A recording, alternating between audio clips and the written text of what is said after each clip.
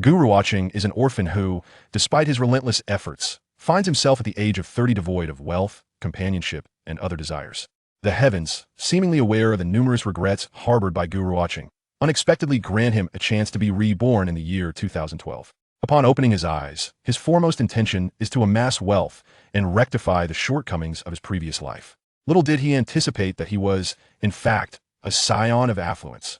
Hey, while being reborn to amend regrets is one thing, it does not grant one the license to be a scoundrel.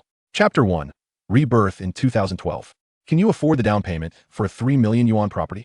Gu Ruochen, seated by the window in a cafe, shook his head in response to the blind date his colleague introduced him to. How much betrothal gift can you provide? Is it absolutely necessary to offer a betrothal gift?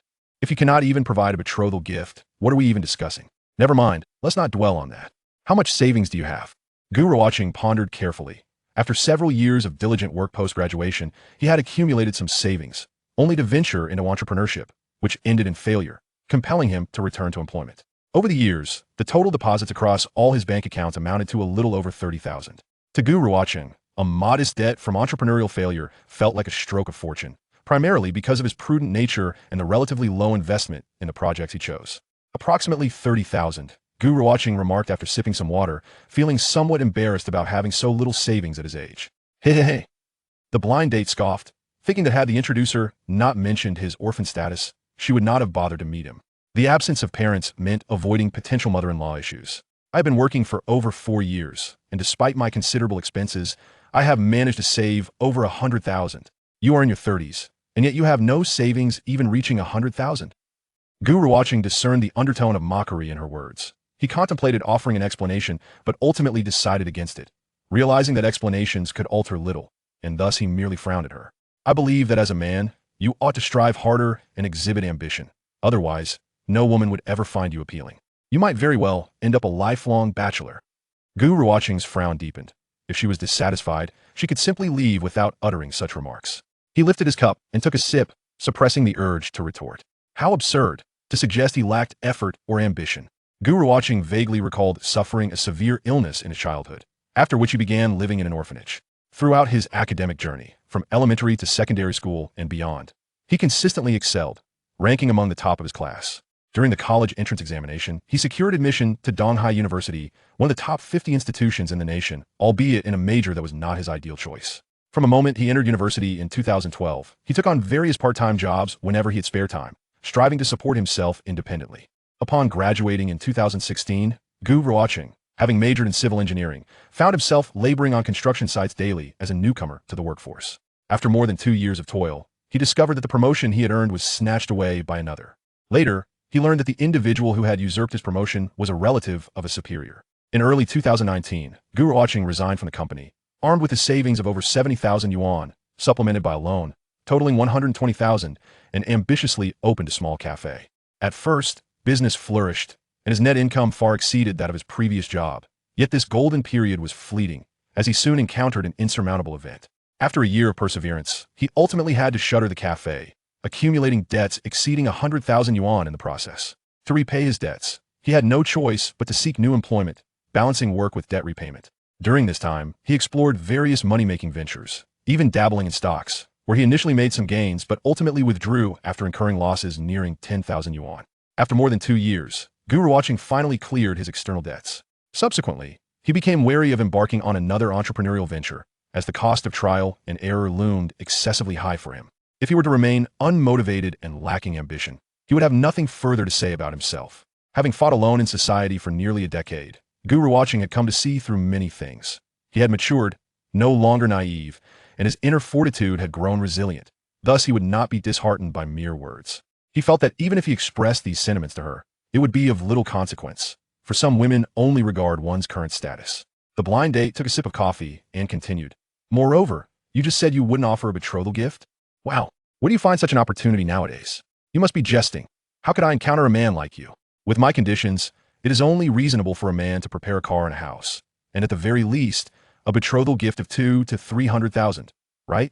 Gu Ruochen scrutinized his blind date, noting the thick layer of makeup on her face, her large visage, small eyes, and bulbous nose. While not outright unattractive, she was bordering on it, with only her figure being somewhat appealing.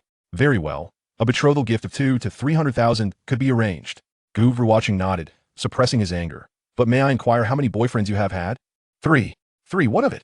Then I suppose your virginity is long gone. A fleeting look of embarrassment crossed the blind date's face before she swiftly regained her composure and replied, "What era are we living in?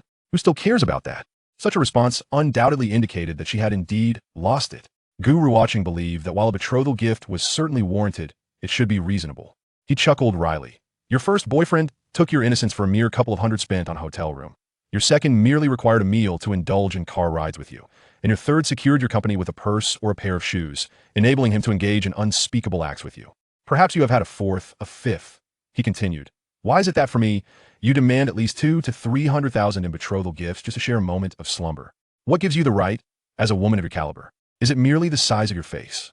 The woman, listening to his words, felt her cheeks flush crimson, the thick layer of makeup failing to conceal her embarrassment. In a fit of exasperation, she retorted, What do you know, you who were raised without guidance? There are plenty who would gladly marry me. Encountering you today is truly a stroke of misfortune. Gu Ruochen, upon hearing this, slammed his hand heavily upon the table. Rising to his feet, he glared down at the woman before him. The matchmaker was taken aback by the ferocity of Gu Ruochen's demeanor. Other patrons in the cafe turned their curious gazes towards the scene, whispering among themselves. What's going on? Are the young couple having a quarrel? I have no idea. It seems like she insulted him about having a mother who raised him. Really? Then he must be an orphan. How can one speak so harshly? Gu Ruochen seized his phone from the table, extracting a 100 yuan bill from its case and slapping it down on the surface. He called out to the nearby waiter, Waiter, my water bill is right here. No need for change. Consider it your tip. That's her coffee bill. Gu Ruochen pointed at the matchmaker, stating, You can settle it with her. With that, he strode briskly out of the cafe. Once outside, Gu Ruochen felt a surge of blood rush to his head. He glanced up at the sun overhead. The glaring light suddenly made his vision blur, and then he collapsed to the ground. When he awoke again, it was the summer of 2012. Chapter 2. The Orphan Has Parents City of Donghai. Hello, is this Gu Ruochen? Yes, it is. Gu Ruochen nodded slightly. Greetings. I am calling from the Public Security Bureau of the Old District in Donghai City. Gu Ruochen furrowed his brow, pondering for quite some time, struggling to recall if he had committed any transgressions recently that would warrant a call from the police. Are you still there? The officer's tone was congenial, and Gu Ruochen felt reassured that he likely had not engaged in any illegal activity. I'm here, please proceed, Gu Ruochen replied calmly. He felt no trepidation at receiving a call from the police, having encountered far more absurd situations in his life. We believe we have located your biological parents and would like to request your presence to assist us in confirming this information through a sample. Upon hearing this, Gu Ruochen's previously placid heart surged with tumultuous emotions. He took a deep breath and inquired, Do you know whether I was abducted or abandoned? This question momentarily rendered the officer speechless. He had presumed that any orphan would be eager to validate such news. Yet Gu Ruochen's query was unexpected. If you were abandoned, then I don't see the necessity of my visit, Gu Ruochen stated indifferently. The officer quickly regained his composure and replied, For what we understand, you were abducted, not abandoned by your parents. Oh, in that case, I will visit tomorrow morning. I am working today and have no spare time, Gu Ruochen responded. The officer, is there anything else? Officer, is there anything further? Gu Ruochen politely asked before preparing to end the call. No, that's all. The officer replied with an awkward smile, unable to resist adding, It would be best if you could come in today, but if that's not feasible, we will wait for you. I genuinely cannot make it today. I assure you I will come tomorrow morning, Gu Ruochen promised. The officer, resigned, conceded, knowing this was not a summons for a suspect. Hence he had no authority to compel Gu Ruochen. All right, please call this number when you arrive tomorrow. The officer reminded him. Understood. Gu Ruochen hung up, standing alone to process this unexpected turn of events. The concept of reincarnation had taken him considerable time to accept, and upon coming to terms with it, he felt an exhilarating thrill. He possessed over a decade's worth of foresight, and recently, he discovered that he could vividly recall any experience from the next several years that he had personally encountered or was aware of. This accumulation of life experiences constituted the essence of his rebirth. However, he had not anticipated that merely a few days later, such an extraordinary event would transpire. This was an occurrence he had not faced in his previous life. Prior to his unexpected reincarnation, he had not located his biological parents. Why was this the case? Could it be that after his initial rebirth, he felt a persistent issue with his body and thus underwent a medical examination, resulting in several vials of blood being drawn? Perhaps the hospital learned of his orphan status and retained the blood samples. These were merely Gu Ruochen's speculations. Xiaogu, are you all right? Just as Gu Ruochen was lost in thought, Liao Wanling approached and gently inquired. Liao Wanling was the proprietress of the quaint cafe where Gu Ruochen had found part-time employment after his college entrance examinations. The establishment, known as Shadow Coffee, had previously employed a waitress, but after the latter returned home to marry, Liao Wanling was left to manage the cafe alone. Gu Ruochen had fortuitously stumbled upon this part-time job. Huh, Sister Wanling, I'm fine, really. Gu Ruochen turned to glance at Liao Wanling, quickly donning a smile. Gazing at Liao Wanling's delicate visage, Gu Ruochen had only regarded her as a commendable employer in his past life, never harboring any romantic notions. Yet now, with his psychological age aligning with Liao Wanling's chronological age, he felt a strange stir of other emotions. I just overheard you mention the police, abandonment, and abduction. Is there any news? Liao Wanling asked. Initially, Liao Wanling had intended to hire a full-time female employee. But after learning about Gu Ruochen's circumstances as an orphan and his need to earn money for university, she agreed to let him work. After spending several days together, Liao Wanling had developed a positive impression of Gu Ruochen. He was diligent and his service was commendable, earning praise from many customers. Moreover, she had discovered that Gu Ruochen possessed considerable skill in coffee making. Gu Ruochen nodded, yes. The police mentioned they might have found something and asked me to come in for a blood test to confirm. Then why are you still here? Leave it to me, Liao Wanling exclaimed, reaching for the tools in Gu Ruochen's hands. Gu Ruochen deftly sidestepped her grasp. Sister Wanling, it's the busiest time of the afternoon. If I leave now, you'll be overwhelmed. It's not a big deal. Nothing is more important than this. Liao Wanling insisted, urging him to go. You need not worry about the cafe. Gu Ruochen chuckled and shook his head. Sister Wanling, I've already informed them I'd go tomorrow morning. Listen to me. Go now. Liao Wanling feigned irritation. Otherwise, I might have to let you go. Gu Ruochen looked down at Liao Wanling and smiled gently. In his previous life, their relationship had been amicable. He often helped out at the cafe during his free time, and Liao Wanling would always reward him for his efforts. This arrangement had continued for over 2 years, but during Gu Ruochen's third year of university, Liao Wanling's cafe had closed due to unforeseen circumstances, and she had departed Donghai, resulting in their separation. Now, having been granted a second chance at life, Gu Ruochen resolved that he would do everything in his power to prevent Liao Wanling's cafe from closing. It was a place that had once provided him solace and warmth, a harbor of comfort in his rebirth. For an orphan, having such a sanctuary was a luxury. In his past, he had lacked the capability to save it. Now, Gu Ruochen was confident he could avert its demise. Ultimately, it was not merely about the cafe itself, but the people within it. In a fleeting moment, countless thoughts surged through Gu Ruochen's mind, coalescing into a singular determination: preserve this cafe and ensure Liao Wanling remained. Sister Wanling, please don't persuade me further. I will go tomorrow morning, Gu Ruochen reiterated, aware that Liao Wanling would not dismiss him. Liao Wanling could do nothing but acquiesce, yet her curiosity compelled her to ask one last question. Xiao Gu, aren't you eager to find your biological parents? Logically, anyone else would have dashed to confirm such news immediately, yet Gu Ruochen seemed entirely unhurried. With a smile, Gu Ruochen replied, in the grand scheme of over 10 years, what significance does one day hold? Chapter 3, The Adopted Daughter Liao Wanling. The location of Shadow Coffee was fairly advantageous, yet its sole drawback was its distance from the nearest office buildings, over a kilometer away. This resulted in a limited clientele of nearby white-collar workers, with most customers either passing by for a quick coffee or being regular patrons. Despite this, the cafe's business remained steady. Liao Wanling and Gu Ruochen worked diligently from the afternoon until after 8 in the evening, when orders gradually dwindled. Their dinner consisted merely of a few pieces of bread, as they hardly had time to sit down for a proper meal. Xiao Gu, the time is nearly upon us. You should return home and rest, Liao Wanling said, handing a 100 yuan note to Gu Ruochen. At that moment, mobile payments had yet to gain the widespread acceptance they would achieve in the subsequent years, and most patrons purchasing coffee still relied on cash. Wanling Jia, this is too much, Gu Ruochen gently reminded her. His daily part-time wage amounted to 80 yuan, paid out at the end of each day. From 11 in the morning until 9 at night, he toiled for 10 hours, earning less than 10 yuan per hour. Today's business was good. Consider it a little bonus for you. Remember to eat something when you get back. Don't be stingy with yourself. Liao Wanling replied with a soft laugh.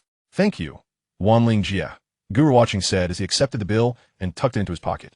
This 100 yuan felt light, yet it bore the weight of his sweat and labor, granting him a sense of peace. If you can't make it tomorrow, just let me know, and I can ask a friend to assist, Liao Wanling added, offering another piece of advice. All right, Gu Ruochen nodded in acknowledgement. After receiving his pay, he removed his apron, bid farewell to Liao Wanling, and exited the cafe. Liao Wanling watched him depart, shaking her head with a gentle smile. She recalled how reserved and taciturn Gu Ruochen had been when she first hired him, and now he often referred to her as Wanling Jie. It struck her how, in just a few short days, he seemed to have transformed into a different person entirely. Casting a glance back at the cafe sign, Gu Ruochen made his way towards his rented apartment. The dwelling was not far from the cafe, merely a 10-minute walk away. At this hour, the city was ablaze with lights, and the nightlife of Donghai City was just beginning to stir. Yet, none of this held any allure for Gu Ruochen. Enjoying the nightlife required financial means, and those without money could only endure the night. On his way home, Gu Ruochen stopped at a stall to pack a portion of fried noodles and treat himself to a chilled beverage. He held the noodles in front of him as he walked, quickening his pace. What would typically take him over 10 minutes had been reduced to just 9. Unlocking the door, entering, turning on the lights, and closing the door behind him, Gu Ruochen returned to his humble abode. This rented space was found after his college entrance examinations. It was situated in an urban village, quite affordable at 240 yuan per month, available for short-term rent. It contained a table, a chair, a wardrobe, and a bed, along with an old electric fan and a small private bathroom. Though there was no hot water, it was unnecessary. Gu Ruochen placed the fried noodles on the table and, sitting down, opened a cola, drinking deeply. The joy of 3 yuan worth of happiness was consumed in just 2 gulps. He tore open the bag, picked up the disposable chopsticks, and began to devour the noodles, finishing the portion in under 5 minutes. With the cola bottle in hand, Gu Ruochen rose and walked to the window. Gazing out at the dark village landscape and listening to the chirping of summer cicadas, he tilted his head back to finish the last of his cola. At that moment, it felt as if he was experiencing one of the most satisfying times of the day for those striving for a better life. Sated and refreshed. Burp. Gu Ruochen belched. The sensation of gas escaping from his throat, nose, and even ears made him acutely aware of his existence in this world. In the old district of Donghai City, the Four Seasons Rose Garden stood as the most pristine villa community in the heart of the city. Spanning a full 200 acres, it housed merely around 90 villas, with over 120 acres dedicated to lush greenery. The price per square meter reached an astounding 180,000 yuan, and it was rare for second-hand properties to be listed for sale, marking it as a villa district where demand far outweighed supply. Within one of the villas in the Four Seasons Rose Garden, a well-preserved middle-aged woman paced back and forth, addressing the man seated on the sofa. Tianzhong. We should have the police take us to see him. Otherwise, I won't be able to sleep a wink tonight. Lu Tianzhong set down his phone with a sigh. Stop pacing. Haste makes waste. What do you mean by haste makes waste? It's not every day we receive news about our son. Aren't you anxious? Shen Hong replied, hands on her hips. Lu Tianzhong felt anxious, too. However, years of navigating the business world had taught him to mask his emotions. The couple had not given up searching for their son over the past decade. What will we do if they insist on waiting until tomorrow to draw blood? We have no choice but to wait, Lu Tianzhong stated. Don't you know Lu, the director of the old district police station? You could ask him to help us get a glimpse first. Seeing him in person would confirm whether he is indeed our son. Shen Hong said as she settled onto the sofa. Didn't you see the photos already? Besides, during the last 2 times the police had news. Each time you saw the pictures and then met the person, you were convinced it was him. But what was the outcome? Shen Hong snapped. I was just too excited and mistook him. Lu Tianzhong shook his head in resignation. Mom, Dad, what are you arguing about? At that moment, the villa's door swung open, and a tall, elegant young woman entered, dressed in a white shirt and a blue satin skirt, her feet adorned with white high heels, her slender ankles accentuated by the sharp points of her shoes. This tasteful ensemble elevated her originally aloof demeanor. Yutong, there's news from the police today that they might have found your brother, Chun Hong exclaimed, pulling her daughter to sit down. Really? That is wonderful news. Lu Yutong set her bag aside and linked her arm with Chun Hong's, asking, can we be sure this time? I hope it's not another false alarm like the last 2 times. Tomorrow, the other party will go to the police station and we'll know then. Lu Tianzhong replied. Lu Yutong nodded. Mom, Dad, I'll accompany you both tomorrow. Great. Shen Hong responded eagerly. No need, Lu Tianzhong interjected. You should focus on your own matters. There's no need for everyone to go until we have results. Shen Hong, displeased, retorted rudely. Lu Tianzhong. What's wrong with you? You seem unconcerned about finding our son. Could it be that you already have an illegitimate child outside, hence your indifference? You are truly being unreasonable. Lu Tianzhong pointed at Chun Hong, exasperated. Mom, Dad isn't like that. Lu Yutong quickly intervened to defuse the tension. Every time there was news about her brother, her parents seemed to get into inexplicable arguments. Perhaps it was due to Lu Tianzhong's overly calm demeanor that irked Chen. I know you probably blame me for losing our son, but who knew he would vanish for just a moment? She lamented. It was simply that I was too busy with the store back then and couldn't bear to hire more help. Mom, don't cry. That's all in the past. We will definitely find him. Maybe this time will be different. Lu Yutong consoled her. Lu Tianzhong rubbed his temples and sighed. You know I've never blamed you. I just hope that if we truly find Zijua, he won't resent us for losing him. Shen paused, her tears abruptly ceasing. Dad, I'll go with you tomorrow. Lu Yutong softly patted Chen Hong's back, addressing Lu Tianzhong. Lu Tianzhong nodded, this time not opposing her decision.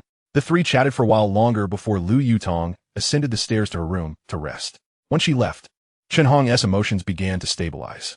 Tianzhong, I have a strong premonition this time. The individual named Gu Ruochen must surely be our son. Lu Tianzhong glanced at Chen Hong and remarked, let's hope so. Chen Hong lifted her gaze towards the staircase, rose, and gently inquired, do you think Yutong would want us to find Zijua? Lu Tianzhong furrowed his brow in confusion as he regarded his wife. Chen Hong continued, Yutong has been with us since she was 7. Now she feels just like our own daughter. I fear that if Zijua is found, and we pour all our attention into our son, she may feel neglected.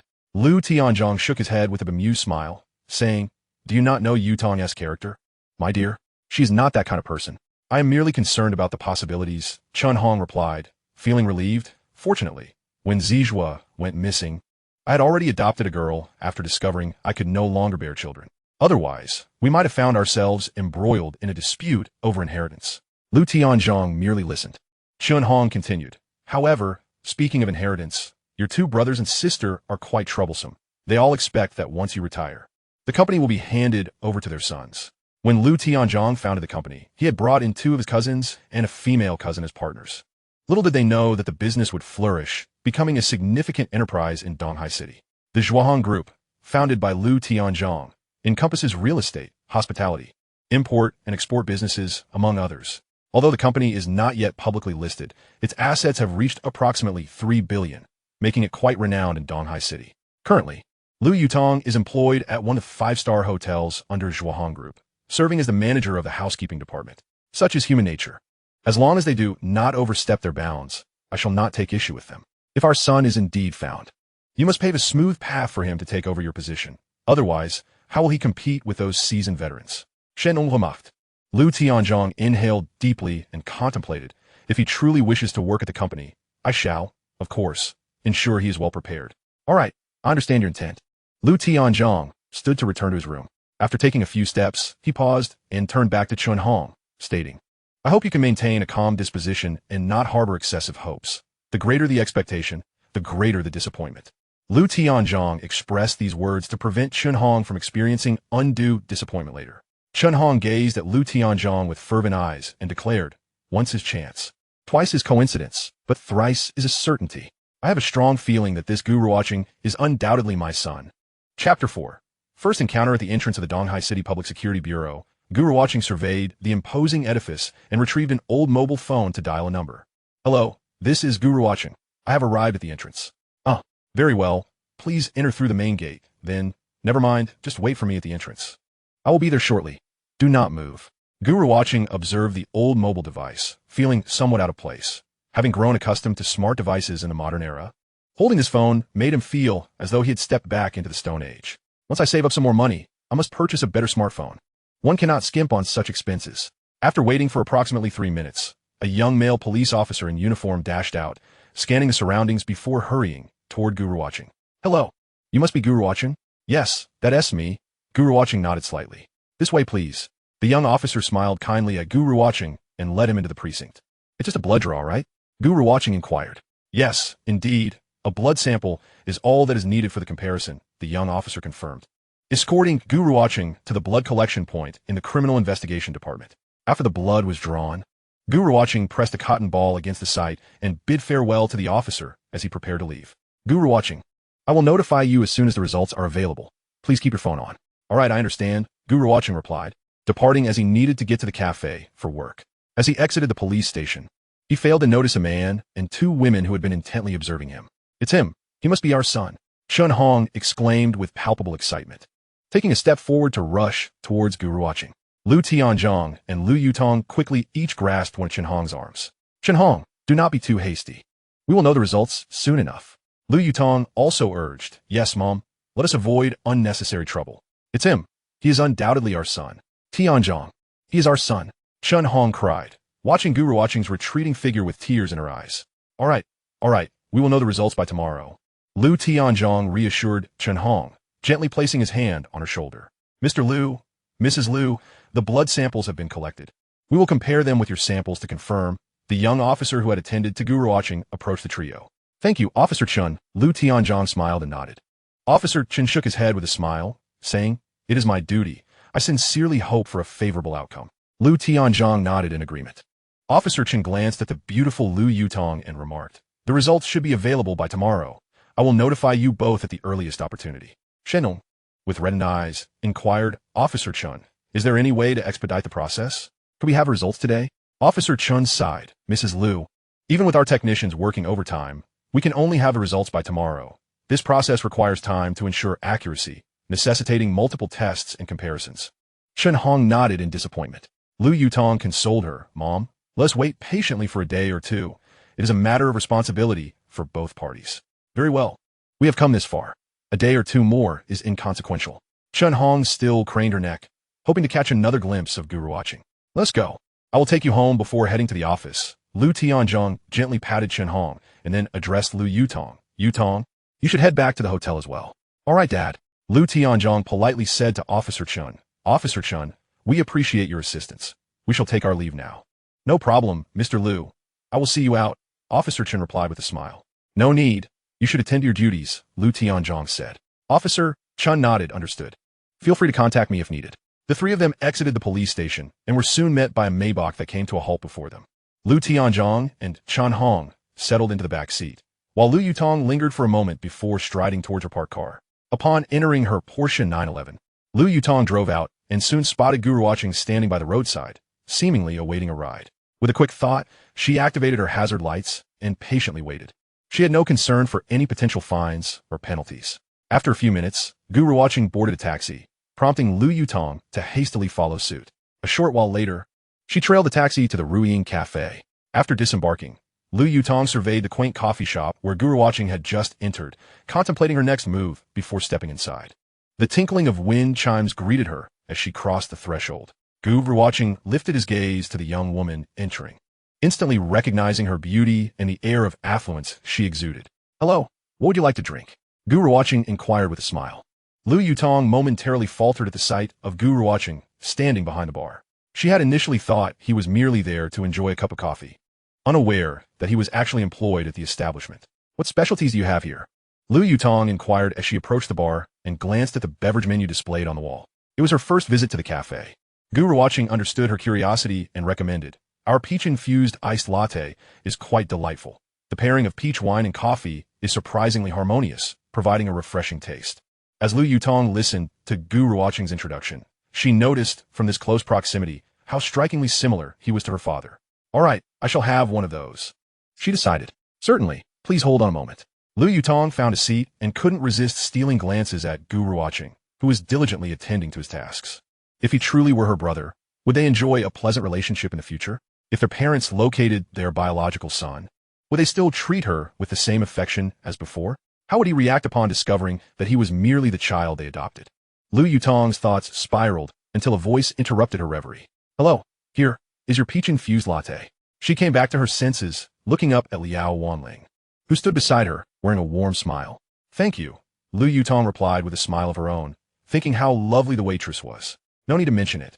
Liao Wanling gently responded, I'm the owner here, so please feel free to share any feedback regarding our beverages.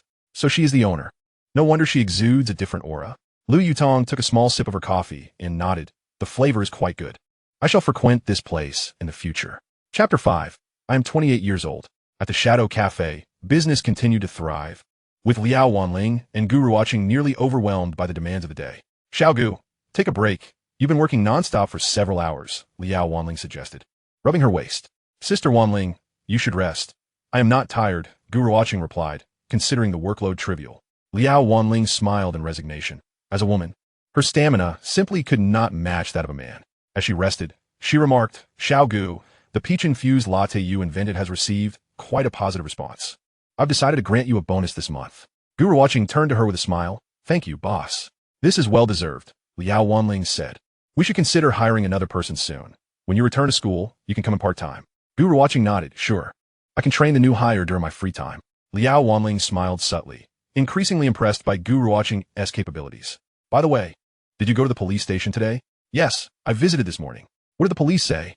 Liao Wanling inquired, genuinely hoping for Gu Ruochen to find his biological parents.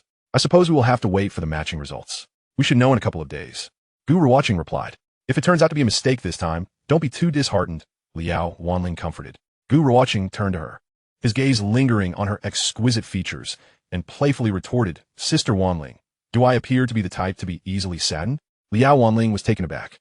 Gu Ruochen shifted his gaze away from her delicate nose and resumed his work. In truth, he was not particularly concerned about finding his biological parents.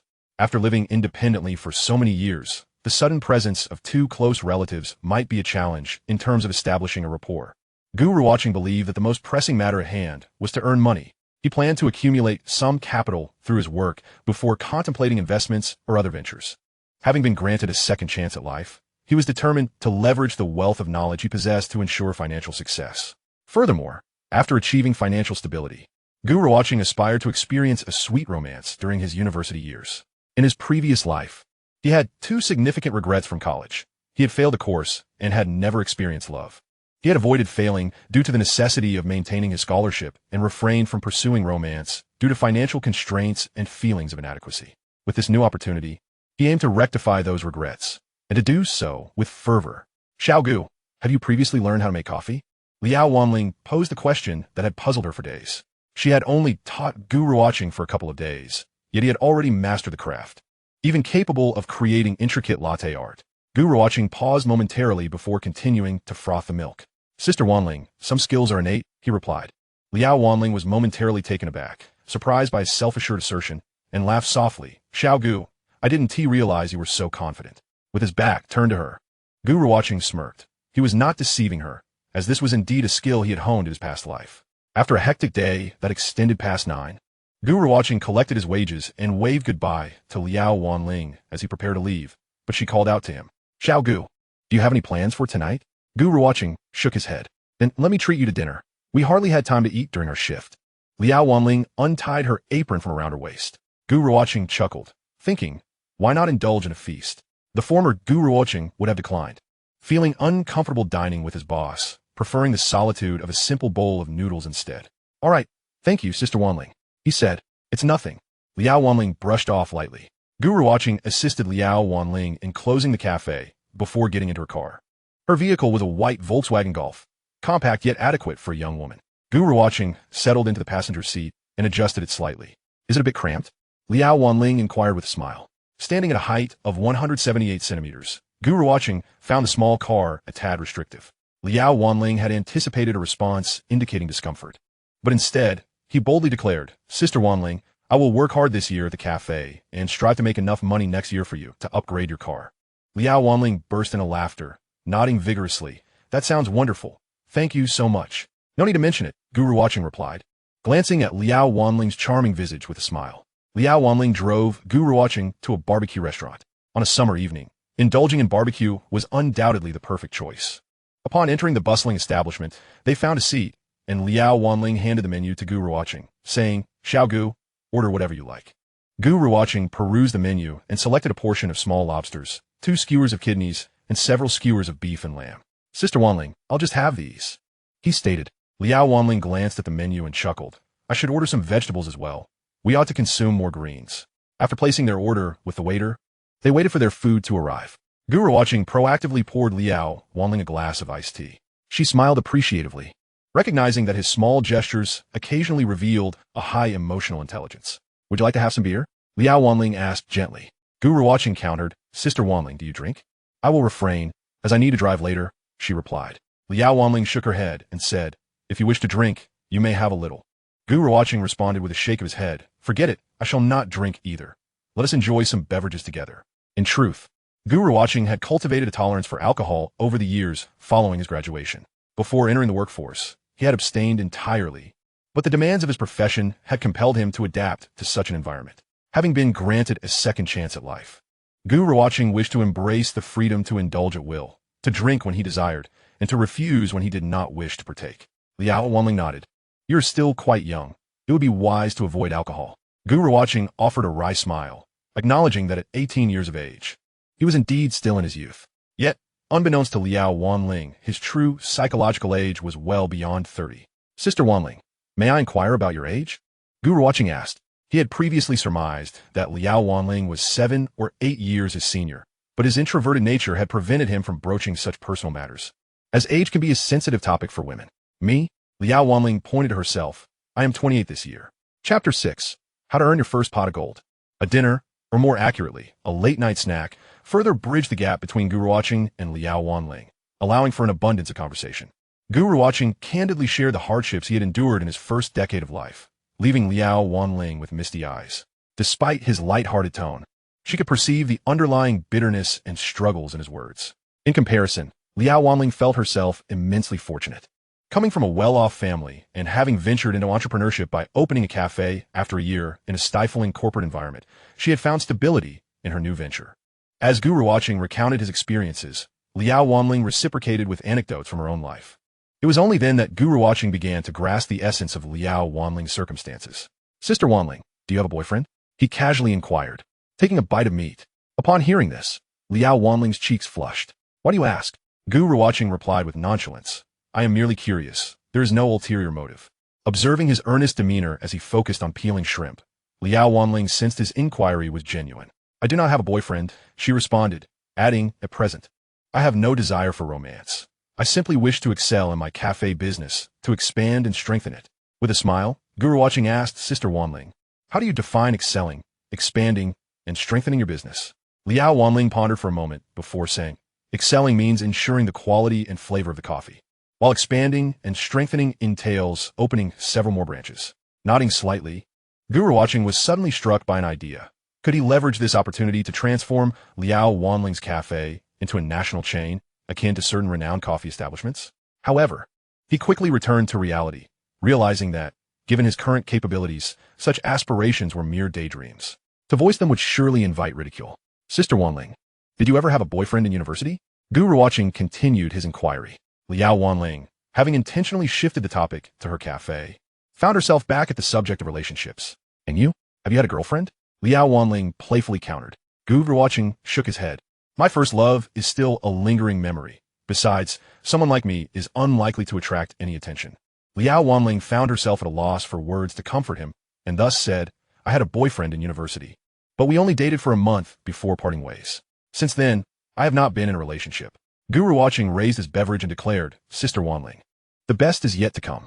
With a gentle smile, Liao Wanling clinked her drink against his. Her radiant smile was truly captivating, and for a fleeting moment, Gu Ruochen was entranced, taking a large gulp of his drink. Having satisfied their appetites, the two emerged from the barbecue restaurant. It was now past 11 at night, and the cool breeze greeted them. The bustling streets signaled the onset of Donghai City's vibrant nightlife. Yet, for Gu Ruochen and Liao Wanling, their shared experience was not of a deeper kind. This late-night snack was a rare indulgence. "Little Gu, where do you reside? Allow me to escort you home," Liao Wanling offered. Gu Ruochen shook his head in refusal. "Sister Wanling, it is quite late. You should return early. I can easily take a taxi." "Taking a taxi is quite a waste of money. It's merely a matter of pressing the accelerator for me," Liao Wanling insisted, genuinely considering the financial burden on Gu Ruochen, knowing that every penny earned was hard-fought. "Really, it's not far from here. I can walk without much hassle." Gu Ruochen reiterated his refusal. "Very well. Do send me a message when you arrive home. I shall take my leave now," Liao Wanling acquiesced. "All right, drive safely." They bid each other farewell, and Gu Ruochen set off towards his rental apartment, deciding to take a leisurely stroll to familiarize himself with the streets and alleys of Donghai City.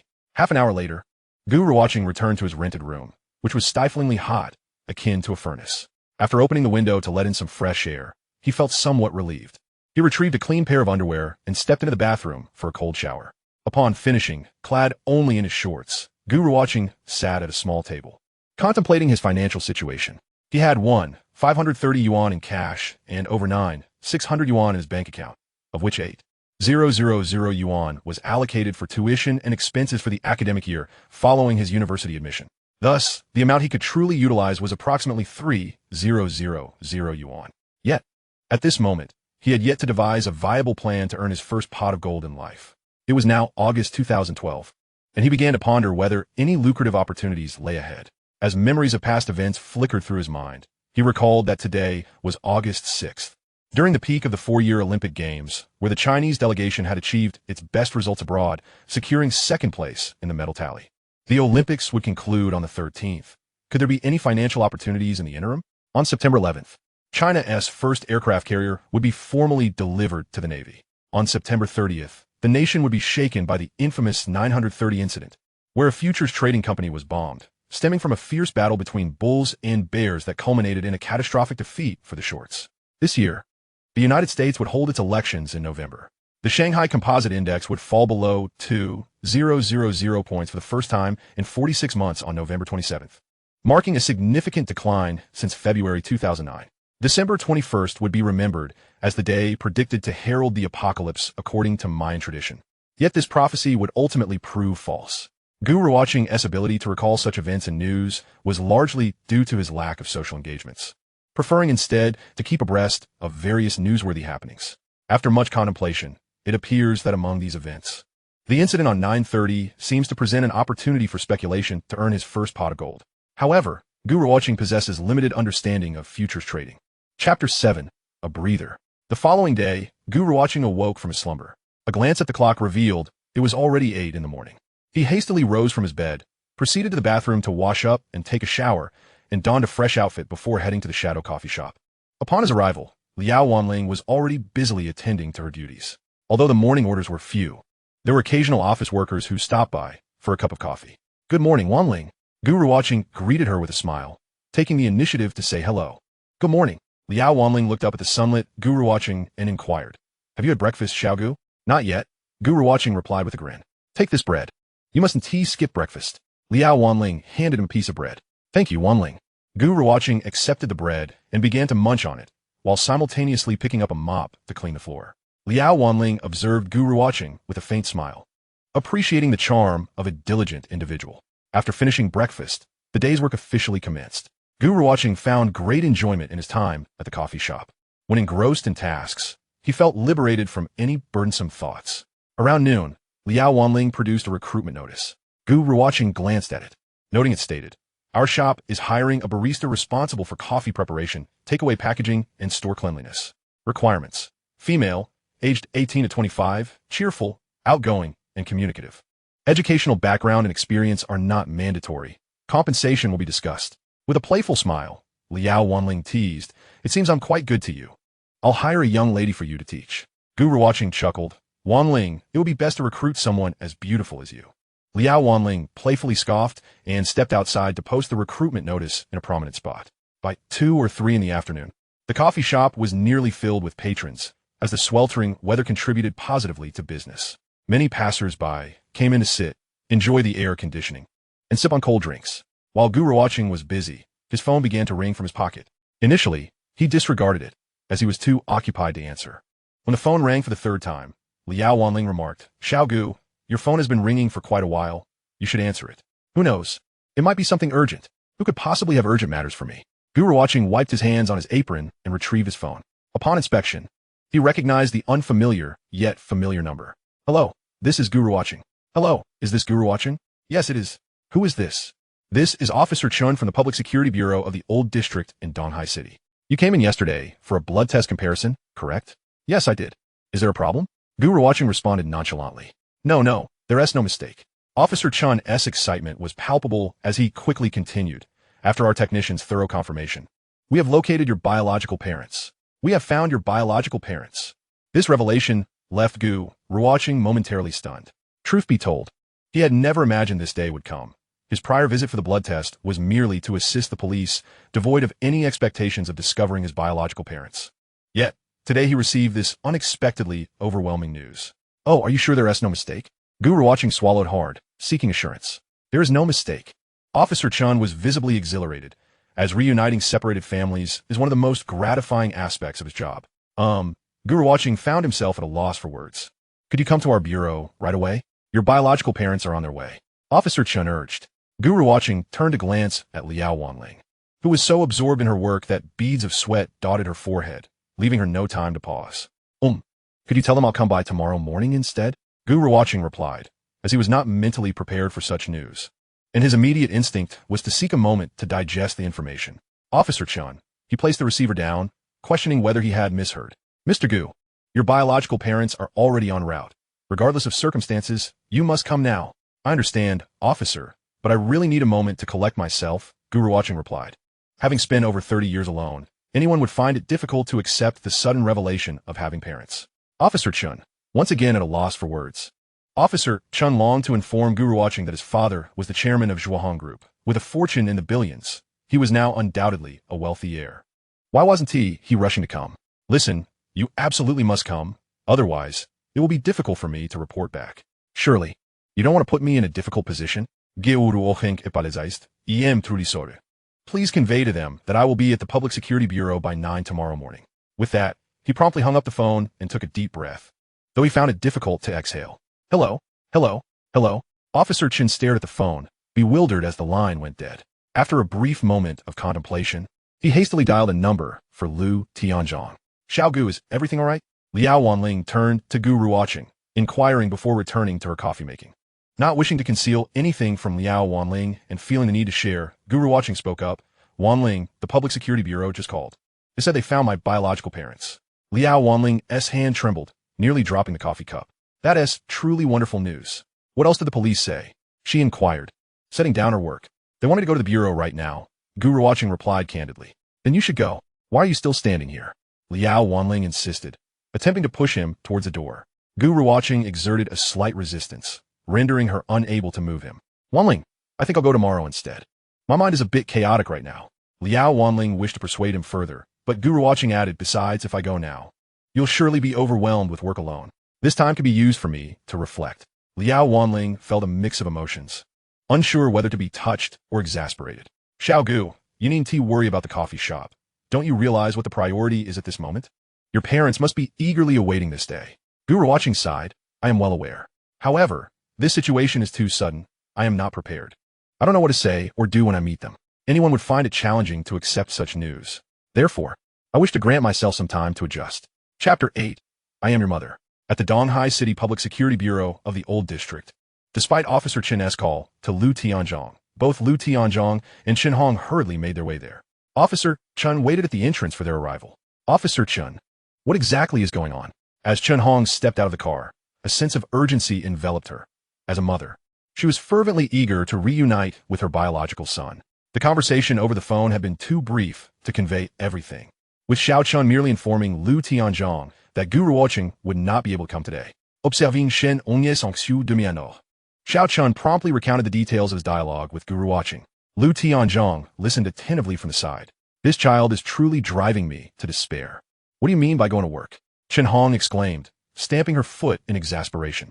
Liu Tianzhong took her hand, offering comfort. There is no need to fret. He is likely not yet ready. Besides, did he not say he would come tomorrow? How can I not be anxious? What if he disappears again? Shen Hong responded, turning to Officer Xiao Chun and imploring, Xiao Chun, surely you can find out where he is living? Could you take us to him? Officer Xiao Chun glanced at Liu Tianzhong, seeking his opinion. Truthfully, locating someone was not a daunting task for them, yet it would require considerable effort, and he had to consider whether it might affect Gu Ruochen's feelings. After all, he had promised to come to the police station tomorrow. Liu Tianzhong interjected. Please do not put Xiao Chun in a difficult position. Chen Hong, agitated, retorted, how am I making it difficult? Is it wrong for a mother to seek her son? Mr. Liu, Mrs. Liu, why don't we move to the office? Xiao Chun suggested hastily. The main entrance was bustling with people, and Xiao Chun understood that Liu Tianzhong was a notable figure in Donghai City. He wanted to avoid any potential disturbances. Liu Tianzhong nodded slightly, guiding Chen Hong alongside Xiao Chun into an office within the police station. Once seated, Xiao Chun brought them 2 bottles of water. Mr. Liu, Mrs. Liu, your son assured me he would arrive by 9 tomorrow morning. I believe he is a man of his word. Just like last time, he will undoubtedly come. Chen Hong twisted open her bottle of mineral water and took a few sips, her emotions beginning to stabilize, especially as Xiao Chen's praise of Gu Ruochen resonated with her. Xiao Chen, how about this? Could you call him? I would like to speak with my son first, Chen Hong proposed. This request was one Xiao Chun could not refuse. He immediately dialed Gu Ruochen's number again and handed the receiver to Chen Hong. She placed the receiver to her ear, her heart racing as the dial tone echoed in her ears. The call connected. "Hello," came the voice of a young man. Upon hearing it, tears streamed down Chen Hong's face. Hello, may I ask who is this?" Gu Ruochen inquired. "Hello, Zijua, it's me, your mother." Chen Hong sobbed, covering her mouth. Beside her, Lu Tianzhong's eyes glistened with unshed tears. Despite his usual stern demeanor at work, in this moment, he was just an ordinary father. On the other end, Gu Ruochen immediately grasped the situation. He pressed his lips tightly together, unsure of what to say. "So, my former name was Zijua. It seems less appealing than my current name. Zijua, can you come today?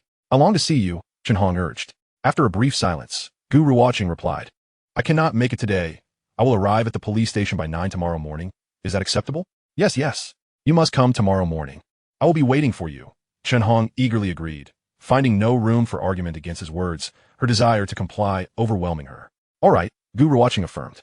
Neither party hung up. Chen Hong waited quietly, longing to hear her son's voice once more. After a few seconds, Gu Ruochen ended the call. Chen Hong listened to the busy signal, reluctant to disconnect. "Chen Hong," Lu Tianzhong gently called. "Huh?" She came back to reality and hurriedly exclaimed, "Tianzhong, our son said he would come tomorrow. We must return and see what else we need to buy." Lu Tianzhong nodded, supporting Chen Hong, who was still emotionally unstable, and turned to Xiao Chun, saying, "Then we shall take our leave now." "Officer Xiao," Chen replied, "Mr. Liu, Mrs. Liu, there will be a recognition ceremony at the station tomorrow, which Director Liu will also attend." Lu Tianzhong pondered for a moment before responding, "All right, but I would prefer this to remain discreet. Let it be a simple affair." Xiao Chen nodded, "Understood, Mr. Liu. It will only be a few leaders from our department, and no media will be informed." Satisfied, Lu Tianzhong agreed with a nod. Upon returning to the rose garden, Lu Yutong was already waiting at home after rushing back from the hotel. After receiving Chen Hong's call, she had insisted on accompanying them to the police station. But Chen Hong had advised her to stay home. Peering behind them, she inquired, "Mom and Dad, where's my brother?" Shen only explained, "Your brother had something to attend to and did not go to the police station."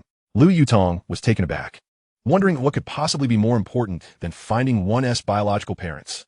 "Yutong, let us head upstairs to check what your brother might still need. We should hurry to buy it," Chen Hong suggested. Each time they moved, she had kept a room for Gu Ruochen, hoping that once they found him, he could immediately settle in, knowing there was always a place for him in this home. "Sure." Lu Yutong recalled her encounter with Gu Ruochen at the cafe and remarked, "Mom, don't forget to buy him some clothes." Right, Chen Hong exclaimed, "but we don't know his size." Lu Yutong reassured her, "I paid close attention that day. I have a rough idea of his height." "That's great." Shen Hong nodded repeatedly, knowing that keeping busy would help ease her longing for her son. The two women ascended the stairs, while Lu Tianzhong remained in the living room, lighting a cigarette. As the man of the house, he felt he must not succumb to tears like women might. He could only conceal his emotions within. The following morning, Gu Ruochen stood once again at the entrance of the old city police station. He had spent the night in sleeplessness, envisioning countless scenarios of meeting his biological parents. He wondered what they looked like, what their occupations were, and what his home would be like. Thoughts swirled in his mind throughout the night, and he finally drifted off around 6 in the morning, only to be awakened by the alarm at 8. Gu Ruochen glanced up at the sky, silently affirming that no matter what, he would finally have parents and a home to call his own. Chapter 9. I was actually a rich second generation. At the Donghai City Old District Police Station, sunlight streamed through the windows, casting mottled shadows along the corridor. Gu Ruochen followed Officer Xiao Chun down the hallway. Turning back, Xiao Chun informed him that his biological parents were awaiting him in the conference room. As they approached, Gu Ruochen's heart began to race uncontrollably. He had believed he would remain calm, but as the moment to meet his biological parents drew near, he realized he had been mistaken. Despite having endured numerous hardships in his previous life, and even experiencing a rebirth, he thought he could face everything with equanimity. Yet at this moment, it was clear he could not attain that level of composure. Upon entering the conference room, Gu Ruochen immediately spotted a man and two women. The two middle-aged individuals, seemingly well-preserved and appropriately dressed, must be his parents. Gu Ruochen surmised that both individuals must possess commendable professions. Isn't that young woman the same patron who visited the cafe yesterday? What brings her here? Could she possibly be my biological sister? My son, at last. I have found you. Chen Hong's tears, accumulated over more than a decade, gushed forth like a spring the moment she laid eyes on Gu Ruochen. She rose and rushed towards him, enveloping him in an embrace. Gu Ruochen found himself momentarily at a loss, surrendering to the embrace of the woman before him. He felt the dampness of her tears soaking into his garments. It is often said that a mother and child share a heart, and Gu Ruochen's nose tinged with sorrow as he sensed the profound love and guilt emanating from the woman holding him. Gradually, he raised his arms and reciprocated Chun Hong's embrace. This hug intricately pieced together two fractured hearts, and at that moment, time seemed to halt, leaving only the two of them in their world. Lu Tianzhong stood nearby, his eyes reddened, valiantly stifling tears as he observed the poignant reunion of mother and son. His expression a complex tapestry of emotions. He wanted to weep, yet he also felt the urge to smile. Lu Yutong leaned quietly against the table, her head slightly bowed, gently brushing away tears from the corners of her eyes with her right index finger. This deeply moving scene stirred an overwhelming sense of nostalgia and emotion within her. Memories of her long-lost biological parents, who had once been her steadfast companions but had departed from this world years ago, flooded her mind. Yet fate is capricious. A sudden calamity had snatched away their lives, leaving Lu Yutong to face the world in solitude until the fortunate day she encountered Lu Tianzhong and Chen Hong. Now, witnessing such an emotional tableau once more, the buried longings and sorrows surged to the surface of her heart.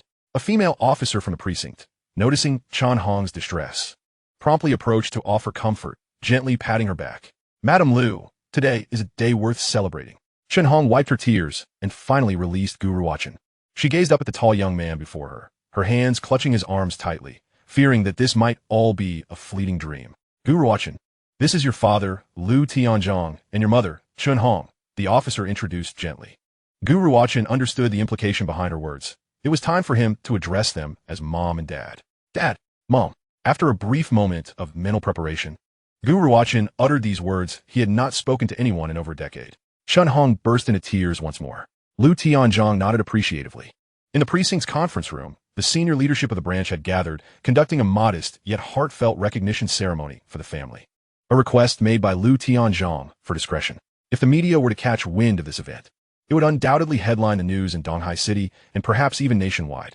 After all, Lu Tianzhong was a prominent figure in this metropolis, a wealthy entrepreneur. The story of a millionaire finding his long-lost son would certainly captivate public interest. Once the ceremony concluded, Lu Tianzhong expressed his gratitude to the police leaders and staff, shaking hands with each of them. Then Lu Tianzhong, Chen Hong, Lu Yutong, and Gu Ruochen prepared to head home.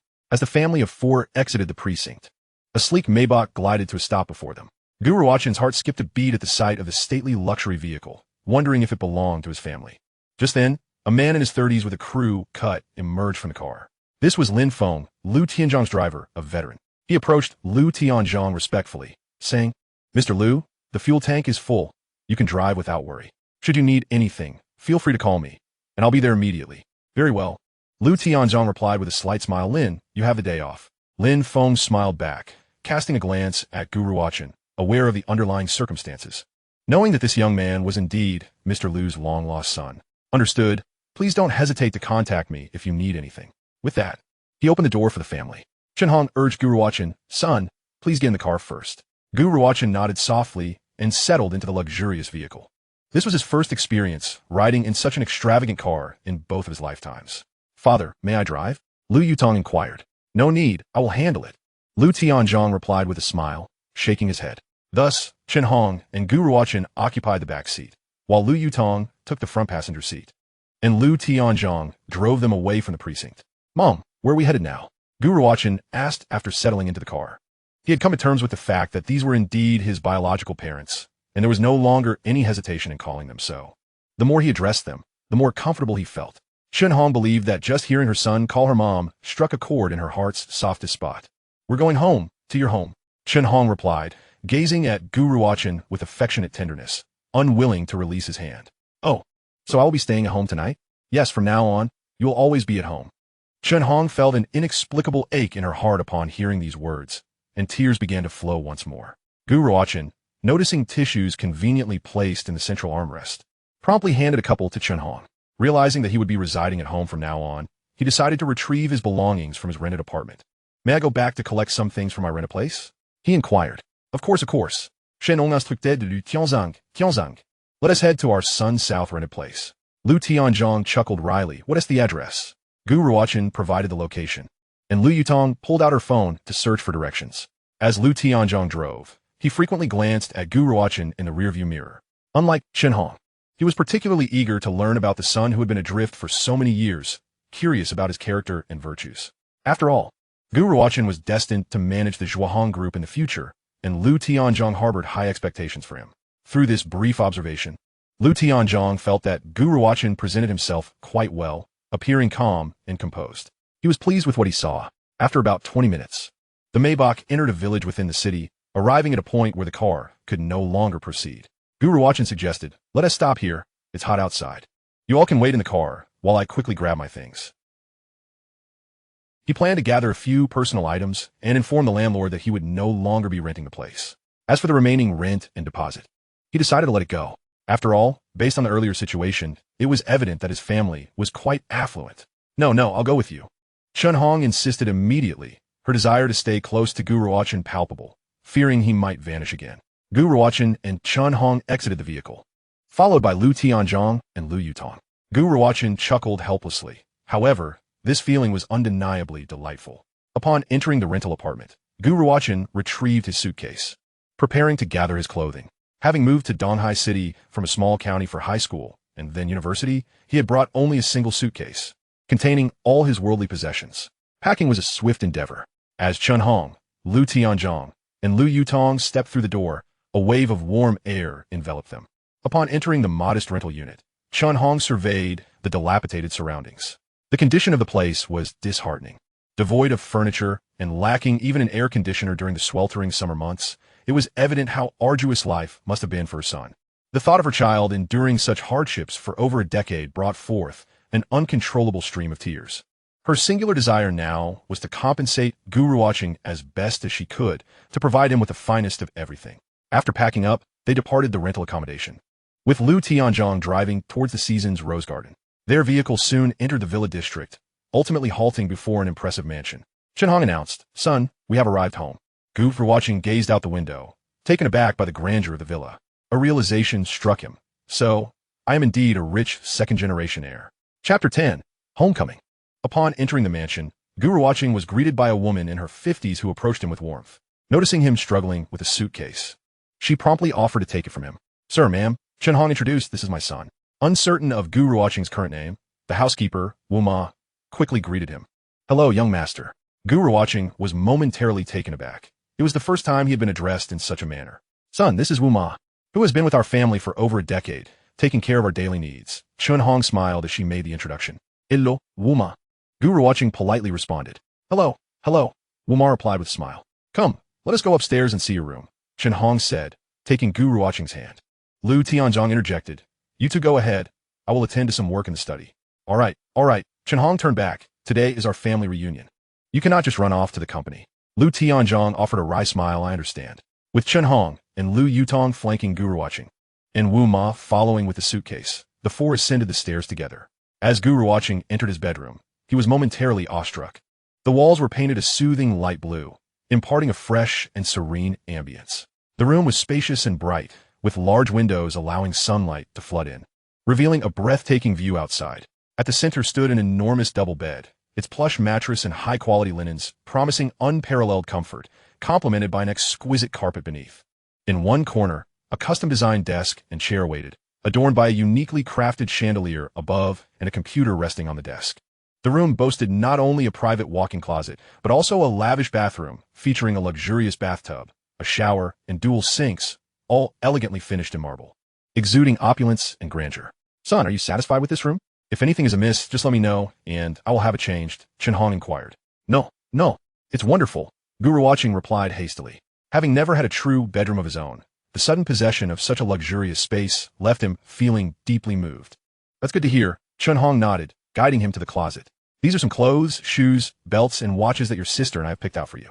As Gu Ruochen beheld the pristine garments within the closet, he sincerely expressed, "Thank you, Mom." Chen Hong's face lit up with a broad smile as she responded. "Try them on soon. If they don't fit, we can go shopping this afternoon." Gu Ruochen nodded and turned to Lu Yutong, saying, "Thank you, sister."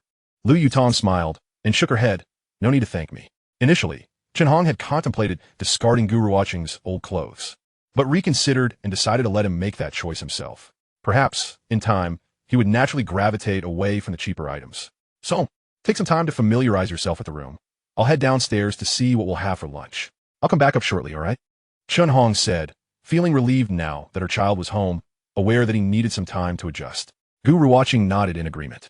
With Chun Hong, Lu Yutong, and Wu Ma descending the stairs, Gu Ruochen was left alone in the room. He took another look around, picked up a luxury watch from the accessory box in the closet, and then reclined heavily on the large bed. Holding the watch, he felt the rhythmic ticking of its hands while staring at the ceiling, lost in thought. It felt akin to a dream. Yet the sharpness of the pain from pinching himself confirmed reality. Initially, he had hoped to rely on his foresight and exceptional talents from his previous life to achieve financial independence. Yet now he found himself in a state that could be described as half-free. The grand villa, luxury vehicles, a driver, a housekeeper, and an exquisite watch all spoke volumes of the family's affluence. Gu Ruochen estimated that his family's wealth must exceed $1 billion. Suddenly transformed into a rich second-generation heir. Gu Ruochen pondered whether he might lose his motivation to strive for success. No.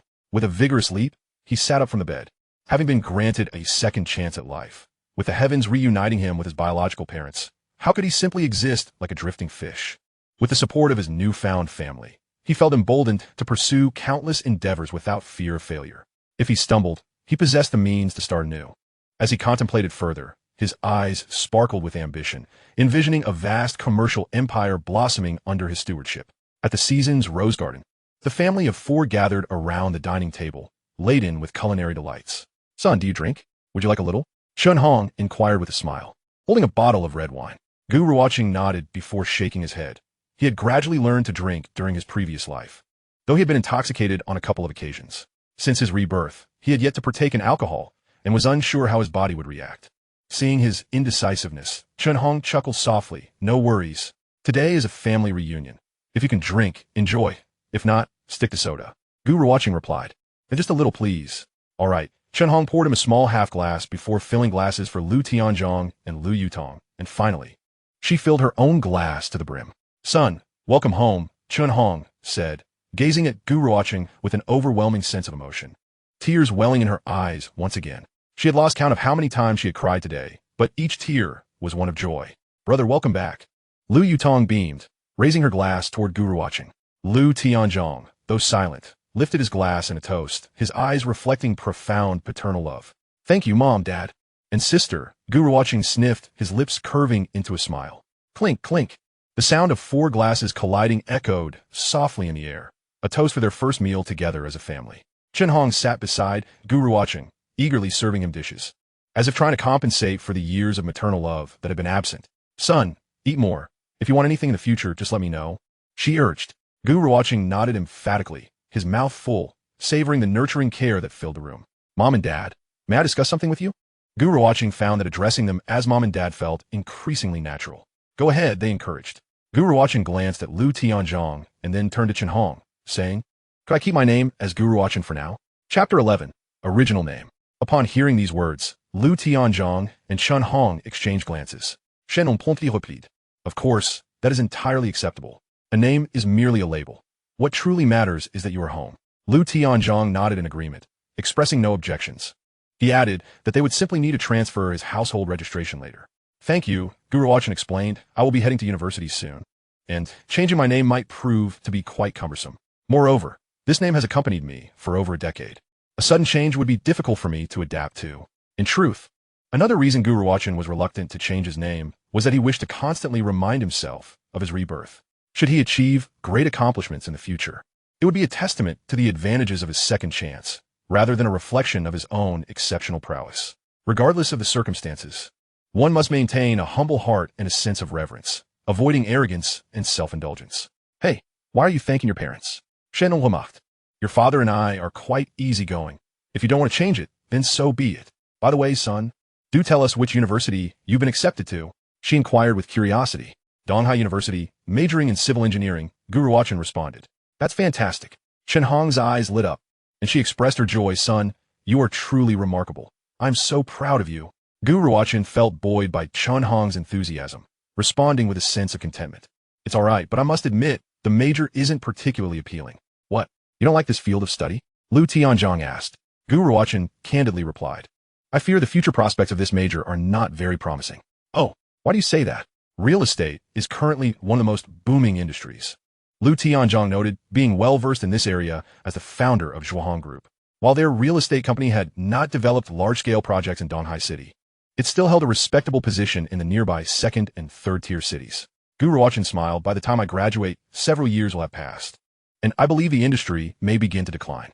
Lu Tianzhong nodded with a smile, considering it merely the perspective of a youth, and did not dwell on it. He then suggested, if you truly dislike this major, I could pull some strings to help you switch to another one. What do you think? Gu Ruochen's eyes brightened. It was indeed possible to change majors after entering university, although the requirements were stringent, often hinging on quotas and score thresholds. Thus, it was generally quite challenging to switch to a desired field. If possible, I would like to study economics or finance, he said eagerly. If he could change majors, he would gladly embrace the opportunity. In his previous life, he had found himself in a civil engineering class with only 2 or 3 female students, none of whom were particularly appealing.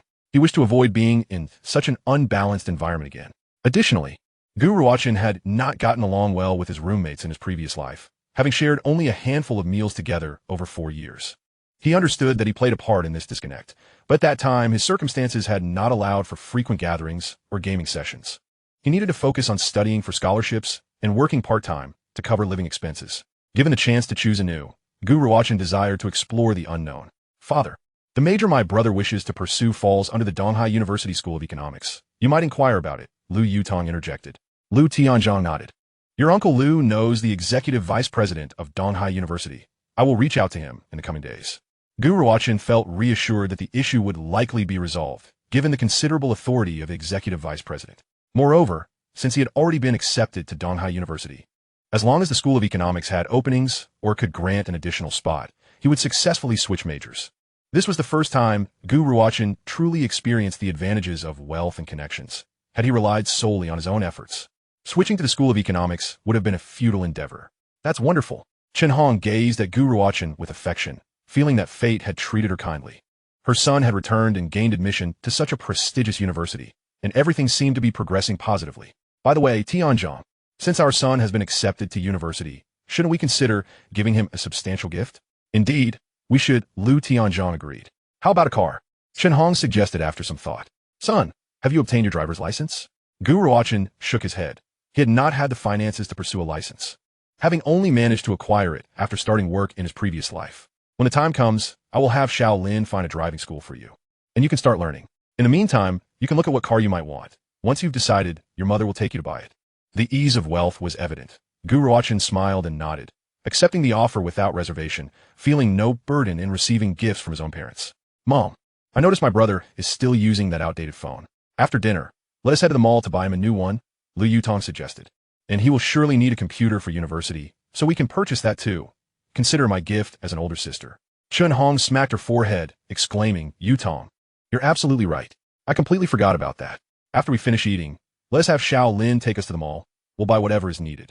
Lu Tianzhong remarked. You 3 go ahead. I have a few matters to attend to at home. All right, you take care of your business. Chen Hong understood that Lu Tianzhong had numerous responsibilities and did not press him to join. The 4 engaged in lively conversation, the dialogue flowing effortlessly, with Chen Hong posing most of the questions while Gu Ruochen patiently responded. Lu Tianzhong and Lu Yutong listened quietly, savoring their exchange. As the saying goes, blood is thicker than water. Despite Gu Ruochen being estranged from Lu Tianzhong and Chen Hong for over a decade, the bond of kinship was undeniable. Thus, since their reunion, the initial awkwardness had rapidly dissipated, as if they had known one another for ages. After lunch, driver Lin Feng took Gu Ruochen and the others to one of the upscale shopping centers in Donghai City, the Donghai Global Plaza. The plaza boasted 7 floors above ground and 3 below, housing over 400 brand-name stores from both international and domestic markets. Xiao Lin, find a place to sit. I'll call you when we're ready, Chen Hong instructed. Lin Feng promptly replied, Madam Lu, perhaps I should just stay with you. I can assist in carrying your purchases. Chen Hong considered this and agreed.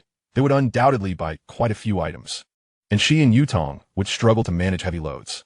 It would be too much for Gu Ruochen to handle alone, and she would feel guilty asking him to do so. Very thoughtful of you, Xiao Lin.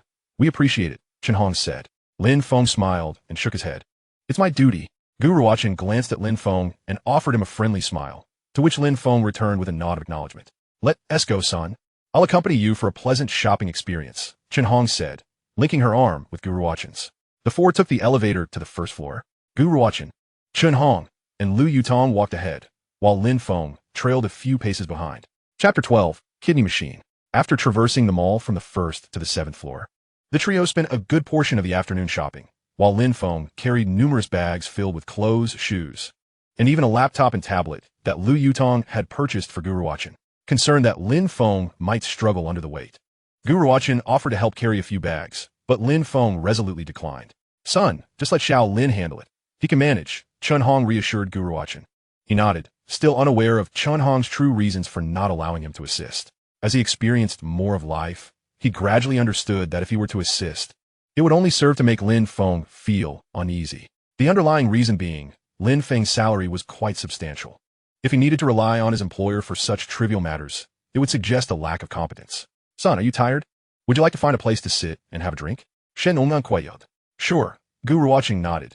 Indeed, they had been wandering for quite some time, and he was aware that both Chun Hong and Lu Yutong were likely fatigued as well.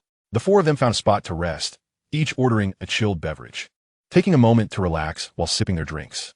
Gu Ruochen retrieved his newly purchased Apple smartphone from his pocket. Although contemporary smartphones were not yet exceedingly advanced, it was a significant upgrade from the outdated model he had previously used.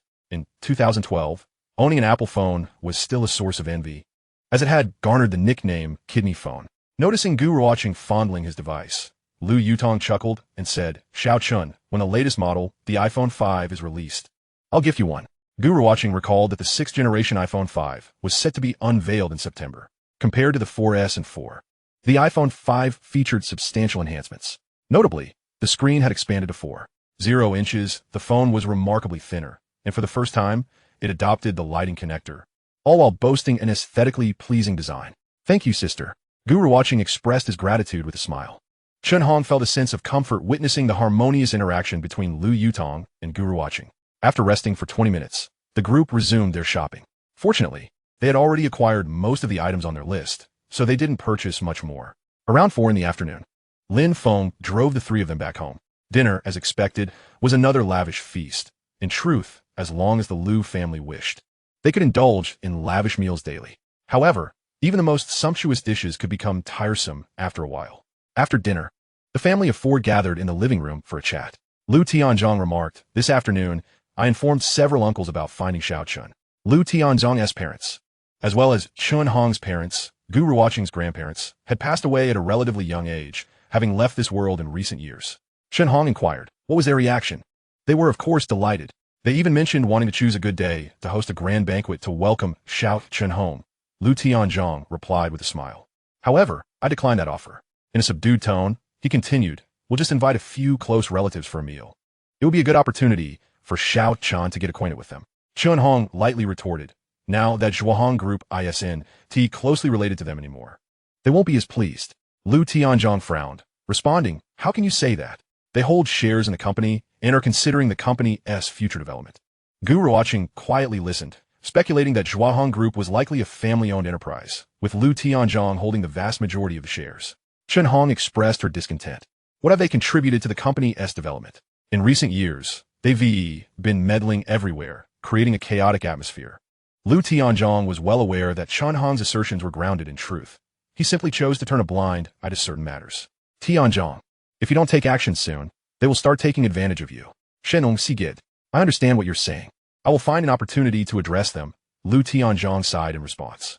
You're far too lenient with those relatives. Shenong replied helplessly. Gu Ruochen contemplated the complexities of family dynamics. While the Lu family appeared affluent and prosperous on the surface, they too faced their share of concerns. The family continued their conversation until past 10 o'clock before retiring to their respective rooms. Chun Hong accompanied Gu Ruochen to his bedroom, assisting him in arranging his bedding. Were it not for the fact that her son was now grown, she would have wished to stay and keep him company through the night. She genuinely feared this was merely a dream, and that upon awakening, Gu Ruochen would have vanished once more. Son, what would you like for breakfast tomorrow? I'll have Wu Ma prepare it, Chun Hong asked. Mom, anything is fine with me. I'll eat whatever you choose. I'm not picky. Gu Ruochen replied with a smile. Alright, Shenong nodded. Then rest early. If you need anything, call me, alright? Okay, I understand. After Chun Hong offered a few more reminders, she reluctantly left Gu Ruochen's room. Once the door closed, Gu Ruochen let out a heavy sigh of relief. Being alone allowed him a sense of freedom. Lying on his bed, Gu Ruochen took out his phone and contemplated calling Liao Wanling. After about 10 seconds of ringing, Liao Wanling answered. Hello, Xiao Gu. Hello. Wanling Jia, have you finished work? Gu Ruochen inquired. I was just about to close the shop. Liao Wanling replied with a smile. Oh, all right. How are things on your end? Liao Wanling had intended to call Gu Ruochen that evening to check on him, but he had beaten her to it. Wanling Jia, I found my parents, Gu Ruochen announced. Really? Liao Wanling sounded even more excited than Gu Ruochen, exclaiming, Congratulations, Xiao Gu. I'm so happy for you. Thank you, Wanling Jia. Gu Ruochen could sense the sincerity in her voice. She was genuinely thrilled for him. I will come to work as usual tomorrow, Gu Ruochen stated. Liao Wanling paused, then said, No need. You should spend these days at home with your parents. After not seeing them for so many years, they must miss you terribly. But you'll be overwhelmed on your own. Don't worry about that. My friends will help me for the next couple of days. And today a young woman came in for an interview who seems quite promising. She'll start working at the shop tomorrow, Liao Wanling assured him. Does she have any experience? Gu Ruochen asked. Not much experience, but I'll train her, Liao Wanling replied. After a moment of thought, Gu Ruochen insisted. Wanling Jia. I think I should come in tomorrow. Liao Wanling was taken aback. She didn't press for reasons and simply smiled, saying, All right, if you want to come, then come. It's a good opportunity to train the new girl, so with 3 of us, we can ease the workload. Chapter 13. Zhang Xinying after ending the call. Gu Ruochen tossed his phone onto the bed and continued to gaze at the ceiling in a daze. It wasn't until the cool breeze from the air conditioning enveloped him that he finally rose, retrieved a change of clothes, and entered the bathroom. A large mirror hung above the sink. Gu Ruochen gazed at his reflection, a sunny smile breaking across his youthful and handsome face. This vibrant visage was truly pleasing to behold, unlike the weathered appearance that life's tribulations would have etched upon him in another existence. He stroked his chin, noticing the stubble that had begun to show. While rummaging through the cabinet, he discovered an electric razor, feeling a warmth in his heart at the well-prepared amenities. After showering, Gu Ruochen returned to his desk, powered on his computer, and perused the latest news. In 2012, smartphones were not yet incredibly powerful, which made handling certain tasks much more convenient on a computer, such as monitoring the stock market and futures. Gu Ruochen remained seated in front of the computer for quite some time, contemplating various matters. The plans he had originally formulated upon his rebirth now required some adjustments. Suddenly becoming a wealthy heir had transformed many of his once daunting ambitions into feasible endeavors. For instance, he no longer needed to worry about initial funding. Additionally, tasks he had previously deemed impossible could now be approached with his parents' assistance. This was a natural advantage bestowed upon him by fate in this life. Why not take advantage of it? Some are born into Rome, while others are destined to be mere beasts of burden. After Gu Ruochen's rebirth, he unexpectedly found his biological parents, who resided in such affluence that he was instantly transported to Rome. However, Gu Ruochen was determined not to forsake the journey of self-struggle, for even Rome has its hierarchies. After meticulously organizing the tasks ahead, he lay down in bed, tossing and turning for quite some time before finally succumbing to slumber. The following day, sunlight streamed through the gaps in the curtains. Gu Ruochen opened his eyes and turned to glance around. It was still that opulent bedroom. This was no dream. He checked the time. It was 8:10, nearly half an hour later than his usual biological clock. Rising from bed, he drew back the curtains. Stretching lazily, he made his way to the bathroom to freshen up. After completing his morning routine, he selected a short-sleeved shirt and athletic pants from the wardrobe. Once dressed, he admired his reflection in the mirror. Satisfied, he nodded. The difference between the branded attire he now wore and the cheap knockoffs of his past was glaringly apparent. Upon descending the stairs, Gu Ruochen spotted Lu Tianzhong, Chen Hong, and Lu Yutong enjoying breakfast in the dining room. Chen Hong, noticing Gu Ruochen, quickly rose and approached him. Saying, son, why are you up so early? Why not sleep a little longer? I thought to let you rest, so I didn't wake you. Good morning, Mom. Gu Ruochen replied with a smile. Even if you let me sleep, I wouldn't be able to. Well then, hurry and come eat breakfast, Chen Hong urged, pulling Gu Ruochen toward the dining area while calling out, Wu Ma, please serve a bowl of congee for Xiao Chun. Good morning, Dad, sis. Gu Ruochen greeted as Lu Tianzhong nodded at him with a smile. Lu Yutong looked up and smiled at Gu Ruochen, saying good morning. Once seated, Wu Ma brought a bowl of congee to Gu Ruochen. Thank you, he expressed gratefully before diving into his meal. Gu Ruochen couldn't help but feel a surge of gratitude. The ease of having meals prepared for him felt utterly delightful. No wonder so many aspire to wealth. So, later your father and sister will be heading to work, and one T be able to accompany you. What do you want to do today? I can keep you company, Chen Hong offered to Gu Ruochen. Swallowing his food, Gu Ruochen quickly replied, Mom, I'm going to work at the cafe today. You don't need to worry about me. Work? What work? Chen Hong frowned and inquired. I've been working at a cafe all summer, planning to earn some money for living expenses, Gu Ruochen explained. Chen Hong felt a pang in her heart and said, Son, you don't need to worry about money anymore. You don't have to work. Gu Ruochen shook his head, insisting, Mom, I can't do that. It's just me and the boss at the cafe. If I don't go, she won't team manage. The new hire was only starting today, and he needed to help her get settled. Before Chen Hong could say anything further, Lu Tianzhong interjected, Just let Xiao Chen go. We just found our son yesterday, and he is already heading out today. Chen Hong felt reluctant to part with Gu Ruochen. Son, how about I go with you? Chen Hong suggested, seeking Gu Ruochen's approval. Gu Ruochen chuckled softly, Mom. It's just work. There is no need for you to worry. Yes, Mom, Xiao Chen is growing up and has his own plans. That is a good thing. You can't possibly follow him around for everything, can you? Lu Yutong reassured. Chen Hong nodded, finding their reasoning sound. Then perhaps I can at least drive you there? She proposed, looking at Gu Ruochen with a hint of pleading in her eyes. Gu Ruochen smiled and nodded in agreement, which pleased Chen Hong greatly. After breakfast, Lu Tianzhong drove to the company, while Lu Yutong took her own car to the hotel. Chen Hong waited for Gu Ruochen to finish getting ready, then drove her Maserati to the cafe where he would work. Mom, with such a large house, can Wu Ma manage it all by herself? Gu Ruochen recalled how Wu Ma had respectfully handed a bag to Chen Hong before they left, casually asking. Chen Hong laughed and explained, Wu Ma mainly oversees our meals. The cleaning and maintenance of the villa are handled by other professionals. Your father prefers not to have too many outsiders in the house, so those individuals come at fixed times each week. Gu Ruochen nodded, realizing that these expenses must accumulate significantly over a month. Son, I'll drop you off. Then I'll visit your father's office and ask Shaolin to find you a good driving school, and remind your father not to forget about your major change. Chen Hong focused entirely on Gu Ruochen's needs. Gu Ruochen replied with a heavy in acknowledgement.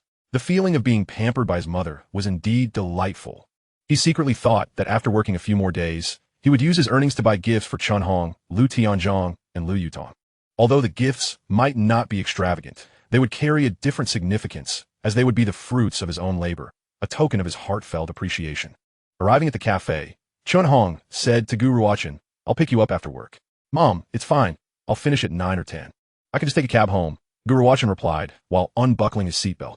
No way. I'm not comfortable with you taking a cab so late. I'll come and wait for you, Chen Hong insisted, leaving no room for argument. All right, I'll give you a call when I'm done, Gu Ruochen conceded. After exiting the car, he walked directly into the cafe. Sister Wanling, I'm here, Gu Ruochen called out as he entered. Liao Wanling promptly responded, Xiao Gu, come quickly. I want to introduce you to someone. Gu Ruochen made his way around the bar and saw Liao Wanling standing with a young woman. Xiao Gu, this is the new girl I mentioned yesterday. Her name is Zhang Qianying. Gu Ruochen swallowed hard upon seeing Zhang Qianying, wondering if this was indeed the girl Liao Wanling had described.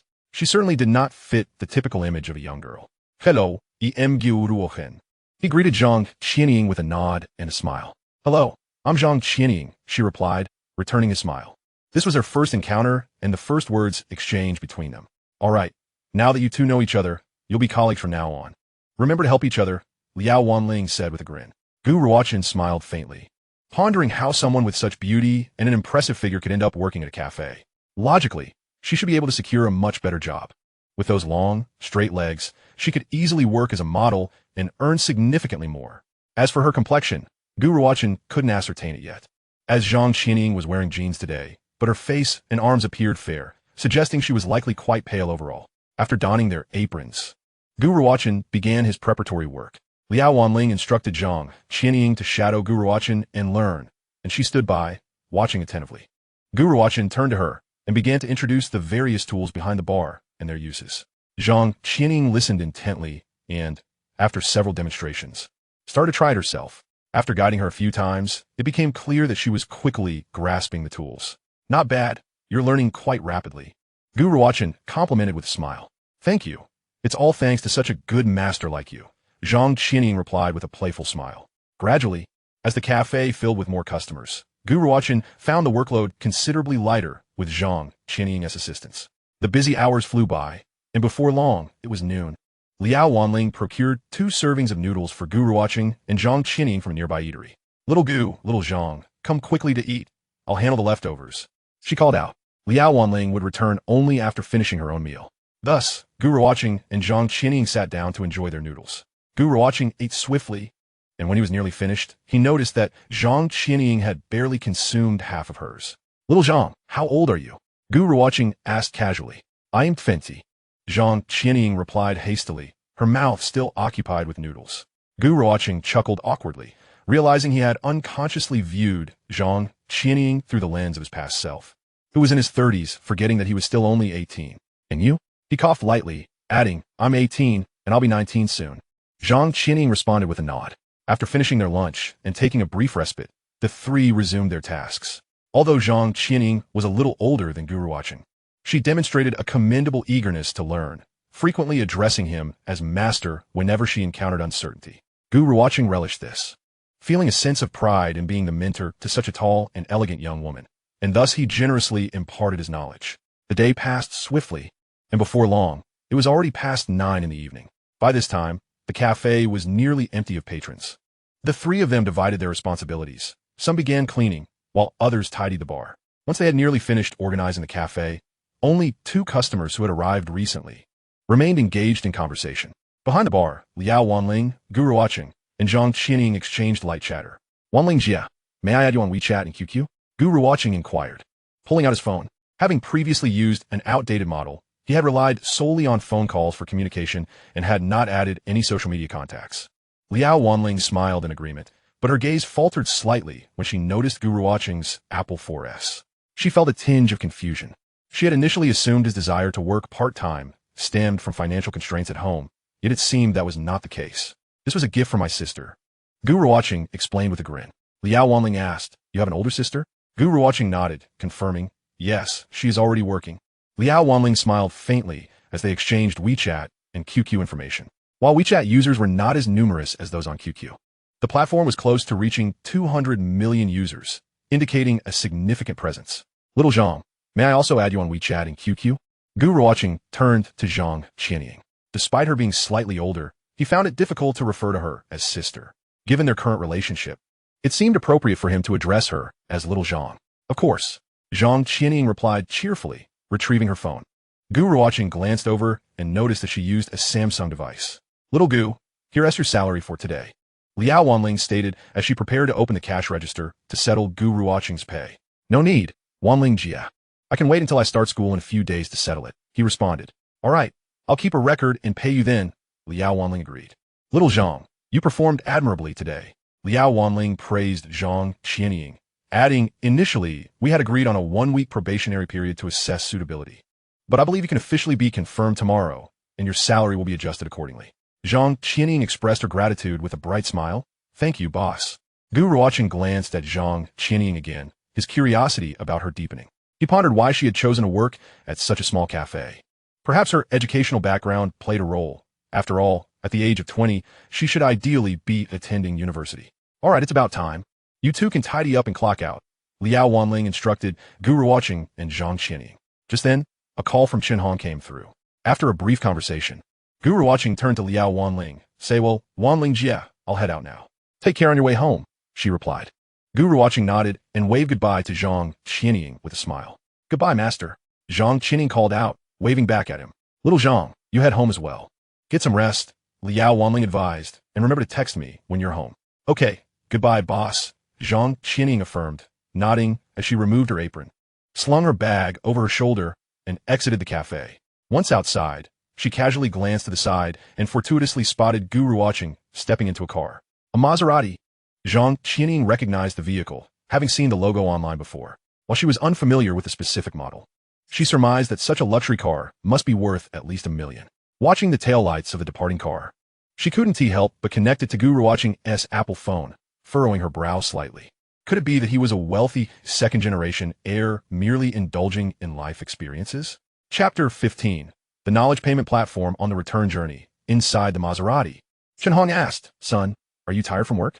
Gu Ruochen smiled and shook his head, saying, Mom, I'm not tired. Perhaps you should consider quitting. How much can you earn working at a cafe?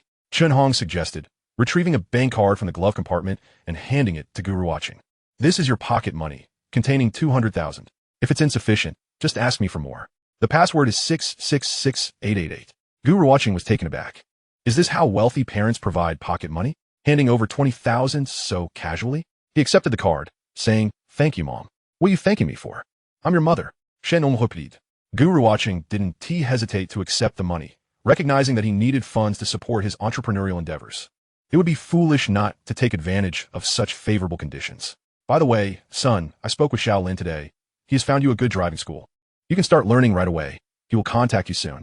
Great, Gu Ruochen nodded confidently, adding, I believe I can obtain my license quickly. Chen Hong agreed, saying, Of course, my son is certainly very bright. Upon returning home, Wu Ma had already prepared a late-night snack. After finishing his meal, Gu Ruochen made a point to greet Lu Tianzhong and Lu Yutong before heading to his room. Once in his room, after a refreshing shower, Gu Ruochen sat at his computer. He took out the bank card, feeling the weight of the 200,000 within. In his 2 lives, this was the first time he possessed such wealth. Yet, he felt an unusual tranquility, knowing that if he could seize a few opportunities, he could become immensely wealthy, rendering that 200,000 as insignificant as 200 in his eyes. Opening his computer, Gu Ruochen browsed through online forums. He was particularly interested in the soybean meal thread, which was currently inundated with voices advocating for short selling. Most of these were speculators teetering on the brink of liquidation, scavenging for negative news to bolster their positions. Little did they realize that the market would heed none of their cries, instead approaching them with a metaphorical scythe. In recent days, Gu Ruochen had begun to familiarize himself with futures trading and its associated knowledge, realizing the substantial risks involved. Were it not for his foresight, he would never have dared to tread into the futures market. Upon careful recollection of the intricate details gleaned from his previous life, it became evident that this market trend had attained a historic zenith of 4,369 points around September 5th, in the span of merely a few days. Rumors circulated regarding short sellers succumbing to overwhelming debts, leading to tragic outcomes, and the commodities market was engulfed in lamentation. In the ensuing trading days, bullish capital began to withdraw, initiating a relentless decline in soybean meal futures prices. Gu Ruochen glanced at the date, realizing that he had indeed missed the opportunity to partake in this lucrative surge, leaving only a mere broth to savor. However, he contemplated that shifting to a short position could still yield some profit. With funds now at his disposal, Gu Ruochen resolved to visit the securities firm the following morning to activate his futures trading account, aiming to capitalize on the market. Despite the financial affluence of his family, years of solitude had imparted upon him the profound understanding that personal strength is ultimately the most reliable asset. Thus, he aspired to earn his own fortune and carve a niche for himself in the world. After perusing the news, Gu Ruochen retired for the night. The next day, he hastily consumed breakfast before rushing out. Mom, Dad, Sister, I have something to attend to and will be leaving early. Son, where are you off to? Let me drive you. Chen Hong called after him. No need. I'll take a taxi, Gu Ruochen replied without looking back, waving his hand as he exited the house. Be careful on the road, son, Chen Hong called, watching him depart before returning to the dining table, muttering, this child never thinks to stay home for a day. Gu Ruochen is grown up now, with his own thoughts. You shouldn't always follow him around, Lu Tianzhong remarked, disapproving of Chen Hong's approach, fearing it would spoil their son. You're busy with work and have no time to keep an eye on him, so I must watch over him.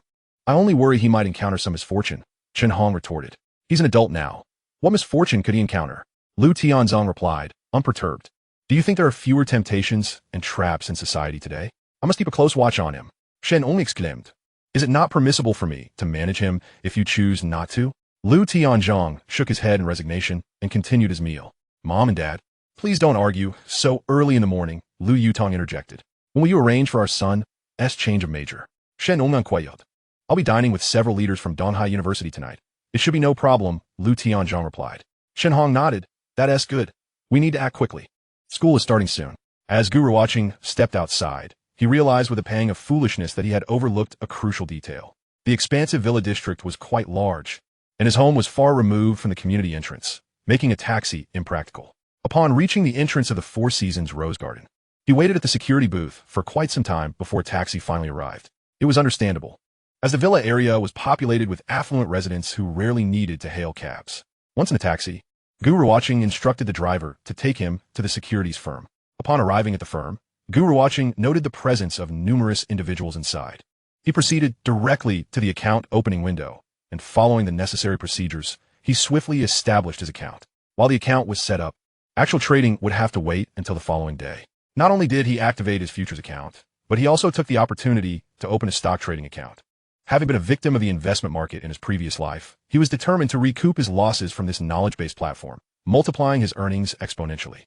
Gu Ruochen reclined in the trading hall, leisurely enjoying the air conditioning until it was nearly time to leave. "Sir, I have a moment." He heard a voice call. Instinctively, he turned to see a strikingly beautiful woman with flowing hair approaching him, her smile warm and inviting. Clad in a tailored sheath dress that accentuated her figure and paired with elegant black heels, she exuded an air of sophistication. Her simple yet classy black blouse, with a slightly open collar, hinted at both sensuality and maturity. As she drew nearer, Gu Ruochen was further captivated by the mature charm and alluring fragrance she emanated. "May I assist you with something?" he inquired. "Good day, sir. I am Song Chu Wei, the manager of this branch." She introduced herself, presenting her business card. Gu Ruochen accepted the card, noting the company name, and her contact information. As he examined the card, Song Chu Wei discreetly admired the watch on his wrist, becoming increasingly convinced that this young man was quite affluent, perhaps more accurately, a scion of wealth. Having just stepped out of the office to stroll through the hall, she had instantly recognized Gu Ruochen as he sat there. His attire suggested a certain affluence, and the watch, if genuine, was worth a considerable sum. This was a potential high-value client. Thus, when Gu Ruochen prepared to leave, she called out to him. "Should you have any inquiries regarding investments or trading, please feel free to reach out to me." Gu Ruochen glanced up at her with a slight smile. He was no longer the naive youth of his past, but rather a seasoned individual who had navigated the complexities of society. He was skeptical that Song Chu Wei had approached him without ulterior motives, yet he remained uncertain as to why she deemed him worthy of her attention. "How about I add you on WeChat?" Gu Ruochen suggested, tucking the business card into his pocket while pulling out his phone. "Certainly," Song Chu Wei replied, tucking a few strands of hair behind her ear as she stepped closer to him. At that moment, the fragrance enveloped him even more intensely.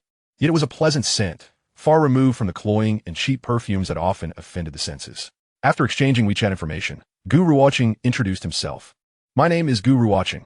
It's a pleasure to meet you." "Likewise," Song Chu Wei responded with a professional smile. "Goodbye," Gu Ruochen said, departing without lingering. Had this been his previous life, he would have seized the opportunity to engage in conversation with such a beautiful woman, seeking topics to discuss at length. However, he had evolved beyond such inclinations. Under Song Chu Wei's gaze, Gu Ruochen exited the branch and hailed a taxi. Only after the vehicle disappeared from view did she murmur softly to herself, "Why is he still taking a taxi?" Before heading to the cafe, Gu Ruochen made a stop at the bank to transfer the 200,000 yuan his mother had given him into his personal account. Upon arriving at the cafe, he entered to find Zhang Qianying already present. "Good morning, master." She greeted him with a bright smile as he walked in. "Good morning," Gu Ruochen replied cheerfully. "Where's Sister Wanling?" he inquired, scanning the surroundings for Liao Wanling.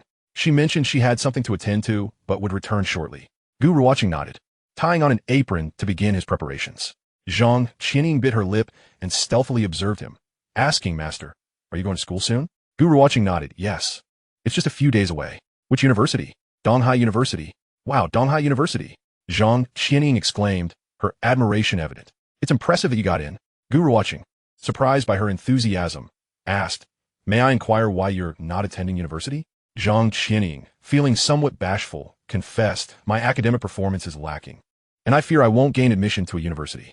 The tuition fees for those private vocational schools are exorbitant, and I am reluctant to attend them. Hence, I've resolved to seek employment as soon as possible." "Ah, I see. Where are you from?" "I hail from the northeast, specifically Liaoning province."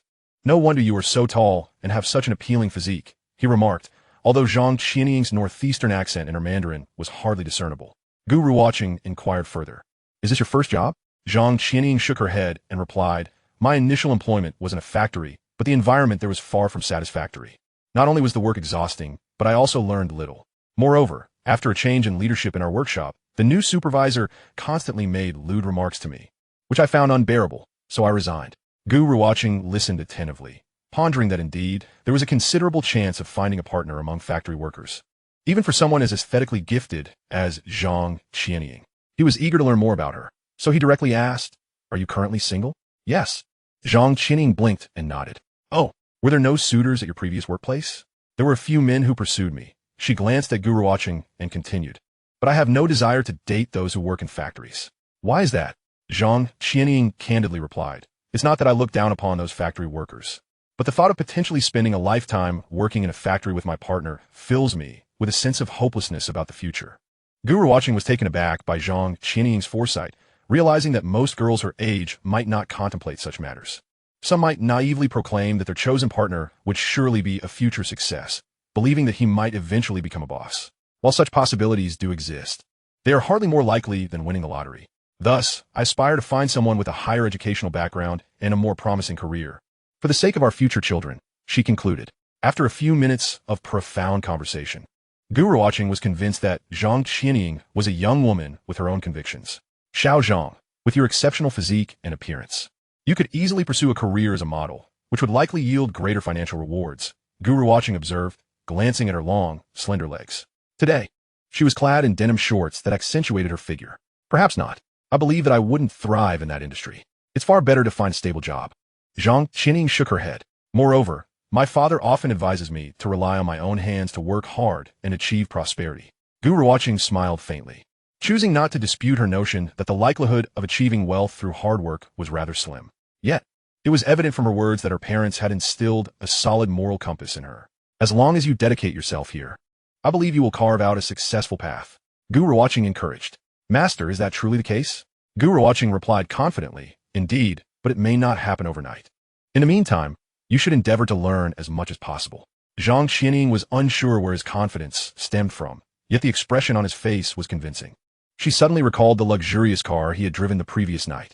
Master, will you guide me in the future? I would appreciate any direction or advice you could provide, she said, deciding to take a gamble. Gu Ruochen glanced at Zhang Qianying before turning his gaze to the window, his lips curling into a smile. Of course. Once a master, always a master. Chapter 17. You are too quick at noon. Lin Feng, the driver for Lu Tianzhang, called Gu Ruochen to inquire if he was available to visit the driving school. Gu Ruochen realized it was indeed time to expedite obtaining his driver's license. So he requested a 2-hour leave from Liao Wanling. Lin Feng arrived in a BMW 7 Series to pick up Gu Ruochen, a sight that Zhang Qianying, who had been observing him closely, noted with increasing certainty that he resembled the rich young masters often depicted on television, venturing out to experience life. Brother Lin, Gu Ruochen greeted as he took his seat in the passenger side. This address elevated Lin Feng's opinion of Gu Ruochen considerably, prompting him to respond, young master. You may simply call me Lin Feng. Gu Ruochen found the title young master somewhat uncomfortable, so he suggested, call me Xiao Chun. I prefer to keep things by age. Very well, Lin Feng nodded. As Lin Feng drove Gu Ruochen to the driving school, he asked, Brother Lin, did you serve in the military? Yes, after my discharge. I became President Lu's driver. For how long? Gu Ruochen inquired. Over 3 years, Lin Feng replied, keeping his eyes on the road. What branch were you in? Were you a special forces soldier? Gu Ruochen observed Lin Feng's muscular physique. Indeed. Gu Ruochen nodded in understanding and asked, Are you married? Lin Feng paused. Though the question seemed to leap ahead, he patiently replied, Not yet. I met someone through a blind date, and we are currently seeing each other, but I'm uncertain if it will lead to anything. Upon hearing Lin Feng's words, Gu Ruochen was reminded of the woman from his past life, whom he had met through a blind date. Having been reborn as a wealthy heir, he wondered if he should express gratitude toward her. Upon arriving at Anshuan Driving School, which boasted a promising name implying safety and smoothness, Gu Ruochen completed the necessary procedures and met with the instructor. He urged the instructor to arrange his driving test as soon as possible, expressing that the sooner he obtained his license, the better. After a few hours of reviewing topics for Subjects 1 and 4, he felt confident he would pass without issue. Subject 2 was straightforward after practicing a few times at the school, and Subject 3 was the least of his concerns. The driving school had already informed the instructor of Gu Ruochen's affluent background, so the instructor was inclined to accommodate his wishes. Coach, I will come to practice driving tomorrow morning, Gu Ruochen informed the instructor before leaving. Sure, no problem. Lin Feng and Gu Ruochen exited the driving school together. Returning to the Ru Ing Cafe, Xiao Chun, why are you in such a rush to get your license? The instructor is quite competent. Madame Lu specifically instructed me to find you a good one, Lin Feng remarked. Gu Ruochen replied, the sooner I finish, the better. Acquiring a driver's license isn't particularly challenging. Lin Feng responded, Xiao Chun, in truth, obtaining a license isn't difficult. I could spend a bit of money and arrange it for you. Gu Ruochen's eyes brightened. Is that so? Then why should I bother learning? Just let me get one. Lin Feng shook his head, advising, that wouldn't be advisable. Madame Lu is concerned about your driving skills. She wants to ensure you learn properly to avoid accidents on the road, which is why she insisted I find you a good instructor. With a sigh, Gu Ruochen concluded that since it was Chun Hong's sincere intention, he would adhere to the process and invest the necessary time to earn his license. Very well, I shall proceed with the examination myself. If you wish to expedite your learning, I can accompany you to practice in an indoor space after work, Lin Feng kindly offered. No need. I should be able to pass in a few days if all goes well, Gu Ruochen confidently replied.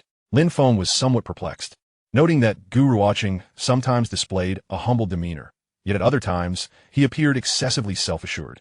After Lin Feng escorted Gu Ruochen to the cafe, he hurriedly departed, likely due to pressing matters at the company.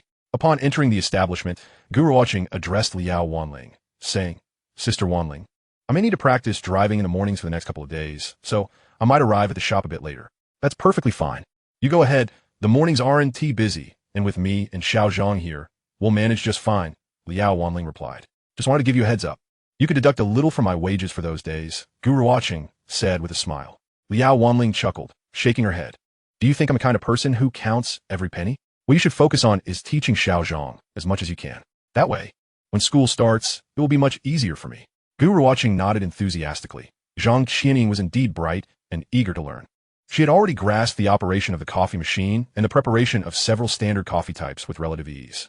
The next step involved a systematic study of coffee knowledge, such as understanding various coffee varieties, their origins, roasting degrees, and grinding methods. Moreover, she needed to learn how to blend different coffee types according to taste preferences. As for the art of latte art, that would require continuous practice to master. This skill is what distinguishes a personal cafe from the chain coffee shops that would not bother with such artistry in a few years. By omitting the latte art, the time required to prepare a cup of coffee is significantly reduced, and the absence of such embellishment does not affect the flavor. Additionally, eliminating the latte art step greatly shortens the training period for a barista, which is one reason why chain coffee shops can expand rapidly while maintaining adequate staffing. In the afternoon, a customer ordered a latte just as Gu Ruochen was ready to extract the coffee.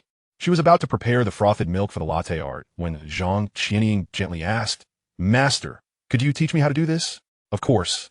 Give it a try, Gu Ruochen replied, handing the frothy milk to Zhang Qianing. Holding the cup, Zhang Qianing momentarily froze, unsure of how to proceed. She had attempted it once before, but her results had been rather dismal. Master, how should I do this? She asked, looking at Gu Ruochen with an expression of helplessness.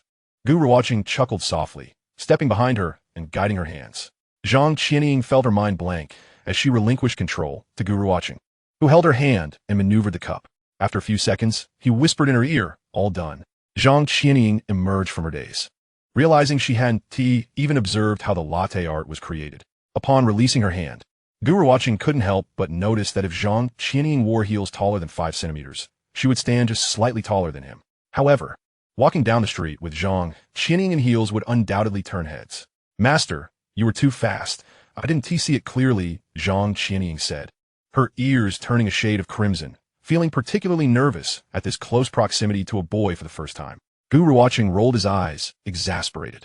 What do you mean by too fast? Master, could you please teach me again later? Chapter 18. The first bucket of gold at the Anshuan driving school. The sun had just begun to rise, yet the practice area was already bustling with students honing their driving skills. Summer driving lessons necessitate early mornings once the sun ascends. Even with the air conditioning on, the heat becomes unbearable. Gu Ruochen located his instructor, who was currently guiding a girl in reversing into a parking space. The girl was completely bundled up, wearing a sun shield on her face, a sight that could only be described as comical. Good morning, Coach Liu, Gu Ruochen greeted. Coach Liu nodded in acknowledgement, saying, once she finishes a few more attempts, you can take your turn. All right, Gu Ruochen replied, squatting to watch the girl practice. The more he observed, the more amused he became. The girl struggled to reverse into the parking space, either crossing the lines or stalling the engine midway. With such skills, passing the second test seemed a distant dream. Yet, Coach Liu remained patient, offering guidance without reprimanding her. After waiting for 20 minutes, it was finally Gu Ruochen's turn. As the girl exited the car, she slid into the back seat. Gu Ruochen comfortably adjusted the seat and grasped the steering wheel. The sight of the Santana brought back memories of his early driving days. Xiao Gu, do you know which is the clutch and which is the brake? Coach Liu inquired. This one on the left is the clutch, and the middle one is the brake, right? Gu Ruochen answered, eager to engage. He believed that while some things might make one seem extraordinarily gifted, it would be unnatural to master driving without any prior experience. At the very least, practice was essential. Exactly. The accelerator is restricted, so you won't need it for reversing. Just don't press it, Coach Liu advised. Gu Ruochen nodded and inquired, Coach, how do I shift gears? Press the clutch and brake. This is first gear, and this is reverse, Coach Liu explained. With Coach Liu's guidance, Gu Ruochen began his practice. On his first attempt, he intentionally stalled the engine. On the second, he nearly crossed the lines. This elicited a light laugh from the girl in the back seat. Gu Ruochen glanced at her through the rearview mirror, smirking inwardly, thinking, laugh all you want. Soon you'll see. On his third attempt, Gu Ruochen flawlessly reversed into the parking space. Coach Lu couldn't help but praise him. Not bad. Very good. After several more attempts, he successfully parked perfectly each time. Coach, I think I'm ready to move on to the next task. Gu Ruochen declared. All right, take the car to the front to practice parallel parking, Coach Lu instructed. Got it, Gu Ruochen replied. After practicing parallel parking twice, he passed with flying colors. Following there were hill starts and S-curves, all of which he completed successfully on the first try. Coach Lu was astonished but not overly surprised. After all, some boys possess a unique aptitude for driving. Xiao Gu, try to run through the entire process for the second test, Coach Lu suggested. Sure, Coach. 10 minutes later, Gu Ruochen had completed the entire second test sequence without a hitch. Xiao Gu, is this your first day of practice? Coach Lu asked. Yes, it is. Impressive. With your skills, you could take the test right now, Coach Lu remarked. Then, Coach, I'd like to practice for the third test tomorrow. Can you arrange for my exam a day after? Absolutely, but first, let us get through the first test. How is your studying for the questions going? Coach Lu queried. I've gone through most of it, Gu Ruochen replied. All right, wait for my notification, Coach Lu said, recognizing Gu Ruochen's eagerness to obtain his driver's license. Unlike the girl who remained in the back seat. After practicing for over an hour at the driving school, Gu Ruochen left, leaving the girl in the back seat stunned. Watching him depart with such ease made her feel utterly foolish in comparison. Coach, do you think I'm just not suited for driving? Why does it seem so effortless for that guy? She asked. Coach Lu quickly smiled reassuringly. Not at all. Girls usually take longer to learn than boys. You're doing quite well. Really? She asked softly. Absolutely. Coach Lu wiped his brow, lying through his teeth. The previous day, Gu Ruochen had also begun trading on his futures and stock accounts. After finishing his driving practice, Gu Ruochen returned home and took a shower just around 9 o'clock. The futures trading session was about to commence. Gu Ruochen transferred a total of 200,000 yuan into his trading account. At that moment, the main contract price for soybean meal hovered around 3,848 yuan per ton. Without hesitation, Gu Ruochen purchased 50 hands of long positions. After completing the transaction, he observed the market for a while before shutting down his computer, deciding to wait patiently. If profits materialized, he would increase his holdings, and, as the time approached, he would simply close his positions and then shift to short selling. Gu Ruochen estimated that with continuous additions to his positions, his initial 200,000 could yield at least 250,000 when the price reached a new high of 4,369 points, effectively doubling his investment. Under the guidance of foresight, making money seemed rather straightforward, especially with capital at hand. His first pot of gold was already on its way. Descending the stairs, Gu Ruochen noticed that Aunt Wu had prepared breakfast, which was laid out on the dining table. Xiaochen, you should eat first, Aunt Wu said as she poured a glass of fresh milk for him. All right, he replied. After a brief wait, while eating, Lu Tianzhong and Chen Hong came downstairs to the dining room. Son, you're up so early? Chen Hong exclaimed in surprise. Mom, I've already gone for a driving session, Gu Ruochen replied with a smile. Why work yourself so hard? Chen Hong said, her concern evident. Listen to your mother. Don't go working at that coffee shop. Gu Ruochen reassured her mom, it's fine. School starts in just a few days anyway. And I want to time to go then. Lu Tianzhong took his seat at the head of the table and looked at Gu Ruochen, saying, Xiaochen, I met with a few leaders from your school yesterday about your transfer to the School of Economics. They said there shouldn't be any issues. There are still spots available in the finance program. You can directly report there when school starts. Gu Ruochen's eyes lit up upon hearing this, and he quickly replied, I understand. Thank you, Dad. Lu Tianzhong smiled slightly and shook his head. Although their time together had been limited since their reunion, he held a deep appreciation for his long-lost son. Now that you're in university, make the most of it. Learn as much as you can while you're there. It's fine to have fun, but education comes first, Lu Tianzhong advised. He had never attended university himself, and Gu Ruochen's achievement in gaining admission was, in many ways, a dream realized for him. Gu Ruochen nodded earnestly. Just focus on your studies. Chen Hong interjected with a playful huff. Son, now that you're in college, you can start dating. If you do get a girlfriend, make sure to bring her home for me to meet. Gu Ruochen could only smile wryly and nod in agreement. Lu Tianzhong chimed in. A man should prioritize his career. Career. Isn't the Zhuang group going to be your career in the future? What more does he need to strive for? Lu Tianzhong grumbled under his breath as he focused on his breakfast. Chen Hong, smiling brightly, said to Gu Ruochen, don't listen to your dad. I just hope you graduate quickly and settle down, then have a few children. If you don't find anyone suitable at school, I have some friends with daughters I could introduce you to. Gu Ruochen. Chapter 19. A likely probability. In the following days, Gu Ruochen found himself quite busy. He had to carve out time to practice driving, work at the coffee shop, and keep a close eye on his futures account to make timely profit-taking actions. Over the past few days, he had successfully passed the first examination for his driving license, and now he awaited his instructor to schedule the subsequent exams. In the Four Seasons Rose Garden, the Liu family villa, Lu Yutong stood before Gu Ruochen, holding a dark red tie and gently helping him fasten it while slightly tiptoeing. "Is it too tight?" she asked softly. Gu Ruochen touched it and replied, "It's fine. Thank you, sister." Lu Yutong smiled faintly. At that moment, Chen Hong approached with a suit jacket and helped Gu Ruochen put it on. After scrutinizing him for a moment, she couldn't help but exclaim, "My son looks so handsome in a suit." Lu Yutong nodded in agreement. "Mom, Xiaochen really does look quite dapper in a suit. He is tall and has a well-proportioned figure." Gu Ruochen felt a bit embarrassed by their compliments. Standing before the full-length mirror, he adjusted his tie. In his previous life, he had worn suits, but this was the first time he donned such an expensive one. "Mom, do I really have to wear a suit? Isn't it going to be unbearably hot outside?"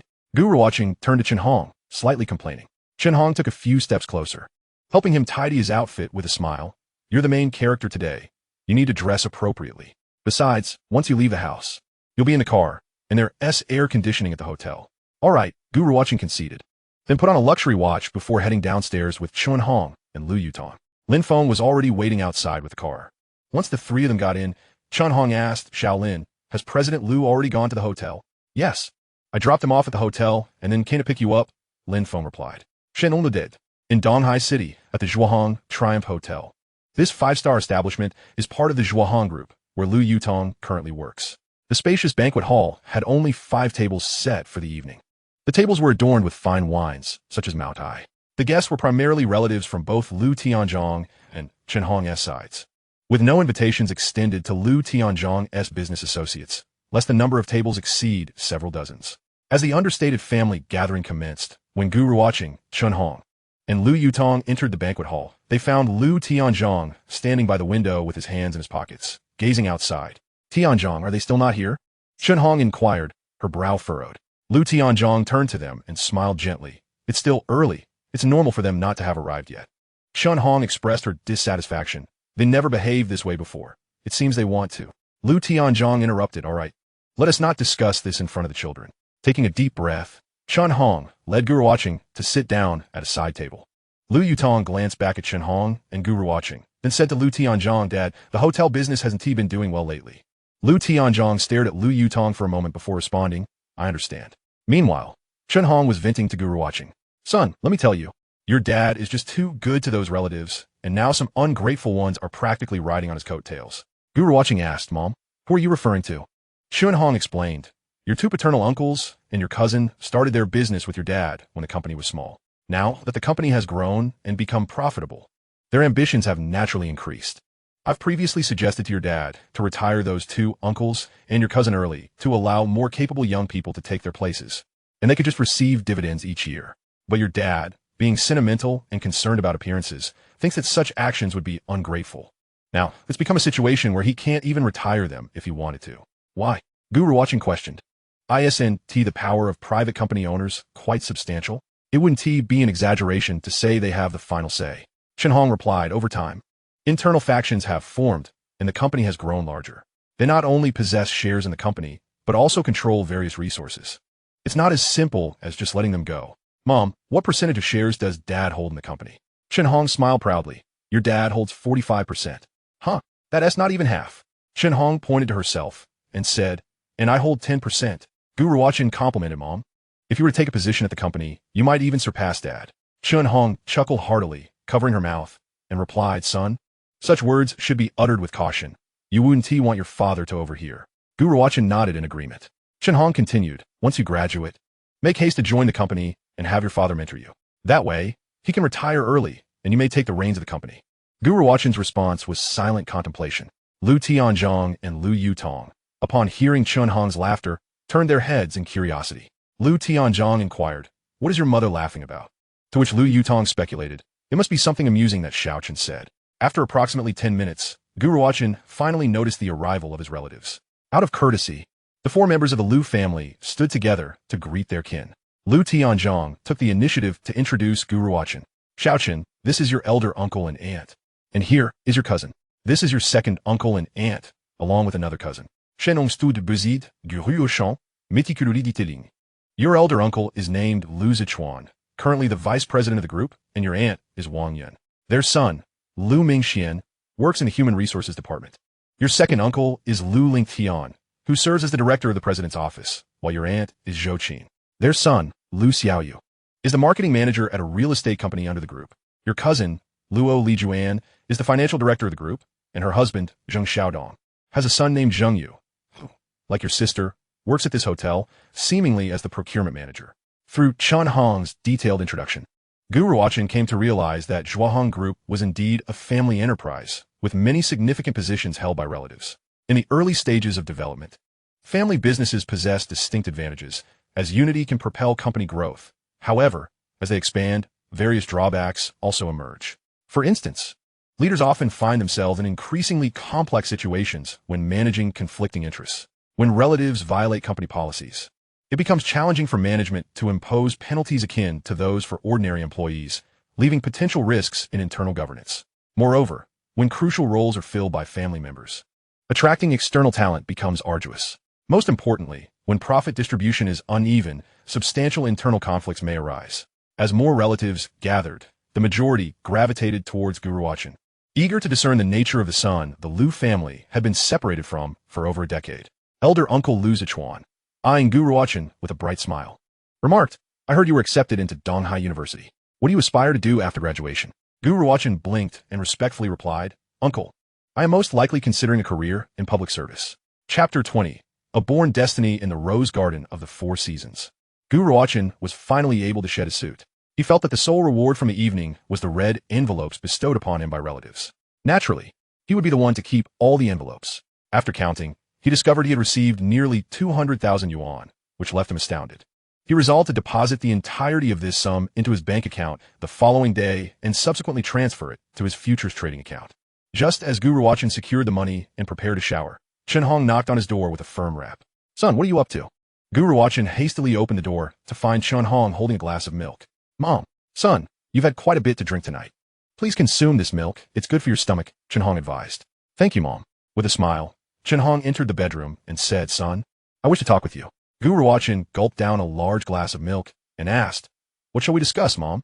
Chen Hong looked at him and said, Before dinner, your uncle inquired about your career aspirations after university, and you mentioned wanting to pursue public service. Was that sincere? Gu Ruochen chuckled and replied, I merely said that to avoid their incessant questioning. You startled me. Chen Hong exclaimed with a chuckle. If you don't take over your father's lifelong endeavor, who will? Are we to entrust it to outsiders? My sister could do it. Gu Ruochen asserted matter-of-factly. Had he not possessed foresight for over a decade, he would have eagerly embraced the prospect of inheriting his parents' business. However, he now felt that perhaps he could achieve something even greater. Eventually, he might not even regard Zhuohong Group as appealing. Chen Hong interjected, That won't do. Your sister is a woman and will eventually marry. Originally, Lu Tianzhong and Chen Hong had contemplated that if they had not found their biological son, they would have had Lu Yutong marry into another family.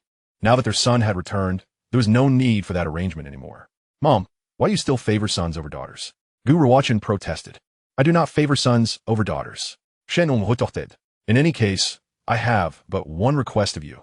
Upon your graduation, you must come work at the company. She decided it best not to disclose to Gu Ruochen that Lu Yutong was adopted. All right, Mom. I will heed your wishes, Gu Ruochen agreed, knowing he still had 4 years before he needed to decide. Feeling reassured after Gu Ruochen's promise, Chen Hong bade him good night and departed. Good night, Mom. After she left, Gu Ruochen closed the door, finished off the remaining milk, wiped his mouth, and headed to the bathroom for a shower. The next day, Gu Ruochen arose early and went to the driving school for practice. After a few more sessions, he was ready to take the exam. Today, he encountered the same girl from before. She was diligently practicing for her second driving test. This time, Gu Ruochen clearly saw her face, and to his astonishment, the girl he had previously only glimpsed was blessed with a breathtakingly beautiful visage. She appeared to be around 17 or 18, with raven black hair cascading down her back. Her face was delicate as flower petals, with a straight and refined nose, and her fair skin bore a faint rosy hue. Beneath her willow-like brows, her eyes glimmered like clear autumn waters, and her long eyelashes fluttered like butterfly wings. Yevingin. Wow, amazing. These simple yet profound words encapsulated Gu Ruochen's awe as he beheld her stunning beauty. He couldn't help but marvel at how, in this new life, every girl he encountered appeared more enchanting than the last. Why was that? Was it because he had never experienced a genuine romance in his past life, and now fortune favored him with increased opportunities? Or was it simply that becoming a wealthy heir elevated his chances of meeting beautiful women? Gu Ruochen pondered this for a moment, concluding that the latter was likely the case. Xiao Gu, please take the passenger seat and assist your senior. I need to use the restroom. Coach Lu exclaimed, clutching his stomach as he hurried away. Senior? It seemed the coach's remark was not unfounded. As they were both under the guidance of the same instructor, Gu Ruochen placed his hands on the steering wheel, preparing to open the door. His gaze inadvertently drawn to the girl, only to find her beautiful eyes fixed on him as well. At that moment, Gu Ruochen felt his palms beginning to sweat. Why was this happening? He couldn't understand why he felt so anxious. The last time he had seen her face, he was indifferent. Why did it feel different upon seeing her now? Was it perhaps because deep down, he yearned to connect with her, yet felt unworthy?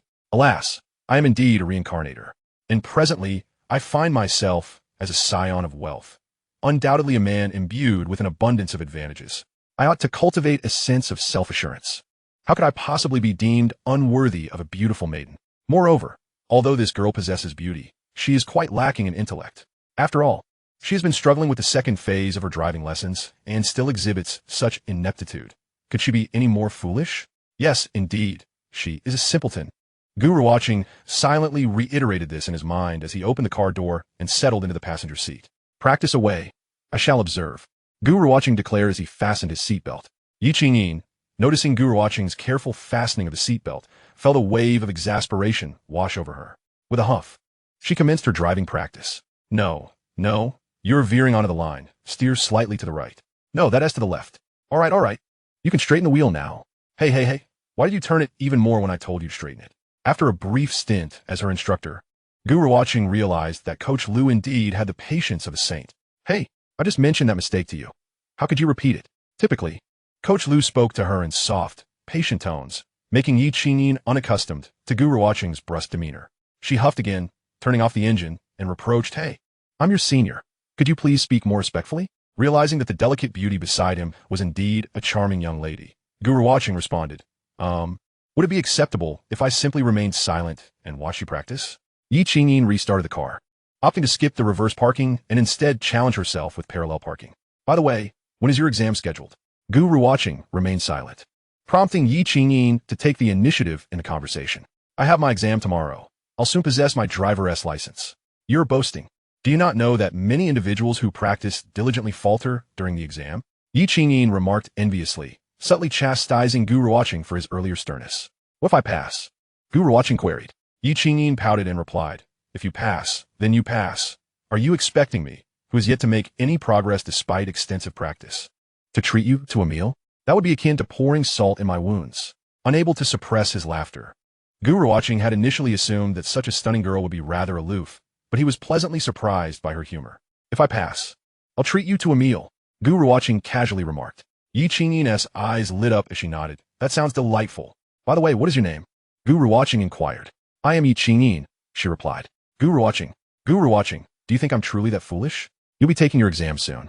Yet here I am, struggling despite my extensive practice. However, I excel in other pursuits. Yi Qingyin sighed softly, her expression downcast.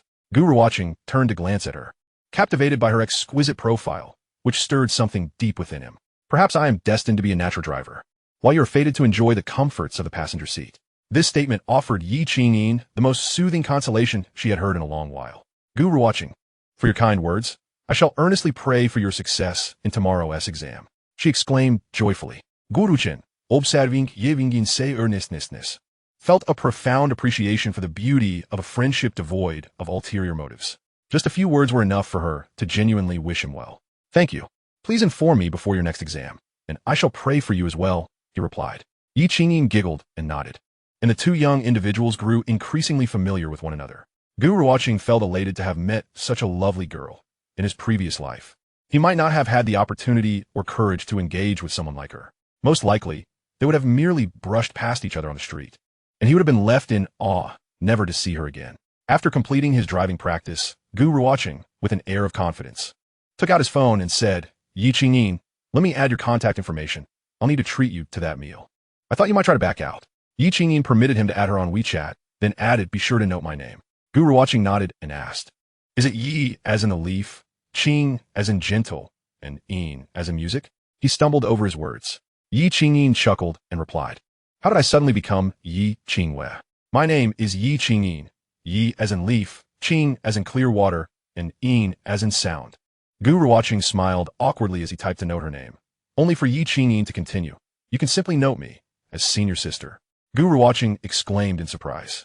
"Huh, I'll note you as junior brother, and you shall note me as senior sister. Is there a problem with that?" Yi Qingyin gazed at Gu Ruochen with a playful smile, evidently taking pride in her newfound title as a senior. Gu Ruochen, entranced by her radiant smile, instinctively shook his head. "Senior sister? How did I inexplicably acquire such a charming senior?" After bidding farewell to Coach Liu and Yi Qingyin, Gu Ruochen returned home briefly, then took his laptop and the red envelope he received the previous night to the bank to deposit his money. Once the deposit was complete, Gu Ruochen promptly transferred the funds to his futures account. Presently, soybean meal had surged to around 3,950 yuan per ton. Compared to the price he had purchased it for a few days prior, it had risen by approximately 100 yuan. At this moment, Gu Ruochen's account reflected a floating profit exceeding 50,000 yuan. As usual, he increased his investment, amassing a total of over 100 contracts. After concluding his transactions, Gu Ruochen secured his laptop and made his way to the cafe. He had spent less time at the cafe these past few days, yet he had managed to be present during the busiest hours, allowing Liao Wanling and Zhang Qianying to cope well. "Sister Wanling, how has business been these past couple of days?"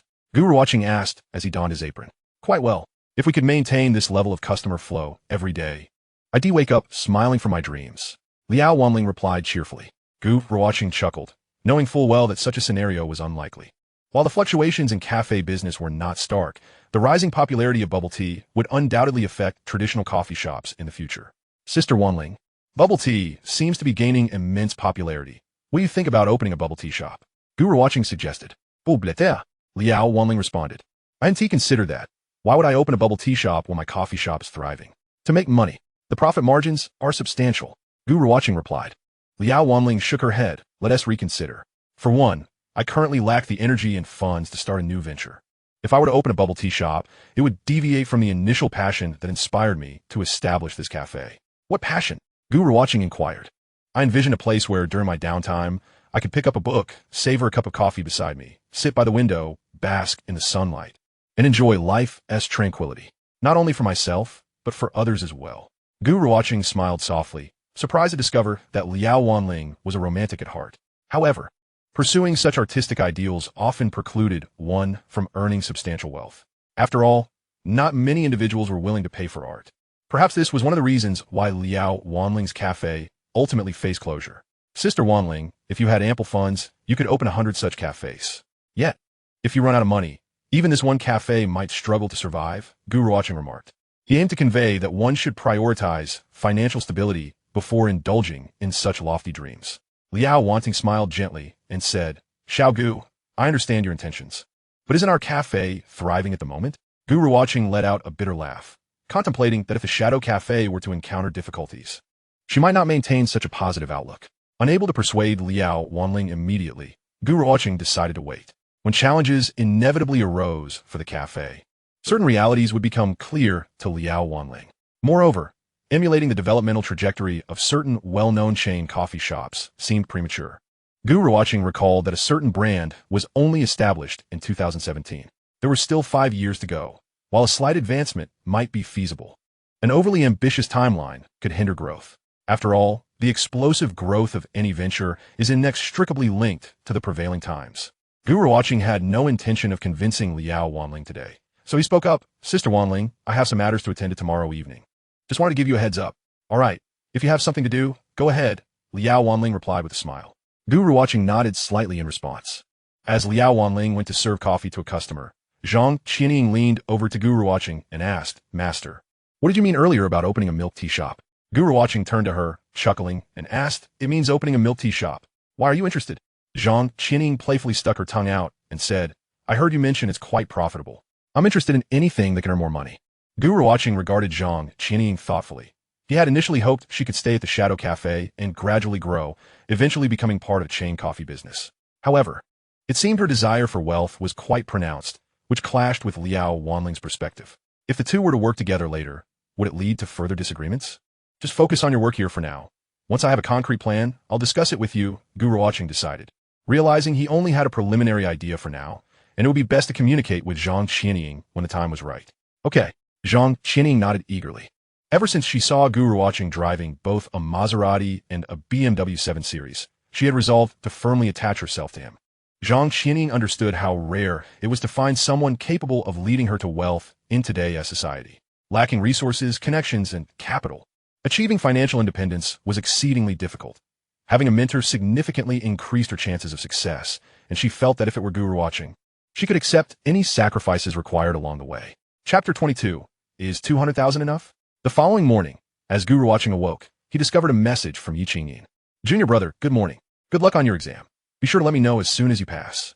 Receiving such a warm message early in the day warmed his heart. He drew back the curtains, gazing at the scenery outside, feeling at ease and confident that he would surely pass the exam. After enjoying breakfast at home, Lin Feng drove Gu Ruochen to the testing center. He smoothly passed both the second and third subjects. By the time he completed the fourth subject and received his driver's license, it was already afternoon. Gu Ruochen first called Chun Hong to inform her that he had obtained his license. Subsequently, he took a picture of the license and sent it to Yi Qingyin, along with a message. Thank you for your prayers and blessings. The license is in hand, and your feast is secured. After some time, Yi Qingyin, presumably practicing her driving, replied, fantastic. As expected of my junior brother. Where shall we feast? When? Gu Ruochen responded, you choose the location, and I'll decide the time, tomorrow evening. Yi Qingyin quickly replied, no problem. I'll look for some good places tonight. Do you have any dietary restrictions? Gu Ruochen felt quite touched by her thoughtfulness and replied, no restrictions. I eat everything. Yi Qingyin responded, great. Then I'll choose the place. After chatting for a while, Yi Qingyin mentioned that she needed to practice driving and would contact him again tomorrow. Gu Ruochen put away his phone and took a taxi to the Shadow Cafe. Upon entering the cafe, Zhang Qianying greeted him with a smile, asking, Master, did you get your driver's license? I did, Gu Ruochen replied with a smile, feeling cheerful about this small victory, especially since it meant he would be dining with Yi Qingyin the next day. A beauty like her was someone he had never even dared to dream of in his past life. Yet now, they seemed to be getting along quite well. Congratulations, Master, Zhang Qianying exclaimed with a grin. Thank you, Gu Ruochen replied, then inquired, how is your progress with latte art? Zhang Qianying's cheeks flushed as memories of Gu Ruochen guiding her through the process resurfaced. She softly replied, much improved, but the results are still not quite satisfactory. No worries. This skill comes with practice. Just keep at it, Gu Ruochen reassured her. Zhang Qianying thought about giving her master a small gift now that he had obtained his license. Sister Wanling, she called out. Oh, Xiaogu, you're here. How did the exam go? Liao Wanling asked with a smile. Quite smoothly. I passed everything on the first try, Gu Ruochen replied. Liao Wanling chuckled. Sister Wanling, I start school in a couple of days. Will you and Xiao Zhang be able to manage? Gu Ruochen inquired. We should be fine. If it gets too hectic, we can call in part-time help. If you're free, you can come and assist, Liao Wanling responded. Gu Ruochen nodded. Indeed, hiring a full-time employee would cut into the cafe's profits. After working until a little past 8, Gu Ruochen decided to leave. He was now being paid by the hour. Upon returning to the Four Seasons Rose Garden Villa, he found Chun Hong and Lu Tianzhong sitting in the living room watching television. You're back, son, Chun Hong exclaimed upon seeing Gu Ruochen and immediately stood up. Are you hungry? Should I have Wu Ma prepare something for you? Mom, I'm not hungry. Gu Ruochen shook his head. Well then, sit and chat with your dad and me for a while, she suggested. All right. Gu Ruochen settled onto the living room sofa, engaging in conversation with Lu Tianzhong and Chun Hong. Son, since you got your driver's license today, how about we go car shopping tomorrow? Do you like sports cars or something else? Lu Tianzhong, unaware that Gu Ruochen had just obtained his license, asked, You got your license so quickly? Yes, Dad. I just got it today, Gu Ruochen confirmed. Chun Hong beamed with pride, saying, My son is so clever. Isn't it normal to get a license this quickly? Lu Tianzhong glanced at Chun Hong with a hint of exasperation, feeling she was overly indulgent towards Gu Ruochen. While he understood her desire to make up for lost time, he believed that excessive pampering was not always beneficial. Mom and Dad, regarding the car purchase, I would like to discuss my thoughts with you. Gu Ruochen said, after some consideration. What is there to discuss? If you have your own car, We can just go and order it tomorrow, Chen Hong declared with a decisive wave of her hand. Gu Ruochen thought to himself that if his mother were to venture into the business world, she would undoubtedly be a formidable force. Mom and Dad, actually, I'm thinking of holding off on buying a car for now. Why? Chen Hong asked. So, don't worry about saving us money. We are to spend on you. Lu Tianzhong interjected. Although Lu Tianzhong did not entirely concur with Chen Hong's words, he acknowledged that there was some truth in what she said. Gu Ruochen hastily interjected. Mom, I'm not saying I don't want a car. I simply wish for you to give me the funds for the purchase, allowing me the freedom to allocate them as I see fit. Lu Tianzhong exchanged a glance with Chen Hong. Xiaochen, what do you mean by that? If you're in need of money, you can directly ask your mother. Lu Tianzhong remarked. Indeed, my son. How much do you require? Gu Ruochen offered a wry smile and explained, Dad, I intend to use the money meant for the car to engage in some ventures during my university years, like starting a business. Lu Tianzhong was somewhat taken aback, considering that Gu Ruochen was not yet 20. Typically, young people were enamored with cars, yet here he was planning to use the funds for entrepreneurial pursuits. Nevertheless, Lu Tianzhong found his son's aspirations commendable, believing that such a mindset would greatly benefit him in the future when taking over the family business. I agree. Have your mother transfer the money to you tomorrow, he declared. Thank you, Dad. I may seek your guidance should I encounter any uncertainties, Gu Ruochen said, his face alight with excitement. Lu Tianzhong, having risen from humble beginnings, possessed a wealth of experience, and consulting him would undoubtedly spare Gu Ruochen from numerous pitfalls. Of course. That is perfectly fine, Lu Tianzhong nodded approvingly. Your initiative to practice is commendable. Even if you were to fail, it would merely serve as an experience to learn from. Gu Ruochen outwardly nodded in humility, yet inwardly mused that, with his foresight, failure would indeed be a challenge. Son, since your father has agreed, I shall transfer the funds to you tomorrow. Will 2 million suffice? That is more than enough. Thank you, Mom, Gu Ruochen replied, cheerfully offering a shoulder massage to Chen Hong. Overwhelmed with emotion, she said, Son, you may use my car in the future. I will purchase a new one. In truth, the Lu family's garage housed several vehicles, far more than could ever be utilized, including a Mercedes-Benz van and a BMW 7 Series, though these hardly suited a young man's taste. All right, Mom, I'll use your car if I need one, he agreed. Chen Hong relished the massage, then inquired, Son, what kind of car do you like? Share your thoughts with me, so we may exchange drives later. Chapter 23. A small gift the following morning. Chen Hong promptly transferred 2 million to Gu Ruochen's bank account. With the funds in hand, Gu Ruochen promptly redirected the 2 million into his futures account, increasing his position by an additional 500 contracts. At that moment, prices hovered around 4,012 yuan per ton, bringing his total holdings to an impressive 600 contracts. After glancing at the market, Gu Ruochen made his way to a cafe. While busy at the cafe until mid-afternoon, a message from Yi Qingyin arrived, informing him of the dinner venue she had chosen, along with the reservation details. The restaurant was located within a shopping mall, and they had agreed to meet there directly. Checking the time, Gu Ruochen swiftly completed his tasks, removed his apron, and informed Liao Wanling, Sister Wanling, I have to leave for an errand. All right, go ahead, she replied. After Gu Ruochen departed, Zhang Qining moved closer to Liao Wanling, biting her lip as she spoke. Boss, I was wondering about my master. Before she could finish her sentence, Liao Wanling shot her a sidelong glance, feigning annoyance. Sister Wanling, do you know what my master is up to? He has been absent from the shop quite often lately.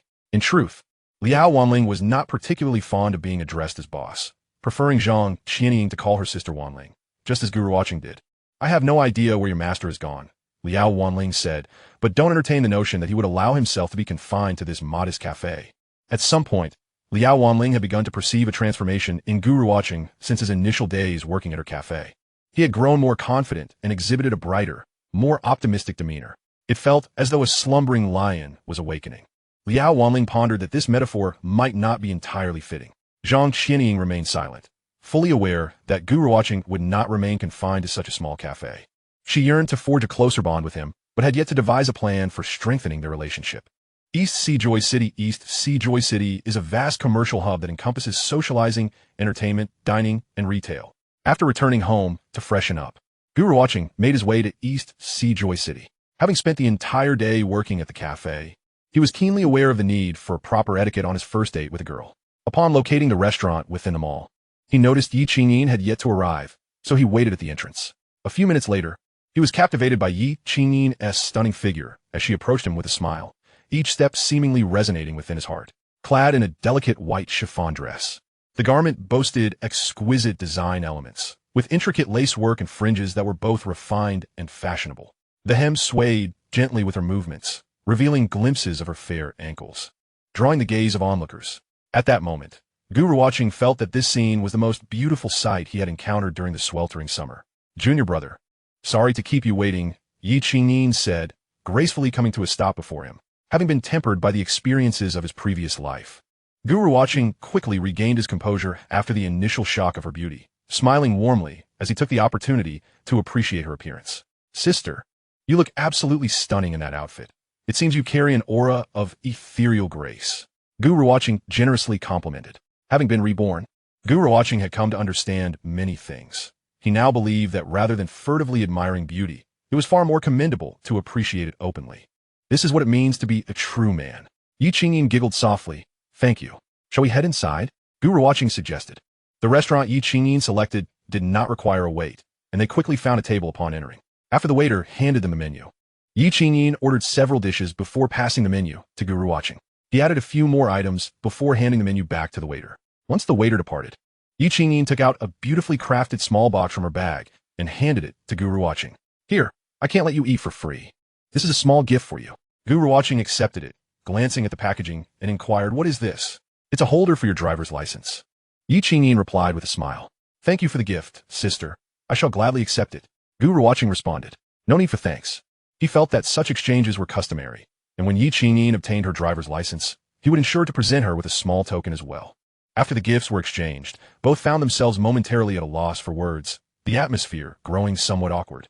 Just as Gu Ruochen contemplated initiating a casual conversation, Yi Qingyin broke the silence. "Junior brother, when I obtain my driver's license, I shall treat you to a meal as well." Gu Ruochen, smiling, nodded at Yi Qingyin, then feigned a heavy sigh. "What is the matter?" Yi Qingyin asked curiously. With a pained expression, Gu Ruochen replied, "Sister, I'm unsure if I will ever get to enjoy that meal in this lifetime. Perhaps you could find another reason to treat me instead?" Yi Qingyin's expression turned slightly awkward, and with a playful pout, she retorted, "Junior brother, is that how you curse your sister? If you keep this up, I might just get angry." Gu Ruochen chuckled softly and quickly remarked, "I was merely jesting. I believe I shall soon savor your culinary delights." "That's more like it." Yi Qingyin replied with a light huff. Gu Ruochen flashed a smile, contemplating that some girls, akin to goddesses, could indeed be quite amiable. The dishes gradually arrived at their table, and the two of them began to eat. Yi Qingyin dined with an elegance that compelled Gu Ruochen to force himself to chew slowly, despite his ravenous hunger. "Senior sister, your taste is impeccable. Although the place is not crowded, the flavors are quite delightful," he complimented. Yi Qingyin grinned. "I think so too." As they conversed over their meal, their topics remained light and trivial. Gu Ruochen consciously refrained from probing into Yi Qingyin's personal life, believing that their uncomplicated relationship as senior and junior allowed for a relaxed atmosphere to enjoy dining and chatting together. He felt that excessive inquiries might tarnish the purity of their bond. It wasn't he that Gu Ruochen lacked desires towards Yi Qingyin, as a young man brimming with vitality. Such thoughts were only natural. Yet, he understood that pursuing a girl like her through flattery would yield no success. Instead, he resolved to maintain a certain distance, ensuring she did not sense his intentions to court her, thus avoiding any instinctual urge to evade him. After all, he was a reborn individual, a second-generation rich kid, and surely, he would not lack for female companionship. Why should he act like a sycophant? Unbeknownst to him, his mindset resonated perfectly with Yi Qingyin's own internal hesitations. Yi Qingyin, in truth, had very few male friends who were not motivated by romantic pursuits. Thus, whenever a man exhibited signs of affection, she instinctively felt pressured, leading her to withdraw. By the end of the meal, Gu Ruochen's demeanor had left her quite satisfied. She felt no pressure from him, and instead enjoyed their time together, prompting her to consider maintaining their relationship as senior and junior. Chapter 24. The Bus Card. At Donghai Joy City, in the main square, Gu Ruochen and Yi Qingyin strolled leisurely after their meal. The gentle summer evening breeze was particularly refreshing. As they walked, Yi Qingyin was about to express her intention to return home when a cacophony of sounds erupted nearby. She turned to see a crowd forming a circle. "Let's go take a look," she suggested, pointing towards the gathering. Gu Ruochen nodded in agreement and followed her. As they squeezed into the crowd, they discovered a man without arms and a young boy assisting him with sound equipment as the man prepared to sing. Both Gu Ruochen and Yi Qingyin stood still. When the prelude began, Gu Ruochen felt a slight twitch at the corner of his mouth. "I do not comprehend why this world imparts upon me such sorrow." I know not why two lovers cannot retain a fated promise. I do not grasp the passage of time, sang the armless man, his voice imbued with a profound weariness, a testament to the trials he had endured. Such melodies had the power to penetrate the deepest recesses of the soul. Gu Ruochen glanced at Yi Qingyin, noticing her rapt attention, listening intently. At that moment, the boy placed a hat with its opening facing upwards a short distance in front of them, a silent invitation to contribute, suggesting that their efforts deserved recognition, not ridicule. Gu Ruochen mused that in a few years, during the era of universal live streaming, setting a smartphone in front of the armless man might yield quicker earnings than placing a hat. I do not understand the coming and going of people in this world, merely due to what we call fate. I know not if this is your excuse, or if I have envisioned love too naively. I did not comprehend eternity, needing to endure so much loneliness to wait. It is you who has caused my heartache to deepen day by day. Helpless, I drift in the wind, in the rain, through the years of love, unable to start anew, unable to linger, unable to resist the whims of destiny. As the song concluded, the crowd erupted into applause. Yet only a scant few approached to offer their support. Gu Ruochen snapped back to reality and reached into his pocket for his wallet. Simultaneously, Yi Qingyin opened her bag, preparing to retrieve her own. When they both produced their wallets, almost in unison, their eyes met, and they shared a knowing smile upon seeing each other's cash. Gu Ruochen had set aside 1,500 yuan, having spent over 300 on their meal, and he placed all the remaining bills and coins into the hat, amounting to over 1,000. This was not a display for Yi Qingyin. He simply felt that while 1,000 yuan held little significance for him, it could greatly benefit the armless man and the boy. Thank you, brother, the boy exclaimed, bowing repeatedly in gratitude upon seeing the generous contribution. Ye Vingyin, a couple of steps behind, also deposited all the cash from her wallet into the hat, approximately 700 or 800 yuan. Thank you, sister.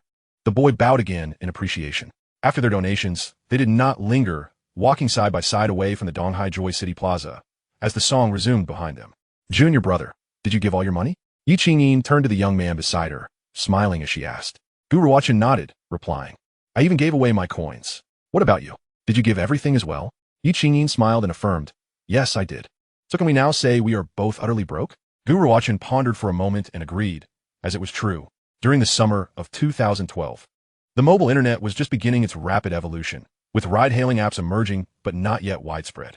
Most people still preferred cash or cards in physical environments, using mobile payment primarily for online shopping.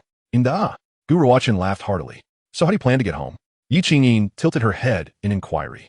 As for me, Gu Ruochen surveyed their surroundings and suggested, I suppose I shall walk back. It will serve as exercise. And you? He quickly countered. Yi Qingyin took out a bus card from her wallet, grinning as she said, I can take the bus back. Gu Ruochen. In truth, with a simple phone call, he could have Lin Feng come and pick him up, yet he had not yet adapted to this life of luxury, still holding an innate desire to avoid troubling others unnecessarily. Let me accompany you to the bus station, Gu Ruochen offered. All right, Yi Qingyin agreed, nodding without hesitation. Thus, the two made their way to the bus stop. Junior brother, when my bus arrives, I'll swipe my card and lend it to you, Yi Qingyin remarked as they approached the station. Gu Ruochen was taken aback by her offer to lend him her bus card. Was this her way of creating an opportunity for their next meeting? Senior sister, do I still need to return the bus card to you? Gu Ruochen inquired tentatively. Of course, you must return it.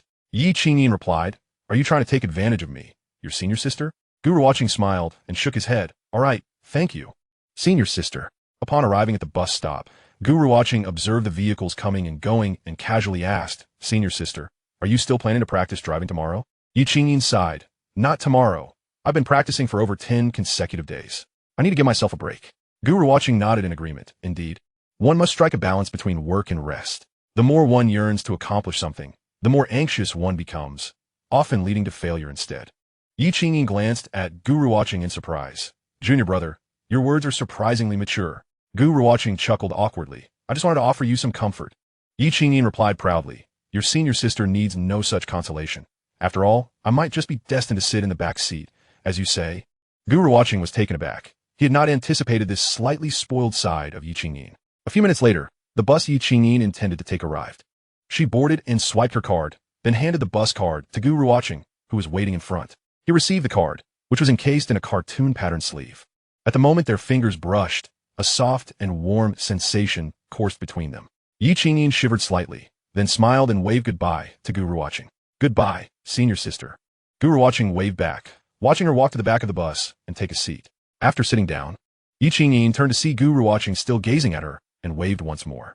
Gu Ruochen smiled faintly and stepped back to the bus stop. Looking down at the bus card, Gu Ruochen felt a warm smile spread across his face. This card would serve as a medium for their next meeting. As for Yi Qingyin's promise to treat him to a meal once she obtained her driver's license, who knows when that would come to pass. Gu Ruochen placed the bus card in his pocket and took out his phone to call Lin Feng, deciding it would be best for Lin Feng to come pick him up. Chapter 25. Lipstick, Lighter, and Necklace at the Shadow Cafe. Today marked Gu Ruochen's last day of part-time work during the summer. Tomorrow, he would report to Donghai University, embarking on a college journey entirely different from his past life. Xiao Gu, here is your salary for these days, Liao Wanling said, handing him a stack of cash. Gu Ruochen counted it and remarked, Sister Wanling, did you perhaps miscalculate? It seems like you've given me too much. Liao Wanling waved her hand dismissively. It's not much extra. I thought I'd round it up for you. So just accept it. Gu Ruochen nodded with a smile. Thank you, Sister Wanling. Well then, you should finish early today. You can come help at the cafe whenever you have time. All right, I will. Gu Ruochen glanced at the time. It was only a little past 8 in the evening. He thought to spend the 1,000 yuan he earned from his part-time job to buy 3 gifts for his family. Although the items might not be particularly extravagant, they held a different significance as they were earned through his own labor. However, he found himself in a quandary over what to purchase. Looking at Liao Wanling and Zhang Qianying, he finally approached Liao Wanling and said, Sister Wanling, would you accompany me to buy something tonight? Liao Wanling smiled curiously. What is it that you need me for? I want to buy a gift for my parents and sister with the money I earned this summer. Gu Ruochen replied honestly. Liao Wanling smiled slightly and nodded. All right, it's not that busy tonight anyway, so I'll go with you. Thank you, Sister Wanling. Liao Wanling turned to Zhang Qianying and said, Xiao Zhang, I'm taking Xiao Gu to buy something. You could tidy up the cafe a bit and head home early. We'll close up soon. Zhang Qianying glanced at them. Oh, okay, I understand. Liao Wanling and Gu Ruochen exited the cafe together. Zhang Qianying watched their departing figures with a hint of envy. Liao Wanling drove, while Gu Ruochen sat in the passenger seat. Where shall we go shopping? Liao Wanling asked. Are there any malls nearby? Gu Ruochen inquired. Liao Wanling thought for a moment and replied, There's a Wanda Plaza. Let us check that out. Gu Ruochen nodded. On the way, he asked Liao Wanling, Sister Wanling, what do you think I should buy for my parents and sister? Liao Wanling suggested. I usually buy my parents food and drinks that are beneficial to their health. Gu Ruochen chuckled. They probably don't need those. Liao Wanling, unable to suppress her curiosity, asked, Xiao Gu, your family must be doing well, right? After all, your sister gave you an iPhone, and the clothes you've been wearing seem to have significantly upgraded. Gu Ruochen humbly replied, It's all right. Liao Wanling smiled. That's quite good. Having a solid family background will certainly benefit you in the future. Gu Ruochen nodded. She was indeed correct. A person with a strong family foundation could approach things with greater confidence, increasing the likelihood of success. After several minutes, Liao Wanling parked the car, and they both exited the underground garage, entering the first floor of the mall. Sister Wanling, I have a budget of around 2,000 yuan. Can you help me figure out what gifts to buy? Gu Ruochen inquired. Let us wander around first, Liao Wanling suggested, uncertain of what to choose, deciding to see if something suitable would catch their eye. All right, the two wandered the first floor together. Liao Wanling spotted several cosmetic stores and turned to ask, How old is your sister? About the same age as me. Then I think you could buy her a lipstick or a bottle of perfume. Those are things she would definitely use, Liao Wanling suggested. Gu Ruochen found this idea agreeable and said, Sister Wanling, please help me pick one. I'm not familiar with these products. Liao Wanling nodded with a smile, leading the way into a cosmetic store. She teased Xiao Gu. You should learn more about makeup products for girls when you have the chance. It'll come in handy when you have a girlfriend. Gu Ruochen smiled faintly. Then I'll come to you for advice whenever I'm unsure. Actually, I'm not an expert in this area either, Liao Wanling modestly replied. Perfume or lipstick? Liao Wanling asked, seeking Gu Ruochen's opinion. Let us go with lipstick, Gu Ruochen decided after some thought. All right, Liao Wanling nodded and helped him select a Dior lipstick. After paying and packaging it up, they continued browsing. One gift was settled. Now they needed to choose gifts for Chun Hong and Lu Tianzhong. What hobbies do your parents have? Liao Wanling inquired. Gu Ruochen recalled his recent interactions with his parents and realized he hadn't noticed any particular hobbies. I really haven't paid attention, he admitted with an awkward smile. Well then, let us keep looking. Gu Ruochen nodded, continuing to browse with Liao Wanling. How about buying your mother some jewelry? Liao Wanling suggested as they passed several jewelry stores on the first floor. But my budget is limited, Gu Ruochen hesitated, feeling that using the money his parents had given him to buy this gift would somewhat diminish its significance. All right, let us look at other options. As they wandered, Gu Ruochen suddenly spotted a Zippo display.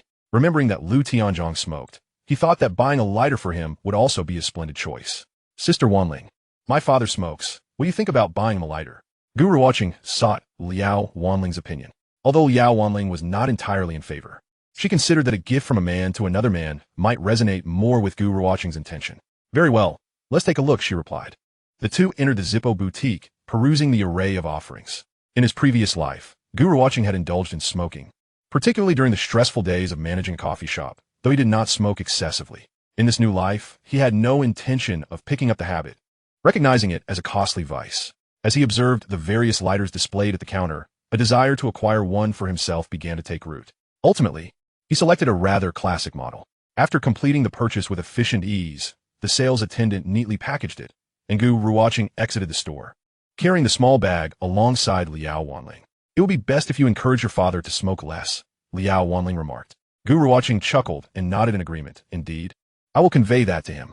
With the gifts for Lu Tianzhong and Lu Yutong taken care of, only the present for Chen Hong remained. What should we buy for your mother? Liao Wanling mused, momentarily perplexed. Gu Ruochen glanced at her, suddenly struck by the thought that Liao Wanling resembled someone unsure of what to present to her boyfriend's mother before a meeting. Sister Wanling, would clothing or shoes be appropriate? Liao Wanling shook her head and replied, I don't think that would suffice. Women as clothing and shoes are best tried on personally. Besides, our tastes may not align with your mother's. Gu Ruochen nodded in understanding. Young Gu, what is your remaining budget? She inquired. Around 1,000 yuan, he answered. Liao Wanling pondered, perhaps we should consider purchasing a necklace instead. We need not opt for an extravagant one. We can find a reasonably priced piece with an appealing design. When you gift it to your mother, you can personally put it on her. She will surely be touched. Gu Ruochen's eyes lit up, and he promptly agreed. All right, then a necklace it shall be. Chapter 26. The necklace. The two explored several jewelry stores, with Liao Wanling assisting in selecting an exquisite necklace. By the time they completed the purchase, it was nearly 10 o'clock in the evening, and the mall was nearing closing time. Sister Wanling, thank you for accompanying me in choosing gifts today. Allow me to treat you to a late-night snack. Gu Ruochen expressed his sincere gratitude. Liao Wanling waved her hand dismissively.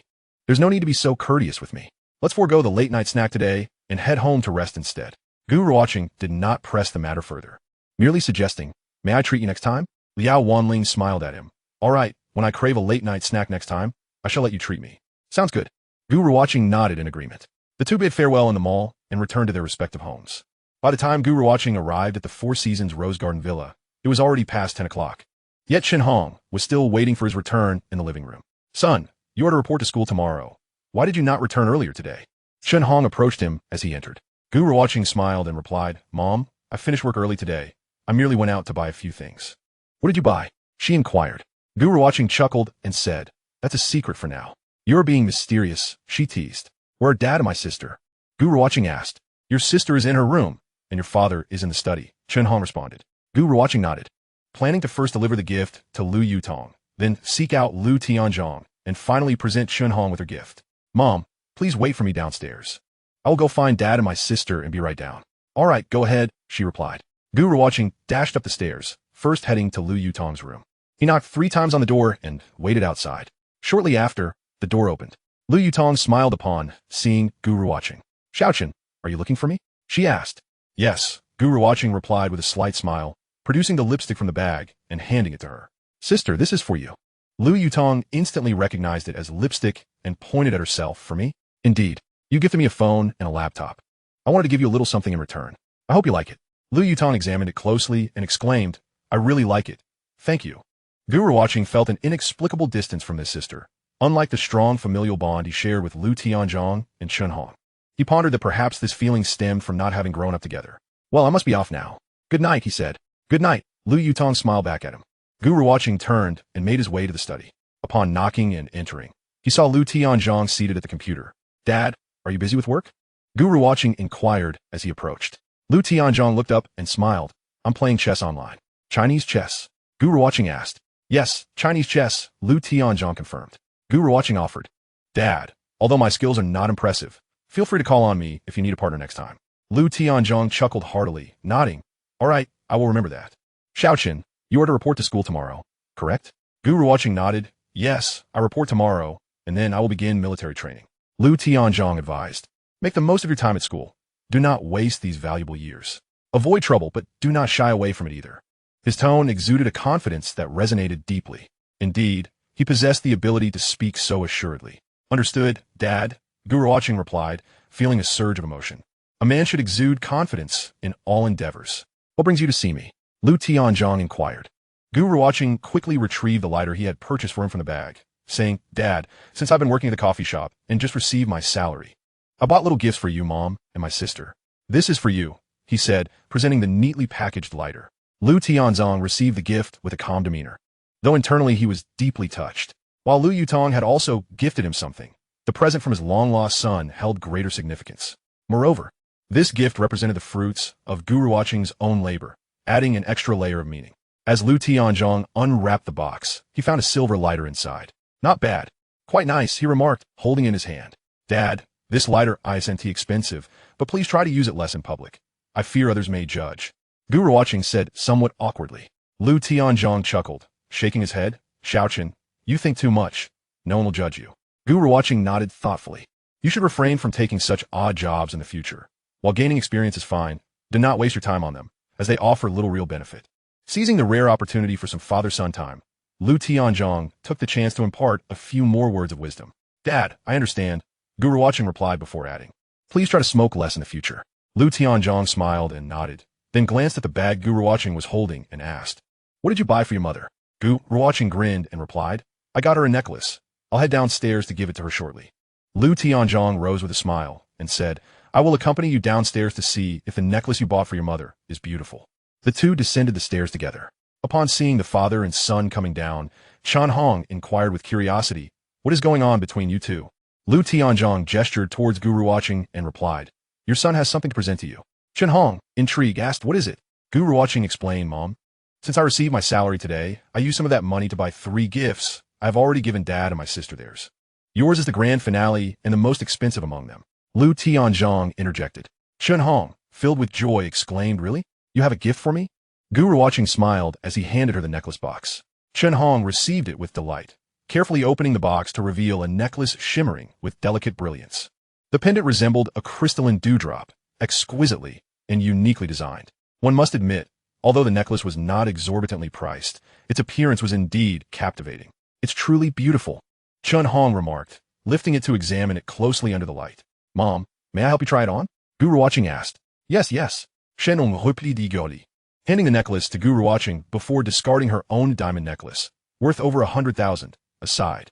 Standing behind Chen Hong, Gu Ruochen helped her adorn herself with the necklace he had purchased. Tianzhong, does it look beautiful? Chen Hong inquired with a smile. Lu Tianzhong replied, Quite lovely. It makes you appear considerably younger. Chen Hong was overjoyed, turning to Gu Ruochen to say, Thank you, son. No need to thank me, Mom. Chen Hong glanced down at the necklace, and then turned to Lu Tianzhong, saying, Look how romantic our son is. He even knows to help me put on the necklace. What about you? You know nothing. Lu Tianzhong could only smile helplessly. Chen Hong felt like the happiest woman in the world at that moment, thinking, Son, today you helped me wear a necklace. Who knows, next time it might be for my future daughter-in-law. Gu Ruochen, Chapter 27. A brand new university life. The following day marked the registration day for new students at Donghai University. The campus was adorned with banners and slogans welcoming the new students. The grand entrance of Donghai University buzzed with traffic and throngs of people. Freshmen, still bearing a hint of youthful innocence, carried their luggage, their faces alight with excitement and anticipation. Senior volunteers enthusiastically guided the newcomers through the registration process. Bustling through the crowd, the scorching sun could not diminish the smiles on the faces of students and parents alike. Lin Fendruv au Mercedes von Kerien Gu Ruochen, Chen Hong, and Wu Ma to the school entrance. As the vehicle could not enter the campus, the three disembarked there while Lin Feng went to find a parking spot. Gu Ruochen pulled along a large suitcase, while Wu Ma carried a bag and dragged a smaller suitcase. Together, they entered the school gates. The welcoming staff from various departments stood nearby. Gu Ruochen quickly spotted the welcoming area for the School of Economics. He, along with Chen Hong and Wu Ma, approached the reception desk, where a girl wearing black-rimmed glasses and possessing a decent appearance asked, Hello, are you a student of our School of Economics? Gu Ruochen smiled and replied, Yes, I'm majoring in finance. Great. Allow me to take you to our department's reception area, she said. Thank you, senior. Gu Ruochen nodded in appreciation and followed the senior towards the School of Economics. The girl in black-rimmed glasses walked ahead, glancing back at the trio. particularly lingering her gaze on the graceful Chen Hong, who wore sunglasses. Upon reaching the freshman reception area of the School of Economics, the girl addressed a man in his 30s, saying, "Teacher Huang, this is a new student in the finance program." Teacher Huang, part of the academic staff, looked at Gu Ruochen and smiled. "Hello, please present your admission notice and ID card." Gu Ruochen retrieved his documents from his backpack and handed them over. Teacher Huang glanced at the admission notice and remarked, "Gu Ruochen, have you perhaps come to the wrong place? You are clearly admitted to the civil engineering department." His exclamation drew the attention of several other teachers at the reception and students who were registering, some of whom displayed faint smirks. It was no wonder others laughed. What university student confuses their designated major, especially one who had been accepted into a top-tier university in the country? The girl in black-rimmed glasses quickly chastised. "I confirmed this with you beforehand. How could you get it wrong?" She hurriedly distanced herself from the situation, anxious not to appear incompetent in front of the teachers. Gu Ruochen smiled slightly and replied, "Teacher Huang, I am indeed in the finance program. You can check the new student roster. But your admission notice clearly states you are enrolled in civil engineering." "I switched my major," Gu Ruochen calmly stated. "I am not here to cause trouble. Please take a moment to verify." Teacher Huang, noticing that Gu Ruochen did not appear to be a troublemaker, lowered his head to carefully search for Gu Ruochen's information. To his surprise, he indeed found Gu Ruochen's name at the end of the list with matching ID details. He looked at Gu Ruochen in astonishment, his mind racing. It is known that Donghai University, a prominent undergraduate institution, employs over 2,000 faculty members. The web of connections within is immensely intricate. Many students wish to change their majors, but if they could all manage that through connections, would the school even function? Thus, Gu Ruochen's ability to change to a more prestigious major, like finance, before registration hinted at the strength of his family's influence. "Yes, your name is here," Teacher Huang said with a smile. He glanced at the elegantly dressed Chen Hong behind Gu Ruochen, understanding the situation. A few minutes later, Teacher Huang stood up and handed Gu Ruochen his registration certificate with notable warmth, saying, "Gu, here is your registration certificate, along with your dormitory room number. Please keep it safe." Gu Ruochen accepted it, smiling as he said, "Thank you, Teacher Huang." "No need for thanks. I am Huang Tao, your academic advisor for this year's finance program. If you need anything in the future, feel free to reach out to me," he added, hoping that a few kind words might leave a good impression for potential future benefits. "All right, thank you, Teacher Huang." Gu Ruochen expressed his gratitude once more, following the girl in black-rimmed glasses to complete the remaining formalities. As for tuition fees, textbook costs, and accommodation fees, they had already been deposited into the unified bank card sent by Donghai University, which the school would later use to deduct the necessary payments. In truth, Gu Ruochen did not require assistance navigating the registration process. He remembered it well. However, one must sometimes feign ignorance about certain matters. "Junior, I am Su Qianqian, a year ahead of you, majoring in economics." After introducing herself, Su Qianqian continued, "I will first take you to the boys' dormitory." "Okay, thank you, senior." After completing the accommodation procedures, Su Qianqian led the three upstairs to their assigned dormitory. The dormitory was located on the third floor, room number 305. Gu Ruochen looked up at the dormitory number and thought to himself that his brand new university life was about to begin. His major, classmates, roommates, and teachers were all different from his previous life. Such an exhilarating sense of anticipation enveloped him. Upon entering the dormitory, Gu Ruochen located his designated bed and placed his suitcase beside it. He glanced at the other beds. Only one was neatly made, while the other two remained unoccupied for the time being. After a period of silence, Chen Hong finally spoke up. "Wu Ma, please help Xiao Chun make his bed." "Certainly, madam," came the reply. Su Qianqian, standing nearby, felt her eyes brighten at this revelation. Just as she had suspected, this young man hailed from a wealthy family. Wu Ma, having prepared the towels in advance, diligently wiped down the area around the bed multiple times before climbing up to make it. "Be careful, Wu Ma," Gu Ruochen cautioned. "No worries," she reassured him. Chen Hong removed her sunglasses and surveyed the dormitory, saying, "Son, if you find it uncomfortable here, you can always come home."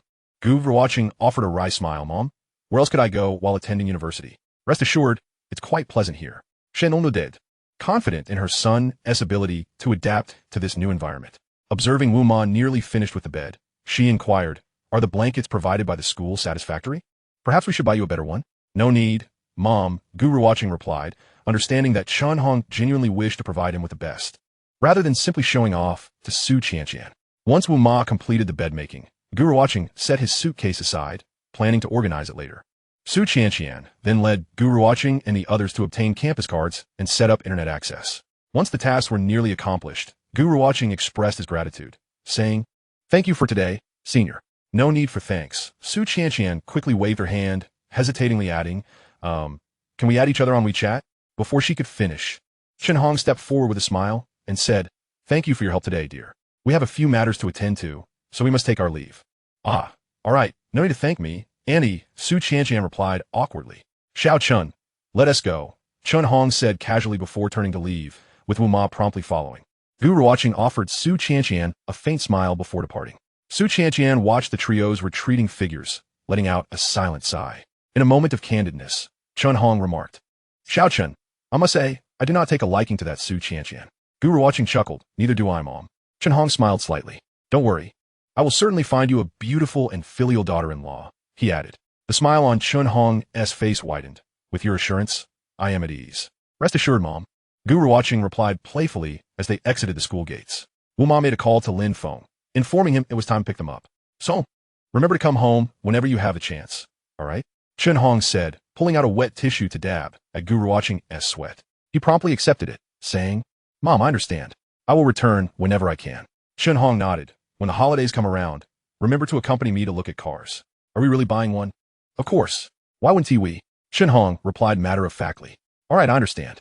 Just then, Lin Feng arrived in his car, and Gu Ruochen urged Chen Hong to get in quickly. The sun was particularly fierce, and even sunscreen offered little relief. "If you need anything, just call, all right?" Chen Hong said as she settled into the car, adding, "Don't hesitate to spend money." Got it, got it." Gu Ruochen waved goodbye as she settled into the vehicle. "Goodbye, my son," she called back. After bidding farewell to Chen Hong, Gu Ruochen turned back to the gates of Donghai University, a smile gracing his lips. Within the familiar confines of this university, he felt certain that his collegiate life would be richly rewarding. Due to the sweltering heat, Gu Ruochen returned to the dormitory after a brief stroll outside. Upon entering, he noticed his roommate, who had arrived earlier, lounging in a chair, seemingly engaged in a conversation on his phone. The device he was using was the same as Gu Ruochen's, an all-new model of the iPhone. Hearing the noise, the roommate turned around and, upon seeing Gu Ruochen, instinctively asked, "Are you in this dorm?" Gu Ruochen smiled and nodded. "Hello, I'm Gu Ruochen." "Hello, hello." The young man replied, rising and extending his right hand. "I'm Shui Yang. Nice to meet you." Gu Ruochen glanced down, reciprocating the handshake. Their introduction was both formal and amusing. "I'll start organizing my things," Gu Ruochen remarked, finding a favorable impression of Shui Yang, sensing a hint of endearment about him. "Need any help?" Shui Yang offered enthusiastically. No, thank you," Gu Ruochen politely declined. "All right then, just call if you need anything," Shui Yang said before returning to his chair, resuming his texting. Gu Ruochen unpacked his clothes and shoes, hanging them in the wardrobe. He then retrieved his laptop and tested the newly established internet connection. The speed was satisfactory, and he anticipated no issues with online gaming. Glancing over at Shui Yang, who remained engrossed in his conversation, Gu Ruochen chose not to interrupt. Instead, he opened his futures trading software to review recent market news and his account's performance. Today was a market holiday, preventing any trading, yet the sight of the vibrant profits brought him considerable satisfaction. The price of soybean meal hovered around 4,187 yuan per ton. After consistently increasing his position, his total holdings had now reached 750 contracts, with floating profits soaring to an impressive 1.5 million, based on Gu Ruochen's calculations. Once this upward trend peaks at around 4,360 yuan per ton, his overall profit could approach 3 million. In just a month, his account had doubled in value. This was the allure of futures trading, yet it also harbored the potential to ensnare the unwary, leaving them with nothing. "Is that stocks?" A voice suddenly inquired from behind him. Gu Ruochen turned to find Shui Yang peering intently at his computer screen. "This is futures, not stocks." Gu Ruochen replied with a smile. "What is the difference?" Shui Yang asked, wondering. Gu Ruochen considered for a moment and replied ambiguously, "Essentially, they aren't too different." Shui Yang stroked his chin thoughtfully, then asked, "Are you involved in this? Are you making money?" Gu Ruochen fabricated a response. "I invested a little to play around, but I'm currently at a loss." He had no desire for Shui Yang to discover his substantial earnings, which might ignite his own aspirations to profit from futures trading. "That's dangerous." Shui Yang admonished. "You should cut your losses immediately." Gu Ruochen raised an eyebrow in surprise, chuckling, "But isn't it about trying to recoup your losses? My parents advised me to stay away from these things. They're not profitable," Gu Ruochen added with a slight smile and a nod. "I only have a small amount in my account for fun. I want to add more." "You haven't dipped into your living expenses, have you?" No. Sui Young, with an air of maturity, patted Gu Ruochen on the shoulder and remarked, "My parents would never deceive me, and I wouldn't deceive you either, my friend. Stay away from that stuff." Gu Ruochen nodded slightly, acknowledging his understanding. As he gradually became more familiar with Gu Ruochen, he learned that Shui Yang's parents and grandfather were all part of the banking system. His grandfather was a retired employee of a state-owned bank. His father served as the deputy president of a bank in their local county, and his mother was the deputy director of an office at a city bank.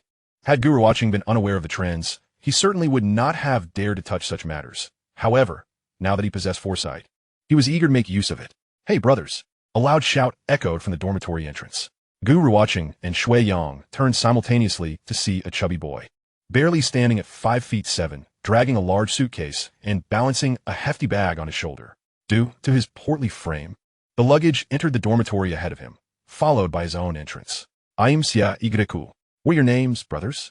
Gu Ruochen and Shui Yang exchanged glances. Gu Ruochen stood up and introduced himself. "Hello, I am Gu Ruochen. I'm Shui Yang. Nice to meet you," he added, stepping forward to shake Xia Yu's hand enthusiastically, then kindly helping him with the bag slung over his shoulder. "Wow, this is heavy," Sui Yang exclaimed. "Inside are some local specialties from my hometown. You must try them later," Xia Yu responded with a smile. "Did your parents not accompany you?" Sui Yang inquired. "It's just a few things, why bother? I'm not a child anymore," Xia Yu answered nonchalantly. This prompted a moment of awkwardness on Gu Ruochen and Shui Yang's faces, as Gu Ruochen could not resist Chen Hong, who insisted on seeing him off. Xia Yu glanced around the dorm and said, "Isn't there one more person missing?" Sui Yang nodded affirmatively. "Indeed. We're still waiting for one." "All right, I'll start organizing my things then." The three resumed their respective tasks, with Xia Yu occasionally chatting and complaining about how difficult it was to make his bed. After about 10 minutes, the final roommate of room 305 arrived. A boy, slightly over 5'7", entered. Although he was not particularly tall, he possessed striking handsomeness, while some may find their good looks overshadowed by their height. The last arrival of room 305 was an exception, as his charm more than compensated for his stature. Following him were his parents, trailed by two older female students, presumably here to send him off. "Hello, I'm Chun Jianyang," he greeted, scanning the room with a smile that landed on Gu Ruochen, Shui Yang, and Xia Yu. "Hello, em Sui Yang. Nice to meet you. I'm Gu Ruochen," Xia Yu chimed in. Chun Jianyang's father, upon seeing the three, pulled out a pack of cigarettes from his pocket and began offering them. "I don't smoke, thank you, uncle," Shui Yang said with a friendly wave. Xia Yu quickly shook his head in agreement. When the cigarettes were offered to Gu Ruochen, he hesitated for a moment, but ultimately accepted them with both hands out of politeness, thinking it would be awkward to refuse. "Thank you, uncle. No need for thanks," the father replied. While Chen Jianyang and his mother busied themselves with unpacking, his father engaged in conversation with Gu Ruochen and the others. The two reasonably attractive older students also lent a hand. During the chat, Gu Ruochen learned that they hailed from Hangzhou in Zhejiang province, just a few hours' drive from Donghai City. Once Chen Jianyang's mother finished making the bed, he urged his parents, "Mom and Dad, you should leave soon. It will get late if you linger." "All right, call us if you need anything," they replied, exchanging a few polite words with Gu Ruochen and the others before departing, understanding the need to give space to the younger generation. Yet, even after Chen Jianyang's parents left, the two older students were reluctant to go. "Junior, do you have time tonight? I can show you around the school," one of them offered. "I'll take you to the cafeteria for dinner later. I can help you avoid the bad food options," the other chimed in. Chen Jianyang, growing impatient, took out his phone and said, "Thank you, ladies. Please add me on WeChat, and we can arrange something later." The two girls beamed with delight as they quickly added him on WeChat before leaving with satisfied expressions. "Impressive," Xia Yu remarked enviously, recalling how the girl who had brought him had simply dropped him off at the dorm and left. "Ah, these women are so annoying." Chen Jianyang sighed. Gu Ruochen and Shui Yang remained silent, exchanging glances. Chapter 29. Fate S Design.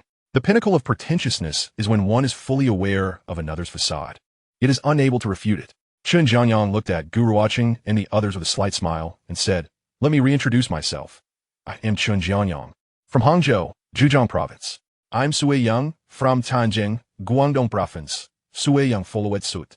I'm Xia Yu, from Lianqing, Henan province," Xia Yu added. Finally, Gu Ruochen spoke slowly. "I am Gu Ruochen, just a local here." "Haha, having a local is great," Xia Yu exclaimed. "Indeed. At least we want to be completely lost outside of campus," Shui Yang agreed. Chen Jianyang brushed his bangs and asked Gu Ruochen, "Do you know of a good place to get a haircut?" Gu Ruochen replied, "I'll ask around for you." "Great," Chen Jianyang nodded. It was then that Xia Yu remembered he had brought local specialties. Waving his hand, he said, "Quick, quick, I brought some local snack for you to try." The three gathered around eagerly. Xiaoyu pulled out a large bag of twisted donuts, opened it, and offered them. This is our Jingjia donut. It has over 300 years of history and is incredibly delicious. Each of the three took one and began to munch. Quite delightful, fragrant, sweet, and crisp with no residue after chewing, Shui Yang remarked. Chun Jianyang picked the smallest piece and bit into it, saying it's tasty, but I'm not particularly fond of this kind of snack. Xiaoyu turned to Gu Ruochen, who requested, make sure to save some for me. Hey, just leave them here for you to take as you please, Xiaoyu replied, continuing to rummage through his bag. As Gu Ruochen savored the donut, he smiled at Xiaoyu, appreciating that someone thoughtful enough to bring treats for their roommates was surely a worthy companion. When Xiaoyu produced sweet potato noodles and dried tofu from his bag, the eyes of the three widened in astonishment. No way. How are we supposed to eat this? Chun Jianyang laughed heartily at the sight of the noodles and tofu. Xiaoyu scratched his head awkwardly, explaining, I hadn't thought about that. It's just that the weather is too hot, and these are more durable. Gu Ruochen couldn't help but chuckle, proposing, how about we all gather for a hot pot dinner tonight? Those noodles and tofu will come in handy. That's a splendid idea. Chun Jianyang snapped his fingers. Shui Yang questioned, will the restaurant owner allow us to bring our own ingredients? What does it matter? We're not bringing everything. If they object, we can simply find another that will allow it. Chun Jianyang dismissed. Isn't that a bit embarrassing? Xiaoyu asked. Gu Ruochen found the chubby boy amusing and patted his shoulder, saying embarrassing? Others would love to have what we're bringing. Exactly. What is there to be embarrassed about? Chun Jianyang added. Thus, the four joyously decided on their first communal meal in the dormitory. Chun Jianyang opened his laptop and confirmed, during check-in. They mentioned we should gather tomorrow morning at 9 o'clock in classroom 201 of Building 1 in the East District, correct? Sui Yang nodded, stating that he had already conducted a preliminary exploration of the area, assuring them that they could simply follow his lead.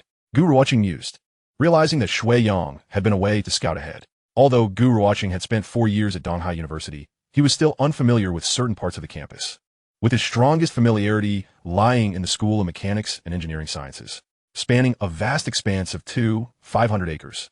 Navigating every nook and cranny of Donghai University would undoubtedly require at least a year. The university boasts 30 colleges, including the School of Marxism, the School of Economics, the School of Law, the School of Foreign Languages, the School of Music, the School of Arts, and offers a total of 100 undergraduate programs. Is tomorrow akin to a class meeting? What are we supposed to do? Asked Xiaoyu. Essentially, yes. It's just an opportunity for classmates to introduce themselves and to familiarize ourselves with our homeroom teacher and counselor, Gu Ruochen replied, drawing from his past experiences. Are we selecting a class monitor? Xiaoyu inquired further. Why? Do you wish to take on that role? Shui Yang chuckled, adding, if you do, I'll cast my vote for you. Xiaoyu blushed and responded, no. I've never held a leadership position from elementary to high school. I have no experience in that regard. Then why ask about it? Chun Jianyang teased. I just thought there should be someone to inform us about class-related matters, he replied. Gu Ruochen chuckled softly, taking a seat and engaging with his computer. The four roommates each retrieved their devices, immersing themselves in their screens. The room falling silent save for the hum of the air conditioning. Hey guys, when were you born? Xiaoyu asked. I was born in December 93, he replied. Why do you ask? Chun Jianyang queried, intrigued. I just thought about how my high school friends used to organize themselves by age. Should we do the same? Sui Yang suggested. That sounds fine, but I doubt I'm the oldest, Xiaoyu responded. Shui Yang smiled to himself, knowing he was born in June 93, making him the second oldest. Chun Jianyang, born in November 94, felt confident he was the youngest and had no desire to be the little brother. He remarked, it's unnecessary. We could just call each other by our names, or simply refer to each other as Lao Chun, Lao Xia, Lao Gu, Lao Shui. I think organizing by age could be quite amusing. After all, we'll be brothers for the next 4 years. It would foster a closer bond, Shui Yang proposed. What do you think, Gu Ruochen? Gu Ruochen, hearing his name, replied, I'm fine with that. Since all three of us agree. Doesn't that mean the minority should yield to the majority? Sui Yang kuipet cheerfully. Chun Jianyang glanced at the three, feeling that refusing would be impolite. Yet he still didn't want to be the youngest. After pondering for a moment, he suggested, fate has brought us together. Ranking by age seems trivial since we're all quite similar in age. How about we let destiny decide? Gu Ruochen chuckled, amused by Chun Jianyang's eloquence, wondering if he would change girlfriends monthly throughout their university years. Shui Yang's interest piqued. He eagerly asked, what do you mean by destiny? How about we draw lots? Chun Jianyang proposed. We can create 4 slips of paper numbered 1 to 4. The one who draws 1 becomes the leader, and the one who draws 4 becomes the youngest. Xiaoyu's eyes lit up, excitedly nodding in agreement, realizing he might have a chance to be the leader. Do you all agree? Chun Jiangyang asked. Xiaoyu raised his hand, declaring, I agree. Shuiyang concurred, saying, I agree as well. Gu Ruochen smiled. Sounds good. Gu Ruochen SID indicated a birth date of January 30, 94, but Chen Hong had revealed his true birth date to be May 9, 94. Thus, by age, he would never be the leader, certainly falling behind Xiaoyu. Chun Jiangyang retrieved a piece of white paper from his backpack, cutting it into 4 equal parts and writing the numbers 1, 2, 3, and 4. Can you check these? They're correct, right? Shuiyang inspected the slips and confirmed. No issues here. Chun Jiangyang folded the slips neatly to ensure they were uniform in size. Are we ready to draw? He inquired. Not so fast. I haven't mixed them up yet, he replied, shaking his black backpack, causing chargers, headphones, and a wallet to spill onto the table. Gu Ruochen glanced over and was surprised to find an unopened box of BYT within. This guy was undoubtedly a seasoned veteran in matters of the heart. Chun Jiangyang tossed the 4 slips into his backpack and shook it vigorously before zipping it to allow only one hand to reach inside. All right, this is entirely fair and just. Who wants to draw first? Xiaoyu volunteered. Chun Jiangyang presented the backpack to him, and Xiaoyu rummaged inside, struggling to retrieve a slip. What on earth are you doing in there? Is it really that hard to reach? Xiaoyu laughed as he finally pulled out a slip, quickly opening it to reveal a 4. His expression fell, and he lamented, what a disaster. Chun Jiangyang leaned in to see, bursting into laughter upon realizing Xiaoyu had drawn a 4. At least he wouldn't be the youngest. Shuiyang comfortingly patted Xiaoyu on the shoulder, saying, being the youngest isn't so bad. He confidently reached into the bag and drew a slip. Hurry up and see what you got, Xiaoyu urged. Shuiyang gestured for him to wait, saying, hold on, let us see what the others draw first. Chun Jiangyang casually reached in and pulled out a slip, handing the bag over to Gu Ruochen, declaring, this last one is yours. Each held a slip of paper. Chun Jiangyang opened his to find a 3. Well, that's acceptable. At least I'm not the youngest. Xiaoyu remained silent. Shuiyang turned to Gu Ruochen, encouraging him, go ahead and reveal yours. Gu Ruochen shook his head with a smile, slowly opening his slip before displaying it to the others. It bore the number 1. Gu Ruochen smiled at them, proclaiming, it seems fate has decided. Chapter 30, White Fireworks. Shuiyang tossed his slip into the trash, sighing from now on, I'll be the second in command of the dorm. But he quickly grinned at Chun Jiangyang and Xiaoyu, adding, you two must call me second brother. Second brother. Xiaoyu resignedly called out. Chun Jiangyang rolled his eyes, muttering that a promise made should be kept, and reluctantly echoed, second brother. Shuiyang lao gid heartily, klearli plea said. Could you please refrain from calling me the youngest? It sounds terrible. Just call me fourth brother instead. Xiaoyu suggested. Fourth brother. Let us hear you call me third brother, Chun Jiangyang teased, taking advantage of the situation. Third brother, Xiaoyu called, quickly adding, third brother, I've never been in a relationship. Could you introduce me to some girls later? Having been single all his life, Xiaoyu was filled with dreams and expectations about romance in college, but he understood that his looks and family background were average, making his chances of finding a girlfriend slim. Seeing 2 senior girls eager to add Chun Jiangyang on WeChat had already made him contemplate seeking his advice and support. No problem, that's a small matter, Chun Jiangyang assured, thumping his chest. I promise you'll transform from a boy into a man during university. Xiaoyu was thrilled, almost wanted to exclaim, Father. Gu Ruochen chuckled softly and cautioned, second brother, do not lead fourth brother astray. Rest assured, Chun Jiangyang exclaimed, gazing at Gu Ruochen with a playful tone, my dear elder brother. Gu Ruochen smiled gently and replied, no need to call me elder brother. You may refer to me as big brother. Big brother. Big brother. Shuiyang and Xiaoyu echoed in unison. Gu Ruochen regarded the trio with a warm smile, feeling quite at ease in his role as big brother, especially since his psychological age had already surpassed 30. The thought of addressing these 20-something young men as elder brothers or big brother was somewhat difficult for him to articulate. Since I am the big brother, I shall treat you all to dinner tonight. This camaraderie within the dormitory was a sensation Gu Ruochen had never experienced in his past life. Back then, his dormitory had no such hierarchy, and everyone addressed each other by name. Xiaoyu gave a thumbs up, exclaiming, big brother is indeed a big brother. What a perspective. Shuiyang scrutinized Gu Ruochen's attire closely, suspecting that Gu Ruochen hailed from a well-off family, yet he refrained from voicing his curiosity, thinking he might inquire later as they spent more time together. Big brother, the 3 of us from out of town are sticking with you tonight. If you wish for something else to eat, that is perfectly fine, Gu Ruochen replied with a smile. Chun Jiangyang suggested, let us stick with the hot pot we discussed earlier. I am quite envious of the local specialties fourth brother brought. Xiaoyu flattered, third brother, if you enjoy it. I can ask my mother to send more over another day. Xiaoyu had placed all his hopes for a blissful university life on Chun Jianyang. No need, Chun Jianyang retorted. Let us wait until I help you successfully woo a girlfriend. Indeed, Shuiyang inquired, third brother, do you have a girlfriend? Chun Jianyang scoffed dismissively. What need have I for a girlfriend? I shall not forsake an entire forest for a single tree. Shuiyang reminded, speak less. Yet he chose not to meddle in another's romantic beliefs. Second brother, do you have a girlfriend? Upon mention of this, Shuiyang's lips involuntarily curled into a blissful smile as he responded, yes, I confessed after our college entrance exams, and she accepted. Is she from our school? No. My girlfriend studies in the capital. Her academic performance surpasses mine. Shuiyang shook his head. That is quite far, Xiaoyu remarked. No worries, we have holidays. I can visit her, or she can come to Donghai to see me. Suddenly, Chun Jianyang picked up the BYT that had just spilled on the table and asked Shuiyang, second brother, have you and second sister-in-law ever used this? Shuiyang recognized it and blushed. How long have we been together? That's impossible. Chun Jianyang chuckled. Long-distance relationships are notoriously unreliable, especially in the initial months. If some handsome fellow at her school pursues her, you might find yourself at a loss. Second brother, I advise you to fly to the capital during the upcoming holiday. It would be best to deepen your relationship, and it would be even better if you could make use of the little box I just showed you.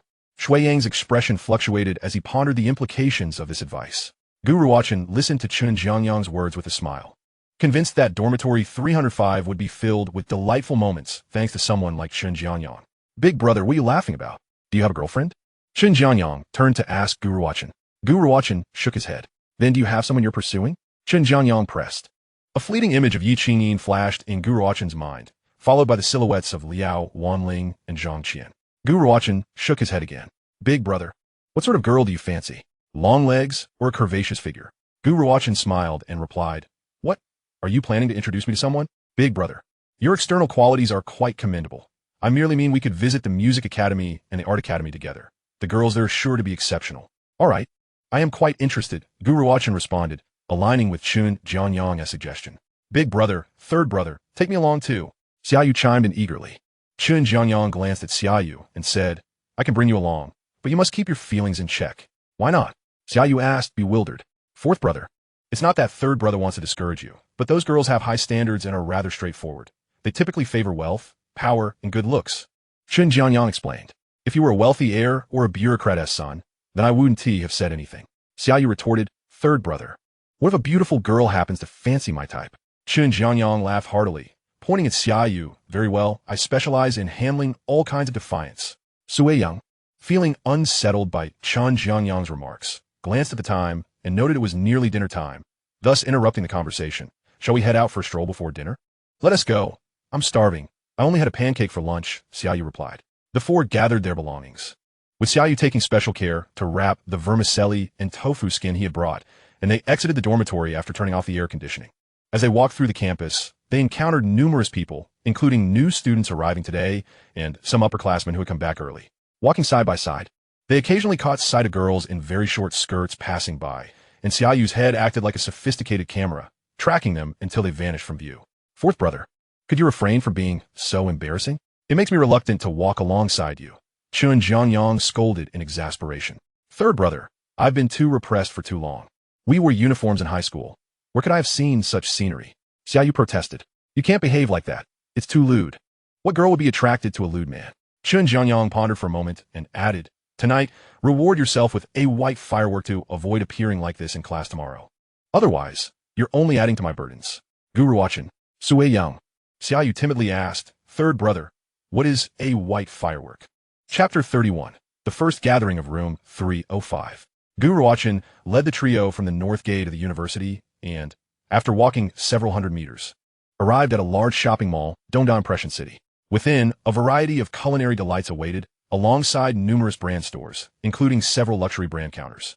Although the majority of students had limited purchasing power, some came from well-off families or had earned substantial income through diligent work.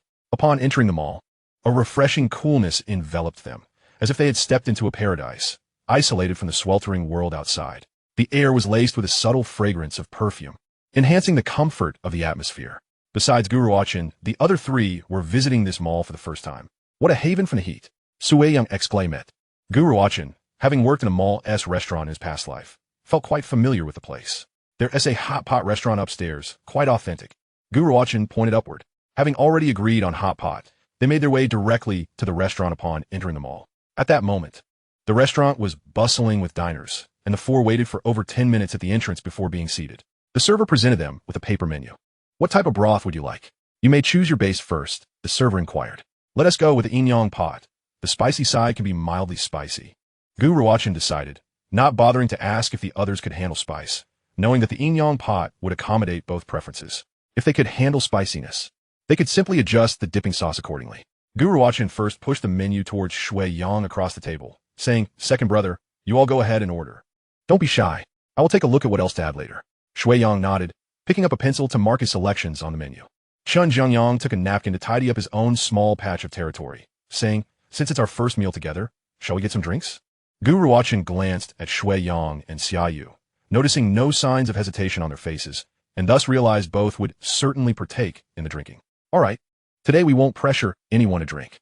Just enjoy to your heart's content, as we must be mindful of tomorrow's responsibilities, Gu Ruochen declared.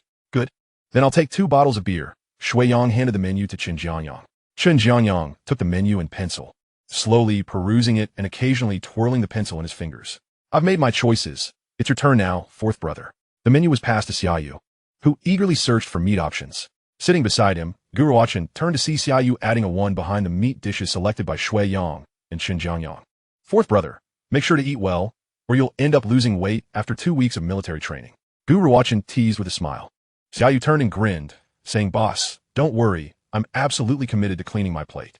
After Xia Yu made his selections, he handed the menu back to Gu Ruochen, who glanced over it and added several more dishes. Just then, the waiter arrived with the hot pot base, and Gu Ruochen handed the menu to him. Let us go and prepare the dipping sauces, Gu Ruochen suggested, and the 4 of them stood up together to head to the sauce station. Upon returning to their seats, the table was already laden with a variety of dishes, and the hot pot base was bubbling. They all tossed in a generous amount of meat, and, while waiting for it to cook, each poured themselves a full glass of beer. Shui Yang, Chun Jianyang, and Xia Yu all looked at Gu Ruochen. With a slight smile, Gu Ruochen understood that the toast for the first round would fall upon him, the leader, although not particularly eloquent. Gu Ruochen recognized that to achieve his entrepreneurial aspirations in life, he needed to learn how to speak well and inspire others. Otherwise, who would follow him? He raised his glass and said, Let us toast to our bond. May we coexist harmoniously for the next 4, 10, or even 20 years. If anyone has grievances, please voice them directly. We are all brothers, and there is no need to bottle things up. Chen Jianyang chimed in, The boss is right. If something doesn't sit well with you, speak up. There's no need to hide it like a woman. We are all men, and there is nothing we can't resolve. Shui Yang and Xia Yu nodded in agreement. The 4 clinked their glasses heartily and drank in unison. Is the meat cooked yet? Xia Yu anxiously inquired, grasping his chopsticks. It's all cooked, all cooked. Chen Jianyang replied. Once it's in our stomachs, it's cooked. Shui Yang laughed. The lamb rolls and beef rolls must be ready. I'm starving, so I'm not waiting for you guys. Xia Yu exclaimed, quickly scooping a large portion of meat, dipping it in sauce without even blowing on it, and stuffing it into his mouth. He chewed, already reaching for second helping. Hurry up, or we'll just be watching this little chubby one eat. Chen Jianyang remarked, swiftly grabbing meat from the pot.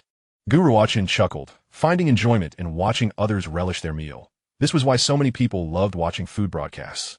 As the array of dishes diminished significantly, Chen Jianyang turned to Xia Yu and said, Fourth brother, show us your special treats. Xia Yu paused, quickly realizing what Chen Jianyang was referring to. Oh, right.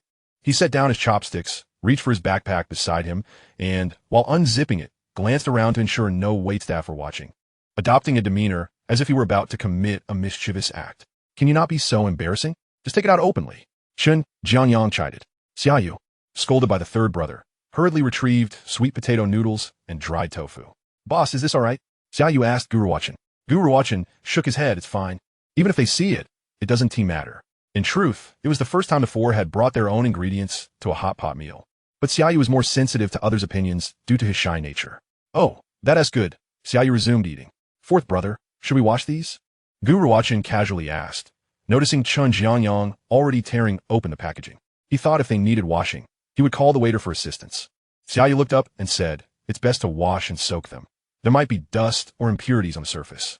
What is the fuss? If it's unclean, we won't get sick from eating it, Chen Jianyang declared, breaking the noodles and tossing them into the pot. Gu Ruochen mused. This 3rd brother was indeed somewhat contradictory. Earlier he complained about the table being dirty and wiped it down, yet now he was unconcerned about the noodles, since Chun Jiangyang had already added them. Gu Ruochen didn't bother the waiter further. Once the noodles and dry tofu were cooked, Gu Ruochen scooped some into his bowl and found them to be tastier than regular noodles. Watching his 3 roommates enjoy the special delicacies he had brought from afar, Xiaoyu felt a wave of satisfaction and let out a contented burp. "Boss, I raise a toast to you, thanking you for this feast," Chun Jiangyang declared, raising his glass to Gu Ruochen, aware that the grand spread they had ordered was not inexpensive. Gu Ruochen smiled and clinked glasses with him. "Boss, I also toast to you," Xiaoyu mimicked earnestly. "Shuiyang, boss, we'll share a drink." With plenty of sweet potato noodles and dry tofu left, Chun Jiangyang told Xiaoyu, "Fourth brother, keep this for next time we have hot pot." "Oh, okay." Gu Ruochen surveyed the table, now a scene of chaos, and asked, "Have you all had enough?" Xiaoyu patted his round belly and said, "I'm full, really full. It's been a long time since I've eaten so well." Chun Jiangyang, with a toothpick in his mouth, added, "I'm stuffed." Shuiyang stood up and suggested, "Shall we stroll around the mall before heading back?" Sure. Xiaoyu agreed. Gu Ruochen said, "You all wait for me outside. I'll settle the bill." After completing the payment at the register, Gu Ruochen rejoined the trio outside the hot pot restaurant. "Boss, how much did we end up spending today?" Xiaoyu asked as he walked beside Gu Ruochen. "This meal cost around 500, nearly half of the typical college student's monthly allowance," Gu Ruochen replied. "What's the matter? Are you worried I'll be eating instant noodles for the rest of the month?" Gu Ruochen chuckled. Sueyang interjected. "This meal must have set us back 400 to 500. So expensive? That is almost 10 days worth of my allowance." Xiaoyu exclaimed. "Back home, a hot pot meal usually costs just 200 to 300. Chun Jiangyang coolly remarked, hand his pockets. "You should realize where we are. This is Donghai, not your hometown." Xiaoyu turned to Gu Ruochen and suggested, "Boss, why don't we split the cost for this meal?" Gu Ruochen chuckled again, feeling a slight warmth in his heart. "Don't worry, my allowance is quite sufficient. Even if I treat you to another meal like this, it wouldn't matter." Shuiyang added, "Fourth brother, don't forget, the boss is a local from Donghai. Can he really be pinched by the cost of a single meal?" Chapter 32. The Dormitory Convenience Store. In the spacious and brightly lit mall, the ceiling lights illuminated every corner. The floor was adorned with polished marble tiles that reflected the ceiling lights, making the entire space appear even brighter and more expansive. As Chun Jiangyang strolled past a branded shoe store, he turned to the trio and remarked, "I'd like to take a look at some shoes." Gu Ruochen and the others promptly followed him inside. The 2 female sales associates, attired in coordinated black, professional outfits and short skirts, complemented by black stockings and modest heels, greeted Chun Jiangyang and his companions with warm smiles. Xiaoyu discreetly cast several furtive glances at the saleswoman's slender thighs before turning away to examine the shoes, fearing detection. "Are you planning to purchase leather shoes?" Sueyang inquired. "Just browsing. If I find a suitable pair, I'll buy one," Chun Jiangyang replied as he perused the selection. One of the saleswomen, noticing his interest, approached him to offer recommendations. She could discern that these young men were likely university students from the nearby campus. "If you see something you like, feel free to try it on," she encouraged. Xiaoyu trailed behind Gu Ruochen, casting a casual glance at the price tags before quickly becoming disheartened. "Boss, these shoes are quite expensive, aren't they?" he whispered to Gu Ruochen. "They should be more affordable after the discount," Gu Ruochen replied. Xiaoyu thought to himself that even at half price, he could not afford them. He had never owned leather shoes and had little inclination to wear such formal footwear, preferring the comfort of sneakers instead. In Gu Ruochen's wardrobe, there were numerous pairs of leather shoes, but apart from wearing them once for a family gathering, he typically donned sneakers or casual shoes. After trying on a pair he fancied, Chun Jiangyang instructed the saleswoman to wrap them up. Gu Ruochen noted that Chun Jiangyang bought shoes worth over 1,000 yuan without a flicker of hesitation, indicating that his family must be financially secure. It seemed that among the 4 in dormitory 305, only the youngest, Xiaoyu, came from a more modest background. Once Chun Jiangyang had completed his purchase, he suggested they visit a supermarket to procure some daily necessities and snacks. Although the campus had a small convenience store, the 4 decided it would be prudent to stock up while they were out. Thus, they made their way to the supermarket together. The store was bustling with shoppers, and Gu Ruochen observed many students, presumably from nearby universities, browsing the aisles.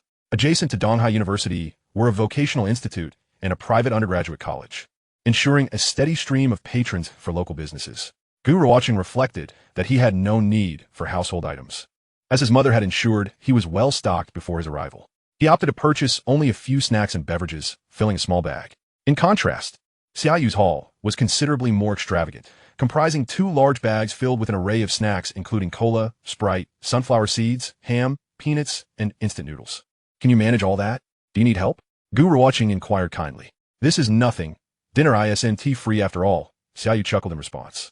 Chun Jianyang playfully nudged Xiaoyu's bags and remarked, Are you planning to open a convenience store at home? Just preparing for when you need something? Xiaoyu generously replied. Upon hearing this, Gu Ruochen was struck by a sudden idea reminiscent of his past life during his sophomore or junior year, when someone had set up a small convenience store in their dormitory, even offering delivery services. While it might not yield substantial profits, and could be exhausting, he believed this venture could suit Xiaoyu quite well. As the four emerged from the supermarket, a charming girl approached Chun Jianyang, blushing as she shyly asked, Excuse me, can I add you on WeChat? Chun Jianyang flashed an enchanting smile and nodded. After they exchanged contacts, the girl waved goodbye and dashed off to join another friend. Giggling as they entered the supermarket, Xiaoyu, filled with envy, glanced back at the girl, thinking how delightful it would be to have a girlfriend like her. Imagining himself waking up smiling from a dream about her. Why is there such a disparity between people? He sighed. Chun Jianyang chuckled, accustomed to receiving attention from girls and exchanging contact information. Old four, if you fancy her, I can give you her WeChat.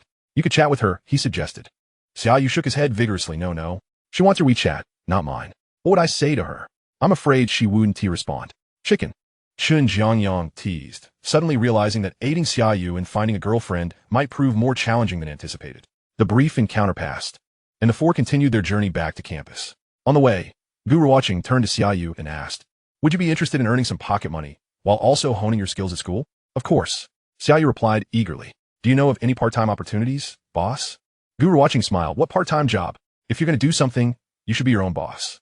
Initially, Shui Yang and Chun Jianyang showed little interest in part-time work, but upon hearing Gu Ruochen mention being a boss, their interest peaked. What kind of money-making venture are you suggesting? Don't leave old four out. Sui and Leonid in glossaire. Chun Jianyang also looked at Gu Ruochen with curiosity. Regardless of their backgrounds, every man harbors a desire for self-sufficiency and financial independence. I doubt you two would find this small business appealing. Gu Ruochen said with a smile to Shui Yang and Chun Jianyang. I do find it appealing. Xiaoyu interjected quickly, as his family was of average means, and earning extra money while studying would be very welcome. Boss, stop keeping us in suspense. Please share your idea. Gu Ruochen began to explain. It's really just a way to earn a little extra money on the side. Although the school has a convenience store, it's a bit of a trek to the dorms. Sometimes when students are in a hurry or simply too lazy to go downstairs, they might need to buy something.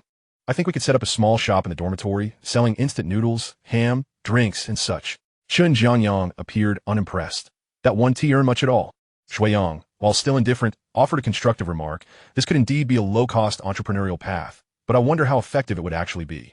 Disregarding their skepticism, Gu Ruochen turned to Xiaoyu, old four. Would you like to give it a try? Xiaoyu was internally excited, but worried about whether the goods would sell or end up being a burden. If you have any concerns, feel free to voice them. It's perfectly fine if you don't want to try. Boss, I'm just afraid no one will buy from me. And I'll be stuck with the inventory, Xiaoyu admitted. Gu Ruochen laughed heartily. No worries. Just start with a small stock to test the waters. If it doesn't sell, I'll buy the remainder from you. Xiaoyu quickly replied, That is not necessary. But hearing you say that puts my mind at ease. Gu Ruochen patted Xiaoyu on the shoulder and painted a vision. If the dormitory convenience store succeeds in our building, we can expand it to all the dormitories at Donghai University, and then the profits will multiply. Chun Jianyang, overhearing this, felt a surge of excitement. Wow, boss. You're making me consider this now. Xiaoyu added, Then you should join us. No. I don't want to waste my time on this. There are plenty of oblivious girls at Donghai waiting for me to rescue them. Gu Ruochen replied. Sui Yang remained silent. Xiaoyu then turned to Gu Ruochen and asked, Boss, you'll at least help me out, right? Gu Ruochen shook his head. I can offer advice and assistance, but if I were to join in, the profit split would be negligible. What about you, second brother? Shui Yang shook his head. I'm with the boss on this. If you need help, I'm here. But participating isn't for me. All right, then I'll start tomorrow, Xiaoyu declared. Good, let us plan it out thoroughly when we get back, Gu Ruochen concluded. Chapter 33, Planning. Upon returning to their dormitory, Chun Jianyang and Shui Yang each opened their respective computers to engage in gaming, albeit not together as they were playing different games. Meanwhile, Xiaoyu procured a chair and some paper and pens, settling beside Gu Ruochen as they began to strategize the establishment of a small convenience store within the dormitory. In truth, Gu Ruochen's assistance was not entirely altruistic. While aiding Xiaoyu in launching this venture, he viewed it as a valuable opportunity for personal growth.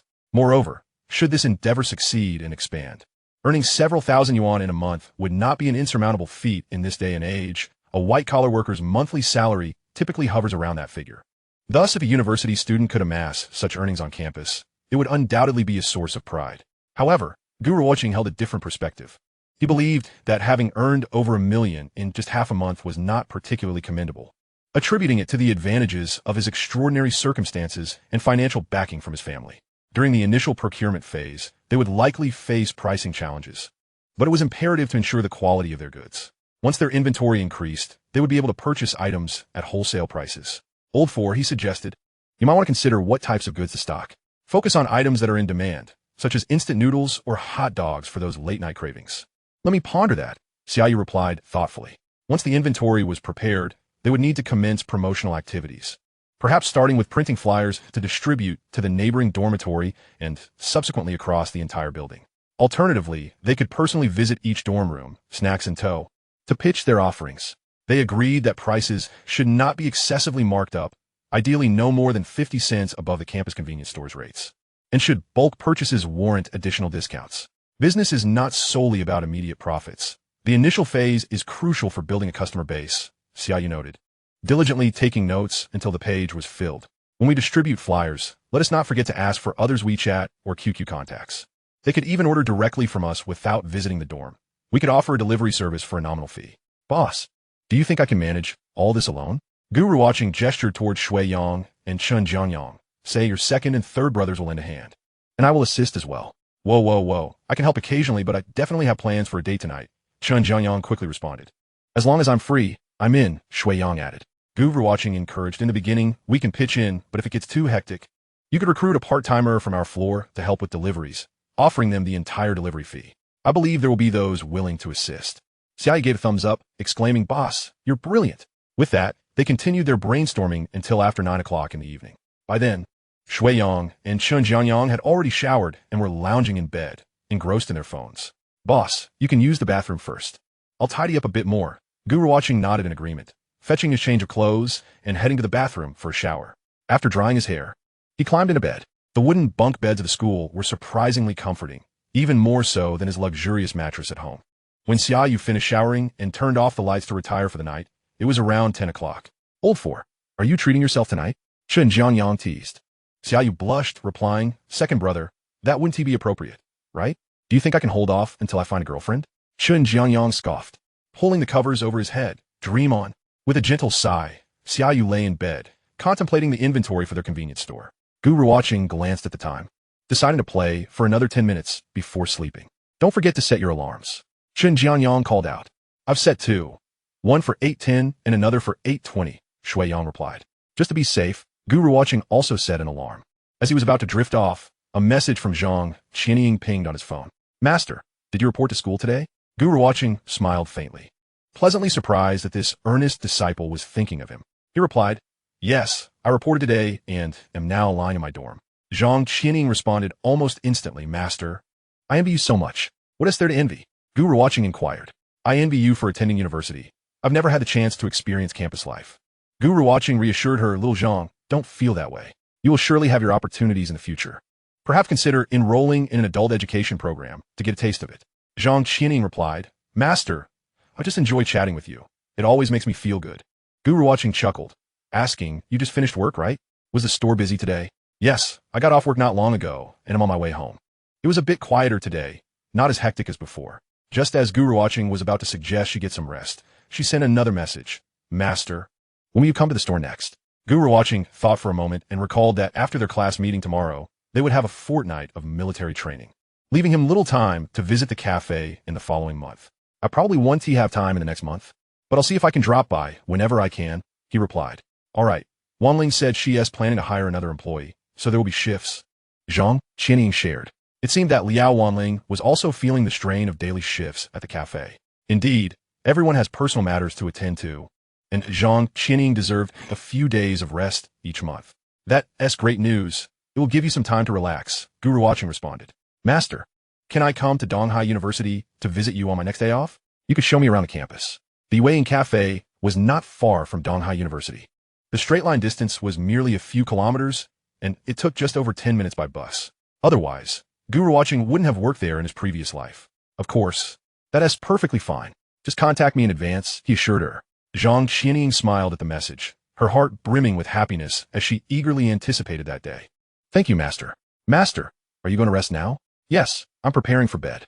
Good night, Master. Let us chat again when you have time. Gu Ruochen sent a good night reply and set his phone aside. He lay back, hands behind his head, staring at the dark ceiling above, lost in thought. Once again, he found himself in the dormitory of Donghai University, albeit with different roommates. Tomorrow, he would meet a new cohort of classmates, and despite his approaching middle age, Gu Ruochen felt a flicker of anticipation. Chapter 34, The Goddess of the Finance Class.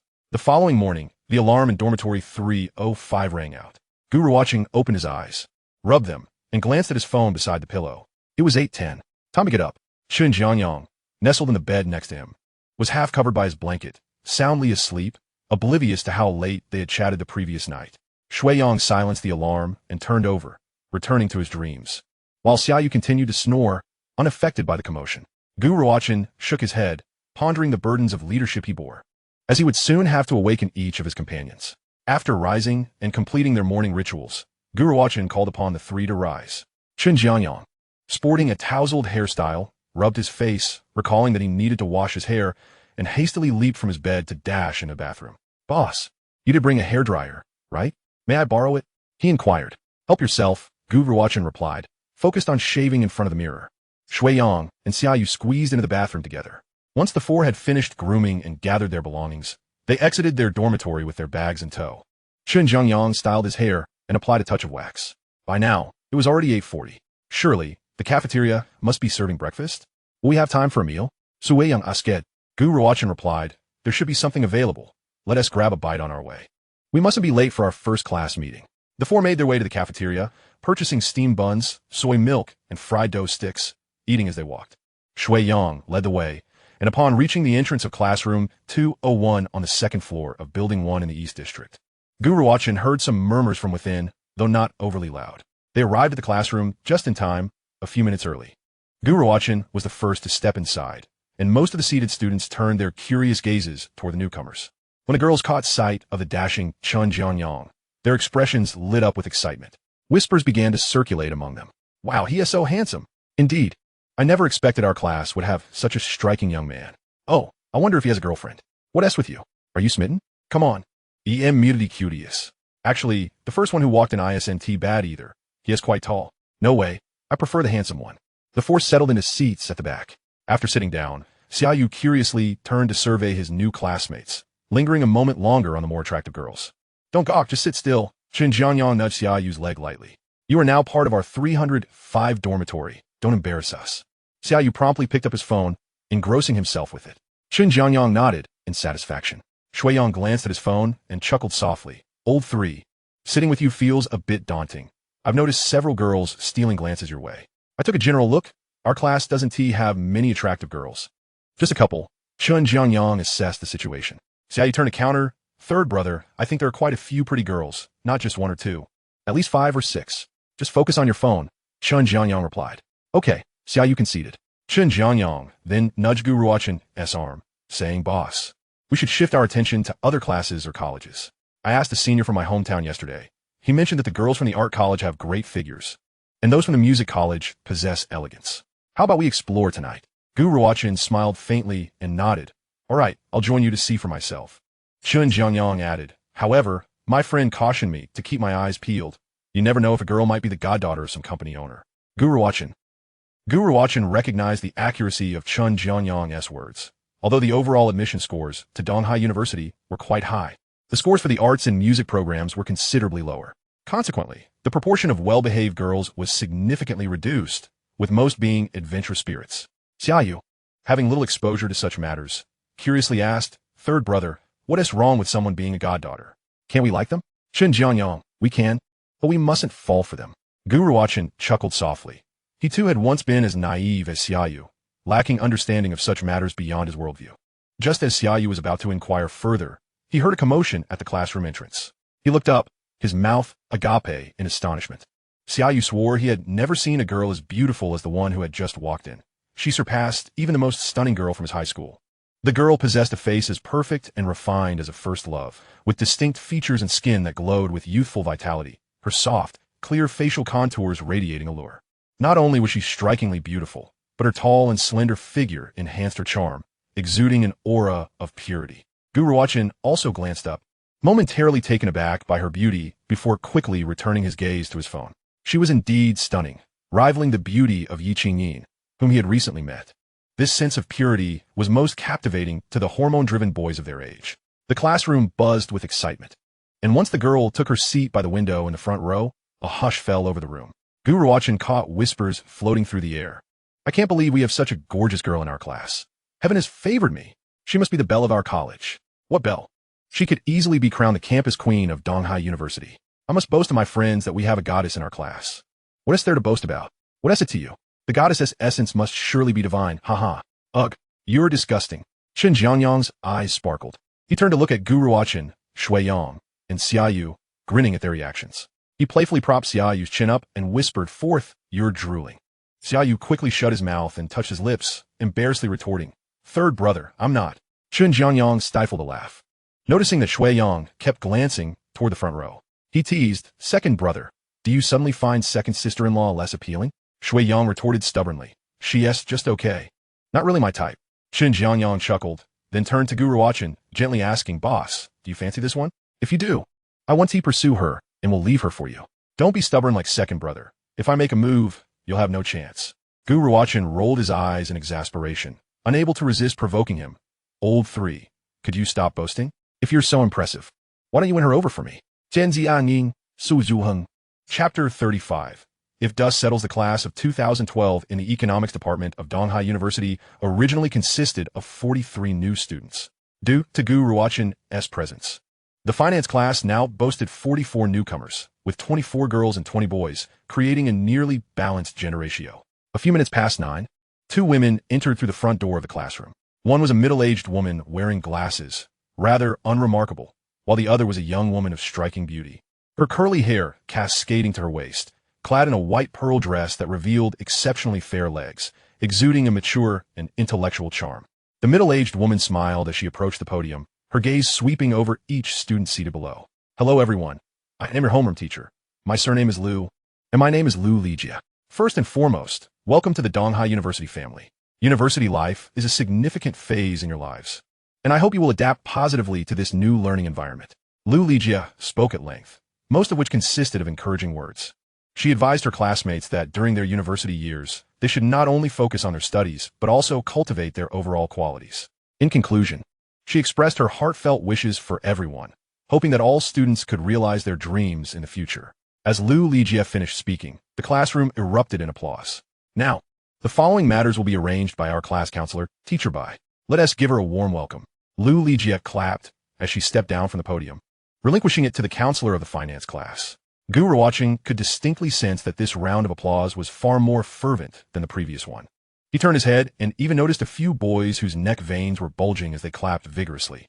With a classmate who resembled a campus beauty and such an intellectually elegant counselor, one could say that this year's finance class boys were truly favored by fate. It was no wonder that some of them were so excited. "Hello, everyone. My name is Bai Shui, and I am honored to be your counselor. In the forthcoming academic life, please feel free to approach me if you encounter any difficulties or questions." Bai Shui, with her fair complexion, elicited a soft murmur from Chen Jianyang, who commented, "No wonder her name is Bai Shui. She is so white. I have a few announcements to make, so please listen attentively. The first is that there will be a freshman meet and greet at 2 p.m. in room A101 of the Business Management Building, where some college leaders will be present. I urge everyone to attend punctually.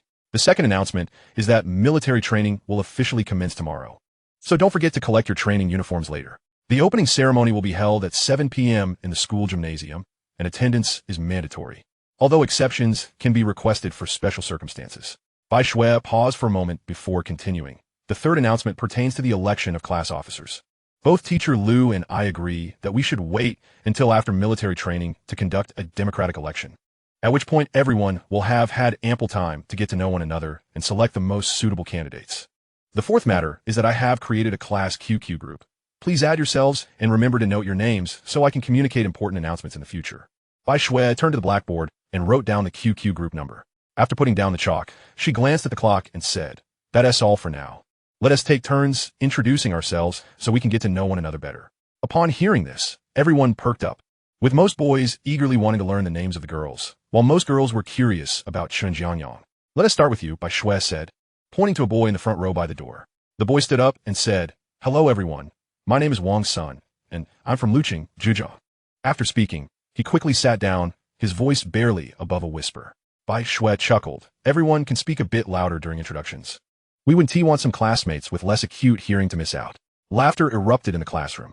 "Hello everyone. My name is Huang Sikong. I'm from Shimin City, Hebei Province." The introductions were generally quite simple, mostly consisting of names and hometowns. When it was the turn of a tall, slender boy in the third row, his introduction was notably elaborate. "Hello everyone. My name is Zhou Huijun. I'm from Yangcheng, Guangdong Province. I enjoy reading, listening to music, watching movies, and traveling.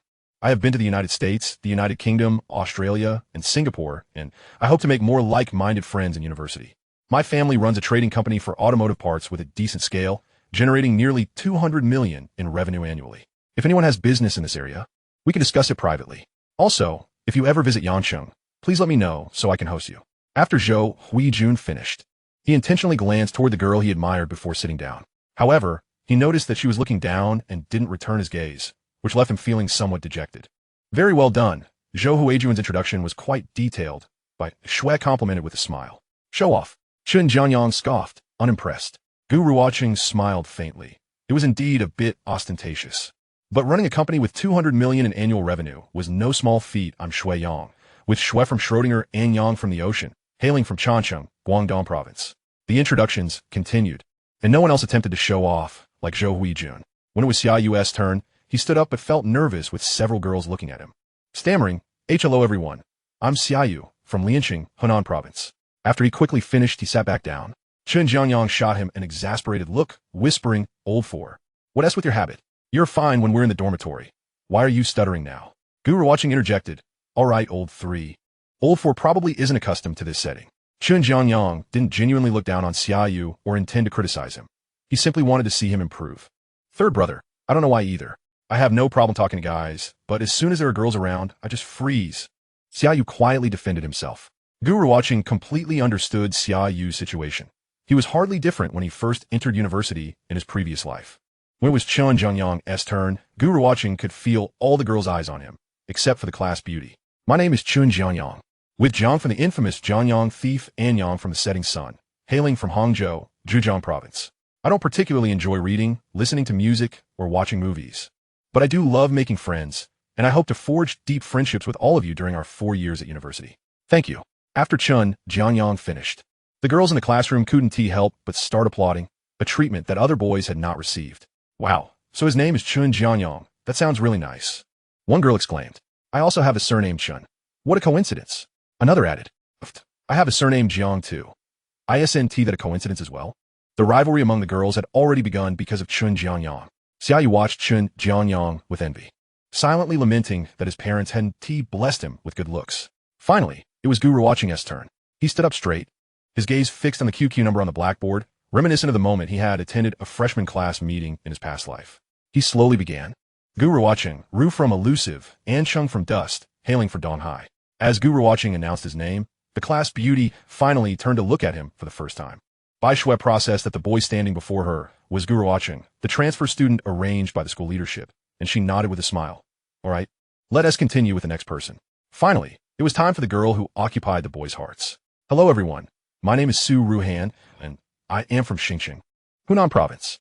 I hope to receive your kindness and support in the future. Thank you." Her voice was melodious and enchanting, every word flowing from her lips like a lively note.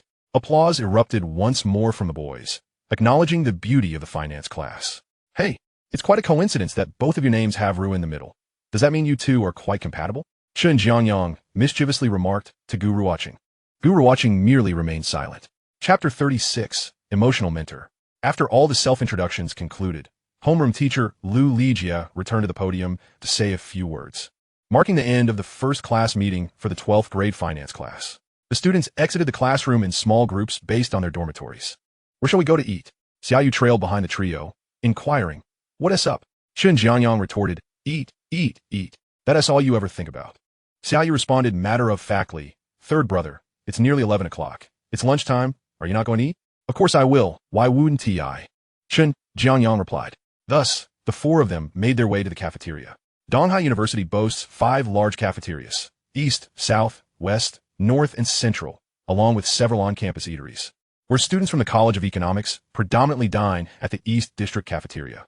At this moment, the second, third, and fourth year students had yet to commence their studies, resulting in a relatively uncrowded dining hall. The four opted for a self-service fast food meal, although each selected different dishes.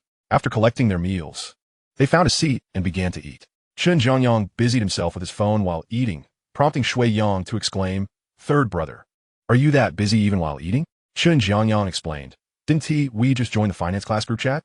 Many girls have already added me. I'm chatting with them now." Upon hearing this, Xiaoyu quickly grabbed his phone and remarked, "Third brother, why hasn't anyone added me? You owe me your food." Chen Jiangyang was left speechless. Xiaoyu lowered his head and continued to shovel food into his bowl. Gu Ruochen ate leisurely, savoring the taste of the school meals, which seemed to retain a familiar flavor. It wasn't exactly delicious, yet neither was it unpalatable. "Boss, I've already figured out what to sell. I'll make a list for you to review when we return for lunch," Xiaoyu suddenly said to Gu Ruochen. "All right, no problem." Gu Ruochen replied with a slight smile and a nod. "Third brother, what are you chatting about with them?" Shui Yang set down his chopsticks halfway through his meal, perhaps finding the food unappetizing. "I'm gathering information for the boss," Chen Jiangyang said, taking a moment to shovel a bite of food into his mouth. Gu Ruochen asked, "Gathering information? What information?" Sui Yang inquired curiously. "The boss wants to pursue Su Ruhan. I'm currently chatting with one of her roommates," Chen Jiangyang replied. Gu Ruochen coughed slightly and asked, "When did I say that?" "You did say it. You mentioned it before," Chen Jiangyang reiterated. "You're impressive. Help me win her over. I must prove my worth." Gu Ruochen sighed. "Third brother, I was joking. Please don't discuss this with the girls in our class. If rumors start flying, I want to be able to face anyone. Why didn't you say so earlier?" Gu Ruochen's eyelids twitched as he asked, "What's wrong?" "I told Li Jejia, one of Su Ruhan's roommates, that our dorm's boss likes Su Ruhan and wants to pursue her." Gu Ruochen was taken aback. Shui Yang anxiously asked, "And then?" Chen Jiangyang replied, "Then she said she could help if needed, so I agreed. I'm currently discussing our interests." Gu Ruochen chuckled. "Third brother, you sure are quick with your words." Chen Jiangyang excitedly said, "Boss, we can't let quality girls slip away. Right now, Su Ruhan is merely a coveted gem among our class boys. During military training, she'll become a target for the boys in our college. And once the second and third year students return and discover such a beautiful junior, the competition will become fierce." Shui Yang nodded in agreement, saying, "Boss, third brother makes a valid point. If you truly wish to pursue Su Ruhan, let him leverage his charm to help you build connections." Chen Jiangyang lamented, "Isn't that exactly what I'm doing?" Gu Ruochen glanced at Chen Jiangyang, then at Shui Yang, pondering how a mere offhand comment had morphed into him pursuing Su Ruhan. Xiaoyu finished his meal and remarked, "Boss, if Su Ruhan becomes our sister-in-law, imagine how glorious we would look walking out." Gu Ruochen felt a stir in his heart. He indeed found beautiful women appealing. Initially, he had hoped to naturally meet some attractive girls and attract them with his own merits, ultimately winning their affection. However, upon reflection, he realized that pursuing girls in college was about taking initiative. Having lived another life, with youth renewed, he mused that failing to attempt what he hadn't done in his previous college experience would render his education meaningless. Moreover, Gu Ruochen had promised to find a stunning and filial daughter-in-law for Chen Hong. "Boss, are you sure you want to at least give it a try? I'm willing to step aside for you," Chen Jiangyang shamelessly suggested.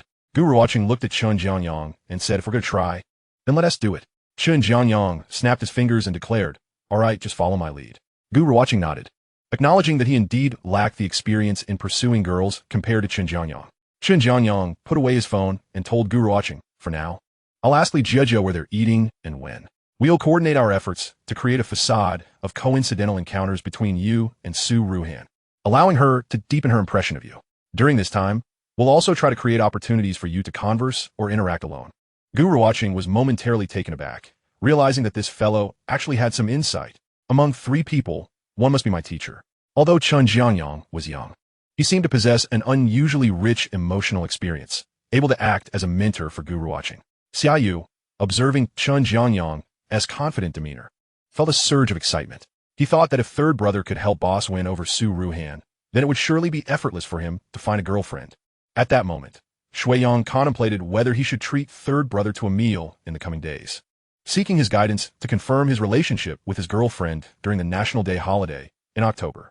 Gu Ruochen humbly remarked, "All right, I'll listen to you." Chun Jiangyang chuckled confidently, "Boss, I guarantee you'll win the heart of the beauty." Chun Jiangyang's confidence stemmed from having spent time with Gu Ruochen over the past few days, gaining a fair understanding of him.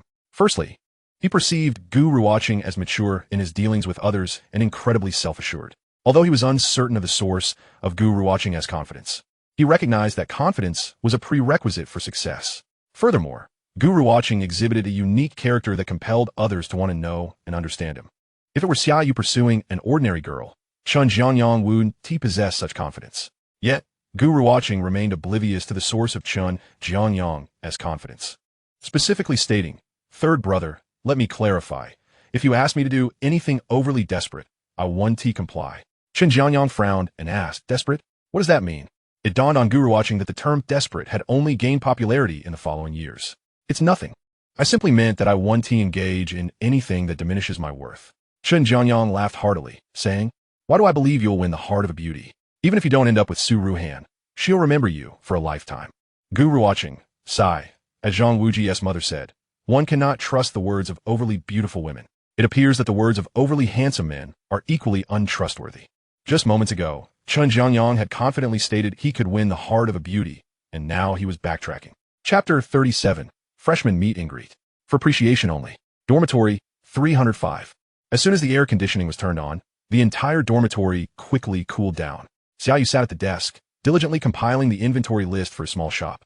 Gu Ruochen, Shuiyang, and Chun Jiangyang lay on their beds, resting. Before long, Xiaoyu handed a piece of paper to Gu Ruochen. "Boss, here is the list of goods I've compiled. Could you take a look and advise on what we should procure first?" Gu Ruochen set down his phone and perused the paper. Various flavors of instant noodles, ham sausages, marinated eggs, beverages, an assortment of chips, spicy strips, chicken feet, peanuts, dried tofu, and bread. Gu Ruochen nodded and returned the paper to Xiaoyu.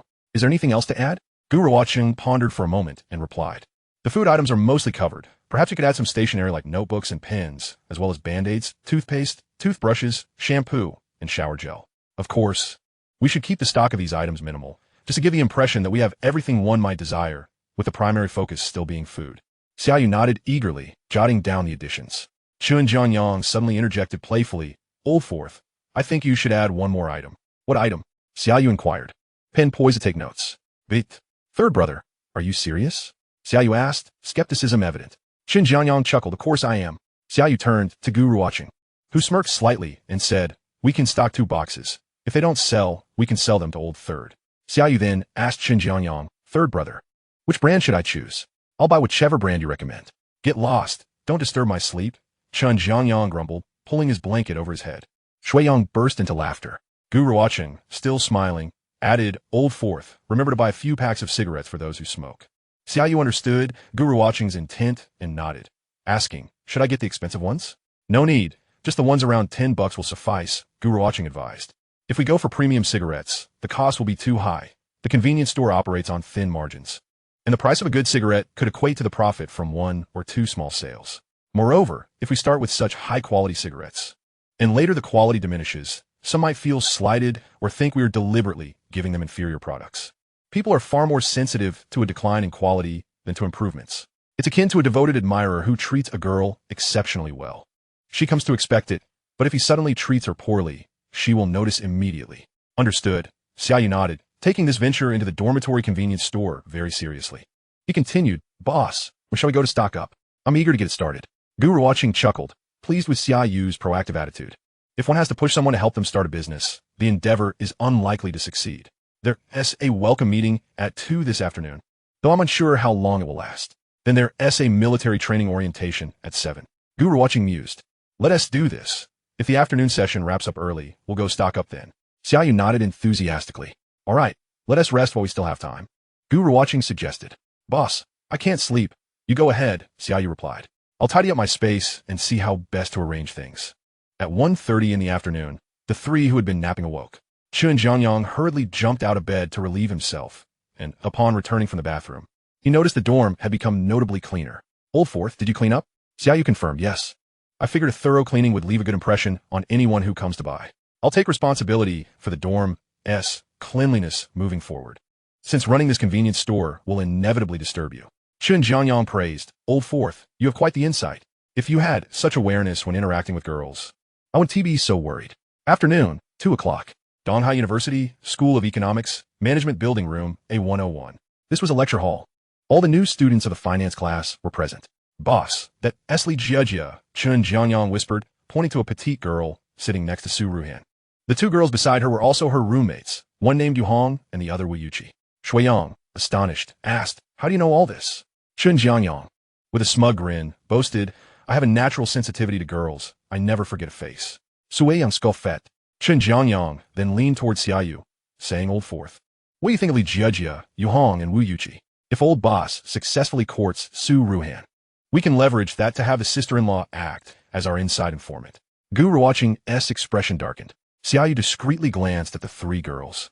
Feeling shy as he remarked, I think they all seem quite nice. Indeed, Su Ruochen's roommates were decent-looking, but in comparison to Su Ruochen's stunning beauty, they appeared overshadowed. Particularly Wu Yuqi, who had an appealing foundation and a flair for fashion. If Su Ruochen weren't in the finance class, Wu Yuqi would undoubtedly be the belle of the class. Ah, you're quite the romantic. They all seem good? You want them all? Chun Jiangyang teased. Xiaoyu pouted, hesitant to retort. All right, the leaders have arrived. Let us keep quiet, Gu Ruochen interjected. As the college authorities entered, the finance class's freshman meeting officially commenced. Present were the college party secretary Sun Jiawei, Vice Dean Yin Jiqiang, and finance department head Lu Jiming, with the meeting moderated by Bai Shui, the counselor for the 12th grade finance class. After Bai Shui delivered some polite remarks, she announced the official start of the meeting. At the outset, Bai Shui introduced the leaders on stage. The college party secretary began his speech by outlining Donghai University's educational philosophy and the School of Economics teaching principles, encouraging all new students to be self-reliant, strive for excellence, and aspire for achievements, while also expressing the college's commitment to providing a broader platform for development. Following this, Vice Dean Yin elaborated on the educational philosophy and training objectives of Donghai University and the School of Economics. After the Vice Dean, Department Head Lu provided a brief overview of the subsequent training plans for the 12th grade finance class, analyzing and forecasting the development status of past graduates. Thus, the freshman meeting of the 12th grade finance class concluded successfully. Gu Ruochen listened intently. This meeting lasted an hour and a half, and the insights shared by the college leaders were quite practical, offering the new students a clear understanding as they embarked on their specialized studies. This would be quite beneficial for their future learning. Boss, it's 3:30 now. Shall we go stock up? Xiaoyu eagerly asked. Gu Ruochen nodded. Let us go. Grab your suitcase from the dorm. Chapter 38, Stocking Up. At Donghai University, at the North Gate, 4 boys each pushed a large suitcase. The stock-up team. Boss, which supermarket should we go to? Xiaoyu inquired. Gu Ruochen responded, Old Fourth, do you intend to do charity work? We can't profit by shopping at a supermarket. Then where shall we procure the goods? Xiaoyu asked. We'll head to the wholesale market, Gu Ruochen replied. Where's that? Gu Ruochen shook his head. Just ask the taxi driver. They'll know, he said, stopping 2 taxis. Thus, the 4 of them, along with their 4 large suitcases, piled into 2 taxis and set off toward a nearby comprehensive wholesale market. Upon arriving at the comprehensive wholesale market, the 4 individuals met and ventured inside. Although the market exuded a sense of age, it offered a myriad of foodstuffs and sundries, including fruits and hardware. Following the list compiled by Xiaoyu, they sought out various wholesale shops. They soon approached a reasonably sized beverage wholesaler. The shopkeeper, taken aback by the sight of 4 young individuals each wheeling a large suitcase, had never encountered such a spectacle before. What beverages are you looking to purchase? He inquired with a welcoming smile. Boss, we would like to buy some cola and Sprite. Xiaoyu replied, taking the initiative. You have those, right? Indeed. I have all the popular beverages here, the shopkeeper assured. What are the prices? For this 500 milliliters cola, a case is 60 yuan, containing 24 bottles, he stated. Xiaoyu quickly calculated in his mind that the wholesale price was approximately 25 yuan per bottle. If sold at 3 yuan each, they would earn a profit of 0.5 yuan per bottle. The pricing was similar for Sprite and for Guoli Orange. The cost was, as the shopkeeper elaborated while observing the expressions of the 4, he mused that these young individuals likely wouldn't be purchasing much. After conferring with Gu Ruochen, Xiaoyu decided to initially acquire 1 case of each beverage. While the shopkeeper busily calculated the total, Gu Ruochen cheerfully interjected, Boss, could I add you on WeChat or something? I don't use that sort of thing. Perhaps just jot down my phone number, he replied. Gu Ruochen turned to Xiaoyu and said, Please take note of the boss's phone number. All right, got it. After providing the number, the shopkeeper announced. That will be a total of 360 yuan. Just as Xiaoyu was about to reach for his wallet, Gu Ruochen pressed his hand down, saying, "Boss, can you give us a better price?"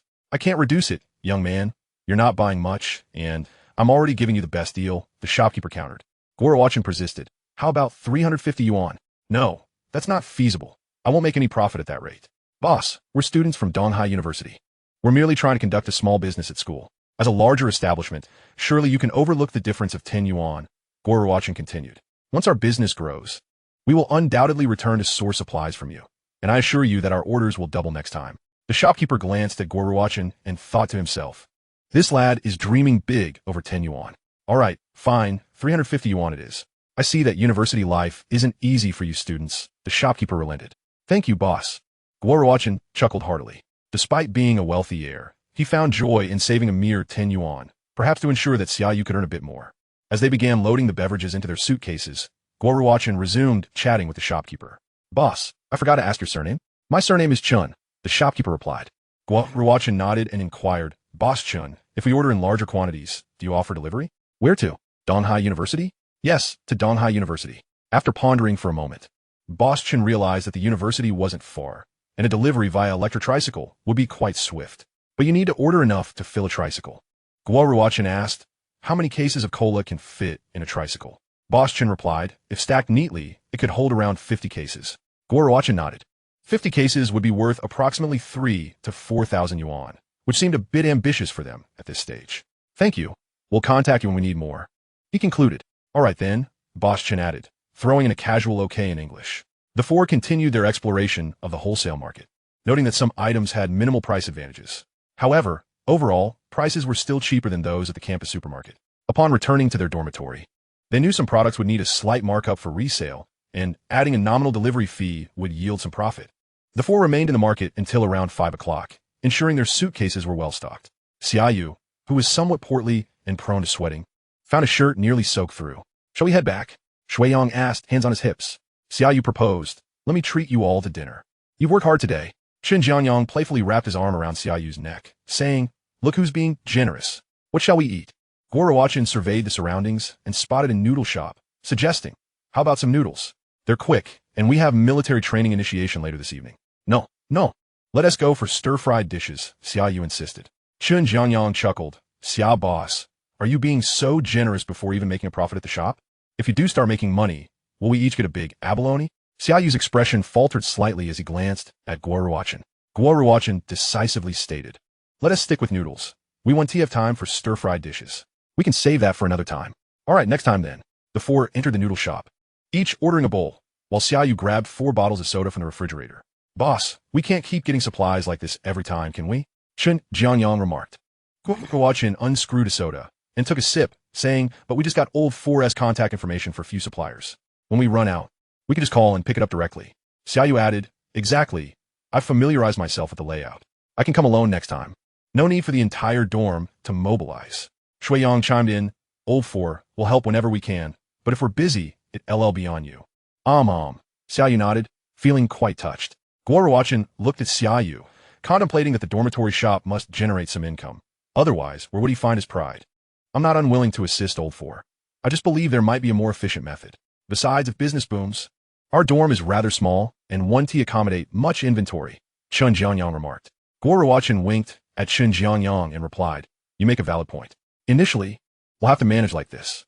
If this model proves successful and profitable, we can explore the possibility of establishing a storage area at school for our goods." The others concurred that it was a sound idea, but Shuiyang asked, "Is there even a place like that on campus?"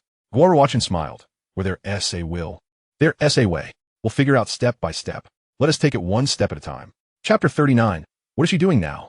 At Donghai University, the gymnasium was filled with the entire cohort of undergraduate freshmen.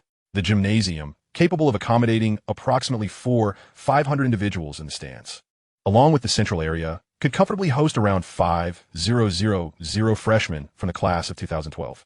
Once all students had gathered and reached their designated positions, at 7:20 p.m., the military training initiation ceremony for the 2012 undergraduate students officially commenced in the university gymnasium. The ceremony was presided over by Meng Lianxing, the deputy commander of the military training brigade and director of the student affairs office. Notable attendees included Mu Ronghan, the deputy secretary of the Donghai University Party Committee, the commander of the Military Training Brigade, Zhu Qing, deputy political commissar of the 1st Brigade of the Donghai Armed Police, the political commissar of the Military Training Brigade, and Fang Zhou, a member of the Donghai University Party Committee and vice president, among others. The initiation ceremony began with the resounding strains of the national anthem. After the flag ceremony, various representatives took to the stage to deliver speeches. Gu Ruochen sat languidly in the stands, lost in thought. Chen Jianyang, on the other hand, was restlessly scanning the area with his head darting about. Third brother, who are you searching for? Xiaoyu inquired, unable to contain his curiosity. The boss is after Su Ruhan, so I must seek out other targets. Gu Ruochen responded with a sigh. 10 minutes later, Chen Jianyang rubbed his eyes in frustration. This is impossible. Everyone is in military training uniforms, and my vision is blurring. Shuiyang chuckled and asked, did you find any targets? No, I'm rather disappointed. Chen Jianyang replied. Suddenly, Gu Ruochen interjected, third brother, are you genuinely seeking a girlfriend, or is this merely a game for you? Chen Jianyang retorted. This is not a game. I am merely helping those girls gain romantic experience. The more girls I interact with, the more likely I am to find one with whom I genuinely wish to connect. I'm not a teddy bear who flits from one to another indiscriminately. Gu Ruochen chuckled and fell silent. The military training induction ceremony lasted until 9 o'clock in the evening, and formal training would commence the following day. After the event concluded, the 4 of them returned to their dormitory. Xiaoyu eagerly opened his suitcase and began to unpack. Once all the items from 4 suitcases were laid out, they cluttered the floor. After finishing his shower, Shuiyang emerged from the bathroom and, noticing the mess, suddenly recalled something. He asked, what if they conduct a room inspection? Typically, during the first semester of freshman year, inspections are frequent, but they tend to loosen up later on. By sophomore year, no one really cares if you stay in the dorm at night, Gu Ruochen explained. Just leave 1 or 2 items out. The rest can go in the cabinet. Even if the inspectors see them, what can they do? We can simply say we bought them to eat, he added. Boss, you have the best ideas, Xiaoyu chuckled. Returning to his task, Gu Ruochen assisted in organizing and suggested, fourth brother, search online tonight for a template to design a promotional flyer. We need to print it out in the next couple of days. It should list the products you're selling along with their prices, your contact information, and mention that delivery is available for an additional fee. Boss, how should I determine the prices? Xiaoyu asked. You remember the purchase prices, right? Yes. I've noted them all, Xiaoyu affirmed with a nod. Gu Ruochen pondered. For drinks and instant noodles, let's set the prices the same as in the supermarket. For less frequently needed daily necessities, we can raise the prices a bit. He was concerned that setting the prices too high for common items would deter students from trying them. You can decide the exact amounts, he concluded. Got it, boss. Those who could gain admission to Dongdae University were generally quite capable academically. Xiaoyu was certainly not foolish. Once everything was organized, Xiaoyu's desk transformed into a quaint little shop, which appeared rather interesting. Chen Jianyang approached Xiaoyu's bed and, glancing at the items, laughed. Boss Xia, allow me to be your first customer. I'll take a bottle of cola, a pack of sunflower seeds, and a sausage. How much? Xiaoyu generously handed him the 3 items, saying, no need for payment, just take them. Chen Jianyang scoffed. Business is business. This is not charity. How much do I owe you? Gu Ruochen laughed from the side, knowing that Chen Jianyang often teased Xiaoyu while also looking out for him as his only subordinate. Xiaoyu calculated quickly, replying, 7 yuan. Are you sure you didn't miscalculate? No, I'm selling at cost, Xiaoyu grinned. Chen Jianyang, uninterested in further debate, pulled out a 20 and said, change please. Xiaoyu took the money, but realized he couldn't find any change in his wallet. Third brother, shall I keep a ledger instead? I can't break this bill, he proposed. All right, I can settle up with you monthly, Chen Jianyang said, holding his items. You should have prepared some change before opening. How will you manage without it? Right, I need to find some coins tomorrow, Xiaoyu acknowledged. Also, I suggest you purchase some plastic bags. Otherwise, what if someone buys too much and can't carry it? Absolutely. Third brother, do you have any more suggestions? Just as Chen Jianyang and Xiaoyu were conversing, a call from Chen Hong came in.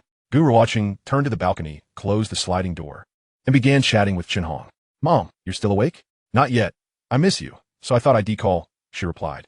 Gu Ruochen felt a warmth in his heart as he said, Mom, I'll come home whenever I have the chance. Don't worry. Originally, I intended to visit your school, but your dad said you should have your own space and advised me not to disturb you too often. This, perhaps, exemplified the differing natures of paternal and maternal love. What about Dad? Gu Ruochen inquired.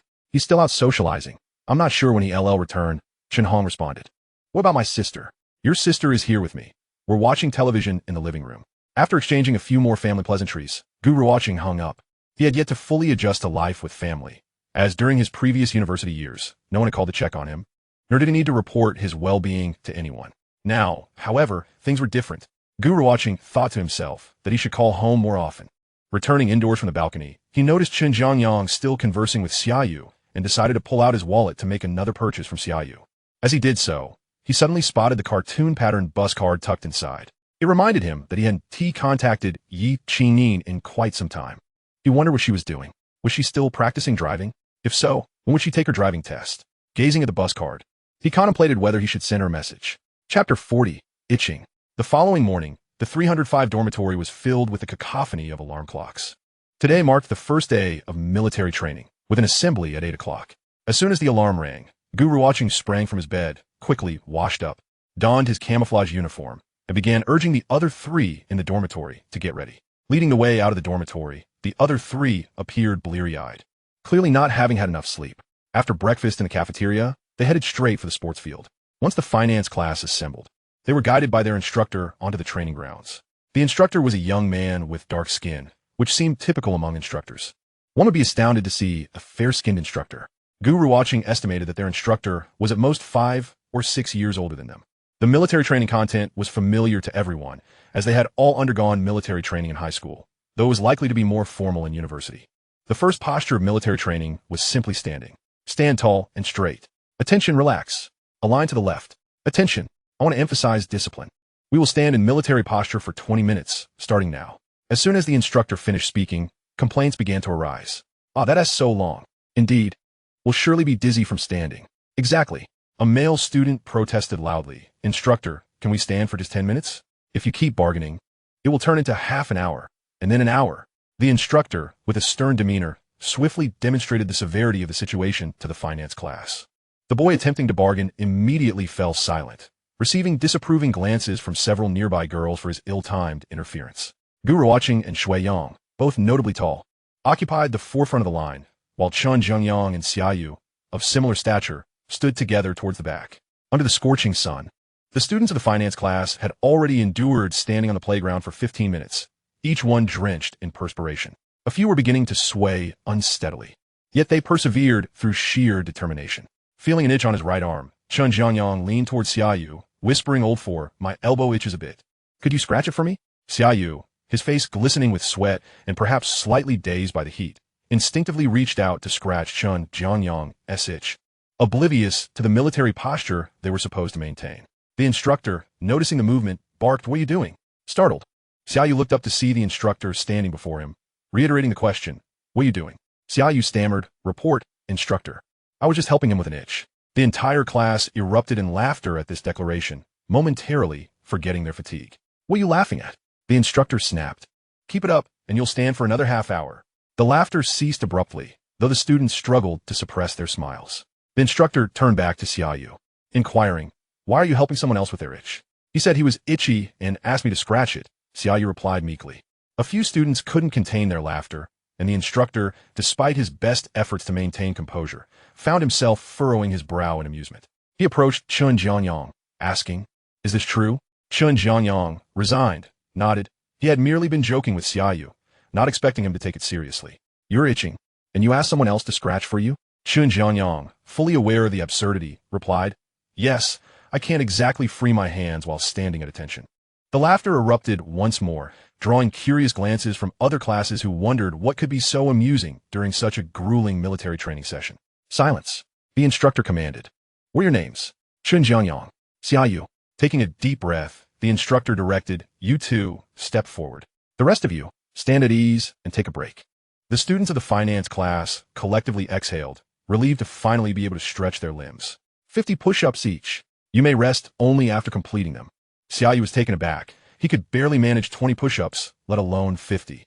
Chen Jiangyang, however, immediately began, his form commendably precise. Seeing that his friend had started, Xiaoyu reluctantly joined in, placing his hands on the scorching ground despite the discomfort. Within minutes, Chen Jiangyang completed his 50 push-ups, a testament to his regular training. While Xiaoyu struggled to reach 20, the exertion of standing at attention for over 10 minutes had drained his energy significantly. The instructor counted aloud, and the class watched, eagerly anticipating Xiaoyu's completion of the push-ups. Gu Ruochen, bemused by the antics of Chen Jiangyang and Xiaoyu, approached Xiaoyu, shielding him from the sun with his body and encouraging, "Old four, grit your teeth. You're almost done." The instructor glanced at the shade covering Xiaoyu's head, but chose not to intervene. 30. 20 more to go. Xiaoyu gritted his teeth and managed to complete another push-up. Gu Ruochen, peering down at him, encouraged, "Just 19 left, you're nearly there." 35. 36. Gradually, the classmates began to help Xiaoyu count, rallying around him for support. 37. 38. The final few push-ups were far from perfect. But the instructor understood that he could not expect the same standards from these pampered students as he would from military trainees. His goal was simply to encourage their physical conditioning.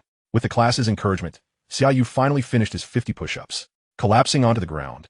He no longer cared about the heat of the surface. Gu Ruochen and the others hurried to help him up. The instructor surveyed the finance class and remarked, "Let me reiterate. Next time, make sure to report any discomfort beforehand. If you're itchy, just let me know, and I'll permit you to scratch." Another wave of laughter erupted from the finance class. Chen Jiangyang felt as though he had lost all dignity that day. "All right, take a 10-minute break. We will reconvene promptly afterward." Chapter 41. Creating serendipity on the edge of the playground. Students from the finance class huddled in groups beneath the shade of the trees. Xiaoyu leaned against a tree, panting heavily as sweat continued to pour down his face. Gu Ruochen handed him a bottle of water, playfully asking, "So, was that push-up ordeal worth it?" Xiaoyu gulped down a large bottle of water, finally feeling somewhat revived. "Boss, third brother has wronged me," Chen Jianyang retorted. "You're the one who has wronged me." Gu Ruochen shook his head with a wry smile. Shuiyang, curious, inquired what exactly happened. Chen Jianyang explained. "I felt a bit itchy on my arm and, out of boredom, jokingly asked Old Four to scratch it for me. I never expected him to actually do it." Gu Ruochen interjected. "That was quite a miscalculation." Shuiyang gave a thumbs up. "You two are truly something else." Xiaoyu lamented. "I was practically sun-drunk and didn't even realize we were supposed to be standing at attention." Chen Jianyang scolded. "It's all your fault for being so oblivious." Xiaoyu shot back, "It's your fault. If you hadn't talked to me, I wouldn't have done that." Chen Jianyang insisted.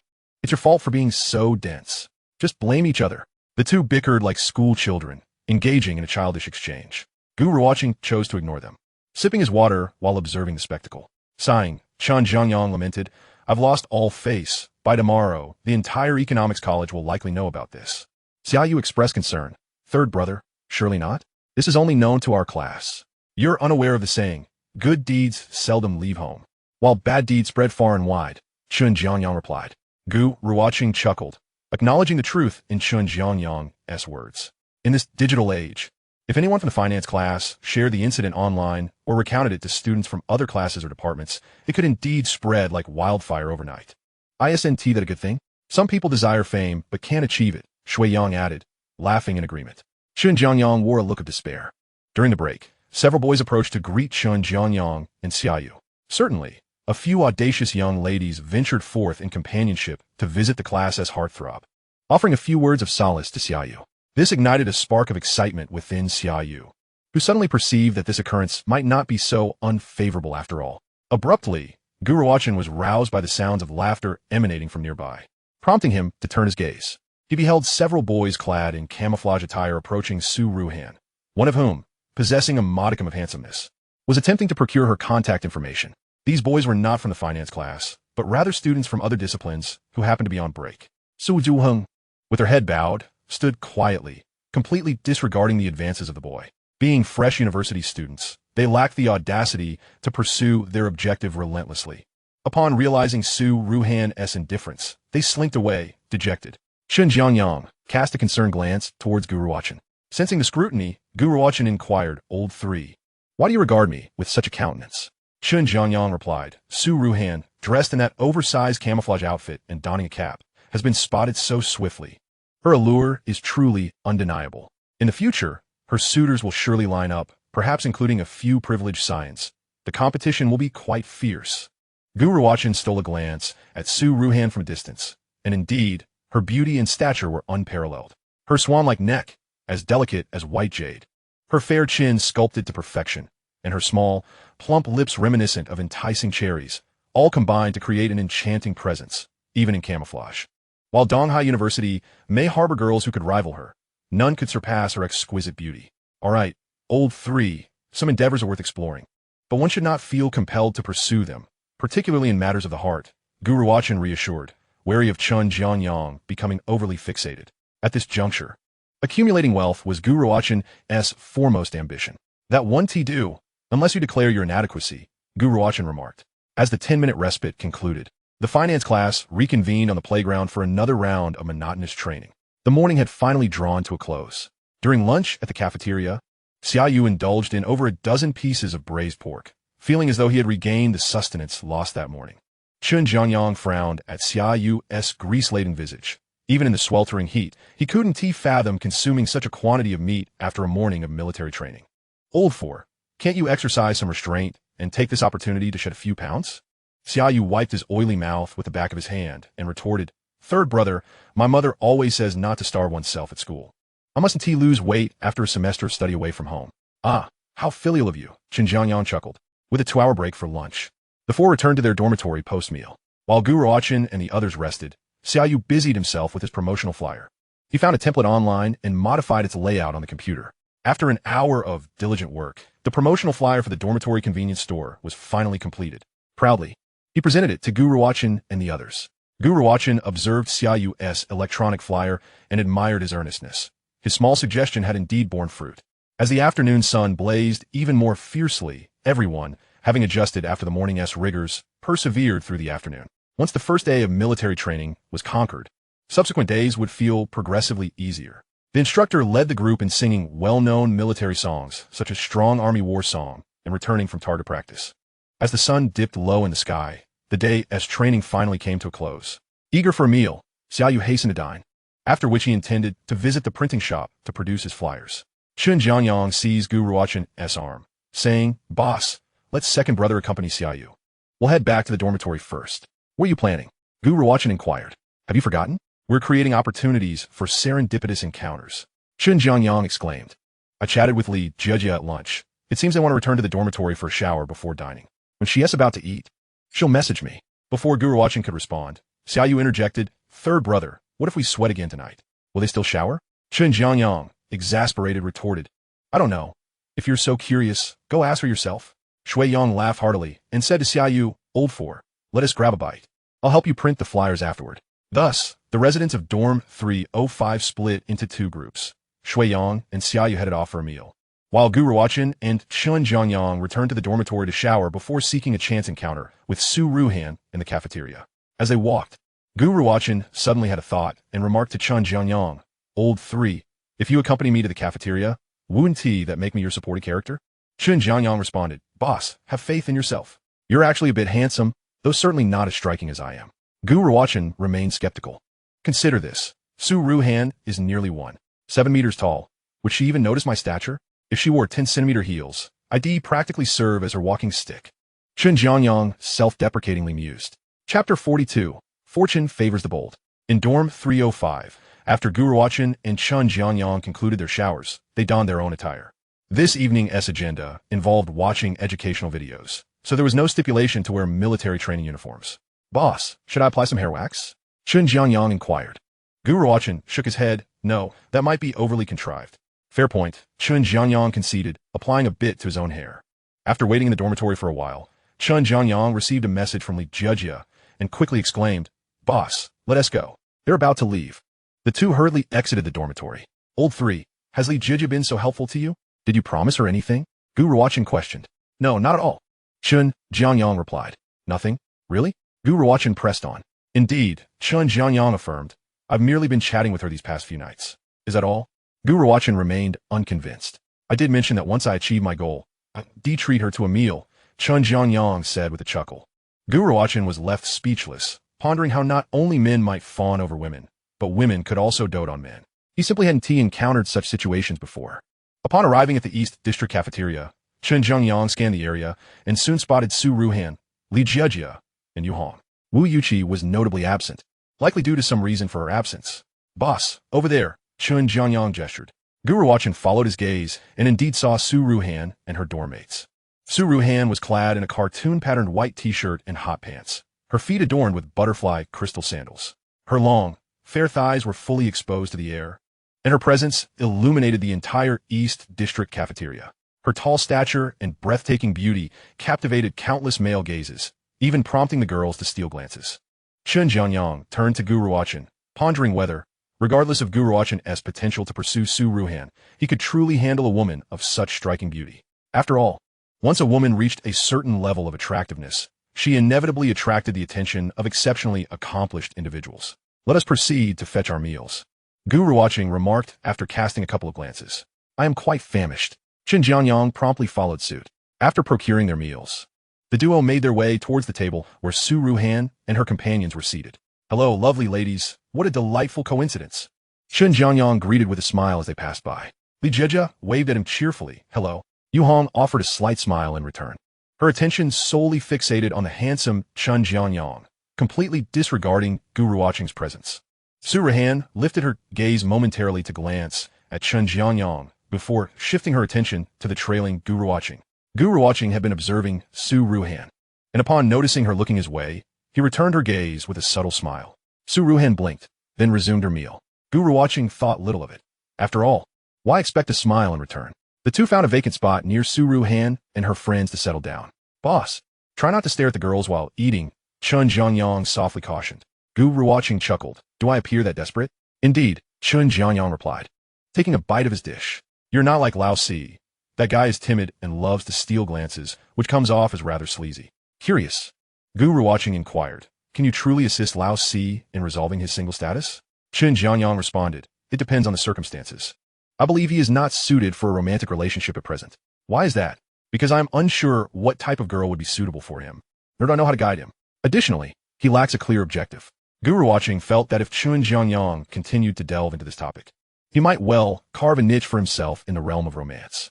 10 minutes later, the three girls finished their meals and departed. Before leaving, Li Jieja and Yu Hong made a point to greet Chen Jianyang, as he not only possessed good looks, but had also gained a bit of fame in class that day. Chen Jianyang watched the trio leave, then turned to Gu Ruochen. It seems that our big sister currently maintains a rather frosty demeanor towards everyone. This could be advantageous, yet detrimental for us. What do you mean by big sister? Please refrain from such informalities. If others were to hear, I would be utterly embarrassed. Ah, what is there to be concerned about? Perhaps if I keep calling you that, it might just become a reality, Chen Jianyang remarked nonchalantly. Shall I spread some rumors in class tomorrow to help? Absolutely not. Gu Ruochen quickly interjected. If Su Ruochen were truly my girlfriend, I might take pride in such a title, but if we haven't even begun writing our story, that would be mortifying. Moreover, such antics would tarnish the girl's reputation. Chen Jianyang laughed heartily. Boss, pursuing a girl requires a thick skin. I understand the need for boldness. Yet, I find such actions devoid of significance. All right. I shall heed your counsel. I was merely jesting. After their meal, the two exited the cafeteria and made their way back to the dormitory. Chen Jianyang remarked, our initial chance encounter has been successfully orchestrated, though it's a pity we did not converse. Yet, it seems Su Ruochen has yet to initiate a conversation with any male, Gu Ruochen noted, shaking his head. Chen Jianyang complained, Boss, you cannot expect me to carry this burden alone. It would be prudent for you to pay more attention to Su Ruochen. Gu Ruochen smiled. I have been attentive. What have you observed? Tonight, she dined on spicy diced chicken, hand-torn cabbage, and sour and spicy shredded potatoes. Chen Jianyang's eyes lit up as he patted Gu Ruochen on the shoulder. Boss, I told you, there was potential. Gu Ruochen merely shrugged. Chen Jianyang continued, Boss, your earlier remarks have inspired me with a series of subsequent actions. What actions? Today marked our first encounter in the cafeteria. For the next, we should strive to create an opportunity for the two of you to spend time alone together. Chen Jianyang glanced at the sky. I checked the weather forecast. It suggests thunderstorms in a couple of days. Whether you can find alone time will depend on the heavens. Gu Ruochen confidently asserted, the heavens will surely be favorable. Why is that? Chen Jianyang asked, puzzled. Never you mind. Just trust that it will be, Gu Ruochen replied with a grin. And then, if the weather cooperates, it becomes simple. We can stage a scenario in the cafeteria where you have an umbrella, and she does not. At that point, you can escort her back to the dormitory under the umbrella. Gu Ruochen mused, realizing why Chen Jianyang brought up the heavens' favorability. To create such an opportunity, it would have to be clear when Su Ruochen went out to eat, and rain would need to fall just as they finished their meal. You mentioned a series of subsequent steps. What else is there? Gu Ruochen inquired. Chen Jianyang elaborated. I believe we can organize a dormitory gathering with Su Ruohen's dormitory, so everyone can enjoy a meal together. In the meantime, I will gather intel on Su Ruohen's preferences, allowing you to order dishes that she enjoys, which will surely leave her with a special impression. Gu Ruochen nodded, questioning, will Su Ruochen participate? Chen Jianyang smiled confidently. Are you not familiar with the principle of the majority ruling the minority? as long as Li Jiejia, Yu Hong, and Wu Yuqi consent to this plan. Su Ruochen will likely agree, unless she no longer wishes to bond with her roommates. Gu Ruochen gave a thumbs up. Master Chun, you are indeed impressive. Chun Jianyang beamed with pride. Gu Ruochen queried, but are you certain you can persuade the other three? A piece of cake. If need be, I can sacrifice a bit of charm for the cause, Chun Jianyang replied. Chapter 43, A Little Shake. In Dormitory 305. Gu Ruochen and Chun Jianyang had not been back long when Shui Yang and Xiaoyu entered, each clutching a stack of flyers. Gu Ruochen inquired, how many did you print? Xiaoyu answered, a total of 500 copies. Chun Jianyang chuckled, pointing at Shui Yang and Xiaoyu. You two are a couple of dimwits. Shui Yang delivered a light kick to Chun Jianyang. 500 should suffice. We need only ensure each dormitory receives 2. Boss, are we distributing flyers tonight? Xiaoyu asked. Of course. We'll all distribute them together when we return to the dorm. It won't take long to finish. All right. Xiaoyu nodded excitedly. After days of preparation, the convenience store was finally about to open. That evening, they watched safety education videos in class, wrapping up around 8:30. As they walked back to the dormitory, they passed a small supermarket. Chun Jianyang noticed many people exiting with bags in hand and instinctively said, shall we buy some snacks? Shui Yang reminded him, Lao San, is your memory that poor? Have you forgotten what our dormitory is for? Chun Jianyang smacked his forehead. Oh right. Our dormitory has its own mini-market. Xiaoyu interjected, my supplies aren't fully stocked. If you need anything else, we will have to go to the supermarket. Upon returning to the dormitory, the four discussed their strategy, deciding to pair up. One group would start distributing from the first floor, while the other would begin from the top floor. After finalizing their plan, Gu Ruochen and Shui Yang started from the first floor, while Chun Jianyang and Xiaoyu began from the top. This dormitory housed freshmen from the 12th grade, so there were residents in nearly every room. They knocked, greeted, distributed flyers, smiled, explained briefly, and then closed the door. This was a routine for nearly every dormitory. Shui Yang felt a bit uncomfortable, but for Gu Ruochen, who had ample experience with flyer distribution in his past life, this task posed no challenge. After more than an hour, the four reconvened. How did it go? Gu Ruochen inquired. Xiaoyu replied, everything is quite well, except that every time Sangu sees others playing games, he must boast about how exceptional he is at that game. Chun Jianyang retorted, you know nothing. My bluster leaves a lasting impression on those people. Otherwise, if you keep turning your head like that, they'll forget all about you. Just take a look at how many flyers they have on their tables. They're either for installment plans on phones and computers or various training and fitness programs. By then, your little shop's flyers will just be tossed aside along with them. Xiaoyu timidly refrained from countering, as Chun Jianyang was merely looking out for him. Gu Ruochen found Chun Jianyang's words to be quite reasonable. Their dormitory had also received numerous flyers, most of which were shoved through the door crack or hung on the doorknob. It was rare to see anyone distributing them with such diligence as Gu Ruochen and his companions, which highlighted the difference between starting one's own venture and working for someone else. All right, since we've finished distributing, let us hurry back. What if someone comes just to check things out? Gu Ruochen suggested. Old C, if someone comes to buy something later, remember to offer them cigarettes. On their way back, Gu Ruochen made this small yet significant request. Although it was a modest business, maintaining good relationships was still essential. Not long after the four returned to their dormitory, several students from a finance class visited room 305. They were just next door. Xiaoyu quickly handed out cigarettes, though most did not smoke, with only a few accepting. Wow, it's like a supermarket has moved into the dorm. One exclaimed, this is great. As long as the prices are reasonable, we can earn some for ourselves without giving it all to the school supermarket. Oh, do you have instant noodles? I'm hungry and don't want to run to the supermarket, another inquired. Xiaoyu eagerly responded, yes, yes. We have the old pickled cabbage flavor, braised beef, and spicy ones. I'll take a spicy one along with a hot dog. How much is that? That LLB 4 yuan in total. In just a few short minutes, several waves of curious onlookers arrived, and a few made purchases. Once the crowd dispersed, Xiaoyu excitedly counted the money and said to Gu Ruochen, boss, we've already sold over 60 yuan worth of goods. Excellent. Let us see how much we can sell before lights out, Gu Ruochen replied. Besides the finance students, several others from different majors also visited room 305, contributing over 30 yuan to the sales total. By the end of the day, their total sales had exceeded 100 yuan. Although some came specifically to buy, no one had order delivery yet. Half an hour before lights out, someone finally called Xiaoyu to place an order. After hanging up, Xiaoyu excitedly set out to deliver the goods. Shui Yang chuckled. It seems this little business can indeed thrive. The dormitory shop was certainly viable, as it had been validated through others' practical experiences. Many might have thought of it, but few would take the initiative to act. Gu Ruochen recalled that the dormitory shops at Donghai University began cropping up about 2 or 3 years later in his previous life. Gu Ruochen asked again, "Old heir, would you like to join Old C? He won't be able to handle everything on his own." Shuiyang declined once more, stating that his family was not lacking in money and viewed such ventures as somewhat beneath him. Just 2 minutes later, Xiaoyu returned with excitement. Gu Ruochen asked, "Did you remember to collect the delivery fee?" Xiaoyu grinned, "Of course, I didn't forget. I even offered the other person a cigarette." Gu Ruochen nodded in approval and added, "Old C, create a group chat. When you deliver, invite the residents of the other dorms to join. That way, anyone wanting to buy can reach out to you directly in the group." "Boss, can't they just call directly? Why complicate things with a group chat?" Xiaoyu queried.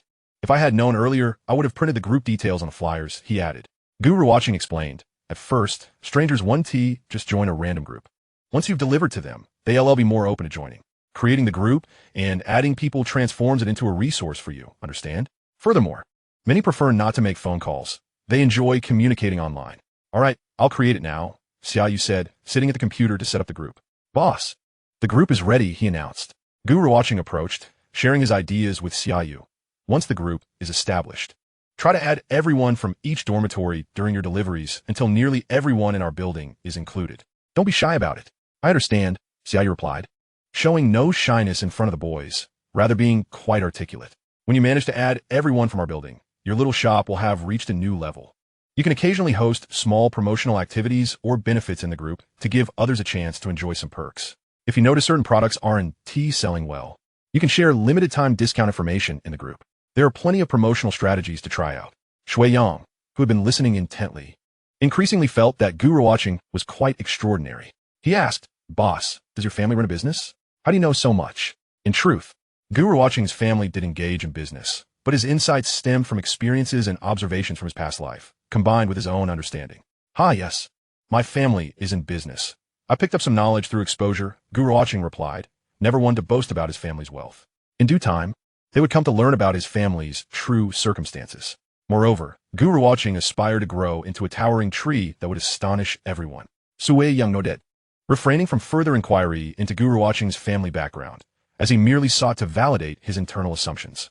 While Gu Ruochen and Xiaoyu conversed, Xiaoyu received another phone call. Another delivery order had come in, and he hurriedly grabbed the items and dashed out. Before lights out, Xiaoyu made 3 trips, selling around 50 yuan worth of goods. With hundreds of flyers distributed, the first day had converted into 3 orders. While the conversion rate was not particularly high, it was still commendable. After lights out, Xiaoyu reported today's earnings, astonished that they had sold over 200 yuan. Gu Ruochen asked, "You didn't forget to have them join the group, did you?" "I didn't forget," Xiaoyu assured him. "I even added all of you, otherwise it would feel awkward with too few people in the group. Tomorrow, you can add all the boys from our class," Shuiyang suggested while lying on his bed. Chun Jiangyang laughed and teased, "From now on, Old C will be the dorm chief of our building. When he sends a few messages in the group, the whole building will surely tremble." They all chuckled.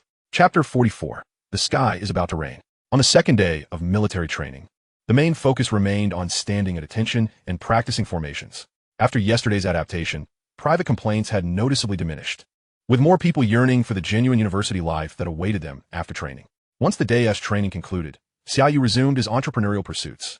Compared to the previous day, business was slightly better, with 6 delivery orders in addition to those coming to room 305. On the second day of the shop's opening, sales surpassed 300 yuan. During their last visit to the wholesale market, the 4 of them acquired goods totaling just over 1,000 yuan, and within 2 days, they had sold half of it. Tomorrow, they would undoubtedly need to restock. Chun Jiangyang inquired of Xiaoyu how much they had earned over the past 2 days. After meticulously reviewing his calculations, Xiaoyu replied, "Including the delivery fees, we've probably made around 60 yuan. Oh, that's quite commendable. If this pace continues, we could accumulate approximately 1,000 yuan by the end of the month," Chun Jiangyang remarked. For freshmen just entering university, earning over 1,000 yuan in a month utilizing spare time is indeed an impressive feat. "Are we restocking tomorrow?" Gu Ruochen asked casually. "Yes. There are not many items left," Xiaoyu responded. "If we don't go, we might run out of stock by tomorrow." "Then we'll accompany you," Gu Ruochen declared. "No need. Boss, I'll call a few suppliers at noon tomorrow to have them prepare the goods. I can pick them up in the evening," Xiaoyu replied, feeling reluctant to trouble his roommates unnecessarily. "How will you transport all those items back?" Xiaoyu replied, "I plan to hire an electric tricycle to assist." "Will the school allow you to bring an electric tricycle in?" See how you hesitated? They should, I believe. Gu Ruochen suggested. Old 4, if any security stops you tomorrow, just say these items are for a class gathering as instructed by the teacher. Chen Jiangyang remarked in admiration. Boss, I must say, you certainly have a knack for clever ideas. Gu Ruochen scolded Chen Jiangyang. If you can't speak wisely, then just remain silent. On the third day of military training, most of the boys in the class had already tanned considerably, especially their arms, which, when rolled up, displayed a stark contrast in color. Yet, some girls seemed impervious to tanning, particularly Gu Ruochen. Gu Ruochen noticed that her exposed arms still shimmered with a fair glow under the sun. It must be due to sunscreen, he surmised. On the fourth day of military training, a rare overcast day spared the students from the scorching sun. After the daytime training concluded, Chen Jiangyang hurriedly approached Gu Ruochen, exclaiming, Boss, today is a fortuitous day. Gu Ruochen looked up at the sky. What good day? If it's going to rain, it's just troubles piling up. Chen Jiangyang's mention of rain jogged Gu Ruochen's memory. How can you ensure she goes to the cafeteria alone?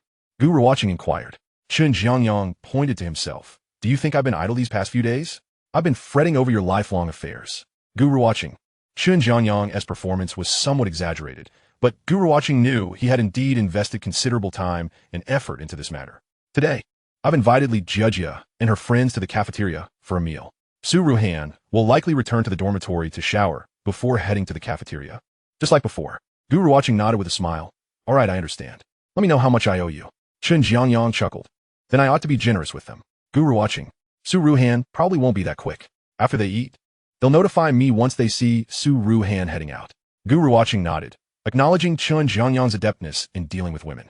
After parting ways, Chen Jiangyang joined Li Jejia and her friends in the cafeteria, while Gu Ruochen returned to the dormitory alone. After showering and drying his hair, Gu Ruochen quietly awaited Chen Jiangyang's message. In the meantime, he opened his computer to check his futures account. Today, the futures price of soybean meal hovered around 4,262 yuan per ton, with his total position now reaching 800 contracts. His floating profit had already surged to over 2 million. The sight of such a vibrant figure brought Gu Ruochen a sense of security, along with a hint of accomplishment. Boss, hurry, we can go now. Chen Jiangyang's voice echoed from the corridor. Gu Ruochen logged out of his account, just as Chen Jiangyang rushed in. You could just send a message. Li Jejia just informed me that Gu Ruochen left without an umbrella. Chen Jiangyang said. You should head out now, and remember to take an umbrella. By the way, do we have one in the dorm? Chen Jiangyang suddenly recalled this crucial detail, looking at Gu Ruochen in bewilderment. Gu Ruochen chuckled, retrieving a new umbrella from the cupboard. This was prepared by Chen Hong. Boss, you had an umbrella ready all along? Chen Jiangyang exclaimed in surprise. My mom prepared it for me. I would have thought to bring one myself. Chen Jiangyang remarked. Boss, you have a wonderful mother. Gu Ruochen smiled slightly.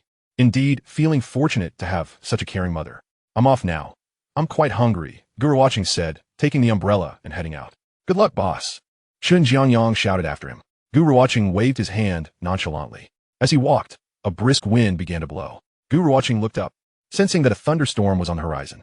Upon arriving at the cafeteria, he glanced around but did not spot Gu Ruochen. Uncertain if something had gone amiss or if she had decided against dining at the East District cafeteria, Gu Ruochen chose to focus on his meal. After getting his food, he sat down to eat while playing on his phone. He had recently begun preparing for future ventures to generate wealth. In about a month, he anticipated that his available capital would range between 8 million and 10 million yuan. With this sum, he intended to pursue even greater endeavors. Suddenly, a rumble of thunder echoed, followed by a downpour of rain. Gu Ruochen looked out the window and smiled slightly. See, the heavens are indeed favorable. However, he was still unsure whether Gu Ruochen had come to the cafeteria. Would he encounter her later? He leisurely finished his meal and exited the cafeteria. Under the eaves of the cafeteria entrance, numerous students without umbrellas waited for the rain to cease. Some had already begun calling friends to bring umbrellas for rescue. Gu Ruochen craned his neck, scanning the area until he spotted a familiar silhouette in a corner. Su Zuheng. It seemed she had indeed come to the cafeteria, perhaps seated in a position that obscured her from his view. Gu Ruochen contemplated whether she should call her roommates to bring an umbrella. She sighed softly, deciding against it. Thunderstorms come swiftly and depart just as quickly, so she opted to wait. Had she known the weather would turn foul, she would have brought an umbrella. She resolved to be more mindful in the future. Just as Gu Ruochen was lost in thought, she heard a male voice beside her. Turning her head, she saw Gu Ruochen smiling at her. She recognized him as Gu Ruochen, recalling that she had glanced back when hearing his name during the first-class meeting. Hello, Gu Ruochen greeted, offering a faint smile. This was the first time Gu Ruochen had seen her smile, In that moment, it felt as if time itself had paused.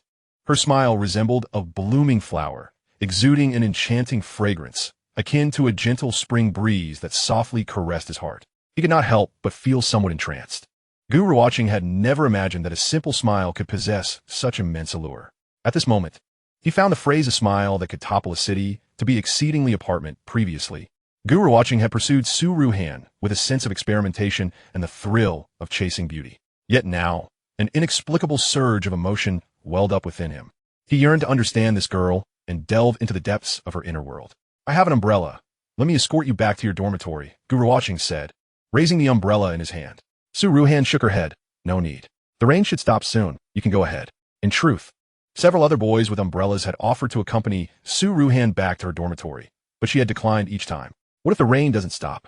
Gu Ruochen, adopting the bold demeanor suggested by Chen Jiangyang, persisted. "We are classmates. Isn't it only right to help each other?" Su Ruochen continued to refuse, saying, "It's all right. Thank you." Gu Ruochen pressed on. "The rain isn't going to stop anytime soon. Are you just going to wait here?" Su Ruochen lowered her head, falling into silence, using her quietude to reject his goodwill. Gu Ruochen was taken aback by the formidable defenses Su Ruochen had erected. Typically, such girls seem to have complex or turbulent family backgrounds. Considering the rarity of this opportunity, Gu Ruochen was unwilling to relent easily. Moreover, he could not bear the thought of Chen Jianyang mocking him for giving up. As the leader of the dormitory, that was a scenario he wished to avoid. "Since you say the rain will stop shortly, why don't I give you my umbrella? You can head back while I wait here for a bit," Gu Ruochen offered, extending the umbrella toward Su Ruochen. Finally, she lifted her gaze to meet his. Gu Ruochen spoke earnestly. "Take it." Su Ruochen did not accept it, but pressed her lips together and said, "Then could you please just walk me to the entrance of the dormitory?" Chapter 45. Change your clothes. Gu Ruochen opened the umbrella, and Su Ruochen stepped beneath its cover. The two ventured into the torrential downpour. A few boys holding umbrellas at the cafeteria entrance watched as Su Ruochen and Gu Ruochen walked away together, their hearts shattered. They had also wanted to approach her and offer to escort her back, but her beauty left them daunted. The sky was overcast, thunder rumbled, and raindrops fell like pearls strung from a broken necklace. The rain pitter-pattered against the surface of the umbrella. Due to the umbrella's modest size and the intensity of the rain, Gu Ruochen endeavored to keep it tilted towards Su Ruochen, leaving one shoulder exposed to the deluge. Neither spoke as they hurried along the campus's concrete path. Upon reaching the entrance of the girls' dormitory, Su Ruochen stepped out from beneath the umbrella and sheltered herself under the eaves. Noticing Gu Ruochen's shoulder was completely drenched, she felt an unexplainable stir within her. "Thank you. No need for thanks. I'll take my leave now," Gu Ruochen replied with a slight smile before turning to depart. "Wait," Su Ruochen called out, prompting Gu Ruochen to turn back. She pointed to her own shoulder and gently advised, "Remember to change your clothes when you get back." Gu Ruochen looked down at his wet clothes and nodded with a smile. Su Ruochen then turned and entered the dormitory, while Gu Ruochen retraced his steps back to dorm 305. As he returned, Chen Jiangyang and the others quickly surrounded him. "Boss, how did it go? Did you run into Su Ruochen?" Gu Ruochen smiled and replied, "Yes, I escorted her back to her dorm." "Wow, impressive. Sharing an umbrella with Su Ruochen? The other boys in our class will surely envy you," Chen Jiangyang exclaimed. "What did you two talk about?" Gu Ruochen shook his head. "We didn't talk about anything. I just walked her back." Chen Jiangyang lamented. "You should have taken the opportunity to say something or do something to pave the way for future encounters." "Like what?" Gu Ruochen queried. Chen Jiangyang continued. "It's my fault for not telling you. You should have let her walk you back, then given the umbrella to Su Ruochen. Next time, she would have to return it, thus creating another chance for a private meeting." Upon hearing Chen Jiangyang's words, Gu Ruochen suddenly recalled the bus card of Yi Qingyin tucked away in his wallet. "Wait, we're talking about Su Ruochen. Why am I thinking of Yi Qingyin? Am I perhaps too generous in my affections?" Although he hadn't spoken much, Su Ruochen had indeed initiated a conversation with him. What did she say? The three leaned in with curiosity. Gu Ruochen pointed to his damp clothing and said, "She reminded me to change my clothes." "Oh." The room erupted in a chorus of howls. Shui Yang remarked, "Boss, it seems Su Ruochen has a good impression of you. The goddess of our college might just become our dormitory's sister-in-law, boosting our reputation." Chen Jiangyang threw an arm around Gu Ruochen's shoulders, saying, "With this, I believe our dormitory's social gathering is practically assured." "What social gathering?" Sui Yang inquired. Chen Jiangyang explained. "It's a social gathering between our dorm 305 and Su Ruohen's dormitory, dining and singing together." Upon hearing this, Xiaoyu exclaimed excitedly, "Is it true, third brother? Why are you so excited?" Xiaoyu asked, scratching his head shyly. I think Wu Yuqi is quite nice. Wu Yuqi was the second most beautiful girl among Gu Ruochen's friends. Chun Jianyang shot Xiaoyu a glance, remarking, "You have high standards. You won't stand a chance with Wu Yuqi, and she is not suitable for you." Xiaoyu's lips pursed in disappointment. "Third brother, why not? I've chatted with them for so many days. Don't I know what kind of people they are?" Sighing, Xiaoyu suddenly lost interest in the social gathering, deciding to focus on building his small business before pursuing romantic endeavors. Old four, you still have plenty of time during these 4 years of university. You will eventually meet a girl who you like, and who likes you in return, Shui Yang offered in consolation. "Forget it. I'll just focus on getting my small shop up and running first," Xiaoyu replied. Chun Jianyang added, "Having that mindset is good. Who says one must establish a family before a career? Old four, you're more suited to establish a career first." Xiaoyu looked at Chun Jianyang with eyes full of hope. "Third brother, are you not going to help me find a girlfriend?" Chun Jianyang chuckled awkwardly. "How could I not? Once you have a little success, won't it be easier for me to help you find someone? But then they won't be interested in me." Xiaoyu lamented. Gu Ruochen, Chun Jianyang, and Shui Yang exchanged glances, surprised by Xiaoyu's yearning for such pure love. Nevertheless, every man aspires to such affection, yet must often yield to reality. Not all women will choose love purely. Many prefer love accompanied by a degree of material comfort. "Old four, I understand you," Chun Jianyang said, patting Xiaoyu's shoulder. "Do you prefer beautiful women or ugly ones?" Xiaoyu pondered before responding. "They shouldn't be too beautiful, but they can't be too ugly either." "Well, that's reasonable," Chun Jianyang replied. "You have your requirements. It's only natural for girls to have some standards too. You must possess at least a few appealing qualities to attract others." Xiaoyu nodded, somewhat bewildered. Gu Ruochen listened intently, contemplating that while one could critique materialistic women, it was unjust to condemn them as right or wrong. It was no wonder Chun Jianyang could be so nonchalant in front of women. Chun Jianyang persuaded Xiaoyu to turn to Gu Ruochen and said, "Boss, how about organizing a social event with their dormitory after the military training?" "That sounds good. Just notify me in advance about the timing," Gu Ruochen replied. Chun Jianyang made an okay gesture. "By the way, make sure to choose a decent restaurant. I'll treat." Gu Ruochen added. Chun Jianyang was taken aback and responded, "It doesn't need to be too fancy. We're all students, after all.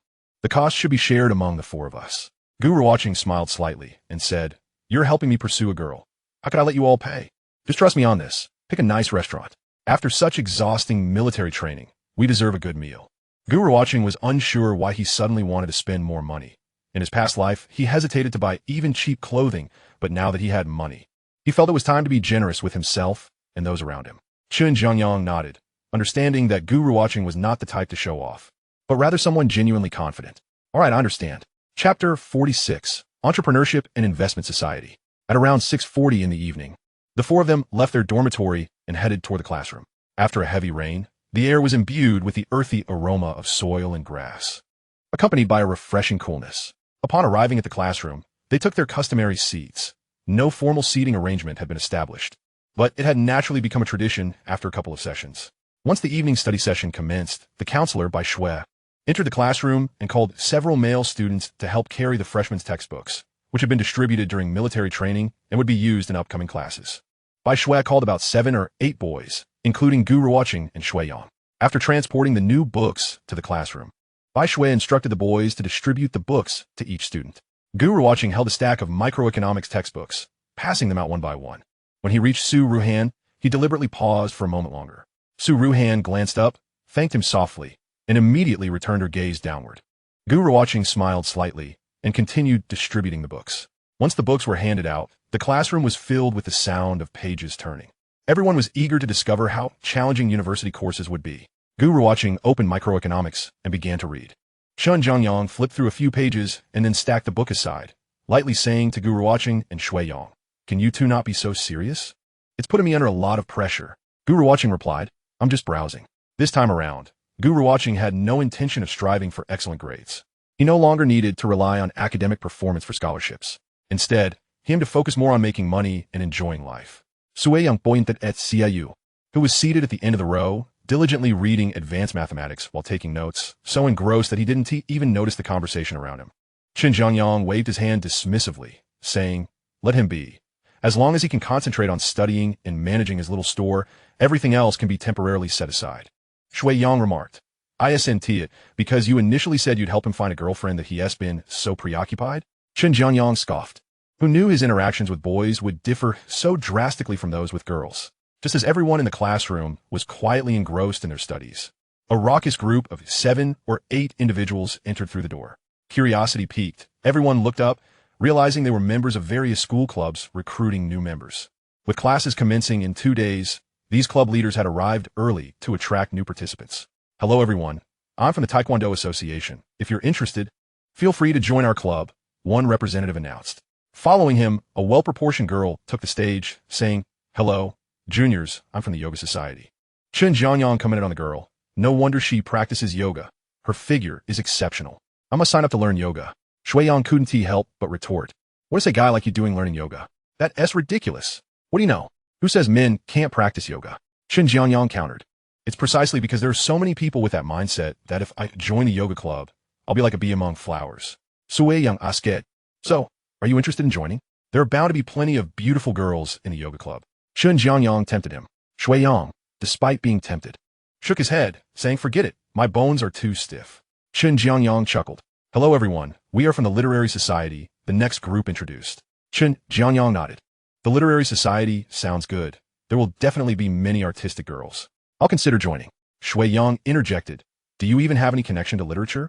Chen Jiangyang replied. As long as I can flirt with literature, that's all that matters.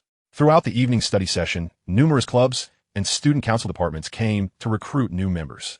Chen Jiangyang actively collected several registration forms, while Shuiyang and Xiaoyu also took a few. Gu Ruochen, however, did not obtain a single one. Boss, aren't you interested in any of these clubs? Chen Jiangyang asked curiously. Gu Ruochen shook his head, saying, none of them pique my interest. With so many options like basketball, soccer, photography, and music, there's nothing that catches your eye? Nope. Then what kind of club would you want to join? Gu Ruochen smiled slightly and said if there were a money-making club, I would definitely join. Although he was now a wealthy second-generation heir, with his family already well off. Gu Ruochen still wished to earn money on his own, so he wouldn't have to constantly ask his parents for financial support. Chen Jiangyang responded, there is definitely no such club at Donghai University. How about you start one? I'll be the first to join. Upon hearing Chen Jiangyang's words, Gu Ruochen had a sudden inspiration. He believed that he could establish an entrepreneurship and investment society at the university. As a key national university, Donghai University had a wealth of talent. If students had promising entrepreneurial ideas or were in need of funding, they could seek investment from this society. This initiative would not only ignite the entrepreneurial spirit among Donghai University students, but also allow Gu Ruochen to accumulate valuable human resources ahead of time. It's important to note that those who could start their own businesses in college typically possessed exceptional capabilities. However, it seemed that Donghai University already had an entrepreneurs association, and Gu Ruochen wondered if his society would conflict with theirs. He decided to look into it later, as he was well aware of the trends of the next decade. Investing in promising projects during their initial phases would yield the highest returns. All right, I'll establish one and appoint you to a position, Gu Ruochen joked. Sound good. If you really set it up, I'll recruit a few pretty junior sisters next year, Chen Jiangyang replied. Gu Ruochen thought to himself. This guy talks about women in 7 out of 10 sentences, yet he doesn't find it inappropriate.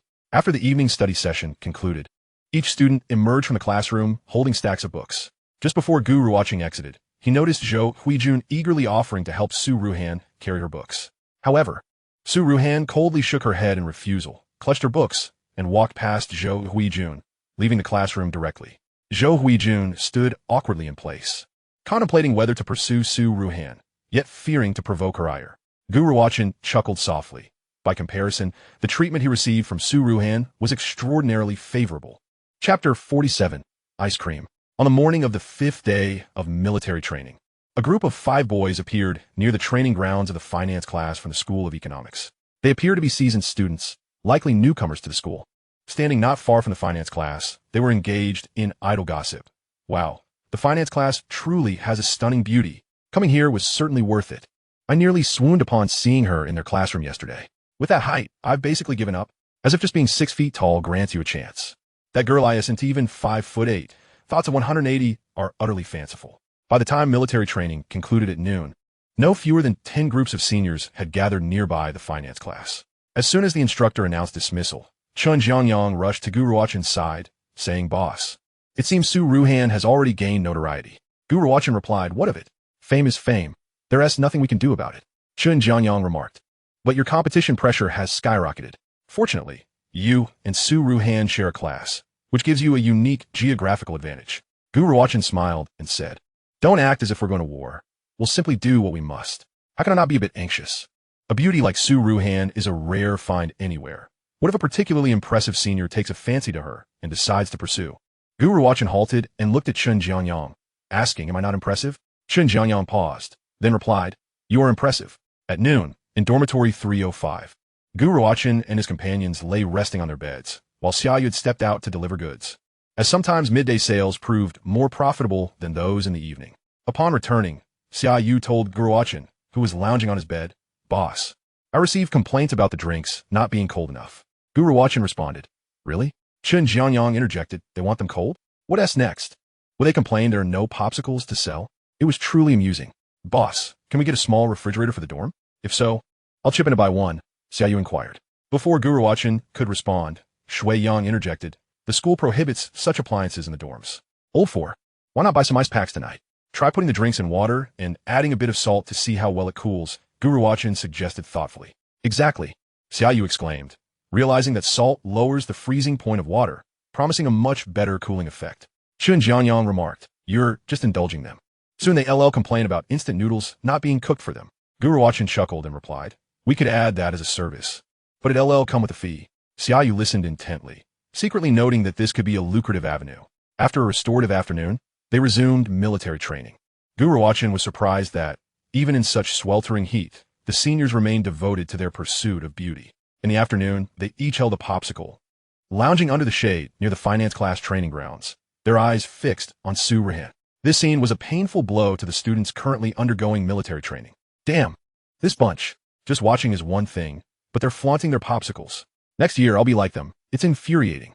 I want to smack them with a shoehorn." "Silence. No murmuring," the instructor called out, striding over to the boys watching the spectacle, commanding, "Do not disturb our training.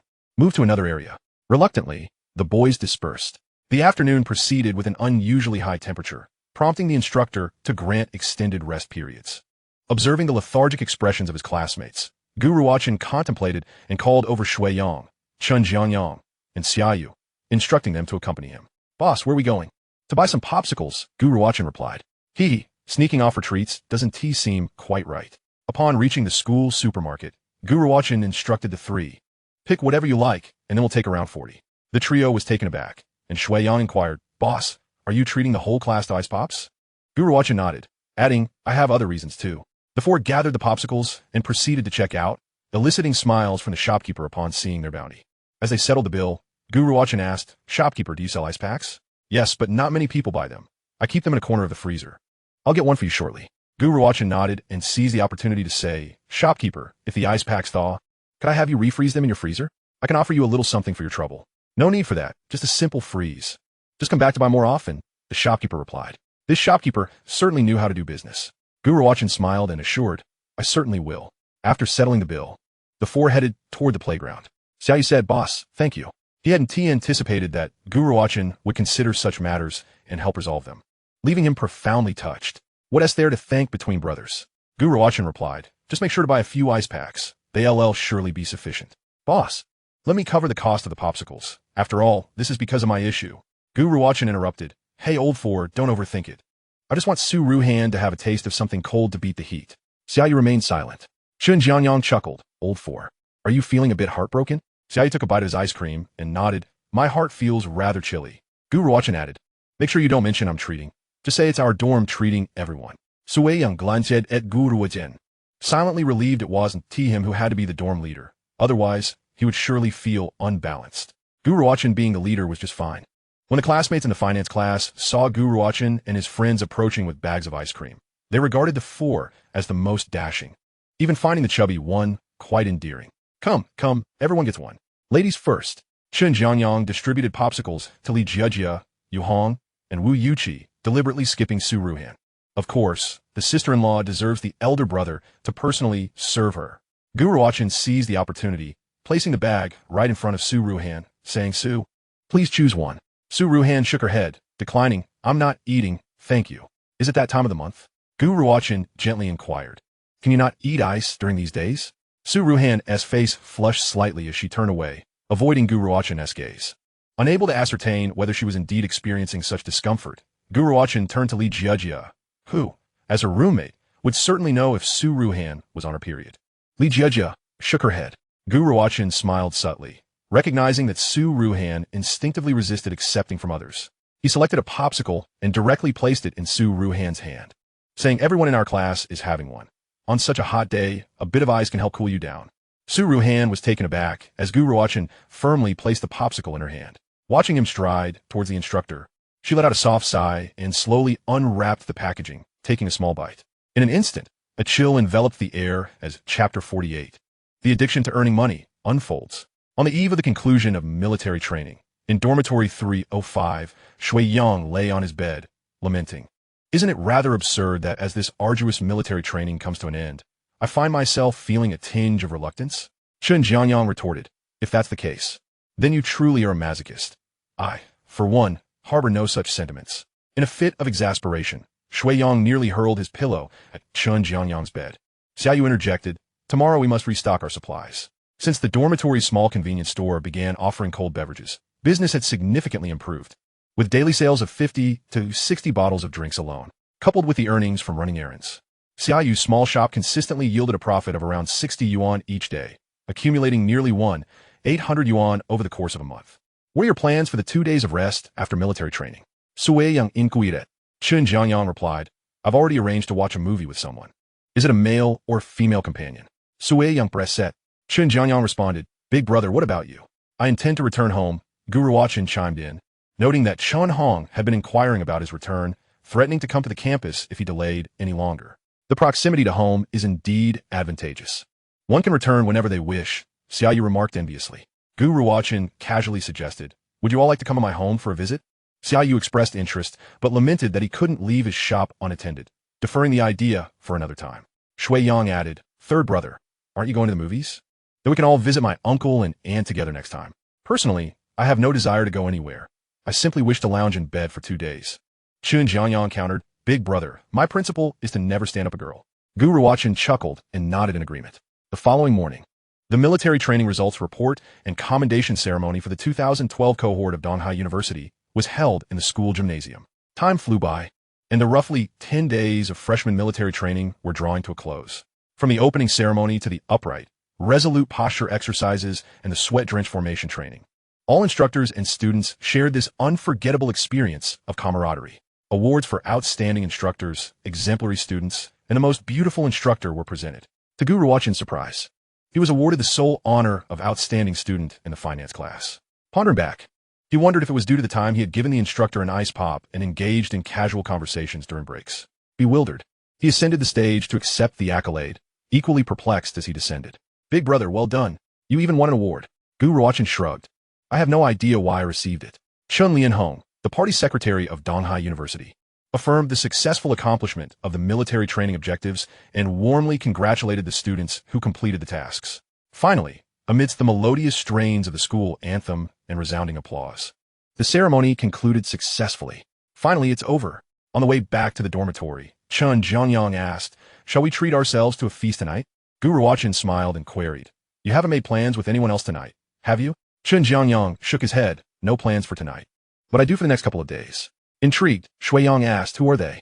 Chen Jianyang readily divulged. One of them is Li Jiejia, and another is a fellow townsman. Wow, you're going out with Li Jiejia? Chen Jianyang replied, for big brother's sake. I must sacrifice a bit of my charm to foster a closer bond.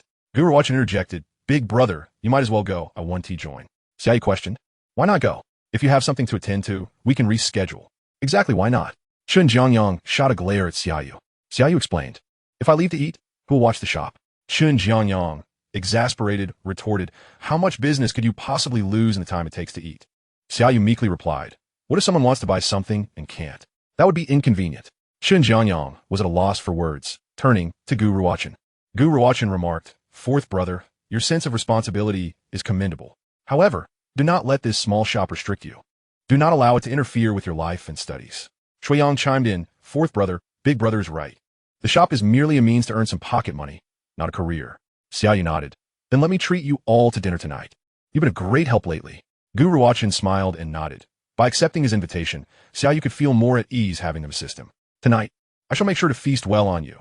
After days of military training by day and running errands by night, I'm exhausted, Chen Jianyang remarked. playfully encircling Xiaoyu's neck. Third brother, order whatever you desire.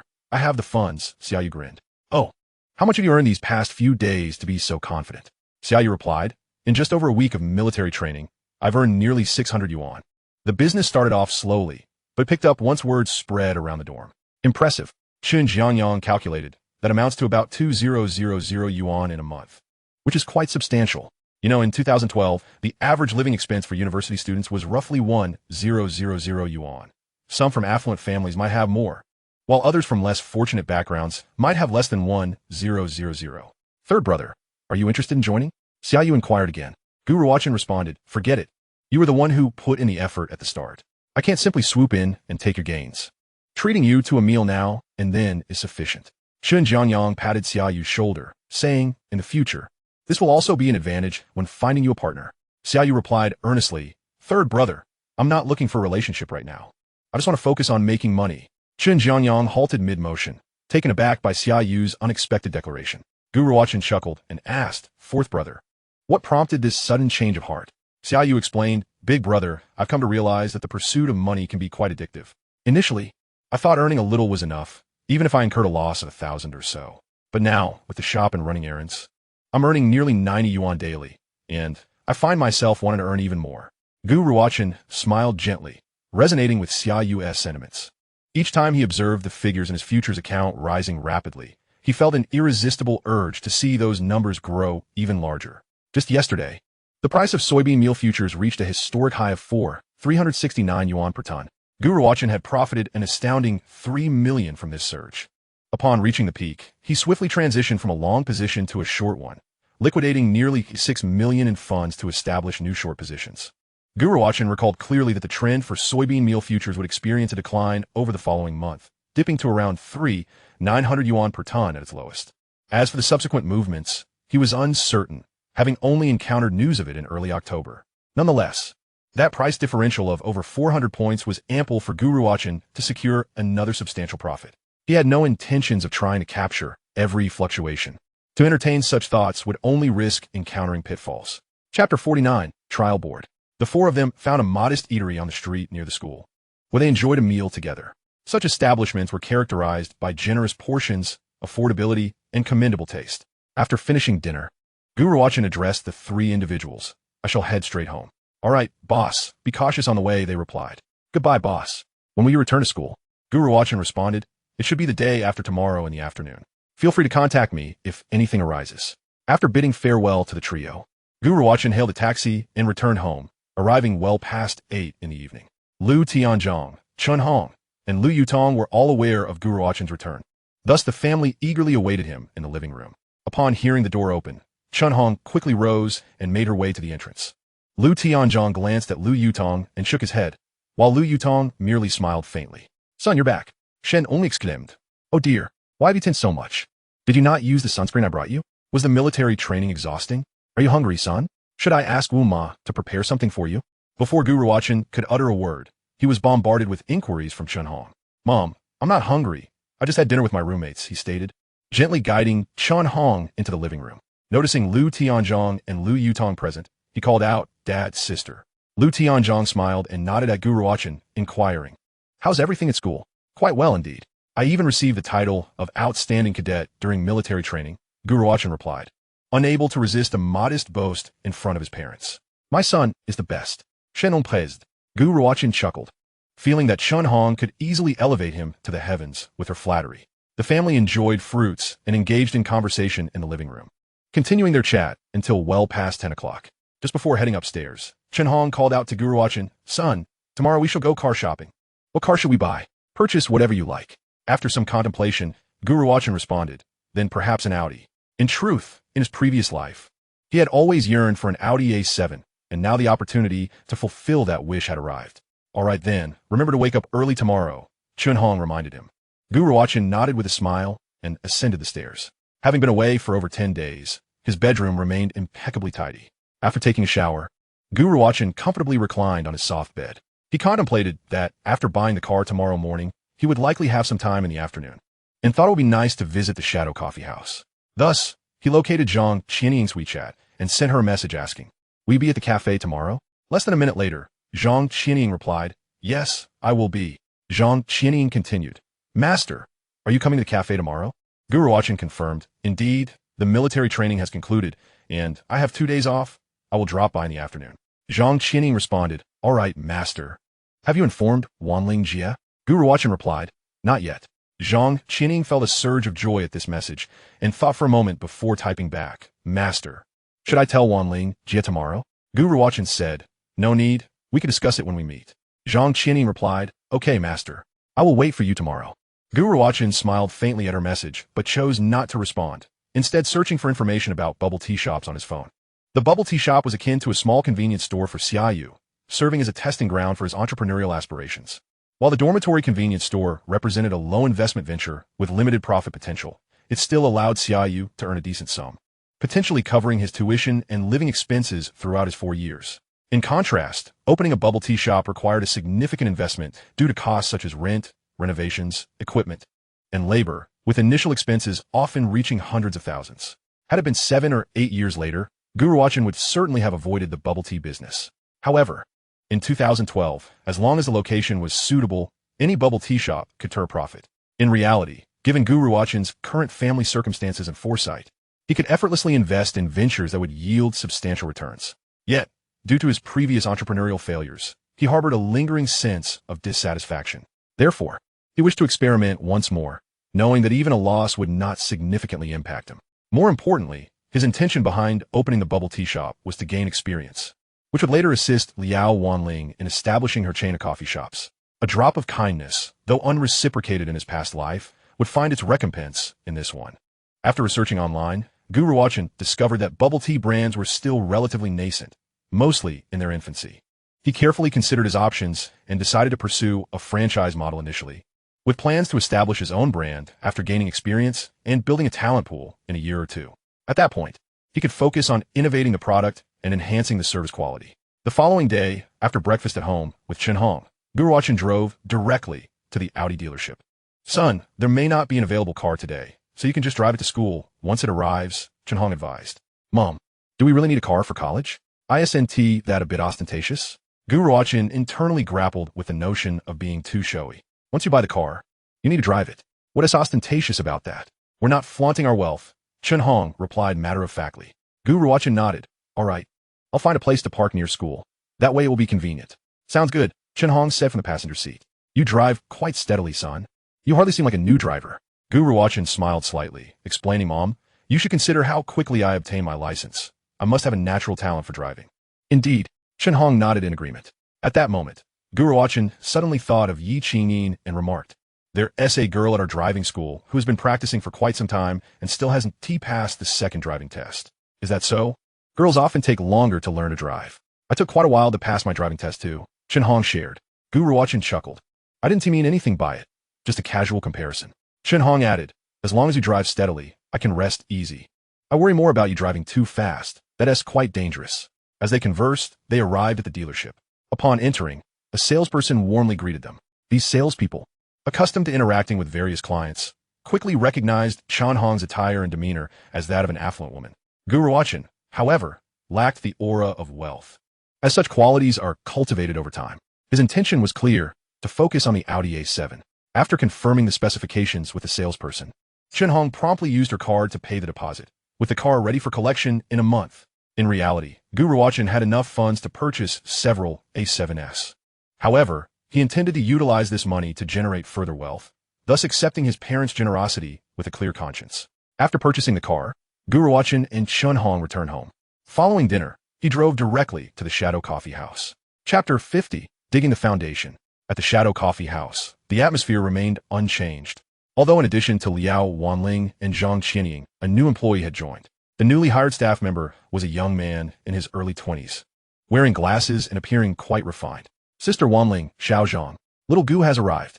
Liao Wanling glanced at Gu Ruochen and said, I'm quite busy right now.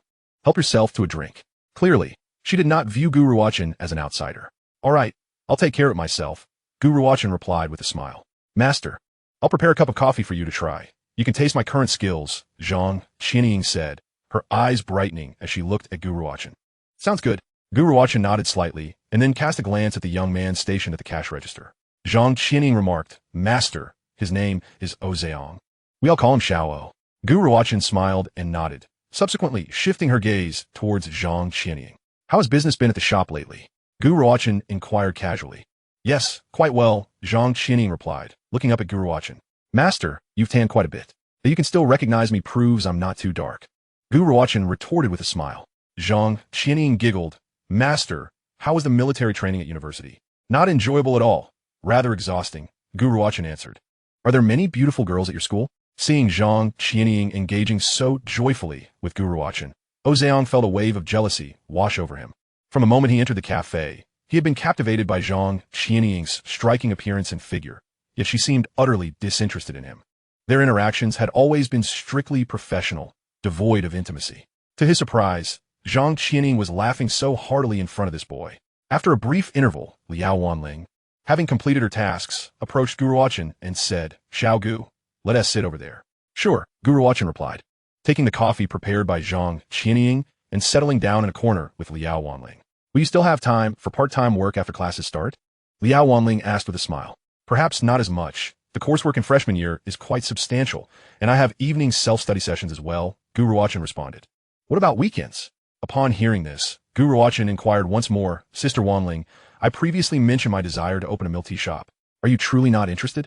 Liao Wanling shook her head with a smile. All right then. Gu Ruochen sighed softly, feeling a tinge of disappointment. She could only wait for a later opportunity. Sister Wanling. Gu Ruochen looked in Zhang Qianying's direction and asked, since Xiao Zhang knows about my plans to open a milk tea shop, would you blame me for poaching her? Liao Wanling laughed lightly. Of course I would. How can I not be upset if you took away an employee I worked so hard to train? Gu Ruochen chuckled bitterly. Then I'll find someone else. I certainly don't want to upset you, Sister Wanling. Liao Wanling covered her mouth with a smile. I was just joking. If she wishes to join, that's her choice. Just let me know in advance. Hiring someone here is quite simple. Thank you for your support, Sister Wanling. Gu Ruochen said sincerely. Liao Wanling shook her head. Xiao Gu, I believe you should prioritize your studies. Business ventures can wait until after graduation. Gu Ruochen smiled slightly, understanding that Liao Wanling had his best interests at heart. However, he was acutely aware that these years marked a period of rapid development in the mobile internet and many other industries. Missing this opportunity would mean losing out on significant wealth. Sister Wanling, I'm aware of that. I'm simply considering having a reliable person to manage the milk tea shop, as I want to have the energy to oversee it myself. Otherwise, I wouldn't contemplate poaching. Liao Wanling waved her hand dismissively. What poaching? To be honest, I owe you for the numerous operational suggestions you provided for my coffee shop. They have worked quite effectively. Gu Ruochen smiled, Sister Wanling. Once my milk tea shop is a success, I'll help you expand and strengthen the Ruing Cafe. Liao Wanling smiled knowingly. All right, I'll be waiting. She did not take it seriously, thinking Gu Ruochen was simply overly ambitious and confident. If you encounter any issues when opening your shop, feel free to ask me. I do have some experience in this area. Gu Ruochen nodded. While he had experience, he recognized that his knowledge from several years ago might not align with the current market. With Zhang Qianying and a newly arrived Ozeong occupied at the coffee shop, the two sat and chatted for over half an hour. After this interval, Gu Ruochen bid farewell to Liao Wanling and Zhang Qianying before leaving the Ruing Cafe. As for Ozeong, he chose to ignore him, sensing a natural animosity emanating from the young man. Upon reflection, he surmised that Ozeong likely harbored feelings for Zhang Qianying. Zhang Qianying only withdrew her gaze after Gu Ruochen was no longer in sight, feeling a sense of reluctance. It had been a while since they last met, and she noticed that Gu Ruochen seemed to have matured considerably, even appearing more charming. Qianying, who is he? Ozeong immediately leaned closer to Zhang Qianying after Gu Ruochen departed. Zhang Qianying rolled her eyes in exasperation. She disliked Ozeong addressing her in such a familiar manner. They were merely colleagues. Why must he act so intimately? Couldn't he just call her Xiao Zhang? He is my master, previously working part-time at the shop. Master? Ozeong inquired. Where does he work now? With a hint of pride in her tone, Zhang Qianying replied, my master is currently studying at Donghai University. Ozeong felt an unsettling imbalance within himself upon hearing this, dismissively stating, there are plenty of college students nowadays. Some from my village graduate yet still struggle to find good jobs, ultimately ending up in factories. Donghai University is a prestigious institution, Zhang Qianying asserted, her voice rising. She would not allow Ozeong to belittle her esteemed Gu Ruochen. You're probably referring to some insignificant colleges. Seeing Zhang Qianying react so strongly, Ozeong felt a pang of jealousy. In any case, I believe attending university is pointless. It's better to start working early and seize opportunities. 4 years of university, could simply be a waste of time and money. Zhang Qianying let out a disdainful snort and turned back to her work. She had never held a favorable view of Zhang, and his disparaging remarks about Gu Ruochen only solidified her negative impression of him. "Hey, Qianying," Zhang called out. But Zhang Qianying abruptly turned around, saying, "Zhang, don't call me that anymore. My surname is Zhang." Zhang was momentarily taken aback, not expecting such a strong reaction from her. Had he known, he would have refrained from making such comments in her presence. Liao Wanling glanced at the two young individuals with a slight frown, uncertain of what had transpired between them. Considering that Zhang Qianying might soon leave, she chose not to intervene. My apologies. Zhang repeatedly apologized, secretly vowing to earn a substantial amount of money to gain her respect. Chapter 51. Our Company.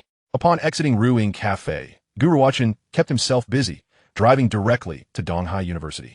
His plan was to find a suitable storefront near the campus, and, after deciding on a brand of franchise, entrust the subsequent tasks to Zhang Qianying.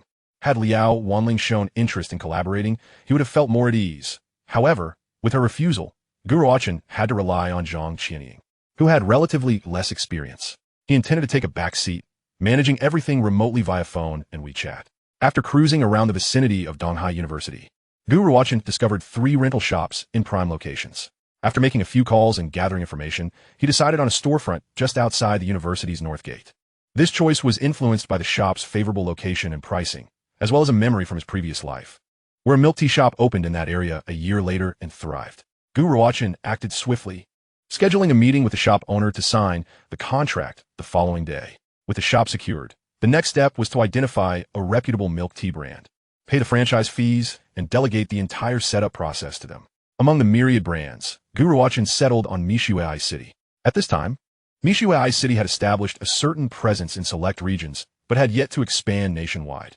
The reason for selecting this brand is that the establishment primarily caters to a student demographic, thus offering an exceptional cost-performance ratio. Moreover, Gu Ruochen noticed the absence of this brand's milk tea shop near Donghai University, thereby eliminating any potential competition from the same brand. After completing his errands, Gu Ruochen returned home directly. That evening, Lu Tianzhong declined all social engagements to have dinner at home, while Lu Yutong also refrained from working overtime. The family of 4 gathered for a reunion dinner. "Have we finalized the car purchase today?" Lu Tianzhong casually inquired. "Yes, I acquire an A7. Just shy of 1 million after taxes," Chen Hong replied. Lu Tianzhong nodded, content with Gu Ruochen's modesty, appreciating that he did not indulge in ostentatious supercars like the sons of some of his friends. It wasn't that such choices were wrong. Rather, he simply disdained such behavior. "Father, does your company have any dealings related to beverage products?" Gu Ruochen asked. "No, not all." "Why do you ask?" Gu Ruochen chuckled and shook his head. "Oh, it's nothing, just a casual inquiry." Chen Hong corrected him. "Son, why do you refer to your company?" "You should say our company." "All right, I'll be mindful of that next time." Gu Ruochen replied with a wry smile, realizing that such habits would take time to adjust. "Xiaoqing, you're getting along well with your roommates, right?" Lu Yutong, the caring elder sister, asked. "Yes, indeed. I'm the leader of our dormitory." Gu Ruochen exclaimed with a smile. "Son, aren't your roommates all from out of town?" "Yes. One from Zhejiang province, one from Hunan, and another from Guangdong," Gu Ruochen confirmed. Chen Hong suggested, "We should invite your roommates over for dinner sometime. It's important to foster good relationships with classmates, especially roommates." Gu Ruochen nodded. "Sure, I'll ask them and find a time for them to come over." Upon returning to his bedroom upstairs, Gu Ruochen showered and sat at his computer. He searched online for the franchise contact number and requirements for Mishuai City, jotting down the phone number. After checking the time, he took out his phone and called Zhang Qianying. "Hello, master." Zhang Qianying did not expect Gu Ruochen to reach out so soon after their earlier meeting at the coffee shop. "Have you arrived home?" Gu Ruochen inquired with a smile. "Yes, I just got home a moment ago," Zhang Qianying replied. Gu Ruochen asked directly, "Xiao Zhang, as I mentioned before, I'm interested in opening a milk tea shop. I would like to confirm if you are interested in working with me." "Of course. I've already communicated with Wanling Jia, so you need not worry." Zhang Qianying replied without hesitation. "Master, I am very willing to assist you." "Great. However, the milk tea shop will take some time. Renovations and various procedures will take at least another month. When do you have a day off? You could come to Donghai University, and I can show you around the campus and the location of the milk tea shop."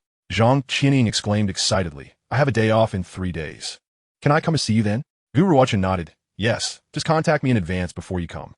"Okay, master." After a brief chat, Gu Ruochen ended the call. He decided to discuss specific matters in person when Zhang Qianying visited, as it was too complicated to convey everything over the phone. The following day, After having lunch at home, Chun Hong personally drove Gu Ruochen to school. After Chun Hong departed, Gu Ruochen carried 2 large bags of food and drinks into the school, provisions prepared by Chun Hong for him to share with his roommates. Upon returning to the dormitory, Gu Ruochen noticed Shui Yang and Xia Yu engrossed in their studies, while Qin Jiangyang was likely out on a date with some girl. "Hey, you two, I brought some snacks from home. Feel free to help yourselves," Gu Ruochen announced. Placing the items on the table, the two approached and selected their preferred items. "Having a local roommate is great," Xia Yu exclaimed with a mouthful of food. "These treats were specifically prepared by my mom for everyone to enjoy.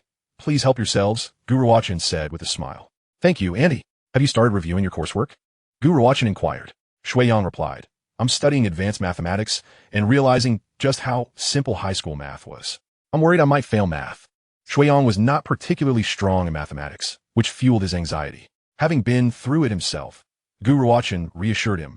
High school math is straightforward, but challenging in terms of exams, while university math, though more complex, tends to have less difficult tests. "How do you know that?" Xia Yu asked curiously. "How do I know?" "Because I've experienced it," Gu Ruochen thought to himself, then replied with a smile, "I heard it from others." As the trio chatted, Xia Yu was called away to attend to his business, quickly rushing off to deliver goods. Gu Ruochen glanced at the time. It was nearly time to meet the shop owner to sign the contract. He informed Shui Yang and made his way to the north gate. This shop owner was not using an agent, thus avoiding any agency fees. Gu Ruochen was straightforward in negotiations, slightly haggling before directly signing a 5-year lease with an option to renew. The rent was to be paid biannually, and the deposit was agreed upon at 10,000 yuan. After signing the contract, Gu Ruochen promptly transferred the payment to the landlord and successfully obtained the keys to the shop. With the shop secured, the next step would be handling the franchise matters, which would be straightforward as long as the funds were available. Chapter 52, A Moment of Eye Contact. That evening, in dorm 305, all 4 were sprawled on their beds, engrossed in their phones. Tomorrow marked the first official day of university classes, and, aside from Gu Ruochen, the other 3 were somewhat eager for their inaugural lessons. Why are there so many classes every day? 8 full classes tomorrow. How is this different from high school? Qin Jiangyang grumbled, having expected university to be a breeze with only 2 classes a day. However, upon seeing the course schedule, his hopes were dashed. Most days featured over 4 classes, with 2 days packed to the brim. Shui Yang remarked, "It's normal for freshman courses to be plentiful.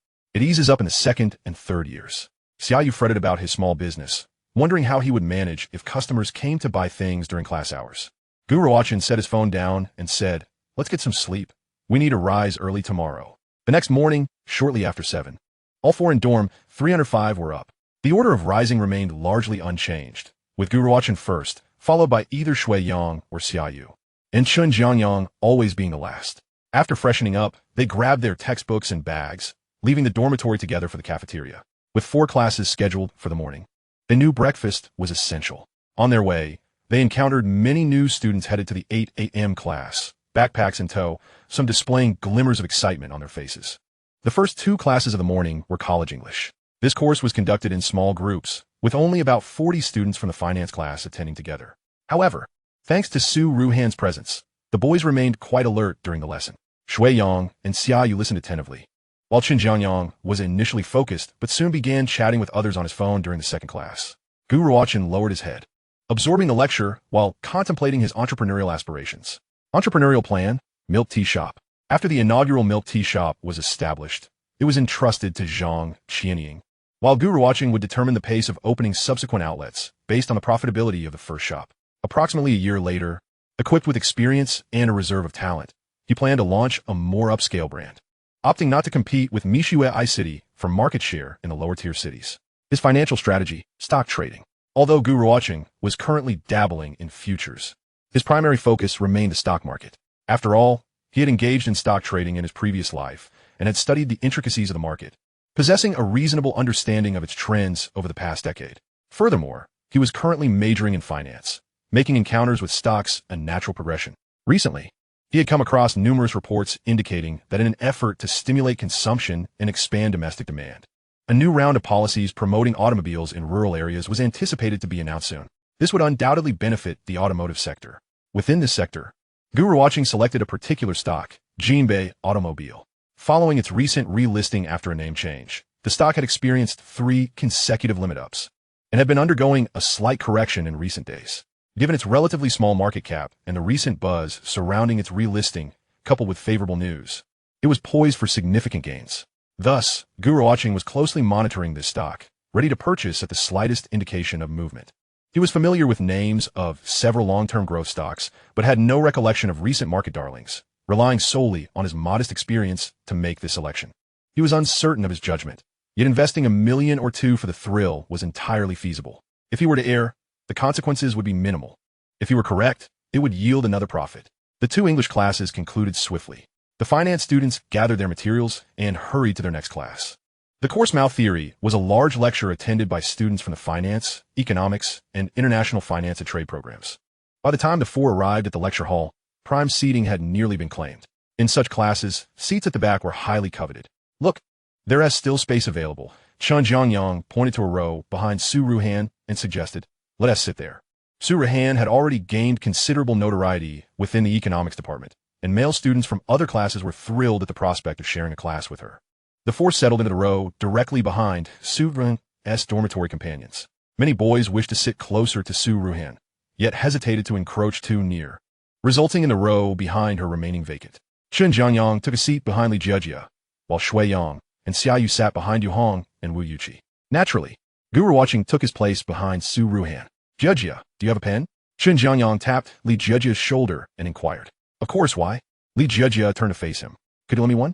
Mine has run dry, and I can't write, Chen Jiangyang replied. Sure, Li Jejia responded readily. Handing him a pen. Does your pen have plenty of ink? Chen Jiangyang asked upon receiving it. Absolutely, she assured. That's great, Gu Ruochen. Overhearing their exchange, found it somewhat peculiar and harbored serious doubts about Chen Jiangyang's intentions. Having spent considerable time watching videos and reading various comments in his previous life, he recognized the innuendos and puns in Chen Jiangyang's words, understanding they were far from innocent. Shui Yang and Xiaoyu, however, were less perceptive. Xiaoyu even chimed in. Third brother, I have a pen with plenty of ink. You could ask me for it. Chen Jiangyang retorted, get lost. Gu Ruochen nudged Chen Jiangyang's elbow gently and remarked, don't tell me you're not being lewd. Chen Jiangyang chuckled, big brother, I didn't realize you were so astute. Gu Ruochen rolled his eyes, thinking to himself that his experiences far surpassed Chen Jiangyang's understanding in this regard. Before long, a middle-aged woman with short hair entered the classroom. As the bell rang, she addressed the class with a microphone. Hello everyone, my name is Zhang Kaiyun, and I will be teaching you Mao Theory this semester. Zhang Kaiyun proceeded to lecture from the podium, while most students below listened attentively, though a few discreetly played on their phones. Noticing the teacher's indifference, some students became bolder in their distractions. Gu Ruochen, seated behind Su Ruochen, twirled his pen while listening to the lecture, occasionally glancing at Zhang Kaiyun and briefly admiring Su Ruohen's exquisite swan-like neck. The 2 classes passed swiftly, and, as the dismissal bell rang, Zhang Kaiyun remarked, see you next class. Before leaving promptly, students began to rise, preparing to depart the classroom for the cafeteria to satiate their hunger. As Gu Ruochen and his companion stood, Su Ruochen rose as well. When she turned to leave, her head momentarily inclined toward Gu Ruochen's direction. Su Ruochen remained within Gu Ruochen's line of sight, and their gazes met in the air. Tick-tock. Their eyes locked for a fleeting second before both turned away, pretending as if nothing had transpired. Chapter 53. Su Ruochen aspires to be class monitor. At Donghai University, East District Cafeteria. Old 4. You certainly have an insatiable appetite. Chen Jiangyang remarked enviously as he observed Xiaoyu stuffing her mouth with food. Third brother, didn't you feel hungry after a morning of classes? I suppose people have different digestive systems, Chen Jiangyang replied, then turned to Gu Ruochen. Big brother, why didn't you speak to Su Ruochen during Mao Theory class? What would I say? Just chat casually about what you did during the break or what you enjoy doing. Gu Ruochen shook his head. I've interacted with her for only a brief period. She wouldn't engage in such small talk with me. If I forced a conversation, it would likely backfire. Chen Jiangyang was skeptical. Is that for real? Of course. I'm not foolish. Besides, I'm not really familiar with her at this point. All right. Then perhaps you can talk during the dormitory social event. Shui Yang inquired. Third brother, have you finalized the arrangements for this dormitory gathering? Nearly done. I guarantee it will be completed this month. Chen Jiangyang asserted confidently. After their meal, the 4 returned to the dormitory to rest, as they had 4 more classes in the afternoon and needed to recharge. Xiaoyu's small shop occasionally saw business during the midday hours. To minimize disturbances to her roommate's rest, she had even placed a warning sign on the door. After completing the 4 afternoon classes, the first day of university concluded. One course even assigned homework. Despite a full day of classes, Gu Ruochen felt quite fulfilled. In the evening, the four of them dined together in the cafeteria, and after a brief rest in the dormitory, they headed to the classroom for evening self-study. Evening study sessions in university relied heavily on student self-discipline, with no teachers present to supervise. The study atmosphere in the finance class was commendable, with most students engaged in reading, occasionally pulling out their phones to respond to messages. About 10 minutes into the evening study, the finance class tutor, Bai Shui, entered the classroom. Upon hearing the sound of her high heels clicking on the floor, the students looked up at her.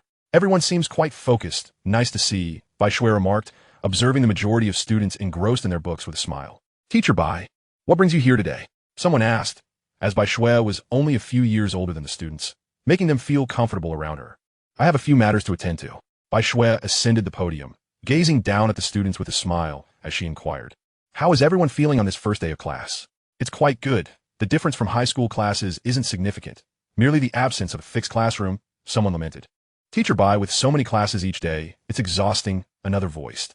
"Indeed, I hope next semester 1TB is burdensome," came the response. Once the complaint subsided, Bai Shui smiled and remarked, "In truth, the course load in university is not overly heavy. You will adapt in due time. Today, we have an important task to undertake regarding the selection of class committee members. Teacher Liu is unable to attend and has entrusted me with this responsibility. In university, most class matters are typically managed by the counselor, with the homeroom teacher seldom making an appearance. Having spent the past 10 days in military training together, the students had developed a certain understanding of one another. Thus, we shall determine the class leaders through a democratic election today." Gu Ruochen showed little interest, merely sitting quietly and listening to Bai Shui's speech. Xiaoyu was preoccupied with his small business and, due to his personality, would not run for class committee. Chen Jiangyang, with his carefree spirit, was equally disinclined to be tethered by such trivial responsibilities. Among the residents of Dorm 305, only Shui Yang displayed notable enthusiasm. "Let us commence by electing the class monitor," Bai Shui announced, observing the youthful faces of her students. Anyone wishing to run for class monitor may step forward and share their thoughts. No sooner had she spoken than Zhou Huijun confidently strode onto the stage. "Esteemed teacher, dear classmates, greetings. I am Zhou Huijun, and it is an honor to stand here campaigning for the position of class monitor for the finance class. Having served as class monitor in high school, I understand the significant responsibilities that come with this role. Should I be elected, I will lead by example, diligently fulfilling my duties to foster a harmonious, positive, and progressive learning environment for all. I hope for your support and a vote in my favor. Thank you." Upon hearing this, Gu Ruochen chuckled softly to Chen Jiangyang beside him. This fellow must have Googled his speech in advance. "I wager that 90% of it can be found online." Indeed, Chen Jiangyang, who harbored a natural aversion to Zhou Huijun, thought to himself, "No way. I cannot allow him to become class monitor. Anyone else would suffice." As soon as Zhou Huijun stepped down, Chen Jiangyang, like a warrior, ascended the podium. "What the heck? The third one wants to be class monitor?" Suiyang exclaimed in surprise. Gu Ruochen explained with a smile. "He's primarily here to prevent a certain someone from winning the position." Shuiyang's mouth fell open, his gaze fixed on Chen Jiangyang in anticipation of an explanation. "Hello everyone, I am Chen Jiangyang." His speech was clearly unscripted, reflecting his impromptu nature. "I have no prior experience as a class monitor, but I understand that the role requires one to consider all classmates and maintain utmost fairness. If I become class monitor, I welcome your constructive criticism if I falter. I will accept it with humility. Thank you all." As Chen Jiangyang concluded, Gu Ruochen led the applause, establishing a lively atmosphere. The female students in the class joined in, and Chen Jiangyang's applause was evidently more fervent than Zhou Huijun's. Zhou Huijun turned with dissatisfaction to glance at Chen Jiangyang, who returned the look with an air of triumph. "Boss, how was my campaign speech? Did it resonate with you?" Chen Jiangyang asked as he returned to his seat, brimming with self-satisfaction. Gu Ruochen chuckled. "If you actually become class monitor, let us see how you handle it. If I become one, so be it. I find the prospect of being class monitor rather amusing," Chen Jiangyang replied cheerfully. After Chen Jiangyang, another girl approached the podium to campaign for class monitor. Her name was Yang Yin, and she was not particularly prominent in the class, so her chances seemed slim. After Yang, Yin stepped down, Bai Shui cheerfully asked, "Is there anyone else wishing to run for class monitor? If not, we shall commence the voting." Just as Bai Shui was about to announce the start of the voting, the sound of a chair scraping against the floor interrupted the moment. Su Ruhan suddenly stood up and calmly walked towards the podium. Everyone was taken aback. Su Ruhan was aspiring to be class monitor, Wow, is this the case where the main character makes a late entrance? If she had been the first to step up, I doubt anyone would have contested her for the position, Chun Jiangyang muttered in disbelief. Gu Ruochen also found it perplexing. Unable to fathom why Su Ruochen would wish to take on such a role, given her somewhat aloof demeanor, which seemed ill-suited for the position of class monitor. Upon reaching the podium, Su Ruochen offered a slight bow before slowly speaking. Hello everyone. Chapter 54. Ordinary friendships before the evening study session concluded. Bai Shui successfully selected the various class committee members for the finance class and also requested each dormitory to elect a dorm leader and report back to her. The responsibility of leading dorm 305 was entrusted to Xiaoyu. Ultimately, the position of class monitor was claimed by Su Ruochen, with no room for doubt. Out of a total of 44 votes, Su Ruochen received an overwhelming majority of 32 votes. Shui Yang was appointed as the class study representative. As Gu Ruochen and his three companions made their way back to the dormitory, Chun Jiangyang remained puzzled, asking, "Do you know why Su Ruochen wanted to be class monitor?" Both Gu Ruochen and Shui Yang shook their heads. Xiaoyu suggested, "Third brother, you might as well ask Li Jejia and her friends. They certainly know more than we do." Chun Jiangyang slapped his forehead, right? How could I have overlooked that? Fourth, your brain seems to be functioning quite swiftly these days. Xiaoyu chuckled. I suppose it's because I've been busy with calculations lately. Have you made any mistakes? Chun Jiangyang inquired. None that I know of. Considering it only involves basic arithmetic, Xiaoyu replied. The four of them continued their conversation as they returned to the dormitory. Upon arrival, Xiaoyu immediately busied himself with his small business, with about 2 hours remaining before lights out.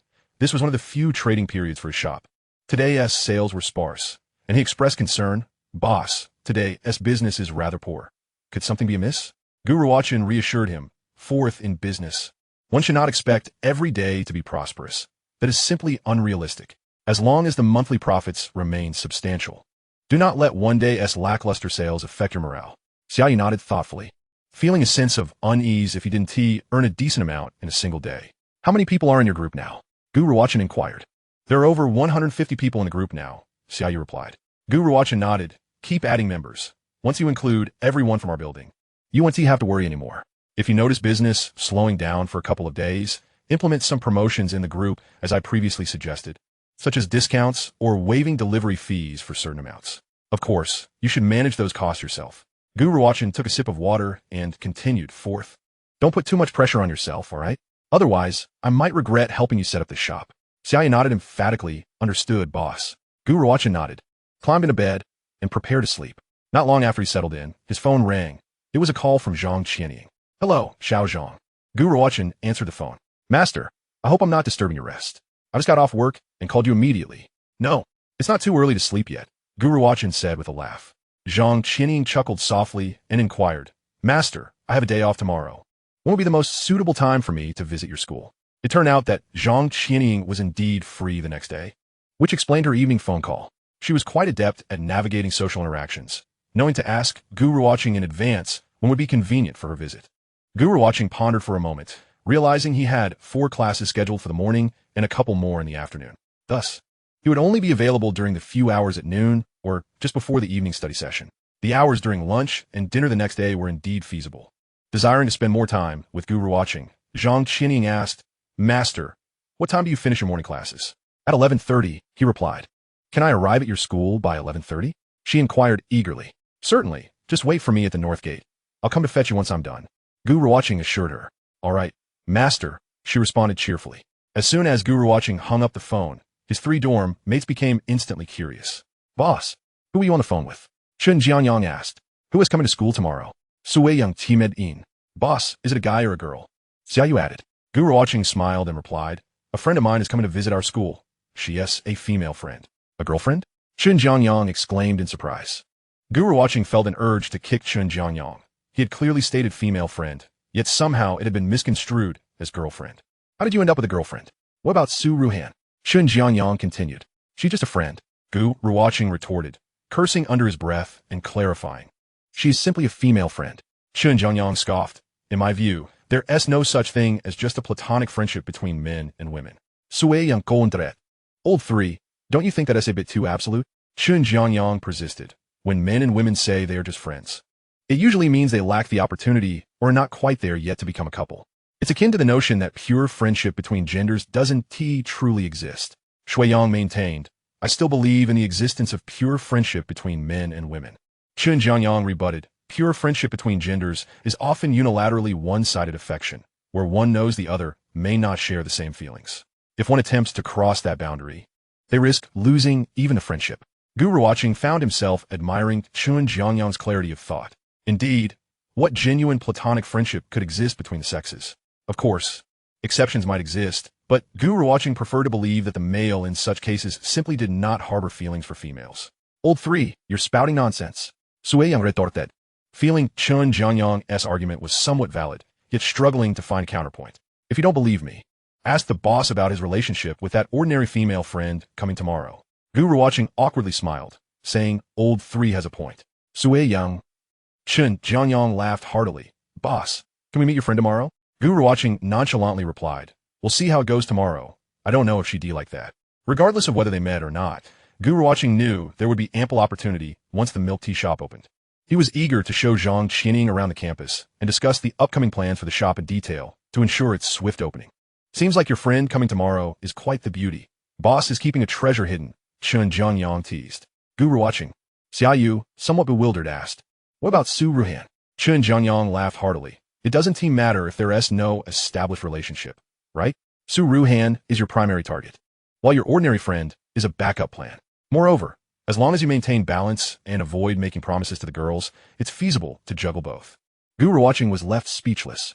Is Old 3 truly a celestial advisor sent to guide my emotional endeavors? Chapter 55, Little Shadow. The following day, after completing 4 morning classes, Gu Ruochen left the small group from dorm 305 and headed alone to the north gate of the school. As he approached under the sun, he spotted Zhang Qining standing at the entrance, holding a sunshade. She was clad in a gray t-shirt and a beige pleated skirt.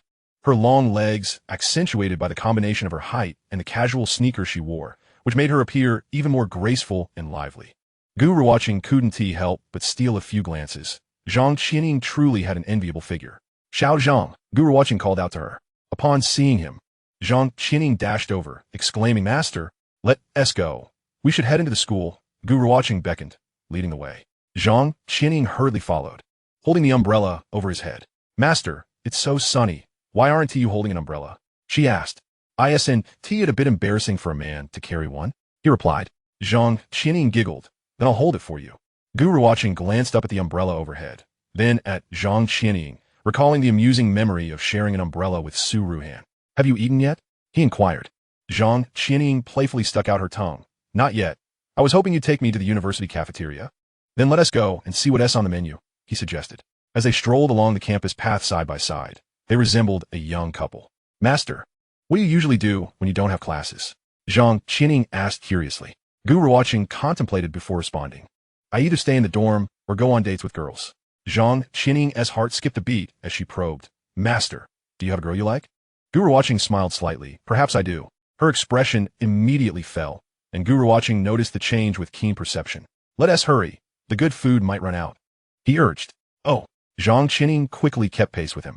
Upon arriving at the cafeteria, Gu Ruochen said, There's noodles, spicy hot pot, and more. Take a look and see what you'd like. After surveying the options, Zhang Qining pointed to the self-service fast food. Let's have that. All right, he agreed. After they collected their meals, they found a place to sit. Zhang Qining glanced around at the other students before lowering her head to begin eating. Gu Ruochen observed the envy in her eyes. She likely longed to experience university life just like those around her. Xiao Zhang, make sure to eat more, he encouraged. Recognizing the challenges she faced as a young girl striving in the world, seeing a reflection of his past self in her. Thank you, Master.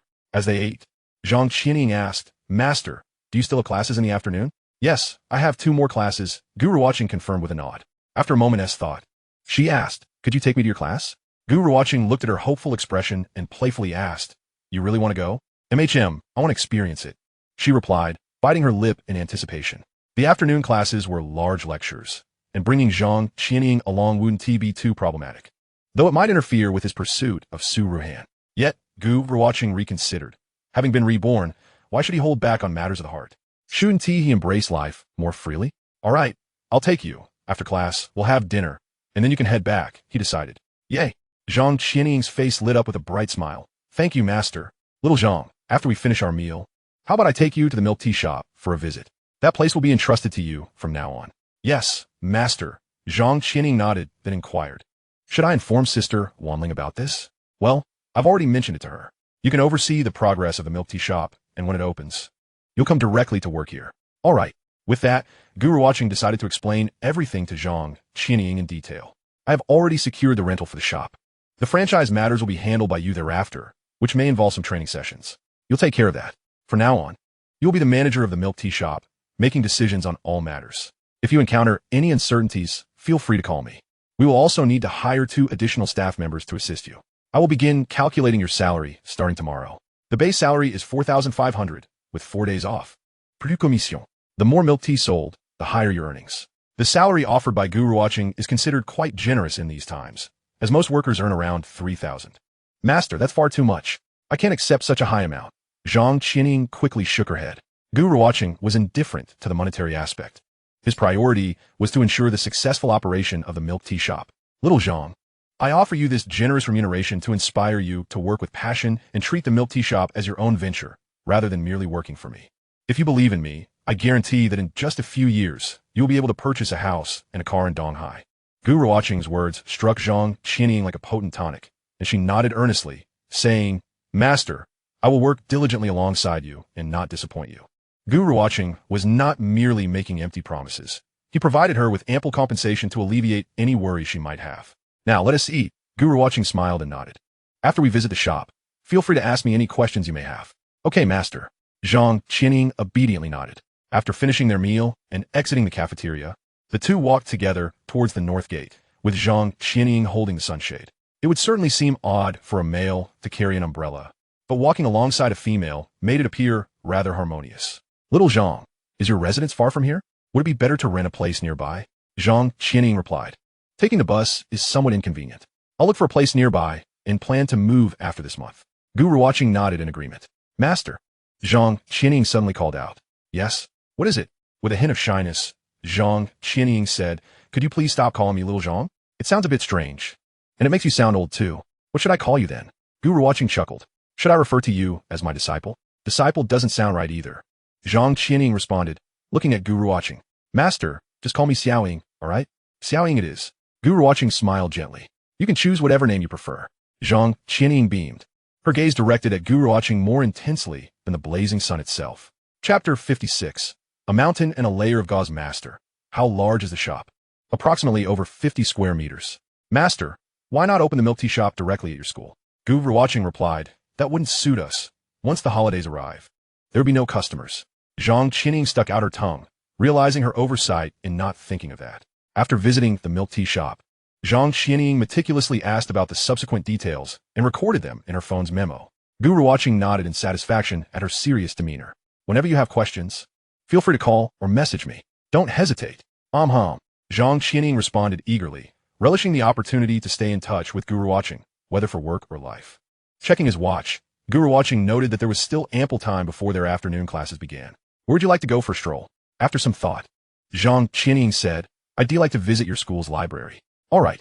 Gu Ruochen first returned to his dorm to borrow a campus card, then took Zhang Qining to the library. They spent time in the library until it was almost time for class, and then made their way to the teaching building together. As they approached the classroom, Zhang Qining suddenly felt a wave of nervousness. Master, will it be all right for me to go in? Gu Ruochen glanced back at her with a smile. It will be fine. This class is a large one, with students from 3 different classes attending. Let us enter through the back door, he suggested, noticing her anxious expression. Together, they entered the classroom through the back door, but Zhang Qining, feeling apprehensive, instinctively tugged at Gu Ruochen's clothing. Fortunately, there were not many students in the classroom at that moment, and they found an empty seat in the back. 10 minutes later, the class bell rang. The teacher entered, exchanged a few pleasantries, and then began the lesson. Chen Jianyang, have you seen the boss? Sui Young, yes. Xiaoyu, there's a girl sitting next to the boss. Who is she? Chen Jianyang remarked softly. She must be the boss's ordinary friend. Xiaoyu expressed concern. What if Su Ruhan sees her? Hey, let's just attend class. The boss is making things more challenging for himself. Someone chimed in. Meanwhile, Gu Ruochen and Zhang Qining sat side by side in the back. Master, did you see that exceptionally beautiful girl who just walked in? Zhang Qining whispered, covering her mouth with her hand. Which one? Gu Ruochen pretended not to know, suspecting that she was referring to Su Ruhan. She asked the one sitting in the 3rd row, the 5th seat from the entrance, Zhang Qianying pointed out. Gu Ruochen looked over and confirmed it was indeed Gu Ruochen. Is she in your class? He asked, to which he nodded lightly. In a flash, Zhang Qianying deduced that the girl Gu Ruochen liked was likely Gu Ruochen. She is truly stunning. If I were a boy, I would definitely like her, Zhang Qianying mused softly. Gu Ruochen remained silent. After that, Zhang Qianying focused intently on the teacher at the podium, paying close attention to the lesson. Gu Ruochen couldn't tell if she understood the material, but she seemed genuinely engaged. After an hour, the teacher whimsically decided to take roll call. This caused a stir among the students, as it was a delightful surprise for those attending class. Bao Zi, present. Chen Weiming, present. Gu Ruochen? Gu Ruochen promptly raised his hand and called out, present. Upon calling Gu Ruochen's name, Gu Ruochen couldn't help but glance over, and upon noticing Zhang Qianying beside him, she turned back disinterestedly. In a large class of over 100 students, 30 were called, and surprisingly, one student was absent. Gu Ruochen didn't expect that just a few days into the semester, someone would already begin skipping classes. After a brief break, the bell rang, signaling the continuation of lessons. Master, what happens if someone gets caught skipping class? Missing a class here and there may not have much consequence, but if it becomes frequent, they can expect to fail at the end of the semester. The two classes swiftly slipped away, and as the teacher departed, a look of lingering desire flickered across Zhang Qianying's face. Unable to restrain herself, Gu Ruochen inquired, "Are you still not satisfied?" Zhang Qianying gazed at Gu Ruochen and replied, "Master, I find it particularly comforting to attend class alongside you. Time seems to pass in a blur." Gu Ruochen mustered a smile, but offered no response, saying only, "Let's go for a meal." Following Gu Ruochen, Zhang Qianying observed his retreating figure and silently resolved to pursue him more actively. Otherwise, she feared she would never have another opportunity with him. The distance between a man pursuing a woman is akin to a mountain, while the pursuit of a man by a woman is like a veil. Gu Ruochen's affection for the beautiful girl would surely not be easily won. If she made a more concerted effort, perhaps she might have a substantial chance. After finishing their meal in the cafeteria, Gu Ruochen took Zhang Qianying on a leisurely stroll around the campus until it was nearly time for evening study, at which point Zhang Qianying bid farewell to Donghai University. Upon returning to the dormitory, Gu Ruochen was immediately surrounded by his 3 roommates, who bombarded him with questions. "Boss, has that girl left?" Gu Ruochen nodded. "She just departed a moment ago. Is that all?" Chen Jianyang remarked. "I thought you wouldn't be staying in the dorm tonight." Gu Ruochen responded nonchalantly. "Boss, what exactly is your relationship with her? It doesn't appear to be just a platonic friendship," one of them pressed. Gu Ruochen explained, "Indeed, there are other dimensions to our connection." "What do you mean?" they asked, intrigued. "She is in fact my employee," Gu Ruochen divulged. "I plan to open a milk tea shop by the north gate of the school, so remember to buy your milk tea from me." "We have to pay. Isn't it free?" Chen Jianyang questioned. Gu Ruochen suddenly had a flash of inspiration. Not free, but couples will receive the second cup at half price. This promotional idea seemed splendid and could be a great way to launch the business. "What about pretend couples?" he added. "That is fine. I'm indifferent to their authenticity." Gu Ruochen mused, aware of the lucrative margins in the milk tea business. Even with the second cup at half price, he would still profit handsomely. Sui Yang Bondired. Realizing that Gu Ruochen must come from a wealthy family, otherwise he wouldn't casually invest tens of thousands to open a milk tea shop. "Boss, what made you consider opening a milk tea shop?" "Just earn a little pocket money," Gu Ruochen replied with a smile. "Wow, you've really taken a turn here," Chen Jianyang remarked, coming to a realization. "Boss, that girl must like you. I can sense it," he added. Gu Ruochen, too, was aware of her affections. Yet to speak candidly, he was primarily interested in Zhang Qianying's physical attributes. He harbored no genuine desire for her to become his girlfriend. His feelings for Zhang Qianying differed from those he held for Gu Ruochen. With a gentle sigh, Gu Ruochen admitted, "I know, but for now, I must feign ignorance." Chapter 57. Farewell to Yi Qingyin.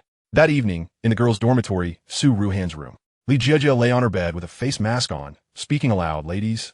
Chen Jianyang's dormitory expressed a desire to organize a social event with our dorm. "What do you all think?" "That sounds fine. I have no objections," Yuhong replied. Gu Ruochen and Wu Yuqi remained silent. "Ruochen, Yuqi, do you both think it's acceptable?" Li Jieji asked again, noticing their lack of response. Wu Yuqi shrugged. "I'm indifferent. If you all are going, then I'll join as well." "And you, Ruochen?" Gu Ruochen pondered and replied, "Let us discuss it later. We have a lot going on in class these days." Ever since she became class monitor, an array of responsibilities had piled up, necessitating daily visits to the counselor's office and occasional meetings with the head teacher. All right, Li Jieji sighed, somewhat disappointed but relieved that Gu Ruochen hadn't outright refused. She reclined back on her bed and opened the chat with Chun Jiangyang, rapidly typing. Gu Ruochen said she is quite busy lately. Let us discuss it later. Upon receiving Li Jiajia's message, Chun Jiangyang promptly relayed the information to Gu Ruochen. Boss, do you think Gu Ruochen rejected the idea because she saw you with that girl today? Sui Yang speculated. Let her see. I'm busy myself at the moment. Gu Ruochen replied nonchalantly, knowing that winning Gu Ruochen's heart would not be a simple endeavor. Thus he was not in a rush.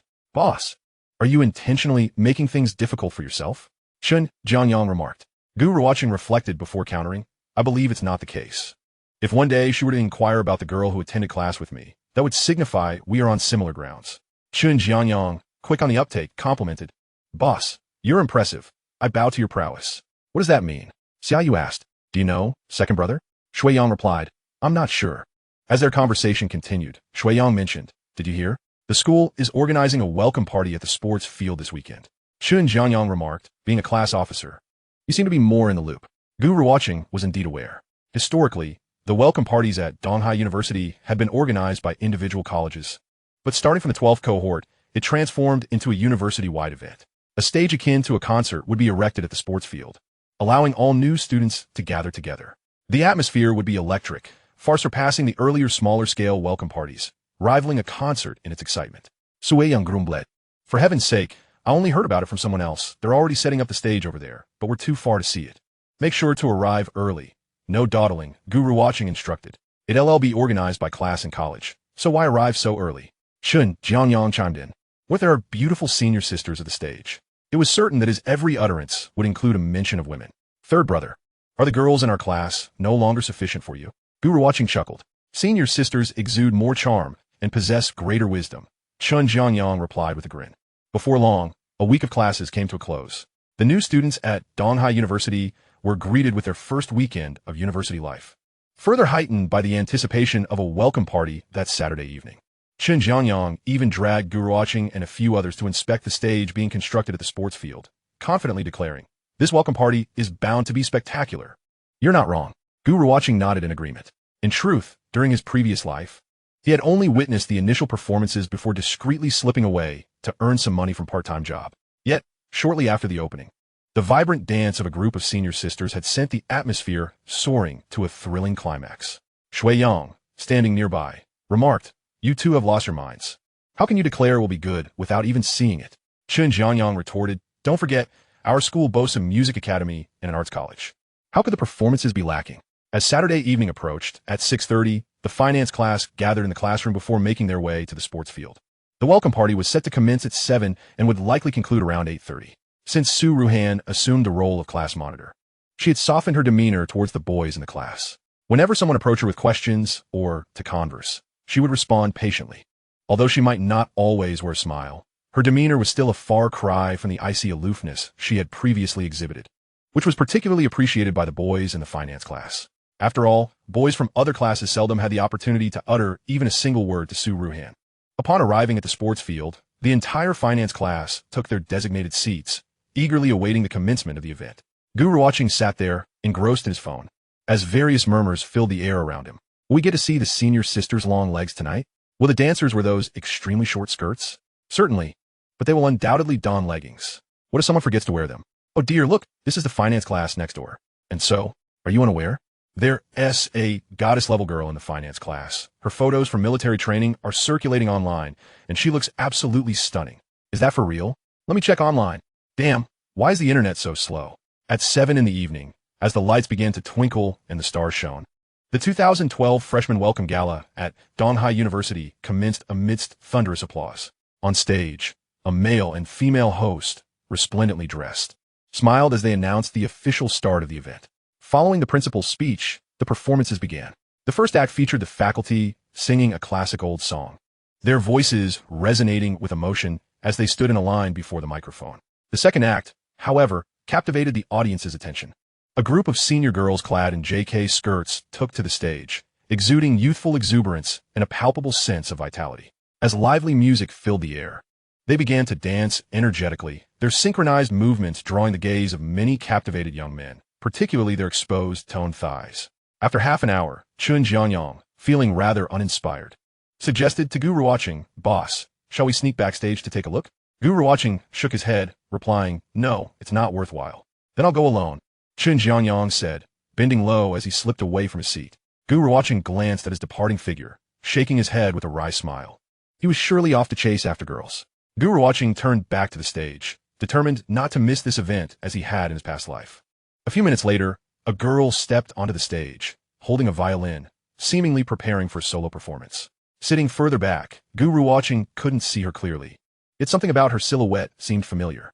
He took out his phone, zooming in on the stage. Although the image was somewhat pixelated upon magnification, he recognized her instantly. Ye Vingying. Gu Ruochen's heart raced with disbelief. Could she possibly be a student at Donghai University, just 1 year ahead of him? Chapter 58, Waiting for Someone. The sweet, elegant strains of the violin filled the air.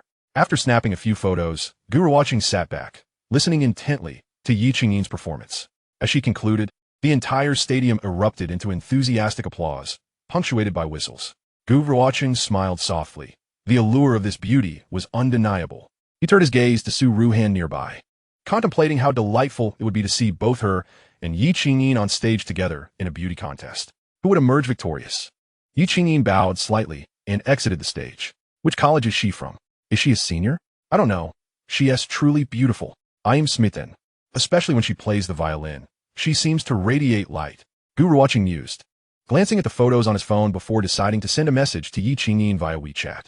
Gu Ruochen, Senior, is that you? 10 minutes later, Yi Qingyin replied with a surprised expression. Junior, how did you manage to capture my performance? Gu Ruochen, indeed, I was sitting down below. Yi Qingyin, what a coincidence. Come find me backstage after the show. Gu Ruochen, all right. After putting down his phone, Gu Ruochen's eyes remained fixated on the stage, though his thoughts wandered elsewhere. By 8:30 in the evening, the welcome gala was nearing its conclusion. After an impassioned speech from the hosts, the 2012 freshman gala officially came to an end. Students began to exit in an orderly fashion. You two, head back first. I have a matter to attend to, Gu Ruochen called out to Shui Yang and Xiaoyu, noting that Chen Jianyang hadn't returned since his departure. Xiaoyu inquired, "Boss, where are you off to?" "I'm going to chat with a friend," Gu Ruochen replied. "All right, we'll see you later." Gu Ruochen made his way against the flow of the crowd toward the performance stage. Upon reaching the backstage area, he encountered a makeshift tent filled with various costumes and props, with several individuals milling about. He messaged Yi Qingyin, who promptly responded, "Junior, please wait a few minutes.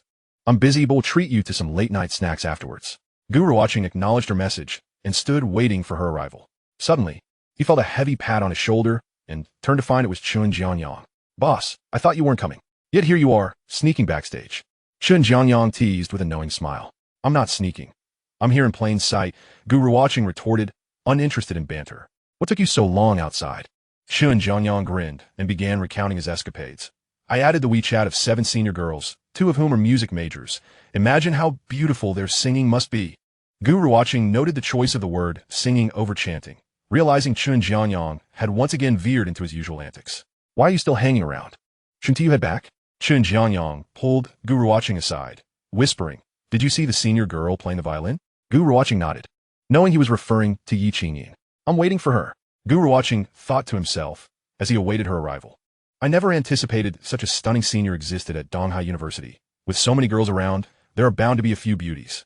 I believe this senior rivals Su Ruhan, perhaps even surpassing her in certain aspects." Curiously, Gu Ruochen asked, "In what aspects?" "Such as personality," Chen Jianyang replied, before suddenly realizing. "By the way, you still haven't mentioned why you're here." "I'm waiting for someone," Gu Ruochen stated. "Who are you waiting for?" Chen Jianyang pressed. "Whoever you're waiting for. I'll wait for 2, he added cheekily. "Please, as if I would wait for you." Chen Jianyang's eyes widened. "What? Boss, you're not switching your target from Su Ruhan, are you?" Gu Ruochen chuckled, unable to resist showing off. "Switching targets? Why not pursue both?" Chen Jianyang looked down, searching for something on the ground. "What are you looking for?" Gu Ruochen inquired. "I'm looking for a brick to see if I can knock some sense into you." Gu Ruochen, "Why can you flirt with so many girls, but I can't pursue more than one?" Chen Jianyang, with a typical double standard, insisted. "The girls I'm interested in can't compare to Su Ruhan or that beautiful senior. 10 of them wouldn't measure up to 1. Gu Ruochen, and besides, do you think you're more handsome than me?" Frustrated, Gu Ruochen waved him off, crossing his arms as he awaited Yi Qingyin's arrival. Chen Jianyang continued, "Boss, don't aim too high. It could all end in vain. You might end up with nothing at all." Gu Ruochen never anticipated that Chen Jianyang possessed such an extensive vocabulary. He spoke for an extended period without uttering a single repetition. It was only when Yi Qingyin appeared before them that he fell silent, disregarding Gu Ruochen entirely as he approached her, displaying what he believed to be an irresistibly charming smile. "Hello, senior. I am a freshman in the finance class of the School of Economics. My name is Chun Jiangyang. I just saw your performance on stage, and it was truly remarkable. May I get to know you and add you on WeChat?" Yi Qingyin gazed at the handsome junior before her, offering a gentle smile. Her eyes then drifted to Gu Ruochen standing behind Chun Jiangyang, recalling that they had been together. "That is permissible, but I must inquire if others agree." Chun Jiangyang appeared somewhat perplexed. "Inquire about whom?" Yi Qingyin elegantly circumnavigated Chun Jiangyang and stepped closer to Gu Ruochen, scrutinizing him for a moment before saying with a smile, "Junior, I truly did not expect you to be a freshman at Donghai University." Gu Ruochen smiled slightly, looking at the lightly made-up Yi Qingyin, and replied, "I did not expect that you are also from Donghai University, senior." Chun Jiangyang, witnessing Yi Qingyin conversing with Gu Ruochen, was utterly astonished, his jaw nearly dropping. "What my senior just mentioned about waiting for someone, he is indeed waiting for someone." Chun Jiangyang pushed his chin back up and approached Gu Ruochen, inquiring, "Senior, do you two know each other?" Gu Ruochen nodded and said to Yi Qingyin, "Senior, this is my roommate." Yi Qingyin beamed and said, "Since he is your roommate, let us all go together." With that, she turned and walked ahead. "Where are you going?" "Senior?" Chun Jiangyang grasped Gu Ruochen's arm and asked. "She is treating us to a late-night snack," Gu Ruochen replied. Chapter 59. What if it all comes to pass?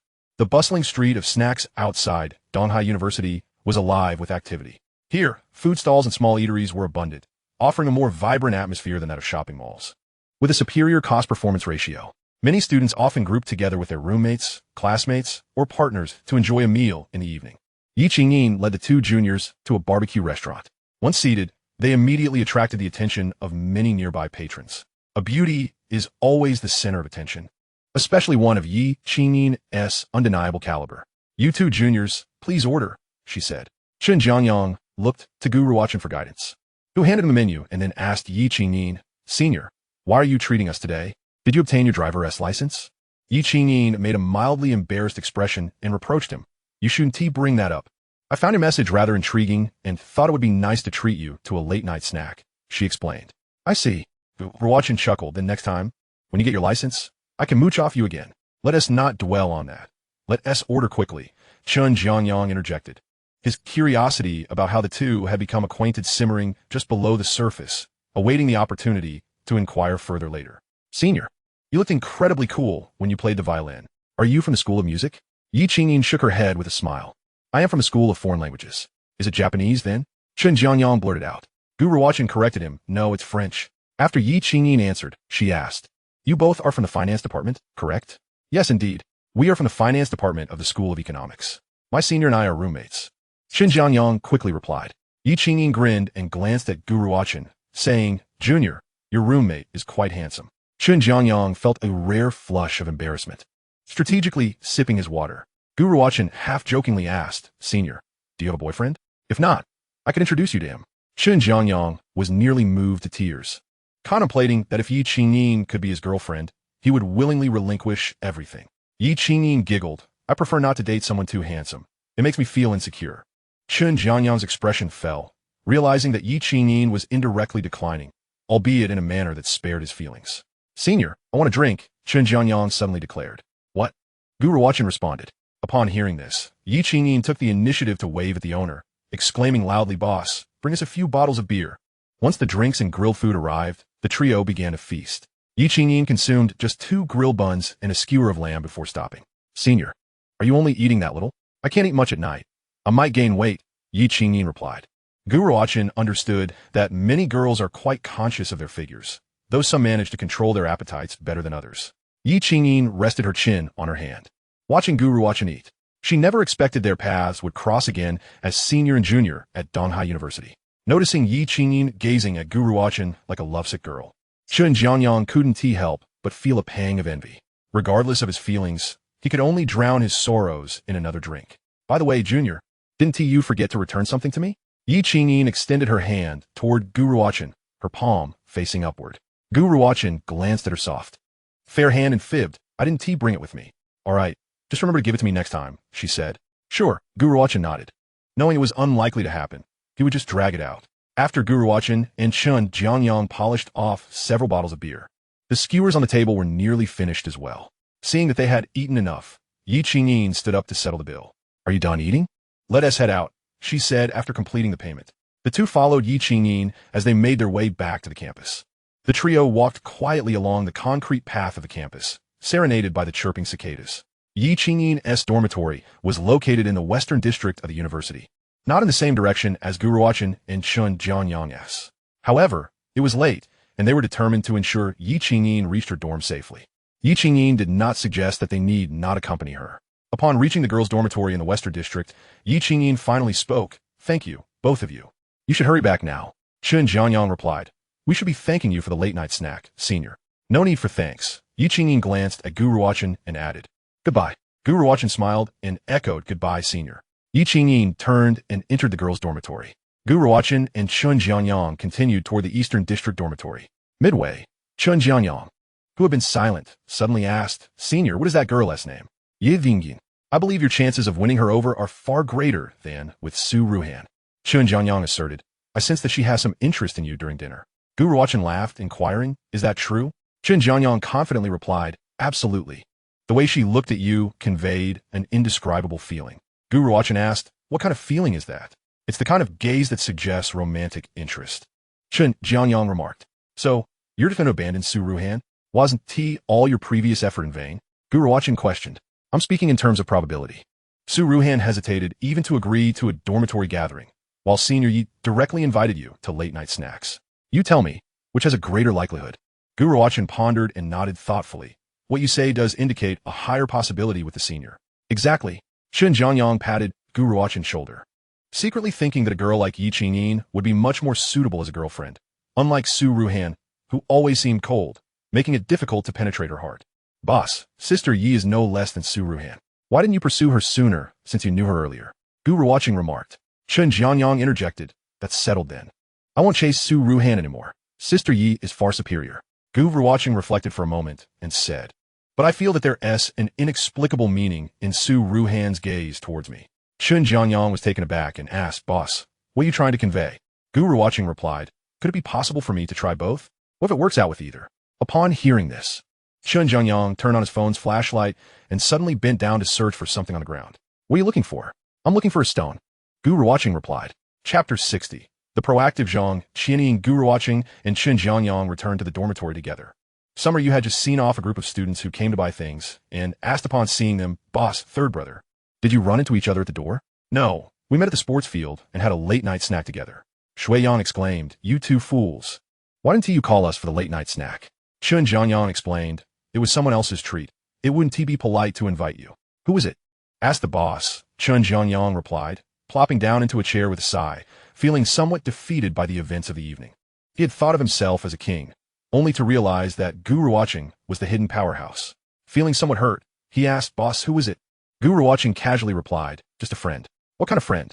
Shui Yang pressed on, eager for details. Gu Ruochen responded, An ordinary friend. Unable to contain himself any longer, Chun Jianyang chimed in, a senior, the one who played the violin on stage tonight. You know? What the heck? Shui Yang exclaimed, incredulous. Is that for real? Why would I lie to you? Shui Yang lamented. Had I known this, I would have shamelessly tagged along. Some of you asked, Boss, how do you know that senior? Were you high school alumni? Gu Ruochen chuckled and shook his head, explaining, We're alumni from the driving school. We met during summer driving lessons. So that's how it is, Summer, you said. Boss, you too. Gu Ruochen quickly interrupted. All right, enough gossip. Let us all get some sleep. We have classes tomorrow. Boss, tomorrow's Sunday. No classes, Summer, you reminded him. Gu Ruochen noted, the dormitory doesn't turn off the lights on weekends. So, after taking shower, he lay on his bed, engrossed in his phone. Summer Yu occasionally stepped out to deliver goods, as the weekend business at the convenience store was significantly better than usual. While Gu Ruochen was absorbed in his phone, he was unaware of when he dozed off. When he awoke, it was nearly 10 o'clock the next day. Rising from his bed, he noticed Summer Yu was the only one in the dormitory. Where are the second and third brothers? Gu Ruochen inquired. Summer Yu replied. Third brother left early. I don't know what he is up to. Second brother went to the library with his backpack.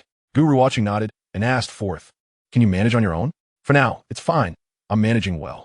I just need some help keeping an eye on the store when the goods arrive. If second brother or third brother isn't around, you can call me. All right, thanks, boss. Gu Ruochen stretched, loosened his muscles, and walked into the bathroom to freshen up. After washing up, he sent a message to Zhang Qianying saying he was heading to the milk tea shop. Fourth, I'm stepping out. Do you want to bring you back some food? Oh, no need. Second brother said he would bring me some when he returns. Okay, I'm heading out now. Boss, you haven't had breakfast. At least eat a piece of bread, Summer, you said, handing him a piece of bread and a bottle of milk. Gu Ruochen smiled appreciatively, taking the bread and milk before exiting the dormitory. Truly, sincerity begets sincerity. While there are indeed ungrateful people in this world, they are not as prevalent as one might think. Upon leaving the dormitory, Gu Ruochen munched on the bread while sipping the milk. Making his way to the milk tea shop, upon arrival, he noticed the renovation crew already busy inside the shop. Master, how long do you estimate the renovation will take? Gu Ruochen inquired. The crew leader replied, I can't guarantee an exact time frame, but it should take about a month to a month and a half. All right, please expedite the process if possible. Gu Ruochen then purchased some drinks and water for the workers from a nearby convenience store, along with a few packs of good cigarettes for them. Though a small gesture, it would yield better results than simply offering them money. After waiting for a few minutes, Gu Ruochen caught sight of Zhang Qianying's tall figure approaching. As she reached him, she closed her umbrella, panting slightly, and said, Master, how did you arrive so quickly? Gu Ruochen replied, I have long legs, I take bigger strides. Zhang Qianying glanced down at her own long legs and remarked, My legs are quite long too. Gu Ruochen looked at her legs and asked, Where did you come from? A few days ago, I was looking for nearby apartments, and I found one that I really liked, so I moved in directly. What about Sister Wanling? She hired a new girl. When I'm free, I go to the cafe to help train the newcomers. Gu Ruochen felt relieved upon hearing this. He certainly did not want his milk tea shop venture to disrupt Liao Wanling's cafe operations. You'll be overseeing things here, right? You'll still go for training later? Yes, Zhang Qianying affirmed. I've already contacted the headquarters for training. Once the renovation is nearly complete and the equipment arrives, I will attend for 3 to 4 days. Gu Ruochen nodded with his hands in his pockets. Master, I'm hungry. Gu Ruochen chuckled, understanding Zhang Qianying's implication, and said, Let us go. I'll take you to the cafeteria. Great. The two left the milk tea shop and headed towards the school cafeteria. Zhang Qianying walked closely beside Gu Ruochen, kindly holding the umbrella for him. However, as they walked, Gu Ruochen could distinctly feel a soft, elastic force brushing against his arm intermittently. He was unsure whether Zhang Qianying was being intentional or if it was merely accidental. Upon entering the school's north gate, Gu Ruochen became certain that it was intentional. Had it been unintentional, she could have easily adjusted her position during the short walk to avoid any contact. For someone like Gu Ruochen, who had only recently become a wealthy second-generation individual, this was indeed the first time he experienced such proactive attention from a girl, and he found himself rather enjoying the sensation. The two shared a tacit understanding as they reached the cafeteria. Gu Ruochen glanced back at Zhang Qianying and noticed her cheeks were flushed. Smiling, he asked, Xiaoying, are you feeling hot? Zhang Qianying fanned herself with her hand and remarked, it is indeed rather warm. Though she had taken the initiative on their recent walk, the peculiar sensations coursing through her body rendered her somewhat uncomfortable, making the journey feel akin to running an 800-meter dash. The sun is quite intense. Please escort me back to my dormitory before you return, Gu Ruochen said, glancing up at the sky. Oh, certainly, Master, Zhang Qianying replied, her complexion flushing a rosy hue. Chapter 61, Eightfold. After a period of adjustment, the freshmen gradually acclimated to the rhythm of university life following the welcome party. The daily routine of attending classes, dining at the cafeteria, and residing in the dormitory made Gu Ruochen feel that this was indeed the essence of a normal university experience. In the lecture hall, Gu Ruochen and Chun Jianyang occupied advantageous positions in the back row, while Shui Yang and Xiaoyu, who were more studious, sat at the front. Chun Jianyang rested his head on his hand, taking a brief nap, hesitant to sleep openly. Meanwhile, Gu Ruochen was engrossed in monitoring stock prices on his phone. The stock of Gene Cup Automobile, which he had been closely following, had recently peaked before experiencing a decline. Based on his prior experience, he sensed a stabilization trend forming. While uncertain whether the stock would surge in the future, he possessed an intuitive feeling that it would witness an upward movement. Moreover, Gu Ruochen was in a position to take such risks, as his futures account was nearing a total asset valuation of 10 million. With just over a week until the October holiday, Gu Ruochen contemplated gradually pulling back. He intended to wager a portion of his assets. However, he hesitated to stake such a significant amount on this potential rise. Thus, he thought of the woman at the securities firm, Song Chu-wei, pondering whether he could leverage her assistance to secure a tenfold margin. With that thought in mind, Gu Ruochen located Song Chu-wei's WeChat and sent her a direct message. Gu Ruochen, hello, Manager Song. What is the maximum leverage your company can offer? Shortly thereafter, Song Shui responded, it depends on the conditions, but typically it is around 1 to 2 times. Gu Ruochen blinked and replied, is there a possibility of obtaining tenfold? Song Shui, having nearly forgotten who Gu Ruochen was, considered that anyone who added her on WeChat was likely a potential client. Thus, she patiently replied, there is a possibility, but the risks are substantial. It is advisable to avoid it if possible. Upon seeing Song Shui's affirmative reply, Gu Ruochen felt a surge of calculation and quickly typed back, I am aware of the risks. Could you assist in making the arrangements? Song Shui, I can, but it will be best to discuss this in person. Gu Ruochen, all right, I will visit your office at 3 o'clock this afternoon. Song Shui, sounds good.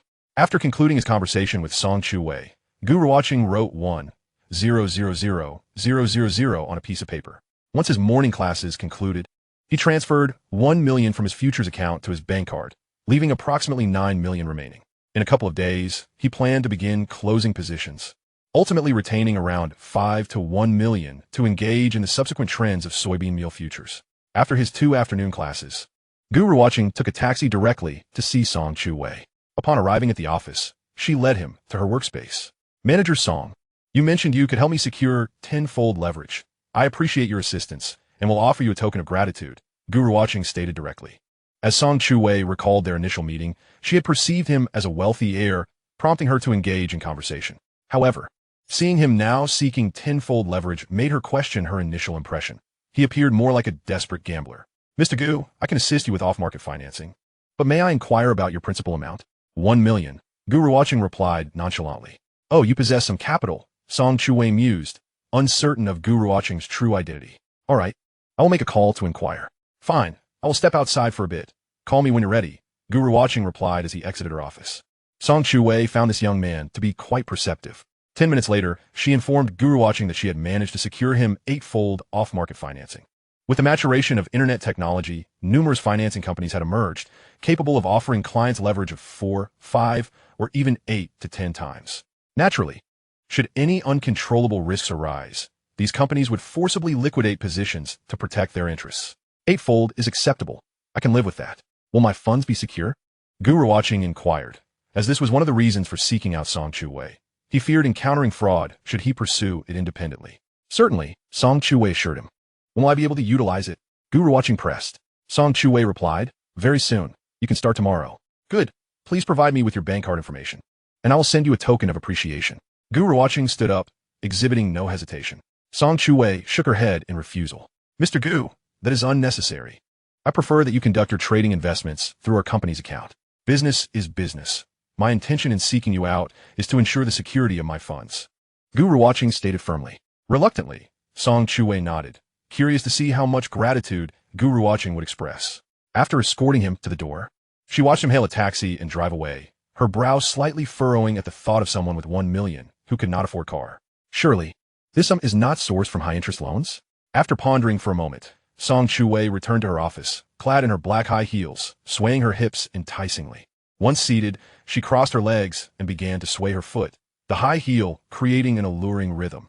After some reflection, she ultimately decided to send her bank account number to Gu Ruochen. Within 10 minutes, she received a notification from the bank. Upon seeing the message indicating that she had received 10,000 yuan, she was momentarily taken aback. Song Shui was bewildered. This gratitude seemed exceedingly generous, given that she had merely acted as an intermediary making a phone call. The amount equated to nearly a month's salary. Curiosity about Gu Ruochen grew, and she found herself eager to uncover what kind of young man he truly was. The following day, Gu Ruochen utilized the financing account to gradually purchase approximately 4 million yuan worth of Jincup automobile stocks. On the third day, he invested the remaining 4 million into the same stock, establishing a cost basis of 235 yuan. Upon completion of his position, he had already realized a profit exceeding 10,000 yuan. However, should the stock decline by roughly 12%, it would trigger a forced liquidation, leaving him with nothing. Of course, Gu Ruochen was prepared for this possibility, with the worst-case scenario being a forced liquidation. Even if that occurred, the impact on him would not be significant. Over the past few days, he had also liquidated his positions in soybean meal futures, retaining only 1 million in that account. Thus, in addition to the funds in both accounts, Gu Ruochen found himself with nearly 9 million in his bank card. Altogether, he was on the verge of being considered a millionaire. Chapter 62. Unfamiliar with the process. In the days leading up to the National Day holiday, the financial class advisor summoned Gu Ruochen to the office. Bai Shui instructed the charming class monitor with bubbling enthusiasm, with the National Day holiday approaching, which is rather lengthy this year. Please find a moment to compile the whereabouts of each classmate. It is imperative that the details are clear. For those returning home, kindly ensure their home addresses and at least one parent contact number are included. Those not returning must also be duly registered. After speaking, she handed a form to Gu Ruochen. Gu Ruochen accepted the form, nodded, and replied, "Understood, Teacher Bai." "Is there anything else, Teacher Bai?" she inquired. Bai Shui shook her head. Gu Ruochen turned to leave. "Ah, Su Zuheng." Bai Shui called her back. "Yes, what is it, Teacher Bai?" Gu Ruochen turned around to ask. Bai Shui smiled and said, "Gu Ruochen, as the class monitor, you must be more cheerful, do you understand? It's important to communicate frequently with both teachers and classmates. Had it not been for the democratic voting that determined your position, I would not have appointed you as class monitor, as I believe your personality may not be entirely suited for the role. I wonder why you wish to take on this responsibility." Gu Ruochen pursed her lips and replied, "I understand, Teacher Bai. All right, you may go. Please keep me informed about any matters concerning the class." Bai Shui added another reminder. The first long holiday for the freshmen always requires extra attention. Otherwise, if something goes awry, it would be a heavy burden to bear. During evening self-study, Gu Ruochen stood on the podium and addressed her classmates. In a moment, a form will be passed around for everyone to fill out regarding your plans for the National Day holiday. If you are returning home, please provide your detailed home address and the contact number of one parent. If you're staying at school, simply indicate that. After a moment's thought, she added, "Please remember to prioritize safety during the holiday travels and return to school on time." Having finished her announcements, she distributed the form. "Big brother, are you going home?" Xiaoyu asked. Before Gu Ruochen could respond, Chun Jiangyang interjected, "What do you think? Big brother lives in Donghai. Why wouldn't he go back?" Gu Ruochen chuckled and asked, "Little brother, are you certain you won't be returning?" "Of course. My home is so far away. A round trip would take at least 2 days. Besides, I need to stay at school to manage the convenience store," he replied. "What about the second and third brothers? Have you made up your minds?" Gu Ruochen inquired again. "I must return home to catch up with a few high school classmates," Chun Jiangyang said. Gu Ruochen speculated that the classmates Chun mentioned were likely female. "I'm heading to the capital to see my girlfriend," Shui Yang chimed in. "What should I write if I'm not going home and not staying at school?" Gu Ruochen asked. "Then just write your girlfriend's school and her phone number," he suggested. "Yes. That way, if you get kidnapped, the police will have some clues," Chun Jiangyang echoed. "Get lost." After more than 40 classmates had taken turns filling out the holiday whereabouts form, the evening's self-study soon concluded. Back in the dormitory, Chun Jiangyang retrieved a box of BYT and handed it to Shui Yang conspicuously.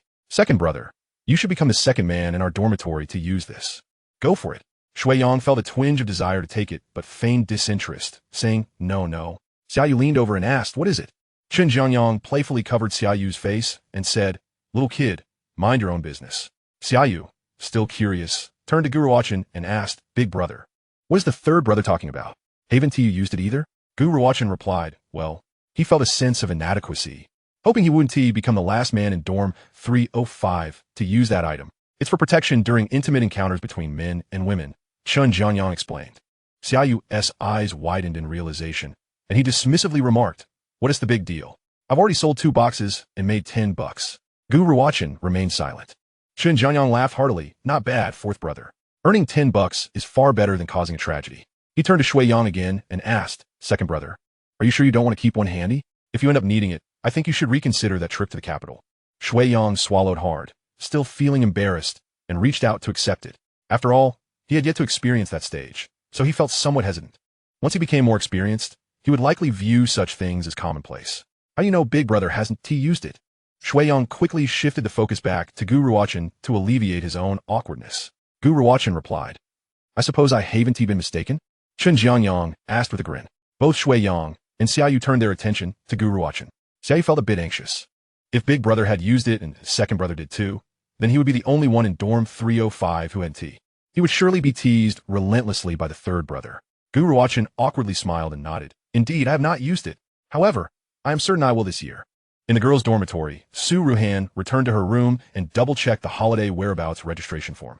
Once she confirmed everything was correct, she placed it on her desk, preparing to hand it to Bai Shui after class the following day. She took her pajamas and toiletries and headed to the bathroom for a shower. As Wei Yuqi poured herself a glass of water and passed by Gu Ruochen's desk, she noticed the registration form. Blinking, she reached for it and brought it closer to her eyes. recalling how Zhou Huijun had recently initiated contact with her, showering her with various affections and subtly expressing his interest in pursuing her. She quickly located his name on the form. Noting that he planned to return home to a residence in Guangdong Province's Yangcheng, she quietly memorized the address, intending to look it up later.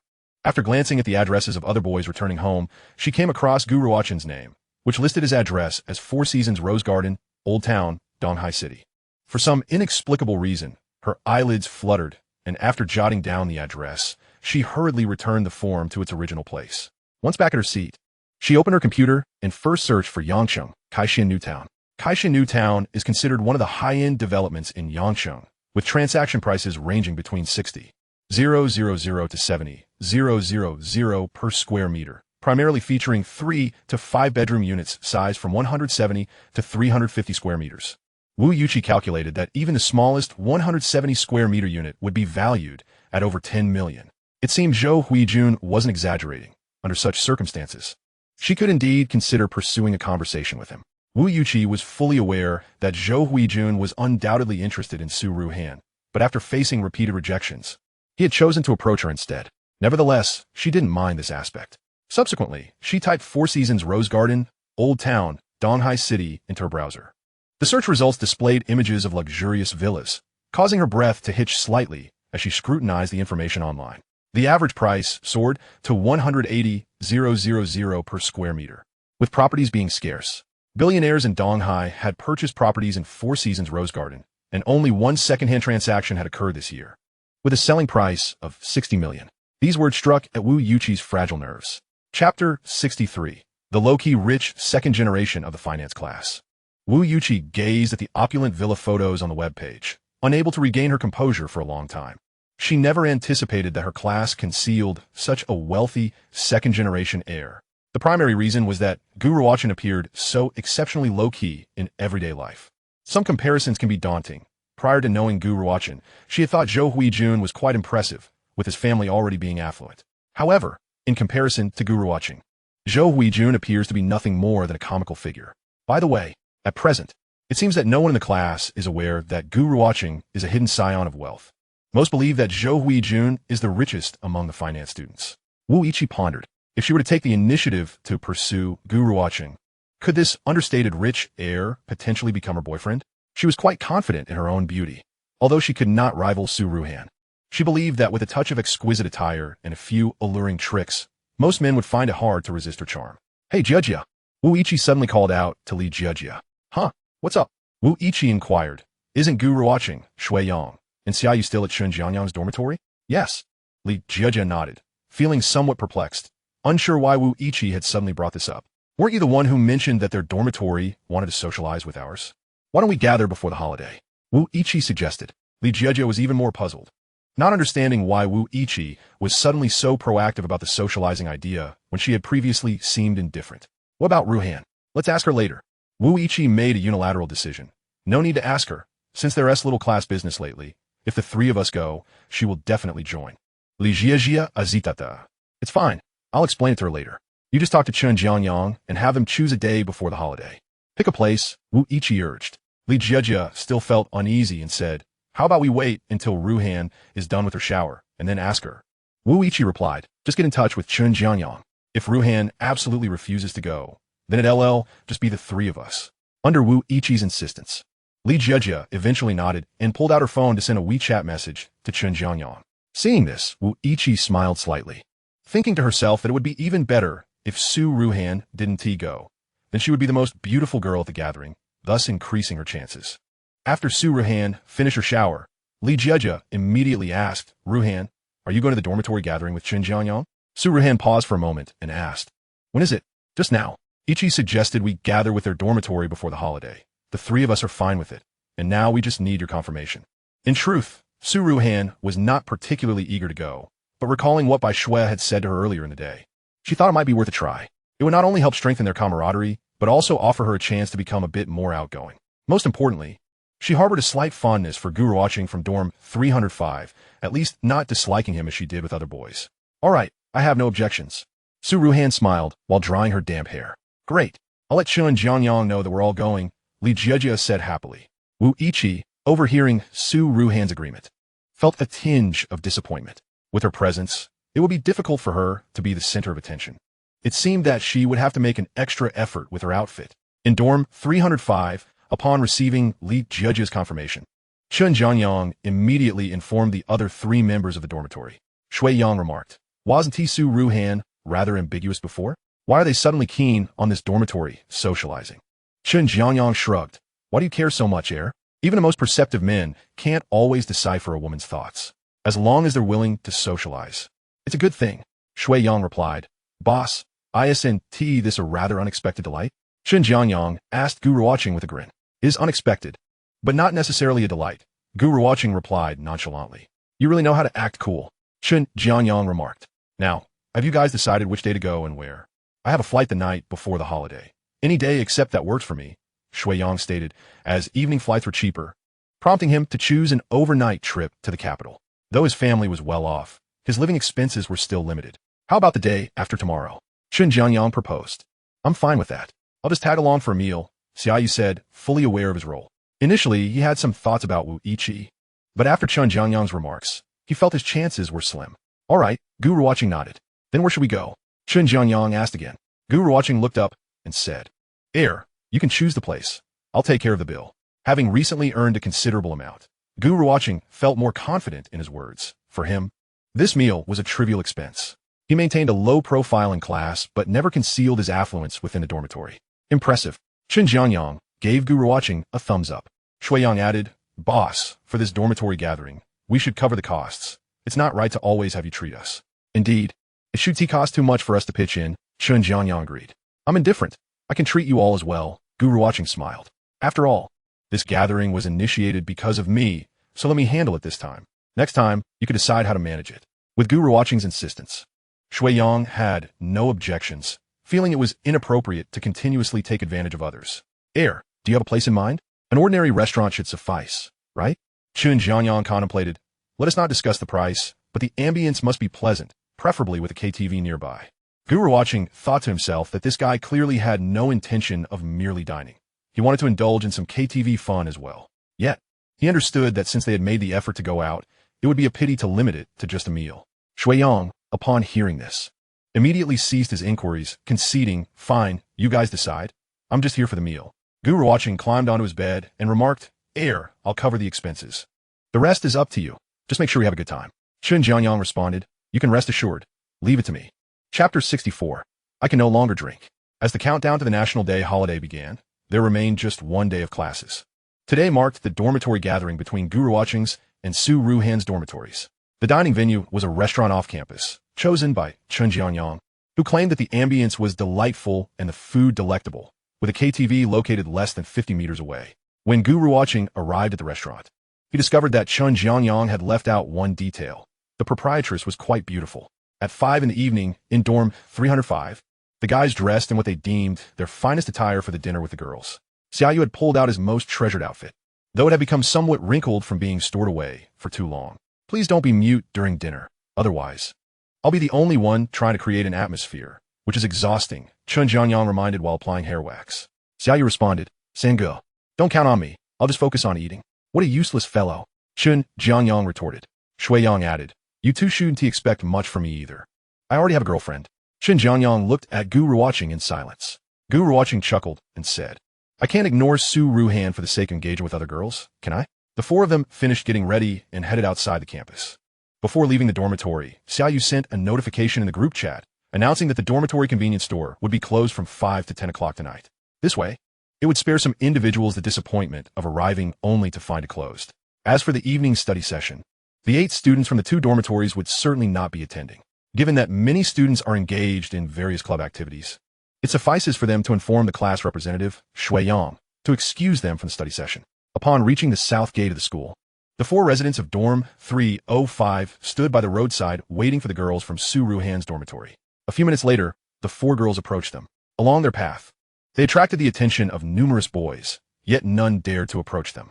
"Isn't that Wu Yiqi?" Sui Yang exclaimed in surprise. There stood Wu Yiqi, clad in a form-fitting champagne gold dress that accentuated her alluring collarbone and slender arms, her figure evoking envy. The aura she exuded was not of a naive college girl. but rather a blend of mature charm entwined with a touch of youthful innocence.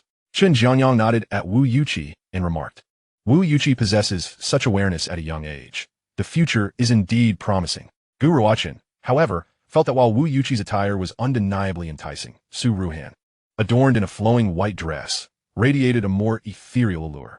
Hello, everyone. The 4 boys and 4 girls greeted each other amicably.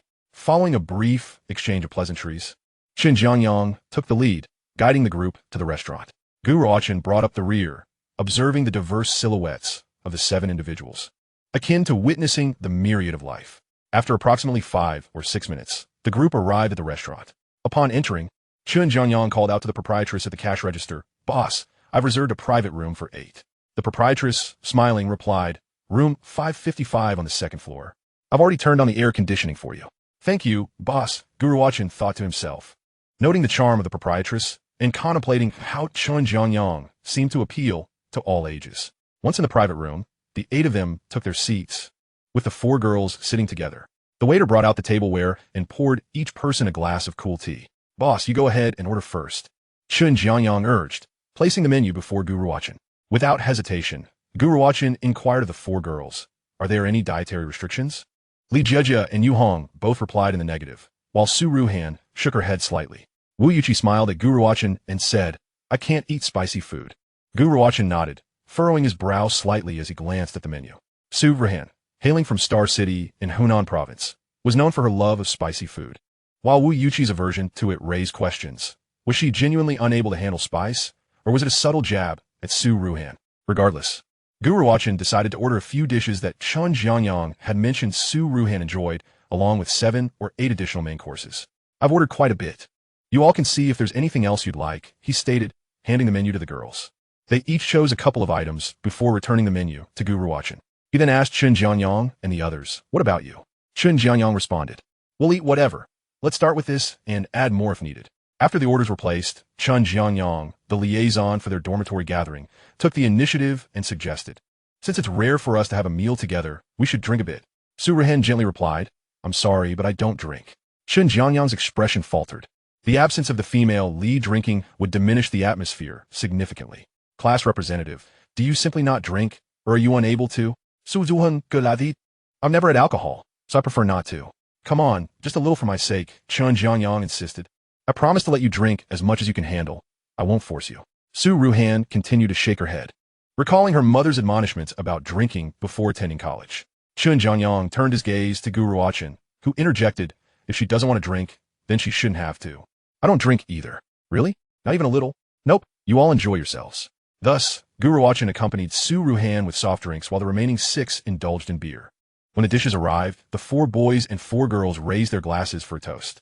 Chen Jianyang's chatter barely ceased as he skillfully navigated the atmosphere, eliciting laughter from the other 3 girls, excluding Su Ruochen. With his handsome visage and eloquent speech, it was no surprise that he garnered the attention of younger girls. As the drinks flowed and the atmosphere lightened, Chen Jianyang did not forget the primary purpose of their gathering. He proposed, Let us alternate our seating this way. We can keep an eye on each other while drinking. Since you and the class representative aren't drinking, you two can sit together, he added. Gu Ruochen silently commended Chen Jianyang, while also giving himself a mental pat on the back. Had he not insisted on abstaining from alcohol, Chen Jianyang would have had no legitimate reason to seat him beside Su Ruochen. Taking the initiative, Gu Ruochen settled next to Su Ruochen, only to find Wu Yuqi sitting on his other side, effectively placing him between the 2 girls. With the seating arrangement completed, the ambience in the private room seemed to elevate even further. Even Xia Yu felt emboldened enough to engage Yu Hong in a drinking game. Gu Ruochen, however, remained attentive to Su Ruochen, promptly refilling her drink whenever it dipped below half. Gu classmate, allow me to toast you, Su Ruochen said, lifting her glass of beverage toward Gu Ruochen. He was taken aback, never expecting Su Ruochen to initiate a toast. Their glasses clinked gently as Su Ruochen continued. Please don't refill my glass after this. I can't drink anymore. Chapter 65. Wu Yuqi's confession? After finishing their meal, Gu Ruochen approached the cash register to settle the bill. Did the food suit your taste? The charming proprietress inquired with a smile. Quite well, Gu Ruochen replied. I'm glad to hear that, she said, looking at Gu Ruochen with curiosity. You're all students from Donghai University, right? He nodded and asked, How much do I owe? The proprietress glanced down and skillfully tapped the calculator. A total of 613. Just give me 600. After tallying, she graciously rounded it down. As Gu Ruochen retrieved his money, a humorous video he had seen online flashed through his mind. He smiled and asked, if we had ordered 616, would that still count as 600? Yes. She nodded without hesitation. And how much is that small bottle of cola? Gu Ruochen inquired. The proprietress glanced over and replied, 3 yuan. I'll take a bottle, he said. She handed him a bottle of cola, and he asked, what is the total? 616, she replied. Gu Ruochen tossed down 600 yuan bills and said, thank you. I'm off now. It was only then that the proprietress realized she had unwittingly given away a bottle of cola for free. Watching Gu Ruochen's retreating figure, she thought to herself that this student from Donghai University was quite amusing. Su Ruhan and the others waited for Gu Ruochen at the entrance of the restaurant. Upon seeing him emerge with a bottle of cola, Chen Jianyang casually remarked, boss, you bought another bottle of cola? Gu Ruochen smiled slightly and replied, oh, it wasn't a purchase. It was a gift from the proprietress. Chen Jianyang stood there, momentarily speechless. 8 individuals made their way towards the school. After walking a short distance, Chen Jianyang pointed at a KTV sign and exclaimed, wow, there's a KTV here. Shall we go sing for a while? Gu Ruochen chuckled lightly, amused by his theatrics, while Su Ruhan was about to voice her refusal when Wu Yuqi chimed in, sure. It's been ages since I sang. A little fun wouldn't hurt. With that, Chen Jianyang took the lead into the KTV. Su Duhan Sai Sopti. Noticing the other 3 from her dorm trailing behind Chen Jianyang, she felt reluctant to voice her objections. Upon entering the KTV, they rented a medium-sized room. To everyone's surprise, Shui Yang, usually quiet, came alive, belting out various English and Cantonese songs. Chen Jianyang popped open some beers, and the 6 of them began to drink. Among the group, only Gu Ruochen and Su Ruhan remained sober, while the others had begun to indulge in the revelry. The 2 sat quietly to the side, feeling somewhat out of place amid the raucous atmosphere. Class leader, why are you 2 just sitting there? How about a little duet of a love song? Chen Jianyang approached Gu Ruochen and Su Ruhan with a beer in hand. No, thank you, Gu Ruochen quickly declined, embarrassed by his lack of singing talent. I want to sing. You all go ahead. Su Ruhan glanced at Gu Ruochen and said to Chen Jianyang, could you please play Red Bean for me? Of course. I'll make sure to put your song at the top of the list, Chen Jianyang replied. Gu Ruochen was taken aback. It was unexpected for Su Ruhan to take the initiative to sing. Surely, her voice must be beautiful. As the melodious notes filled the room, Su Ruhan grasped the microphone, her gaze fixated on the screen. The snowflakes bloom in this season. As we tremble together, we shall understand what tenderness truly is, though we have yet to hold hands. Sometimes, Gu Ruochen found her singing and chanting, her voice resonating like a gentle breeze, evoking a sense of serenity. After her first song, Su Ruhan continued to perform 2 more, seemingly enamored with Fei Wang, selecting only her songs. After listening to Su Ruhan's 3 songs, Gu Ruochen felt a pressing urge to relieve himself and stood up to head to the restroom. Wu Yuqi noticed Gu Ruochen's departure and, after a brief pause, followed him out of the room. Once finished and having washed his hands, Gu Ruochen made his way back to the booth. Gu Ruochen. He turned to find Wu Yuqi approaching from behind. He offered her a slight smile and inquired, what is up? Can we talk? Wu Yuqi asked, stepping closer. Gu Ruochen furrowed his brow, uncertain of what she wished to discuss. Sure, what is it? Let us go over there. It's quieter. Wu Yuqi boldly took his hand and led him to a secluded area of the KTV. Gu Ruochen was momentarily taken aback by her directness. Let us communicate properly. No need to pull me, he chuckled, releasing her hand. Wu Yuqi giggled at his reaction and queried, Gu Ruochen, have you never been in a relationship? Realizing his silence confirmed her guess, she felt confident that as a wealthy heir with little romantic experience, securing her place as his girlfriend would be easy. After a pause, she asked, are you interested in pursuing Su Ruhan? Why do you ask? Are you trying to help me? Gu Ruochen replied, nodding affirmatively. Yes, is that a problem? Wu Yuqi smiled slightly. Not at all. It's just that I doubt you'll be able to win her over. Gu Ruochen's expression darkened. You haven't noticed how Su Ruhan keeps her distance from you? If she had any feelings, she wouldn't act this way, Wu Yuqi continued. But compared to how she interacts with other guys, I think it's not too bad, Gu Ruochen countered. That's merely relative. It's far from sufficient. What are you trying to imply? He questioned, puzzled. I'll share something with you, and you'll understand. Go ahead, he replied, looking at Wu Yuqi expectantly. Once, I overheard Su Ruhan on the phone with her mother, promising that she wouldn't date while in university. Gu Ruochen was taken aback. Wu Yuqi pressed on.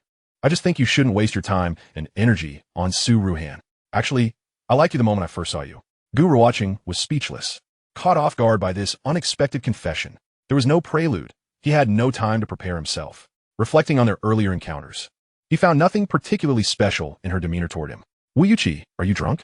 He asked with a smile, sensing something was amiss. I'm not drunk, she said, leaning closer, her voice soft. I truly like you and I want to be your girlfriend. I promise to be a good girlfriend, one T throw tantrums, and will treat only you well. I'll make you very comfortable. Gu Ruochen stepped back, needing a moment to collect himself. Wu Yuqi was more forward and alluring than Zhang Qianying. While he could handle Zhang Qianying's subtle hints, Wu Yuqi's blatant advances left him unprepared. Wu Yuqi, you've had too much to drink, he chuckled nervously. Seeing his reaction, Wu Yuqi bit her lip and unleashed her ultimate tactic. Gu Ruochen, I really like you. If you want, I can stay out with you tonight. Her words left Gu Ruochen thinking she might be suggesting something scandalous, prompting him to hastily retreat. Wu Yuqi stomped her foot, declaring, Gu Ruochen, I will become your girlfriend. Upon returning to the booth, Gu Ruochen took a swig from a bottle. Feeling his inner turmoil settle somewhat. Wu Yuqi's sudden confession had startled him. Something felt off, yet he couldn't pinpoint it. Glancing at Su Ruochen, he pondered the reliability of Wu Yuqi's words. If Su Ruochen had indeed promised her mother not to date in college, his chances of pursuing her would significantly dwindle.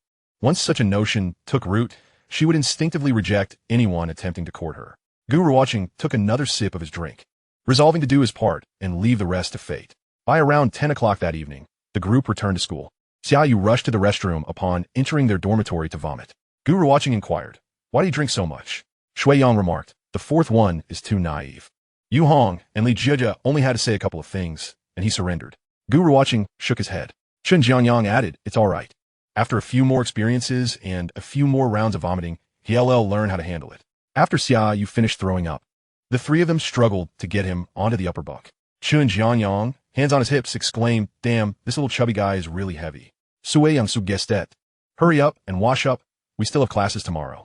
At that moment, Gu Ruochen recalled that Chen Jianyang had settled the KTV bill, so he asked, old three, how much did singing cost? I'll pay you back. No need, I've got it covered. Chen Jianyang waved his hand dismissively. Gu Ruochen nodded, feeling disinclined to confront Chen Jianyang about the matter. The night passed in silence. The following day, after completing 2 afternoon classes, the official holiday commenced. Along the school route, numerous students could be seen dragging their suitcases.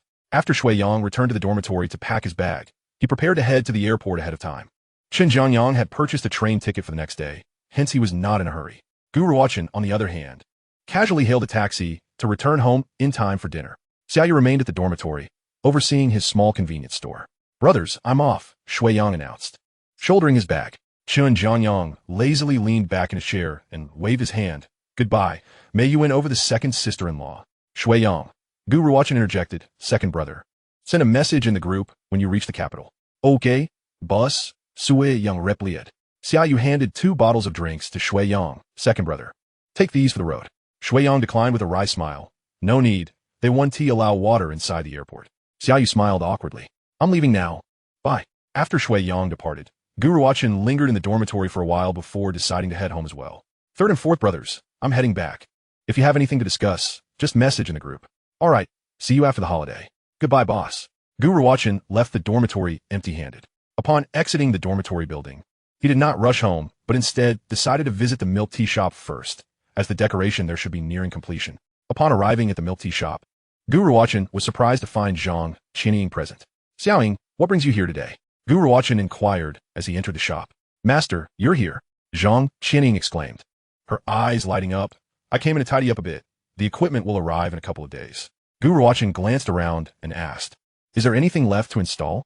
Zhang Qianying replied, just some lights and a few miscellaneous items. Gu Ruochen nodded and inquired, when do you start training? It's been scheduled with headquarters for after the National Day holiday. Oh, so it won't be open until at least mid-October then? Yes, that's about the timeline. Gu Ruochen smiled slightly. Has everything been arranged with Sister Wanling? Yes, they've hired a new girl at the coffee shop, and everything is in order. That's good. Gu Ruochen initially intended to invite Zhang Qianying to dinner that evening, but since he had already informed his family that he would be home for dinner, he would have to postpone it for a couple of days. Master, are you on holiday now? Yes, if there is nothing going on at the shop these days. You should go out and have some fun. Zhang Qianying murmured, forget it, during the National Day holiday, everywhere is crowded, and I want to join in the chaos. Glancing at the time, Gu Ruochen said, all right, I'll head home now. As Zhang Qianying noticed Gu Ruochen preparing to leave, she quickly added, Master, will you be in Donghai during the National Day? I'd like to treat you to a meal. You want to treat me? Zhang Qianying nodded eagerly. Sure. I'll let you know in advance when I'm free. Zhang Qianying smiled happily. After leaving the milk tea shop, Gu Ruochen took a taxi straight home. By the time he arrived, it was already past 4 in the afternoon. Son, you're finally back. Chen Hong greeted Gu Ruochen with a warm maternal smile. Why didn't he let me pick you up? Mom, I'm a university student now, not an elementary or middle schooler. I don't need my parents to pick me up during the holidays. Chen Hong replied, in my eyes, you're still a child. Gu Ruochen chuckled, Mom. I can spend some quality time with you at home during this National Day holiday. Chen Hong nodded approvingly. Only you can keep me company during this holiday. Your sister will be extremely busy at the hotel and has to work overtime. Your dad has already made plans with a few friends to go out of town for project inspections. It seems that having money doesn't mean one can rest easy, unless one sells the company and converts everything into cash to lie at home. Son, how about I take you abroad for a trip? Hainan, Singapore, Malaysia. Mom, I think I still don't have a passport. Gu Ruochen responded with a wry smile. All right, I forgot about that. Make sure you get your passport sorted out soon, so you won't face difficulties when you want to travel abroad later. Gu Ruochen nodded, acknowledging that he could indeed apply for a passport ahead of time. He had previously lacked the opportunity to travel abroad, but now, as long as he desired, he could go whenever he wished. You should go upstairs and rest for a bit. I'll call you when it's time for dinner. Okay, I'll head upstairs now. Go on. Gu Ruochen ascended the stairs and returned to his room. The first thing he did was turn on his computer. Checking his stock account, he found that the share price of Jinbei Automobile had reached 252 yuan, an increase of 17 yuan compared to the average purchase price of 235 yuan. The profit was nearly 500,000 yuan. This is the magic of leverage, which can magnify profits, but it can equally amplify losses. Gu Ruochen closed the stock account, recognizing that this was merely the initial accumulation of capital. True wealth would come from other investments. For instance, investing in startups or virtual currencies, among other ventures. How to relieve worries. Only through sudden wealth. Chapter 67. How do you think I look? On the first day of the holiday, Lu Yutong went to the hotel for overtime. Lu Tianzhong, meanwhile, traveled out of town with friends. Chen Hong and Gu Ruochen remained at home. Finding it dull, Chen Hong suggested taking Gu Ruochen out for a little adventure. While international travel was temporarily off the table, domestic excursions were still possible. Chen Hong had Lin Feng drive them to Huangshan for a bit of excitement.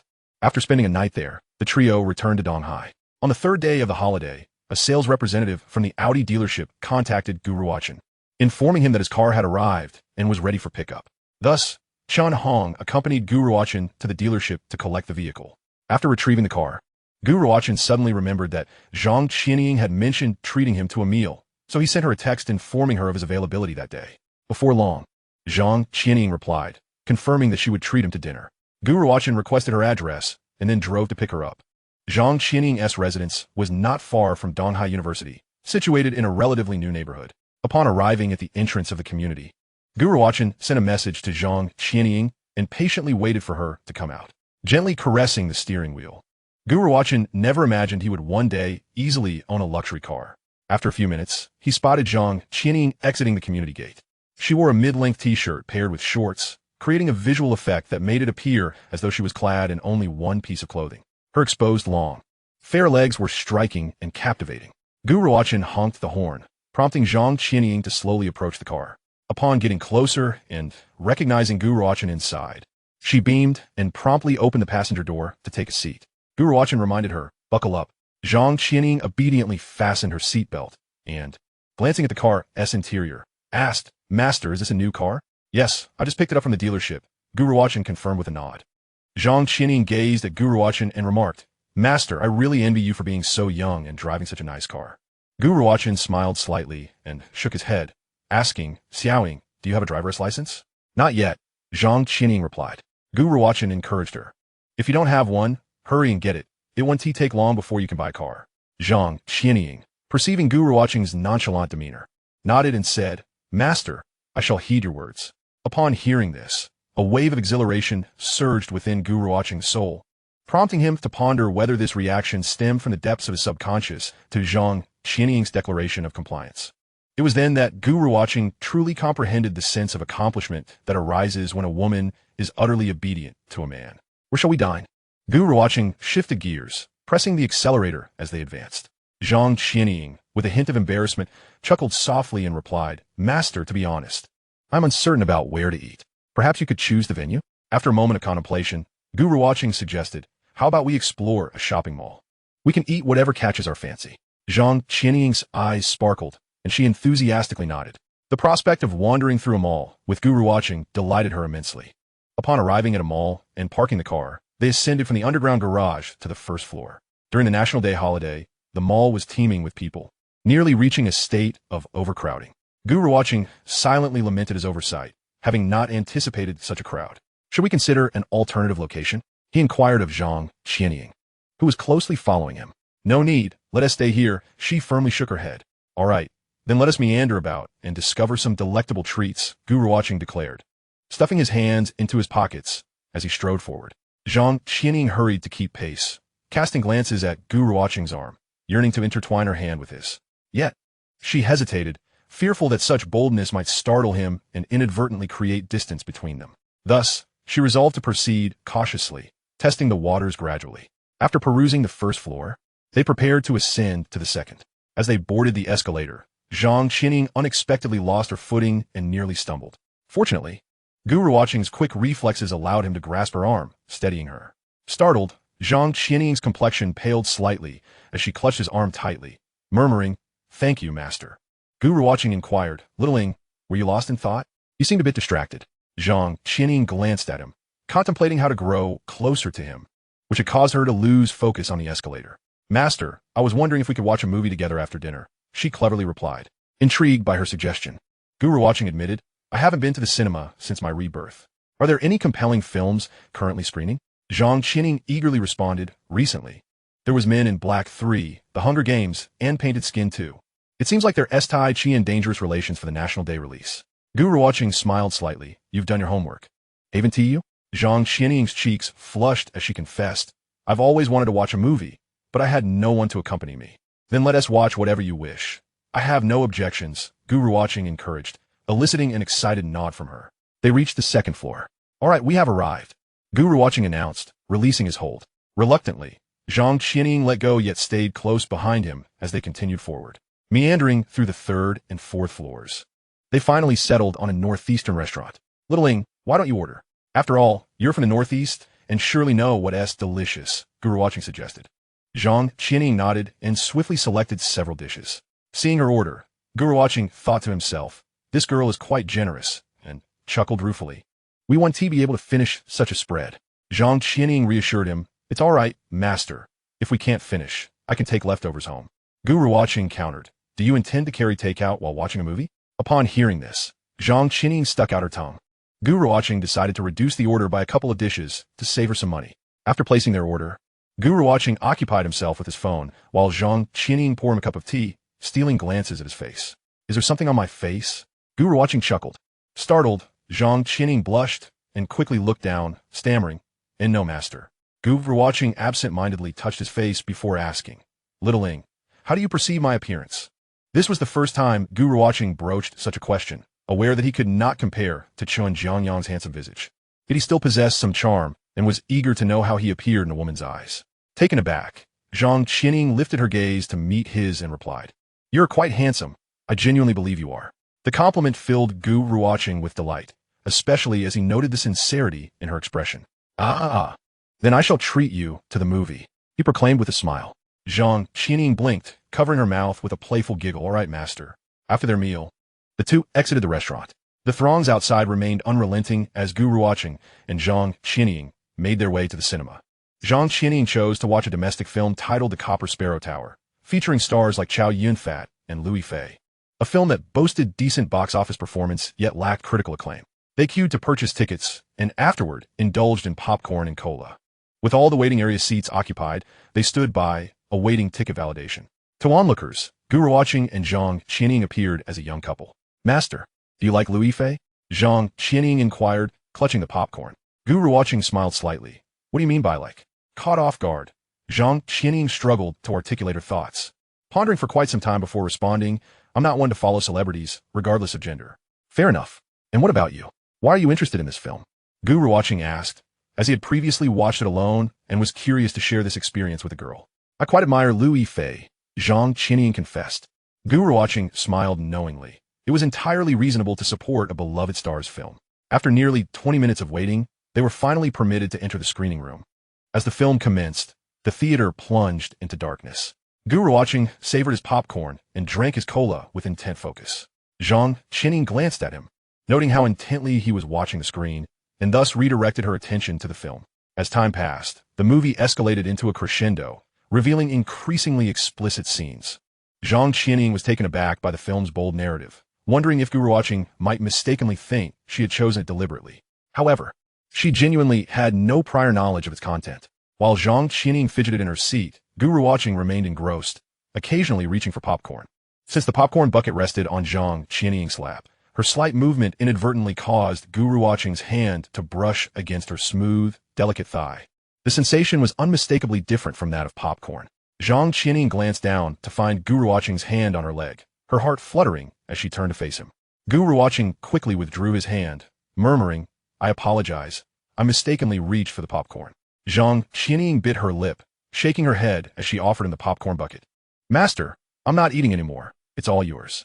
"Ah, thank you," Gu Ruochen replied with a gentle smile as he accepted the bucket. "Master, I truly had no idea this film would be so." Zhang Qining pondered for a moment before deciding to elaborate. "I actually found it quite enjoyable." Gu Ruochen popped a piece of popcorn into his mouth, his gaze unwaveringly fixed on the screen. "Huh?" Zhang Qining blinked, then turned her head to continue watching the movie. Time flew by, and the hour and 40-minute film concluded. Exiting the theater, Gu Ruochen glanced at the time. It was already 9 o'clock in the evening. "Xiaoying, it's getting late. Allow me to escort you home." "All right, thank you, master." "So what did you think? Was the film good?" Gu Ruochen couldn't help but ask with a chuckle. "It was not bad." Zhang Qianing's cheeks flushed, and her mind inadvertently conjured up those rather embarrassing scenes. Observing her rosy complexion, Gu Ruochen recognized that she remained a pure-hearted young lady. If she were a seasoned veteran, those trivial scenes would hardly faze her. "Let us go," Gu Ruochen beckoned. As he drove out of the underground parking garage, the myriad of lights outside illuminated the night, with a bustling flow of traffic in the city. The moving lights transforming into radiant streaks of brilliance. Gu Ruochen held the steering wheel with one hand, while the other rested casually on the gear shift. "Master, I had a wonderful time today." "Thank you," Zhang Qining expressed. "What are you thanking me for?" "I still owe you gratitude for treating me to dinner," Gu Ruochen replied. "Didn't you also invite me to the movies?" Upon mentioning the film, both fell into silence. Zhang Qining turned to gaze out the window. Stealing a glance, Gu Ruochen noticed that although her head was turned towards the window, her long legs were still elegantly directed towards him. A mere shift of his hand would allow him to graze her legs. Should he act on impulse, or restrain his desires and maintain the decorum of a gentleman? Gu Ruochen focused on the road ahead, ultimately deciding that in this second chance at life, he ought to embrace spontaneity. Thus, he pressed the accelerator forcefully, his right hand instinctively resting on Zhang Qianing's leg. The sudden jolt caused Zhang Qining to exclaim, and she soon felt a large hand on her thigh. Her heart raced. She initially assumed it was an accident, but as that hand began to caress her leg, she realized this time it was intentional. Nervously, she lowered her head and swallowed hard, her legs frozen in place. Despite her anxiety, Zhang Qining secretly reveled in the thought that her long legs had evidently caught her master's attention. Gu Ruochen, glancing at the rearview mirror, also observed Zhang Qining reclining against the seat, her head slightly tilted outward, devoid of any resistance, indicating her acceptance of his actions. 20 minutes later, they arrived at the entrance of Zhang Qianing's residential complex. Gu Ruochen finally withdrew his hand. "Xiaoying, we're home." "Oh, all right," she replied, hastily unbuckling her seatbelt. Her face was flushed, and she longed to invite Gu Ruochen in for a visit. Yet, she understood that a girl should exhibit some reserve, so she suppressed her words. "Master, I'm leaving now." "Goodbye," Zhang Qining said, looking up at Gu Ruochen. He gazed at her radiant face, feeling a stir in his heart, and nodded. "All right. Send me a message when you arrive home." Zhang Qining nodded, then added as she opened the car door, "Master, drive carefully on your way back. And message me when you get home." "Of course. MHM." After Zhang Qining exited the car and waved goodbye, she dashed into the complex. Gu Ruochen, through the car window, gazed at her luminous legs under the moonlight, finally grasping the adage that beauty can indeed be found in a woman's legs. A slight smile graced Gu Ruochen's face. Embracing spontaneity felt remarkably liberating. Henceforth, this shall be his life motto. He suddenly recalled the bold confession of Wu Yuqi, realizing she paled in comparison to Zhang Qining. Chapter 69, Love Not Yet Fulfilled. In the days following the holiday, Gu Ruochen visited a milk tea shop, spending the rest of his time at home with Chen Hong. Because Gu Ruochen was home, Chen Hong declined invitations from her friends to play mahjong. The renovations at the milk tea shop were finally complete, and the equipment was on its way. Once Zhang Qianying finished her training and 2 more employees were hired, they could officially open.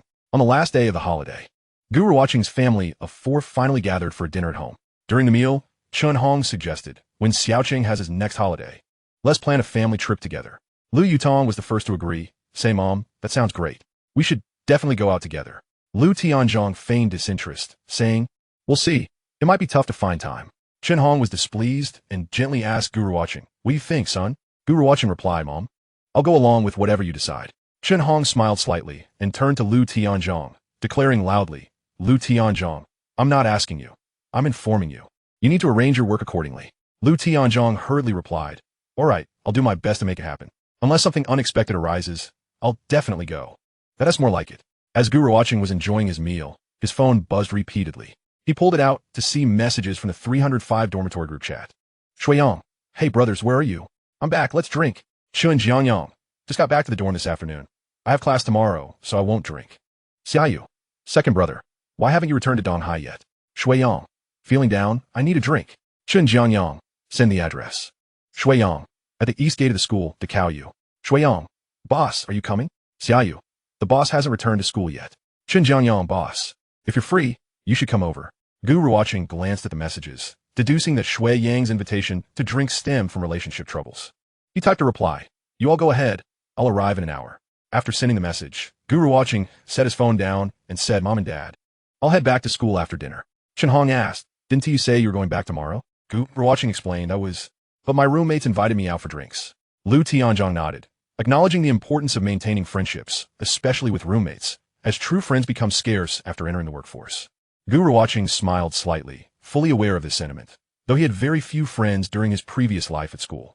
All right, I'll ask Wilma to prepare some food for you to take back to school. Sounds good. After finishing dinner, Gu Ruocheng departed, driving back to school.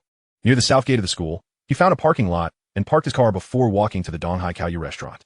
Upon his arrival, he noticed that Shui Yang, Chen Jianyang, and Xiaoyu had already consumed quite a bit of alcohol. Only 2 or 3 bottles remained unopened in the box at the foot of the table. What's going on? Gu Ruocheng inquired as he took a seat next to Xiaoyu.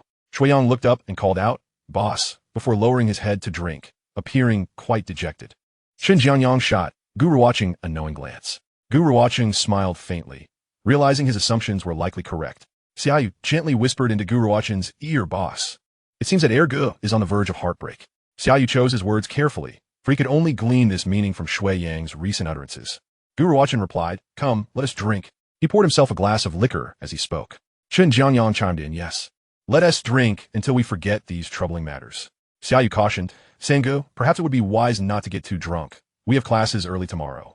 Gu Ruocheng, still unaware of the full context, refrained from reopening Shui Yang's wounds and offered measured comfort. Heir Gu, sorrow is but fleeting, as long as one possesses excellence. Any woman will be drawn to him. Of course, when Gu Ruocheng spoke of excellence, he alluded to wealth or power, merely cloaking his words in subtlety. Chen Yingyang eshot, ege. It's not that I look down on you. I genuinely disdain seeing you in this state. With so many girls at Dongda, is there not one suitable for you? Gu Ruochen's statement held truth. As long as one possesses sufficient prowess, women will flock eagerly. Xiaoyu, seeing both Gu Ruochen and Chen Jianyang had spoken, added his own words of consolation. Heir Gu, being single has its own merits.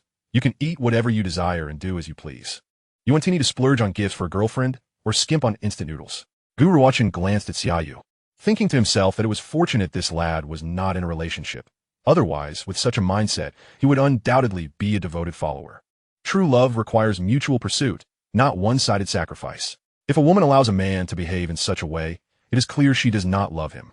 Shui Yang rubbed his face heavily and declared, you are right. From tomorrow onward, I shall strive to achieve greatness and show her what she is missing, making her regret her choice. Gu Ruochen mused, it seems we are not quite aligned in our understandings, are we? Could it be that Shui Yang's girlfriend has been unfaithful to him? That seems unlikely, with classes looming the next day and Shui Yang having self-soothed. The group finished off the remaining 2 to 3 bottles of beer before returning to their dormitory. Xiaoyu supported Shui Yang as they walked ahead, while Gu Ruochen and Chun Jianyang followed behind. Saying, Gu, has Heir Gu been dumped by his girlfriend? Gu Ruochen inquired softly. Chun Jianyang nodded pretty much. It was pitiful that Heir Gu had spent so many days in the capital with that girl, only to receive a dreadful surprise right before his flight. Gu Ruochen grimaced. It was indeed quite distasteful. Why not have said something sooner? Chun Jiangyang continued. Ergo even tried to defend her, claiming she was conflicted and hesitant. Gu Ruochen scoffed. What exactly is going on? Chun Jiangyang explained. His words were rather vague, but it appears that the girl has developed feelings for someone else, though she hadn't formally committed yet. Ultimately, she could no longer bear it, and confessed right before he boarded the plane.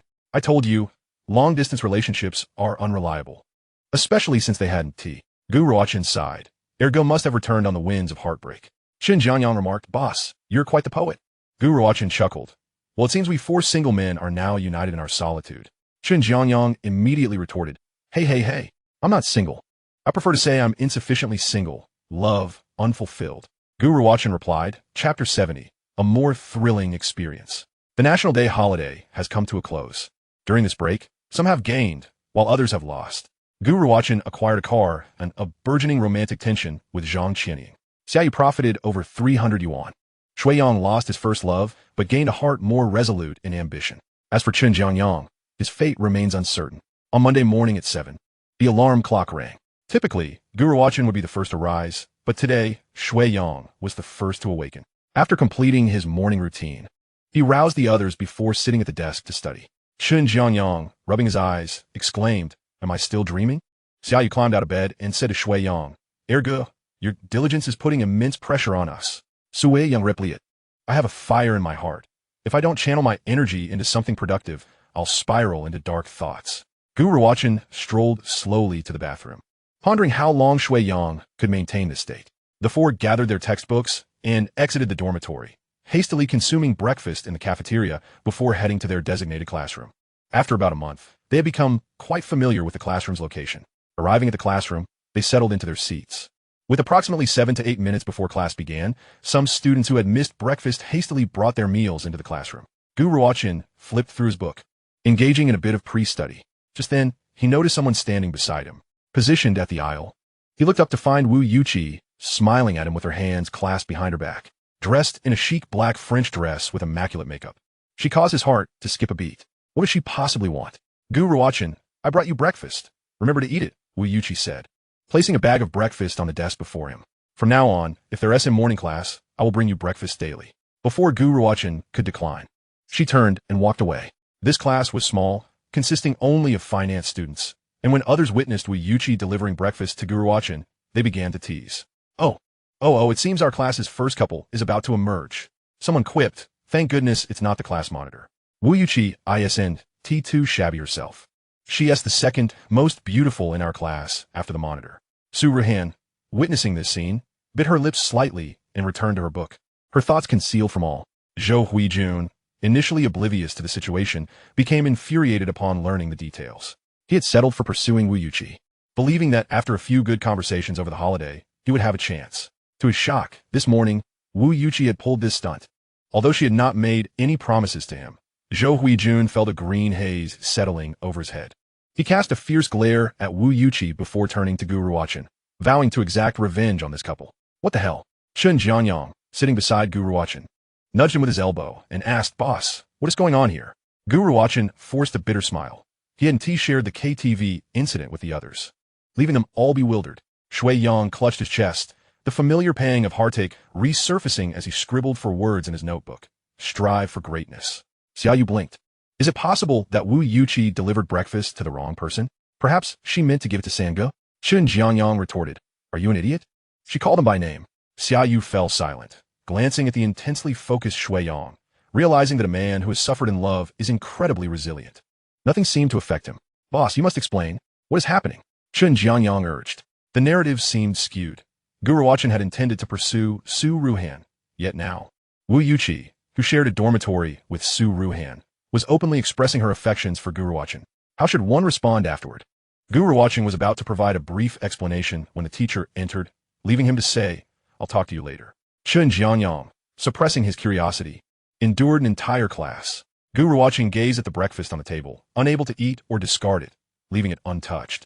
As soon as the bell rang, Chun Jiangyang pulled Gu Ruochen out of the classroom, with Shui Yang and Xiaoyu hastily following. The 4 of them arrived at a quieter spot. Boss, honesty brings leniency, while resistance invites severity.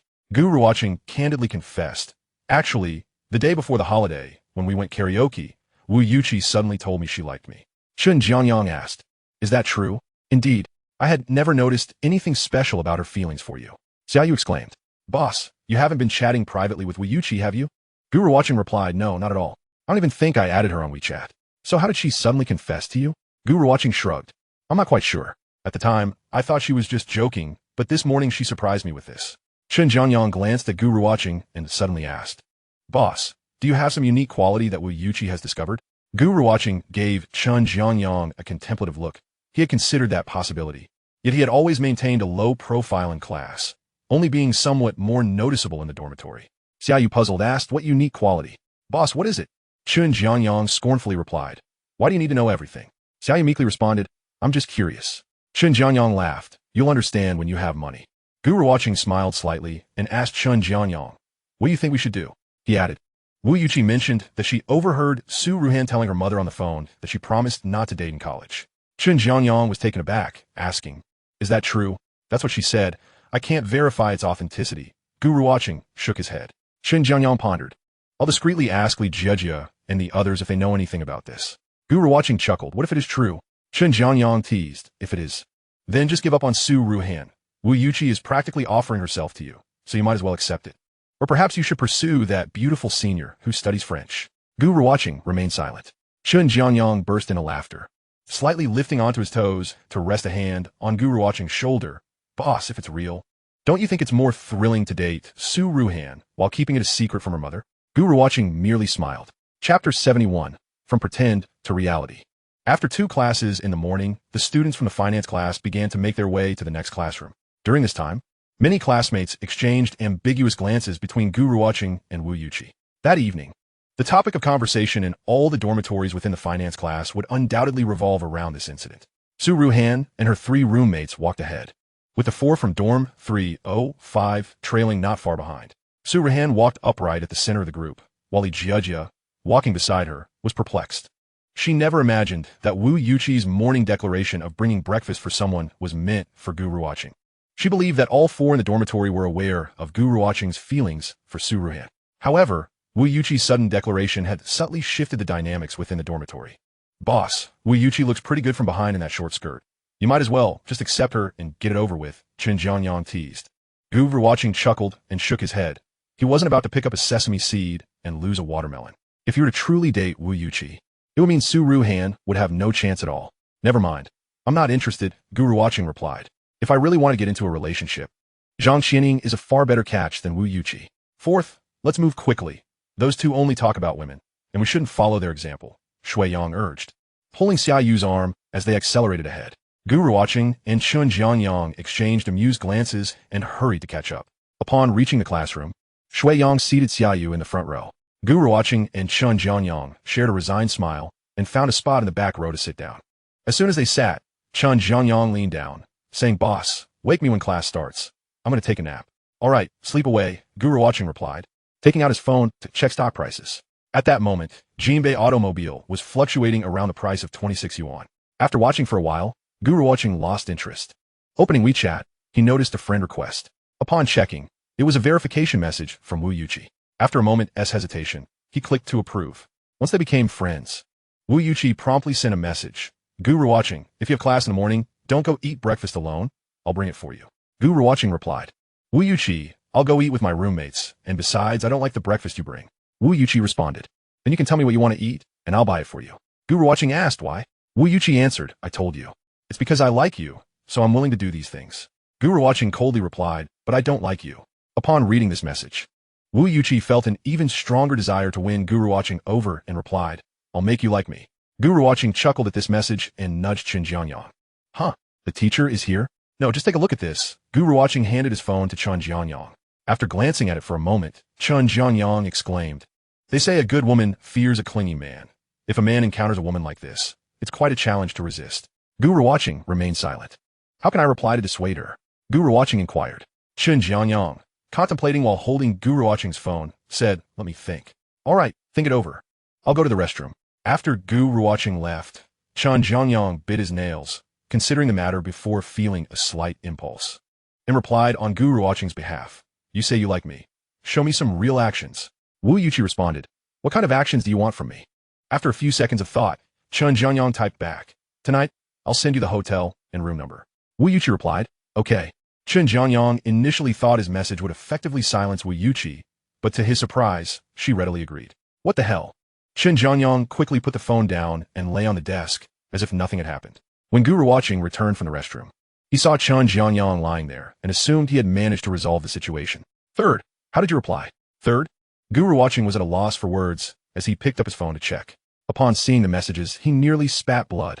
Yet, he realized it was somewhat his fault for not fully explaining their conversation at KTV that day, which led Chen Jianyang to make a foolish move.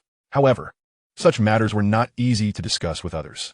"Boss, I'm no match for her," Chen Jianyang exclaimed, covering his face. Gu Ruochen sent a message to clarify the misunderstanding, but decided to ignore Wu Yuqi for now. "Forget it. I explained a little, so it should be fine." Gu Ruochen jested with a smile. "Third brother, it seems you ought to adopt a more low-key approach from now on. Boasting about being a master of emotions in the dormitory is hardly wise." Chen Jianyang's face flushed with embarrassment as he retorted, "Your situation is entirely different. I lack experience in rejecting girls. I usually do not refuse. I am not responsible, and whether I take the initiative depends on the circumstances." Gu Ruochen replied, all right. "Do you have any good advice for me now?" Chen Jianyang said, "I can think of 2 methods for the time being. The first is the cooling-off technique. You must maintain your distance from her, refrain from responding to her messages, and avoid showing any favorable disposition. This will lead her to see no hope and retreat on her own." Gu Ruochen nodded, acknowledging that no one could endure such treatment for long, though this would certainly be a test for him as well. "And what is the second method?" Chen Jianyang continued. "The second method is for you to quickly find a girlfriend. That way, Wu Yuqi will likely give up on her pursuit. The second method is arguably more effective than the first, but if that were to occur, it would essentially eliminate any potential with Su Ruhan." Gu Ruochen sighed softly. "Life is unpredictable. It's a complex web we navigate." Chen Jianyang responded with a puzzled look. "Huh?" Gu Ruochen had initially hoped to experience the thrill of pursuing a girl during his university years, an opportunity he had missed in his previous life. However, upon identifying his object of affection, he was taken aback to discover that Su Ruhan seemingly had no intention of engaging in a romantic relationship during her university tenure. Even more surprising was the fact that her roommate had stepped in, actively pursuing him, creating quite a chaotic and tumultuous situation. "Big brother, if you truly cannot bear to give up on Su Ruhan, then you might as well enlist someone to assist you." "Assist with what?" Chen Jianyang suggested lightly. "Pretend to be your girlfriend. This way, once Wu Yuqi gives up, you can explain things to Su Ruhan properly if you still wish to pursue her." Gu Ruochen inquired, "Will this truly work?" "It's worth a try." Chen Jianyang suddenly added, "You could ask that senior sister for help. Perhaps there might be unexpected benefits." "What unexpected benefits?" Chen Jianyang chuckled and replied, "What if the pretense turns into reality? If Su Ruhan genuinely has no intention of dating in college? We certainly cannot hang our hopes on a single tree, can we?" Chapter 72. How much advantage is not a loss. At Donghai University. In the Foreign Language College's West District, Yi Qingyin awaited Gu Ruochen at the entrance of the teaching building. Gu Ruochen had skipped class to meet her. "Junior, do you not have any classes for the next 2 periods?" Yi Qingyin asked upon seeing him. Gu Ruochen smiled awkwardly and replied, "Ah, I have no classes. How could I come to find you if I did?" A faint smile graced Yi Qingyin's lips as she asked, "Junior, are you looking for me for something?" "Yes. I have a small matter for which I would like to request your assistance, senior." Yi Qingyin nodded, saying, "Very well, but I have a class to attend." "You can accompany me." "Oh, attend class?" Gu Ruochen was taken aback and quickly shook his head. "I think I'll pass. What use is there for me to join you all in class?" "In that case," Yi Qingyin sighed lightly, "I won't be able to help you with your request." Gu Ruochen asked, "Senior, is your class a small one or a large one?" Yi Qingyin replied with a smile, "It's a large class." "Then let us go." Gu Ruochen responded, heading straight into the teaching building. As Yi Qingyin carried her bag and walked in behind Gu Ruochen into the lecture hall, few people paid them any mind, with only a handful of boys casting glances at the enchanting flower of the Foreign Language College. Gu Ruochen surveyed the room. Despite Yi Qingyin's claim of it being a large class, the number of students present was evidently limited, around 70 to 80 at most. The moment Yi Qingyin and Gu Ruochen settled into their seats, a wave of murmurs erupted throughout the classroom. Regardless of gender, all eyes turned towards them, as if they were witnessing some sensational revelation. Gu Ruochen realized that it was not as simple as it appeared. Had Yi Qingyin invited him to class merely to ward off unwanted attention? "Senior, do they think I'm your boyfriend?" Gu Ruochen whispered to Yi Qingyin. The breath he exhaled tickled her, causing her ears to flush as she replied, "You sought my help, so I thought to use you as a shield." Thus we are even. Gu Ruochen glanced around and inquired, Senior, is there someone in this class who's been bothering you? Yi Qingyin nodded gently, correcting him. It's not so much harassment as it is a source of great annoyance. Gu Ruochen chuckled, amused by the irony that both were seeking assistance from one another. A serendipitous turn of events. Senior, should I engage in any further actions, perhaps some intimate interactions? Yi Qingyin quickly interjected, no. Just sit quietly beside me and join me for lunch in the cafeteria. Oh, all right then, Gu Ruochen replied, feeling a tinge of disappointment. He wished Yi Qingyin had higher expectations. As the students observed the close conversation between Yi Qingyin and Gu Ruochen, they all assumed that Gu Ruochen was indeed Yi Qingyin's boyfriend. When did she suddenly get a boyfriend? I've never seen this guy before. Who knows? But judging by his attire, he must be some wealthy heir. How can you tell? Just look at his clothes and shoes. They are clearly brand names. And that watch on his wrist, I think I've seen it online. It must cost several thousand. What if it's fake? Nowadays, replicas are everywhere. You're just jealous. I'm not. I'm merely skeptical. The thought of the campus belle being embraced by him left many feeling disheartened, leading them to resolve that their lunch would consist of only a single bowl of rice. Some women are simply not meant to be ours. Even if we could possess them, we would struggle to hold on. While many students engaged in hushed conversations, a boy seated in the front row snapped his pen in frustration. Senior, will there be any danger in me acting as a shield? Gu Ruochen asked, suddenly concerned. Typically, average boys would not dare pursue a girl like Yi Qingyin. Only those who were exceptionally talented or come from wealthy backgrounds possess the confidence to do so. Just like Gu Ruochen, previously, Gu Ruochen wouldn't have even dared to entertain such thoughts. Yi Qingyin blinked and assured him, you should be fine. If there is any danger, your senior will protect you. Gu Ruochen pondered, is this what it feels like to live off someone else's success? The class bell rang, and a middle-aged male teacher entered. He surveyed the room before beginning to speak in French. Gu Ruochen was left bewildered and leaned towards Yi Qingyin, whispering, Senior, are your classes now conducted entirely in French? Yi Qingyin shook her head and explained softly, not entirely. Most daily conversations are in French, but some obscure terms are still explained in Chinese. Gu Ruochen nodded, realizing that he was likely going to struggle to grasp the content of the next two classes, observing that no one in the class was using their phones. He felt even less inclined to do so as an outsider, leading him to endure an entire lecture. After class, as Gu Ruochen was distractedly engaged with his phone, a voice chimed in beside him. Qingyin, who is this? Your brother? Gu Ruochen looked up in confusion, only to see a gentleman adorned with gold-rimmed glasses, dressed in a white shirt, black trousers, and polished black shoes. He exuded an air of refinement, with a gentle smile and an aura of confidence in his gaze.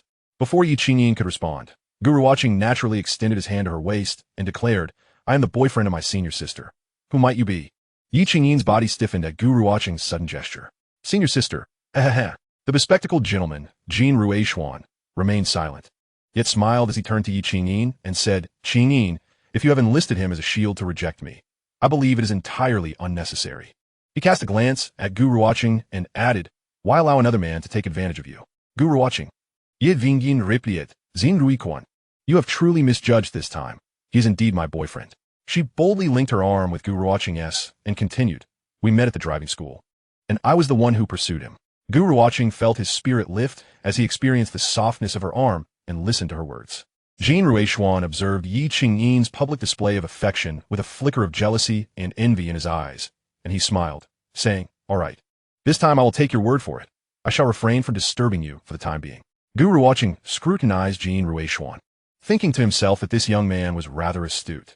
The fleeting emotion he had just displayed was subtle, yet he could still manage to smile.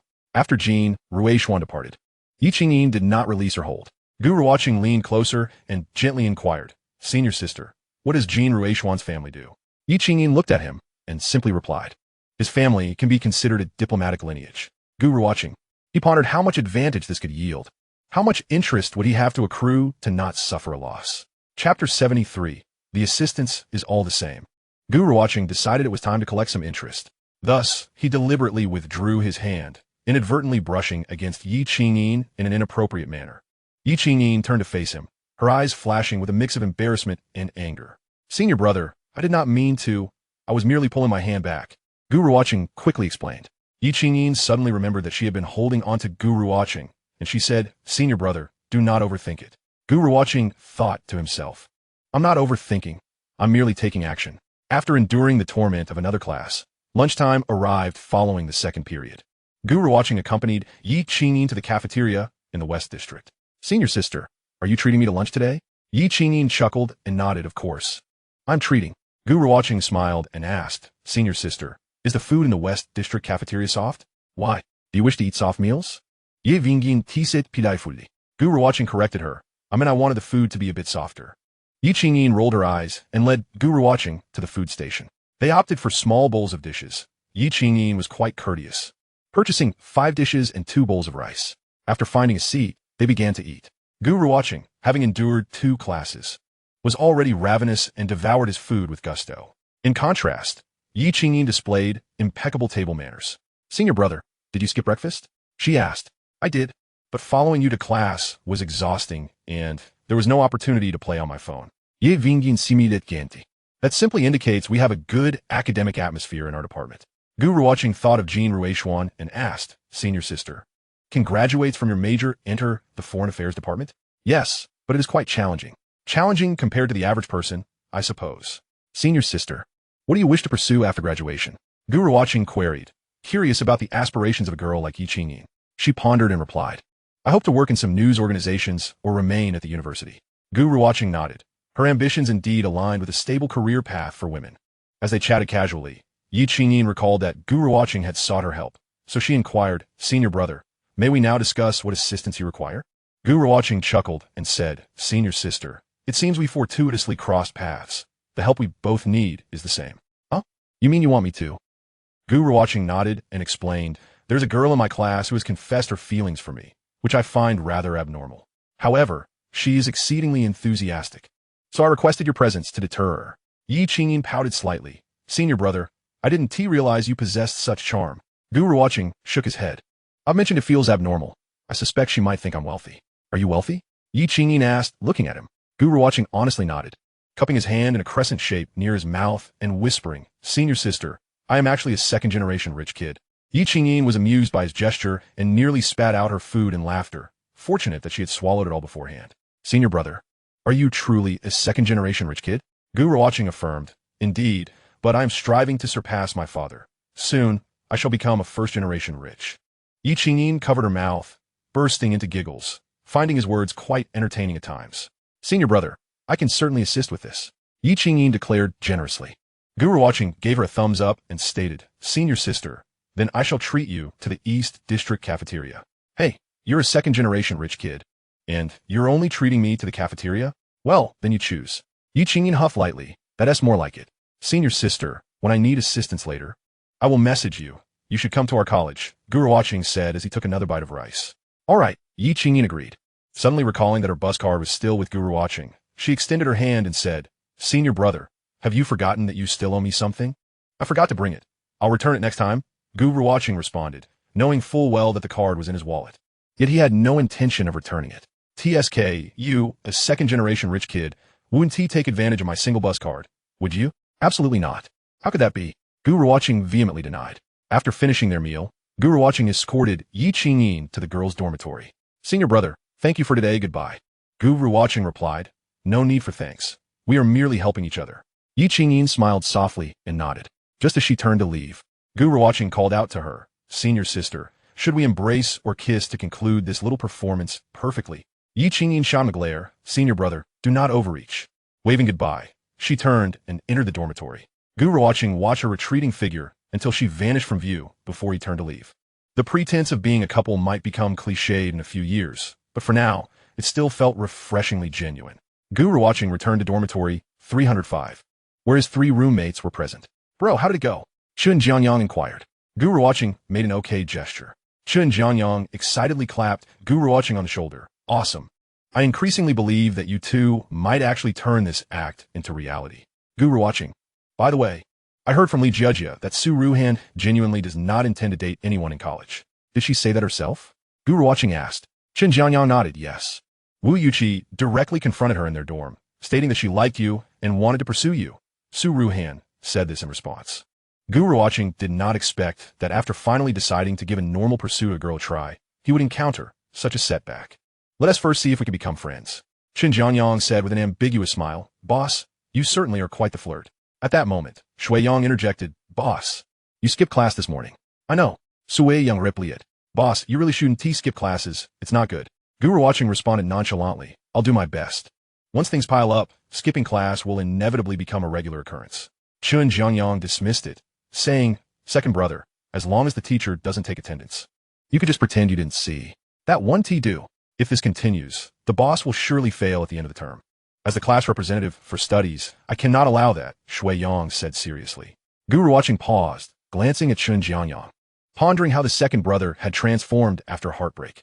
All right, this is the last time, Gu Ruochen assured, deciding to stabilize the situation first. Only then did Shui Yang relent and return to his desk to study. Gu Ruochen remarked, What prize is the second brother aiming for in the scholarship? Xiao Yu chimed in. Second brother says he wants to win first-class scholarship and urged me to study hard too, at least to secure a second-class scholarship. Gu Ruochen and Chun Jiangyang exchanged glances, wondering if, with such a positive and negative dynamic, they would both end up failing. Chapter 74, Smoother Than Silk. At Donghai University, in the boys' dormitory. This morning, a rare occurrence of having no classes allowed Gu Ruochen to awaken and leisurely play on his phone. As he was engrossed in his activities, a message popped up. Wu Yuqi. Gu Ruochen, you haven't tea at breakfast, have you? I bought some for you, and I'm currently downstairs at your dorm. Fei Ruochen. No, I'm still lying in bed, thank you. Wu Yuqi. I've already bought it, so come down and get it. Skipping breakfast is bad for your stomach. Gu Ruochen. Really, I don't want it, thank you. Wu Yuqi. If you don't come down, I'll yell up to you. Seeing this message, Gu Ruochen quickly scrambled out of bed and walked to the balcony. From the dormitory balcony, he could see the entrance and immediately spotted Wu Yuqi standing under the shade of a tree. Damn, if she insists on this for a few months, I might just be moved to let her win me over. Gu Ruochen cursed under his breath, slipping on his slippers and rushing downstairs. Where's the boss going? Xiao Yu asked. Who knows, maybe he needs to pee. Chun Jiangyang casually remarked. Running outside to pee? Chun Jiangyang responded. Meanwhile, Gu Ruochen hurried down the stairs and approached Wu Yuqi. Wu Yuqi smiled gently, saying, I brought breakfast for you, and some for your roommates too. She had started to charm his friends. Gu Ruochen did not take it, saying, Wu Yuqi, you are making this difficult for me. With your excellent qualities, you could surely find someone better than me. Wu Yuqi thought to herself that there weren't many better options at Donghai University, especially since those with better qualities were likely out of her reach. But I like you. Gu Ruochen suddenly asked, Wu Yuqi, how did you know my family is quite wealthy? Wu Yuqi was momentarily taken aback, quickly regaining her composure. What are you talking about? I don't understand your meaning. Gu Ruochen chuckled, asking, so how can you avoid doing these futile efforts? Wu Yuqi replied, I'll just focus on my part. You don't need to feel burdened. Gu Ruochen inquired, if I have a girlfriend, you would have to give up, right? Wu Yuqi asserted, you won't be able to pursue Su Ruhan.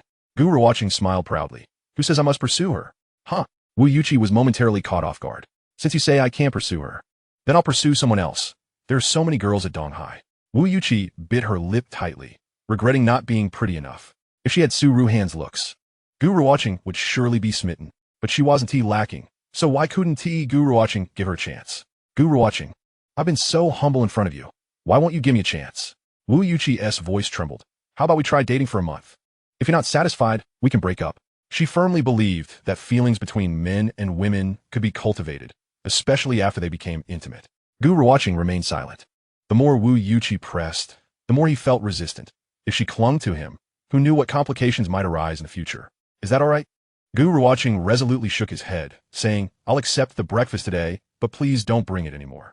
To be honest, I'm already pursuing a senior from the foreign languages department, and it should be successful soon. Wu Yuqi didn't believe him, replying, You're lying. Why would I lie to you? You'll know soon enough, Gu Ruochen said as he took the breakfast. I want to take advantage of you. If you need money in the future, you can borrow from me, and I want to charge interest. Wu Yuqi said, Please don't bring breakfast again. Even if you scream from the bottom of the building, I want to be moved. Don't embarrass yourself as a girl. How will you find a boyfriend then? Gu Ruochen reiterated, and only then did he return to the dormitory with the breakfast. Wu Yuqi stood there for a long time before leaving, contemplating if Gu Ruochen truly got another girlfriend. It would likely be impossible for him to turn back and accept Zhou Huijun now. At the street-side shops near Donghai University's North Gate, a milk tea shop named Mishu Bingsheng was preparing to open. After evening classes, Gu Ruochen left the campus and headed to the milk tea shop. Upon entering, he saw Zhang Qianying diligently making milk tea, not even noticing his arrival. Zhang Qianying had just returned from a 4-day training at the headquarters.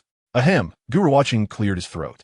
Zhang Qianying looked up, and upon seeing Gu Ruochen, a bright smile spread across her face. Master, What brings you here tonight? Gu Ruochen replied with a faint smile. I just finished evening classes and had some free time, so I came to check on you. Where are the others? I'll let the 2 new employees, 1 male and 1 female, go home early, Zhang Qining explained. Gu Ruochen asked, It's getting late. Why haven't you gone home to rest? Zhang Qining replied, I'm still testing the milk tea flavors. I'm worried there might be mistakes when we officially open. Gu Ruochen reassured her, It's all standardized. As long as the ingredients are correct, the taste should be fine. But I'm still nervous, afraid of causing trouble for you, Master, Zhang Qining said weakly. It's all right, just work confidently. If there's a mistake, we'll fix it, Gu Ruochen encouraged her. Zhang Qining nodded earnestly. By the way, Master, here, a cup of milk tea I just made. Try it. Gu Ruochen joked, Xiaoying, are you treating me like a guinea pig? No. Zhang Qining shook her head, quickly tasting it herself before handing it to Gu Ruochen. Master, I've already tried it. It's fine. Gu Ruochen smiled slightly at her. Zhang Qining then realized, looking at the straw she had used, Master, let me make you another cup. No need, she insisted. I'll just change the straw. Gu Ruochen shook his head and took the milk tea, sipping a few times before saying, The taste is quite good. Zhang Qining blushed slightly, shyly saying, If you say it's good, then I can relax. Gu Ruochen, sipping the milk tea, glanced at his wristwatch. It's almost 9. Are you going home? If you are, I'll give you a ride. Zhang Qining repeatedly urged, Let's go. Gu Ruochen stood by the entrance, waiting. Zhang Qining swiftly tidied up the shop, turned off the lights, and locked the door. Upon reaching the parking lot, Gu Ruochen drove Zhang Qining home. As she settled into the passenger seat, Zhang Qining stole a glance at Gu Ruochen before drawing her legs together and leaning towards him. A smile graced Gu Ruochen's lips as his right hand naturally rested upon Zhang Qining's smooth, slender legs. A tremor coursed through her, and she lowered her gaze to observe Gu Ruochen's hand gently caressing her thigh. She pondered to herself that since her master so admired her legs, she ought to take better care of them from now on.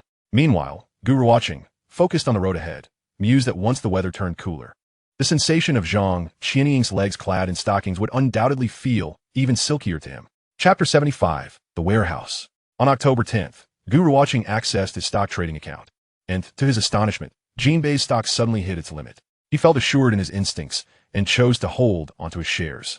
On October 11th, Jinbei's stock soared once more, prompting a slight smile from Gu Ruochen as he maintained his position, now realizing his profits had exceeded 2 million yuan. On October 12th, Jinbei's stock surged before retreating slightly, closing with just a minor dip of around 1 point. Gu Ruochen remained steadfast in his decision to hold. As the weekend arrived, the stock market was closed, and school was on break. Gu Ruochen awoke naturally, finding his roommates, Shui Yang and Chen Jiangyang absent, leaving only Xia Yu quietly organizing his goods in the dormitory. Old Four, where are the others? Gu Ruochen inquired. Big brother, you're awake. Xia Yu replied. Third brother has gone off somewhere without saying, and second brother left early for the library. Gu Ruochen muttered in disbelief, recalling that in his previous life, he, too, would head to the library whenever he had free time and no part-time job. After getting up and washing up, Gu Ruochen felt too lazy to go out for breakfast and asked Xia Yu for a pack of instant noodles, craving something flavorful in the morning. Big brother, would you like a sausage? Xia Yu offered. Gu Ruochen shook his head. Old Four, just put the noodles on my tab. Xia Yu chuckled. Big brother, it's just a pack of noodles, why bother? Gu Ruochen insisted. That won't do. Fairness must be upheld. Your earnings are hard-won. Despite Xia Yu's reluctance, Gu Ruochen declared. If you don't keep track, I want tea purchase from you again. All right, I'll keep a record, Xia Yu relented. Suddenly, he remembered something and asked. Big brother, why didn't Ti Wu Yuchi bring you breakfast today? Gu Ruochen replied. I've told her. She likely won't do that again. Well, Xia Yu said, if a girl treated me like that, I'd be utterly moved. Gu Ruochen smiled slightly and asked, what if she were only after your looks? Would you still be moved? Xia Yu paused, momentarily at a loss for words. As Gu Ruochen enjoyed his noodles, he reflected on how such a breakfast seemed rather meager compared to his current circumstances, yet it was a feast compared to his university days. Back then, his breakfast usually consisted of merely 2 steamed buns or dumplings, often filled with vegetables. Now, reborn as a wealthy heir, Gu Ruochen's lifestyle had not dramatically changed. He remained a rich loser compared to his former life as a destitute one. Some inherent qualities of affluence require time and personal growth to cultivate, especially after living over 30 years in poverty. Having quickly devoured the instant noodles, Gu Ruochen let out a satisfied sigh. Old Four, how's business these days? It was rare for him to check in on Xia Yu. He couldn't just involve him in this venture and then neglect him. Business is going quite well, but I have to restock every few days, which is a hassle, Xia Yu complained. Gu Ruochen mused. We previously discussed looking for a small warehouse around the school. Let us see if we can find one in the coming days. Where should we look? Xiaoyu asked. Gu Ruochen replied. Let us explore around the dormitory. It doesn't need to be large. Suddenly, Xiaoyu exclaimed, Big brother, I think I saw an empty dorm in our building. Could we possibly acquire it for use as a warehouse? Really? Where? Gu Ruochen inquired. It's on the first floor, Xiaoyu informed him. Let's go take a look. They descended to the first floor, where they approached the dormitory door. Gu Ruochen knocked, but received no response. Noting a layer of dust on the doorknob, he turned to Xiaoyu. Have you inquired with the dorm supervisor about why this room is vacant? Xiaoyu shook his head. Let us ask the supervisor. They found the dorm supervisor, and Gu Ruochen cheerfully inquired. Annie, what is the story with the empty dorm on the first floor? The supervisor pondered before responding. Oh, a teacher had planned to stay there, but ultimately did not. So it remains unoccupied. Gu Ruochen and Xiaoyu exchanged glances, and Xiaoyu leaned forward, asking, Annie, could we possibly use that dorm? The supervisor eyed them warily. What do you intend to do? Before Xiaoyu could respond, Gu Ruochen quickly interjected. Annie, we just want to store some items. At 1 TB for free. If the dorm needs to be used again, just let us know, and we'll vacate immediately. What monthly rent do you think is fair? The supervisor frowned in thought. Considering that the room was empty anyway, and a bit of extra income wouldn't hurt. Yet, she remained cautious, asking, what exactly will you be storing? Just some food and beverages, Gu Ruochen replied candidly, knowing the supervisor would eventually find out once the goods were moved in. The supervisor, relieved it wasn't anything hazardous, suggested, how about 200 yuan a month? Gu Ruochen countered, Annie, we don't have much money. How about 100? 100 is too little. That's not worth the risk. The supervisor insisted. Then 150, or we'll forget it, Gu Ruochen proposed. All right, the supervisor finally agreed after some deliberation. Gu Ruochen turned to Xiaoyu. Do you have any money on you? Hand it over. Xiaoyu checked his pockets and produced over 600 yuan. Gu Ruochen counted out 600 for the supervisor, stating, Annie, we'll rent for 4 months and then pay monthly thereafter. The supervisor, seeing the 600 yuan, felt it was reasonable if anyone inquired. She could claim it was her own belongings. Okay, I'll notify you in advance if we need to use it, and you must vacate promptly, she reiterated. Gu Ruochen nodded. Andy, could you write us a note? It would ease our minds. You want a note?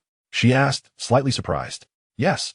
Just a brief note stating that we're renting that dorm for 150 yuan a month, Gu Ruochen clarified, just for formality, nothing more. The supervisor thought it unnecessary, but realized that having accepted the money, there was no turning back. Just don't let anyone else see this note, she cautioned. Rest assured. Auntie, Gu Ruochen replied, instructing Xiaoyu to keep the note safe and exchange contact numbers with the supervisor. Thus, the warehouse matter was resolved. As they ascended the stairs, Gu Ruochen asked, at 150 a month, that's just 5 yuan a day. It shouldn't be a burden, right? Xiaoyu confidently shook his head. I'd rather spend that 150. The hassle of restocking is not to mention the time and money wasted in back-and-forth trips. As the time has come to procure more supplies, it would be prudent to consider negotiating for delivery, preferably during off-peak hours. Do we have sufficient funds for this venture? If not, I can lend you some. Fortunately, I do possess a modest amount of savings, replied Xiaoyu. Boss, is there any potential issue with the school regarding this? Xiaoyu inquired. There are certainly concerns, but it is unlikely that anyone would take the initiative to report us to the school. If we are discovered, we can simply cease our activities, Gu Ruochen reassured while patting Xiaoyu's shoulder. What we are doing is neither illegal nor criminal. There is no need for us to be overly cautious. Such timidity will only hinder our ability to profit. Chapter 76, The Cucumber Salad and the Azure Dragon. Around 4 in the afternoon, Shui Yang returned to the dormitory, soon followed by Chun Jiangyang. Upon entering, he exclaimed, Brothers, I have exciting news. I purchased a car today in full. Shui Yang was taken aback. Third brother, you bought a car? Xiaoyu asked eagerly. What kind of car did you get? How much did it cost? Gu Ruochen, having lounged comfortably in the dormitory all day, was jolted back to reality by Chun Jiangyang's announcement. Please tell me it's not an electric bike. Chun Jiangyang chuckled. You guessed it right. Shui Yang and Xiaoyu exchanged incredulous glances. Chun Jiangyang waved the key to his electric bike triumphantly. I paid 3,000 in full, with a range of 60 kilometers and a 0 to 60 acceleration in 2 seconds. From today onward, I shall be a man of the wind, speeding through campus with a beautiful companion. Gu Ruochen laughed heartily and asked, what prompted you to buy an electric bike all of a sudden? Chun Jiangyang replied, firstly, the campus is vast, making walking inefficient. Secondly, and more importantly, what is this second point? Xiaoyu inquired curiously. Chun Jiangyang slowly explained.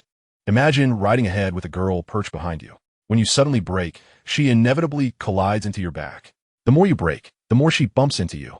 Upon hearing this, Gu Ruochen's mind conjured a vivid image, undeniably delightful.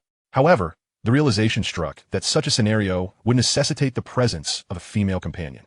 Shui Yang remarked, "Third brother, could you be more serious?" Chun Jianyang dismissed his concern nonchalantly. "What do you understand?" Gu Ruochen then asked, "Where did you purchase your electric bike? I would like to buy one as well." Chun Jianyang grinned. "Boss, are you considering it too?" Gu Ruochen coughed lightly. "It's mainly for convenience around campus. If I need to travel further, I can drive, but for nearby areas, an electric bike is indeed more practical." The following day, Chun Jianyang rode his electric bike to the store with Gu Ruochen to make a purchase. Gu Ruochen bought a bike of the same model as Chun Jianyang's, differing only in color. The shopkeeper, remembering Chun Jianyang, even offered a discount of 50 yuan. After securing their bikes, the two rode back to campus together. As they ascended the stairs to their dorm, Chun Jianyang suggested, "Boss, since we've just acquired new bikes, shouldn't we treat everyone to a meal?" Gu Ruochen pondered this and agreed, particularly since he had recently purchased a car, but had kept it low-key from his roommates. Now, with the new electric bike, they had a perfect excuse. "Sounds good. You choose the place, and we'll split the bill," Gu Ruochen replied, understanding Chun Jianyang's pride in wanting to treat his friends. "Great. Let us do it tonight, and let us go early for some drinks," Chun Jianyang responded. Upon returning to the dorm, Xiaoyu eagerly asked, "Boss, did you really buy one too?" Gu Ruochen grinned. "Would I lie about such a thing? It's parked right outside the dorm." Xiaoyu exclaimed, "Once I earn a bit more, I'll buy one too." Shui Yang chimed in, "With you both getting bikes, I'm starting to feel inclined to buy one as well." Just as Chun Jianyang was about to persuade Shui Yang to join in, Shui Yang added, "It would make trips to the library much easier." Chun Jianyang remained unperturbed and declared, "Having two electric bikes in one dorm is just about right for us to head to class together." Shui Yang considered, "Perhaps I'll look into getting a bicycle. A good one could also serve for some exercise." Chun Jianyang, uninterested in the suggestion, remarked, "I've got a new bike, which is a cause for celebration in our dorm. So, tonight we'll treat everyone to dinner." Xiaoyu clapped his hands in excitement. "Finally, we can indulge in a feast." Chun Jianyang then asked, "Hey, boss, should we invite Senior Yi for dinner tonight?" Gu Ruochen inquired, "What is the purpose of that?" Chun Jianyang replied, "To nurture our relationship." After contemplating, Gu Ruochen took out his phone and called Yi Qingyin. The three others in the dorm listened intently. "Hello, Senior. I'd like to invite you to dinner tonight. Just a few of my roommates and I, no one else." "Oh, really? That sounds good. Let us do it next time. Bye." Chun Jianyang quickly asked, "Did she turn you down outright?" Gu Ruochen shook his head. She mentioned she had gone home and wouldn't return to school until after dinner. "Is she from Donghai?" Gu Ruochen nodded. "If she weren't local, would she still be learning to drive at the driving school during the summer? At least she didn't reject you outright. I thought she might not have any interest." Chun Jianyang mused. Gu Ruochen remained silent. Chun Jianyang continued, "However, her willingness to pretend to be your girlfriend shows she doesn't dislike you. Perhaps even has a slight affection." Regardless of the truth in his words, Gu Ruochen felt a sense of pride swell within him. "By the way, when do you plan to have Senior Yi showcase in front of Wuyuchi?" Gu Ruochen replied, "In a few days. Pursuing such a beautiful girl too swiftly might seem insincere." That evening, with evening classes ahead, the four made their way to the restaurant early, returning to the same place they had previously visited for a dorm gathering, the Little Fish restaurant. Upon entering, Chun Jianyang greeted the proprietress casually. She smiled warmly and, upon seeing Gu Ruochen, cast a lingering glance, likely due to the memory of him receiving a complimentary drink during their last visit. The four of them found a table in the main hall. The proprietress approached to take their orders, her voice sweet. "What would you handsome gentlemen like to eat today?" Chun Jianyang turned, grinning. "Let us have stir-fried kidney, scrambled eggs with chives, and braised beef. What else do you want?" Shui Yang and Xiaoyu shook their heads, indicating they were fine with his choices. "Boss, why don't you order a few more?" Gu Ruochen looked at the smiling proprietress and said, "Let us have a couple lung slices and a cucumber salad as well." The proprietress paused momentarily, asking, "What is a cucumber salad?" Gu Ruochen smiled slightly, responding, "It's just smashed cucumbers." Chapter 77. What color do you prefer? The weekend swiftly concluded. On October 15th, Jinbei Automobile experienced a slight decline. By October 16th, it had dropped further. Gu Ruochen, however, remained steadfast in his holdings. On October 17th and 18th, Jinbei Automobile experienced a surge, with the stock price climbing to 364 yuan. In less than a month, Gu Ruochen had accrued profits exceeding 4 million yuan from this stock. Believing there was still potential for growth, he refrained from selling a single share. On October 19th, Jinbei Automobile failed to maintain its previous upward momentum, concluding the day with a marginal increase of just a few percentage points. On Friday evening, Gu Ruochen rode his electric scooter to the milk tea shop. Tomorrow, Saturday, marks the official opening day of the establishment. The past couple of days had been a trial run, and the results were satisfactory. Boss, boss. As Gu Ruochen stepped into the shop, the two newly hired employees called out to him. The young man, Li Wei, and the young woman, Tanya, were both in their early 20s. Gu Ruochen smiled slightly and nodded in acknowledgement. Master, we have completed all the preparations for tomorrow's grand opening, Zhang Qinying said, her eyes sparkling with enthusiasm. You all have worked hard these past few days, Gu Ruochen remarked. Not at all. Zhang Qinying quickly shook her head, brimming with energy. Gu Ruochen glanced at the time and addressed Li Wei and Tanya. If there's nothing else today, you should head home and rest early. Understood, boss, they replied, gathering their belongings before leaving the shop. Gu Ruochen took a moment to survey the establishment, reflecting that it was finally about to open its doors. Although the shop was not the beginning of his financial journey, it represented a small commencement of his career. I'll come by tomorrow to lend a hand, he decided, thinking it was the weekend, and he might as well assist if things got busy. Master, if you're here, I won't be worried or anxious at all. Zhang Qinying chimed in cheerfully. Gu Ruochen cast her a glance and suggested, you should head back early too. Do you want me to give you a ride? Absolutely. Zhang Qinying responded eagerly, delighted by the offer. She locked up the shop, and as Gu Ruochen mounted his electric scooter, she paused, then laughed and asked, Master, when did you get an electric scooter? It's more convenient for getting around campus, Gu Ruochen said with a hearty laugh. Hop on. He patted the back seat of the scooter and handed Zhang Qinying a helmet, saying, there's only one helmet. You wear it. Stunned, she accepted it, feeling deeply touched by his words. Master, why don't you wear it instead? Zhang Qinying offered the helmet back. Gu Ruochen waved his hand dismissively. You wear it. I find it uncomfortable. Oh, she replied, settling sideways on the back seat of the scooter. Gu Ruochen glanced back at her, noting her denim jeans, and remarked, Xiaoying, aren't you afraid of exposure wearing jeans like that? Perhaps you shouldn't sit sideways. It's a bit risky. Zhang Qinying nodded softly. After they disembarked, her long legs effortlessly swung over to sit properly. Those legs were indeed striking. Hold on tight, Gu Ruochen instructed as he turned the throttle and sped away. Zhang Qinying didn't wear the helmet. Instead, she clung to him with one hand. The summer had passed, and the autumn night carried a slight chill. At a red light, Gu Ruochen made a sudden stop, causing Zhang Qinying to bump into his back due to inertia. A smirk crept onto his lips. Chen Jianyang was right. This sensation was quite pleasant. Zhang Qinying, initially oblivious, worriedly inquired if he was all right. Gu Ruochen quickly shook his head. When he made another abrupt stop, she still perceived it as an accident. However, after the third, fourth, and fifth stops, she looked down and finally realized why Gu Ruochen kept slamming on the brakes. Her cheeks flushed, and she felt both amused and exasperated. Never expecting her usually composed master could be so mischievous. Just as Gu Ruochen was about to try again, Zhang Qinying suddenly wrapped her arms around his waist, pressing herself against his back. Gu Ruochen touched his nose, acknowledging he had been found out. Yet, this tactic was indeed a clear indicator of a girl's feelings toward the boy. If she didn't dislike him, or even liked him, she would either play ignorant or, like Zhang Qinying, embrace him directly. If she had no feelings for him, she would instinctively resist such flirtation, either pushing against his back or leaning away. With Zhang Qinying clinging to him, Gu Ruochen ceased his abrupt stops and rode slowly along the bike lane. They shared a comfortable silence, both reveling in the ambiguous moment. Zhang Qinying rested her cheek against his back, inhaling his scent, feeling an irresistible attraction to him. The more she breathed in, the more her heart raced, and she tightened her embrace, yearning to experience the sensation of being held by Gu Ruochen. Master, could you possibly ride a bit slower? She asked, glancing at an elderly man cycling past. Gu Ruochen nodded. All right. Zhang Qinying's heart leaped with joy. This meant she could hold on to him a little longer. She fantasized about being a student at Donghai University, imagining sharing meals with Gu Ruochen in the cafeteria and enjoying outings together during free time. Such thoughts were blissful. Yet reality was often harsh. As they neared Zhang Qinying's neighborhood, Gu Ruochen rested his left hand on her thigh. Xiaoying, do you usually wear jeans? Yes. I mostly wear jeans, she replied, puzzled by his question. Oh, don't you wear stockings? Gu Ruochen asked brazenly. Upon hearing this, Zhang Qinying instantly understood his implication. Her face flushed, and she hurriedly responded, I do wear them, I do. Master. What color do you like? Gu Ruochen pondered in silence. Chapter 78, Buy One Get One Free. On Saturday, the sky shifted from cloudy to sunny, presenting splendid weather. After rising in the morning, Gu Ruochen addressed his 3 dorm mates. Gentlemen, today marks the grand opening of my milk tea shop. You must come to support me. What? Chen Jiangyang exclaimed. What? Suiyang Ichoet.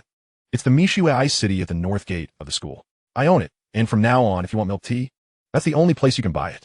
Gu Ruochen declared unabashedly. Boss, it opened so quickly? I thought you were joking before, Chen Jiangyang remarked. Gu Ruochen smiled slightly. I would say it's rather slow. Come on, let us go check it out, Shui Yang said, surprisingly willing to abandon his studies for a bit of excitement. Wait a moment, Gu Ruochen said to Xiaoyu. I need you to do me a favor. What is it, boss? Please promote my milk tea shop in the group chat. Just mention that there's a milk tea shop called Mishui Ice City at the north gate of the school. Officially opening today, with a buy one get one free offer for the next 2 days. Damn, Shui Yang exclaimed. Are you sure this won't lead to a loss? Gu Ruochen shook his head. It shouldn't, we'll just earn a bit less. This promotional activity for the opening had been carefully calculated and discussed between Gu Ruochen and Zhang Qianying. Seriously? This is quite aggressive. Sui Yang exclaimed. Gu Ruochen smiled and continued speaking to Xiaoyu. The subsequent promotion will be half price for the second cup for couples. Following Gu Ruochen's instructions, Xiaoyu posted the promotional message in the group. After sending it, he asked, Boss, will this be effective? Gu Ruochen shrugged nonchalantly, better than nothing. If someone happens to want milk tea, they'll surely want to take advantage of such a deal. Furthermore, Gu Ruochen had already arranged for people to distribute flyers at various entrances of the school. Let us go, I'll show you my enterprise, Gu Ruochen declared, gesturing grandly as he led the 3 friends out of the dormitory. In order to visit Gu Ruochen's milk tea shop, Xiaoyu temporarily set aside the affairs of the convenience store. The 4 of them, riding 2 electric scooters, swiftly arrived at the entrance of the Beimen Mishui Ice City milk tea shop. Goodness, why are there so many people in line? Chen Jiangyang exclaimed, Boss, you must be making a fortune. Gu Ruochen simply smiled. Shui Yang added, Indeed, the business is exceptionally thriving. Xiaoyu, filled with envy, remarked, If my convenience store were as prosperous, I'd be rich by now. The lengthy queue at the store's entrance exceeded Gu Ruochen's expectations. With such a crowd, Zhang Qianying and the other 2 would undoubtedly be overwhelmed. He quickly called out to them, Hurry, let us all pitch in. I'll treat you to lunch. Will we get free milk tea as well? Of course, drink until you can't anymore. The 4 of them rushed into the shop, with Chen Jiangyang tasked with maintaining order at the entrance. Gu Ruochen took charge of the cash register and order taking, while Shui Yang and Xiaoyu were responsible for packaging the completed milk teas for customers.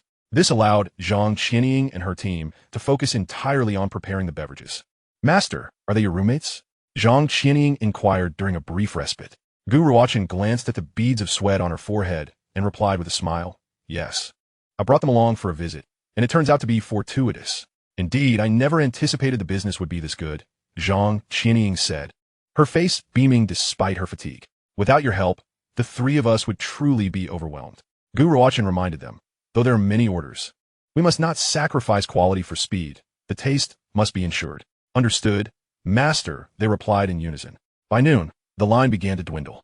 Gu Ruochen checked the system and saw that they had sold over 350 cups of milk tea in the morning alone. With a buy one get one free promotion, that equated to approximately 170 cups sold. This was indeed a commendable achievement. Seizing the moment while the crowd was sparse, Gu Ruochen decided to buy lunch. What would you like to eat? Xiaoyu was quick to respond, Boss, I like KFC. Today was particularly disadvantageous for him, as he had expected a decent weekend business at his convenience store, only to be recruited by Gu Ruochen as free labor.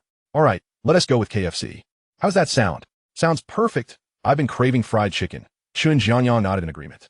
Shui Yang also expressed his approval. What about you 2? Gu Ruochen asked. If you don't want KFC, I can get something else for you. Li Wei and Tanya dared not trouble the boss, and, being indifferent to KFC, quickly replied, No, we're fine with whatever you're having. With a smile, Zhang Qianying made a small request. Master, I'd like to have an egg tart. All right, no problem. After lunch, around 2 in the afternoon, the number of customers began to swell again, and a long line formed outside the shop. It appeared that the buy one get one free promotion was indeed alluring. However, Gu Ruochen was not overly concerned about how business would fare once the promotion ended, as the milk tea was reasonably priced and quite palatable, aligning well with the spending power of university students. From around 2 to 3, they worked tirelessly for over an hour before taking a brief break. By 5 o'clock, the crowd began to swell once more, as many students emerged in groups to seek food and leisure. Upon noticing the milk tea shop as promotion, they calculated that a cup of milk tea cost only around 3 to 5 yuan and flocked to the line to take advantage of the offer. As the queue continued to grow longer, it was evident that the crowd mentality played a significant role. Curiosity about the shop as popularity drew even more patrons. Thus, The queuing strategy proved to be an excellent marketing tactic, as consumers subconsciously associate a line with quality. However, this time, Gu Ruochen did not pay for a queue. These were all genuine customers. Due to the overwhelming busyness, the group took turns eating, remaining occupied until nearly 9 in the evening when the customers gradually dispersed. Glancing at the time, Gu Ruochen said to his 3 roommates, "Let me treat you to some late-night snacks later." Chen Jiangyang waved his hand, saying, "I think I'll pass. I'm too exhausted and just want to lie down for a nap." After a moment of thought, Gu Ruochen responded, "Then you all head back. I'll pack something to bring back for you." Chen Jiangyang and the others returned to their dorm, while Gu Ruochen, Zhang Qianying, and Li Wei and Tanya busied themselves with closing duties. After tallying the day's sales, they discovered they had sold over 1,200 cups of milk tea, which realistically amounted to over 600 cups. This was indeed an impressive achievement. If, after the promotional event concludes, they could maintain a daily sale of around 500 cups, they could consider opening a second store.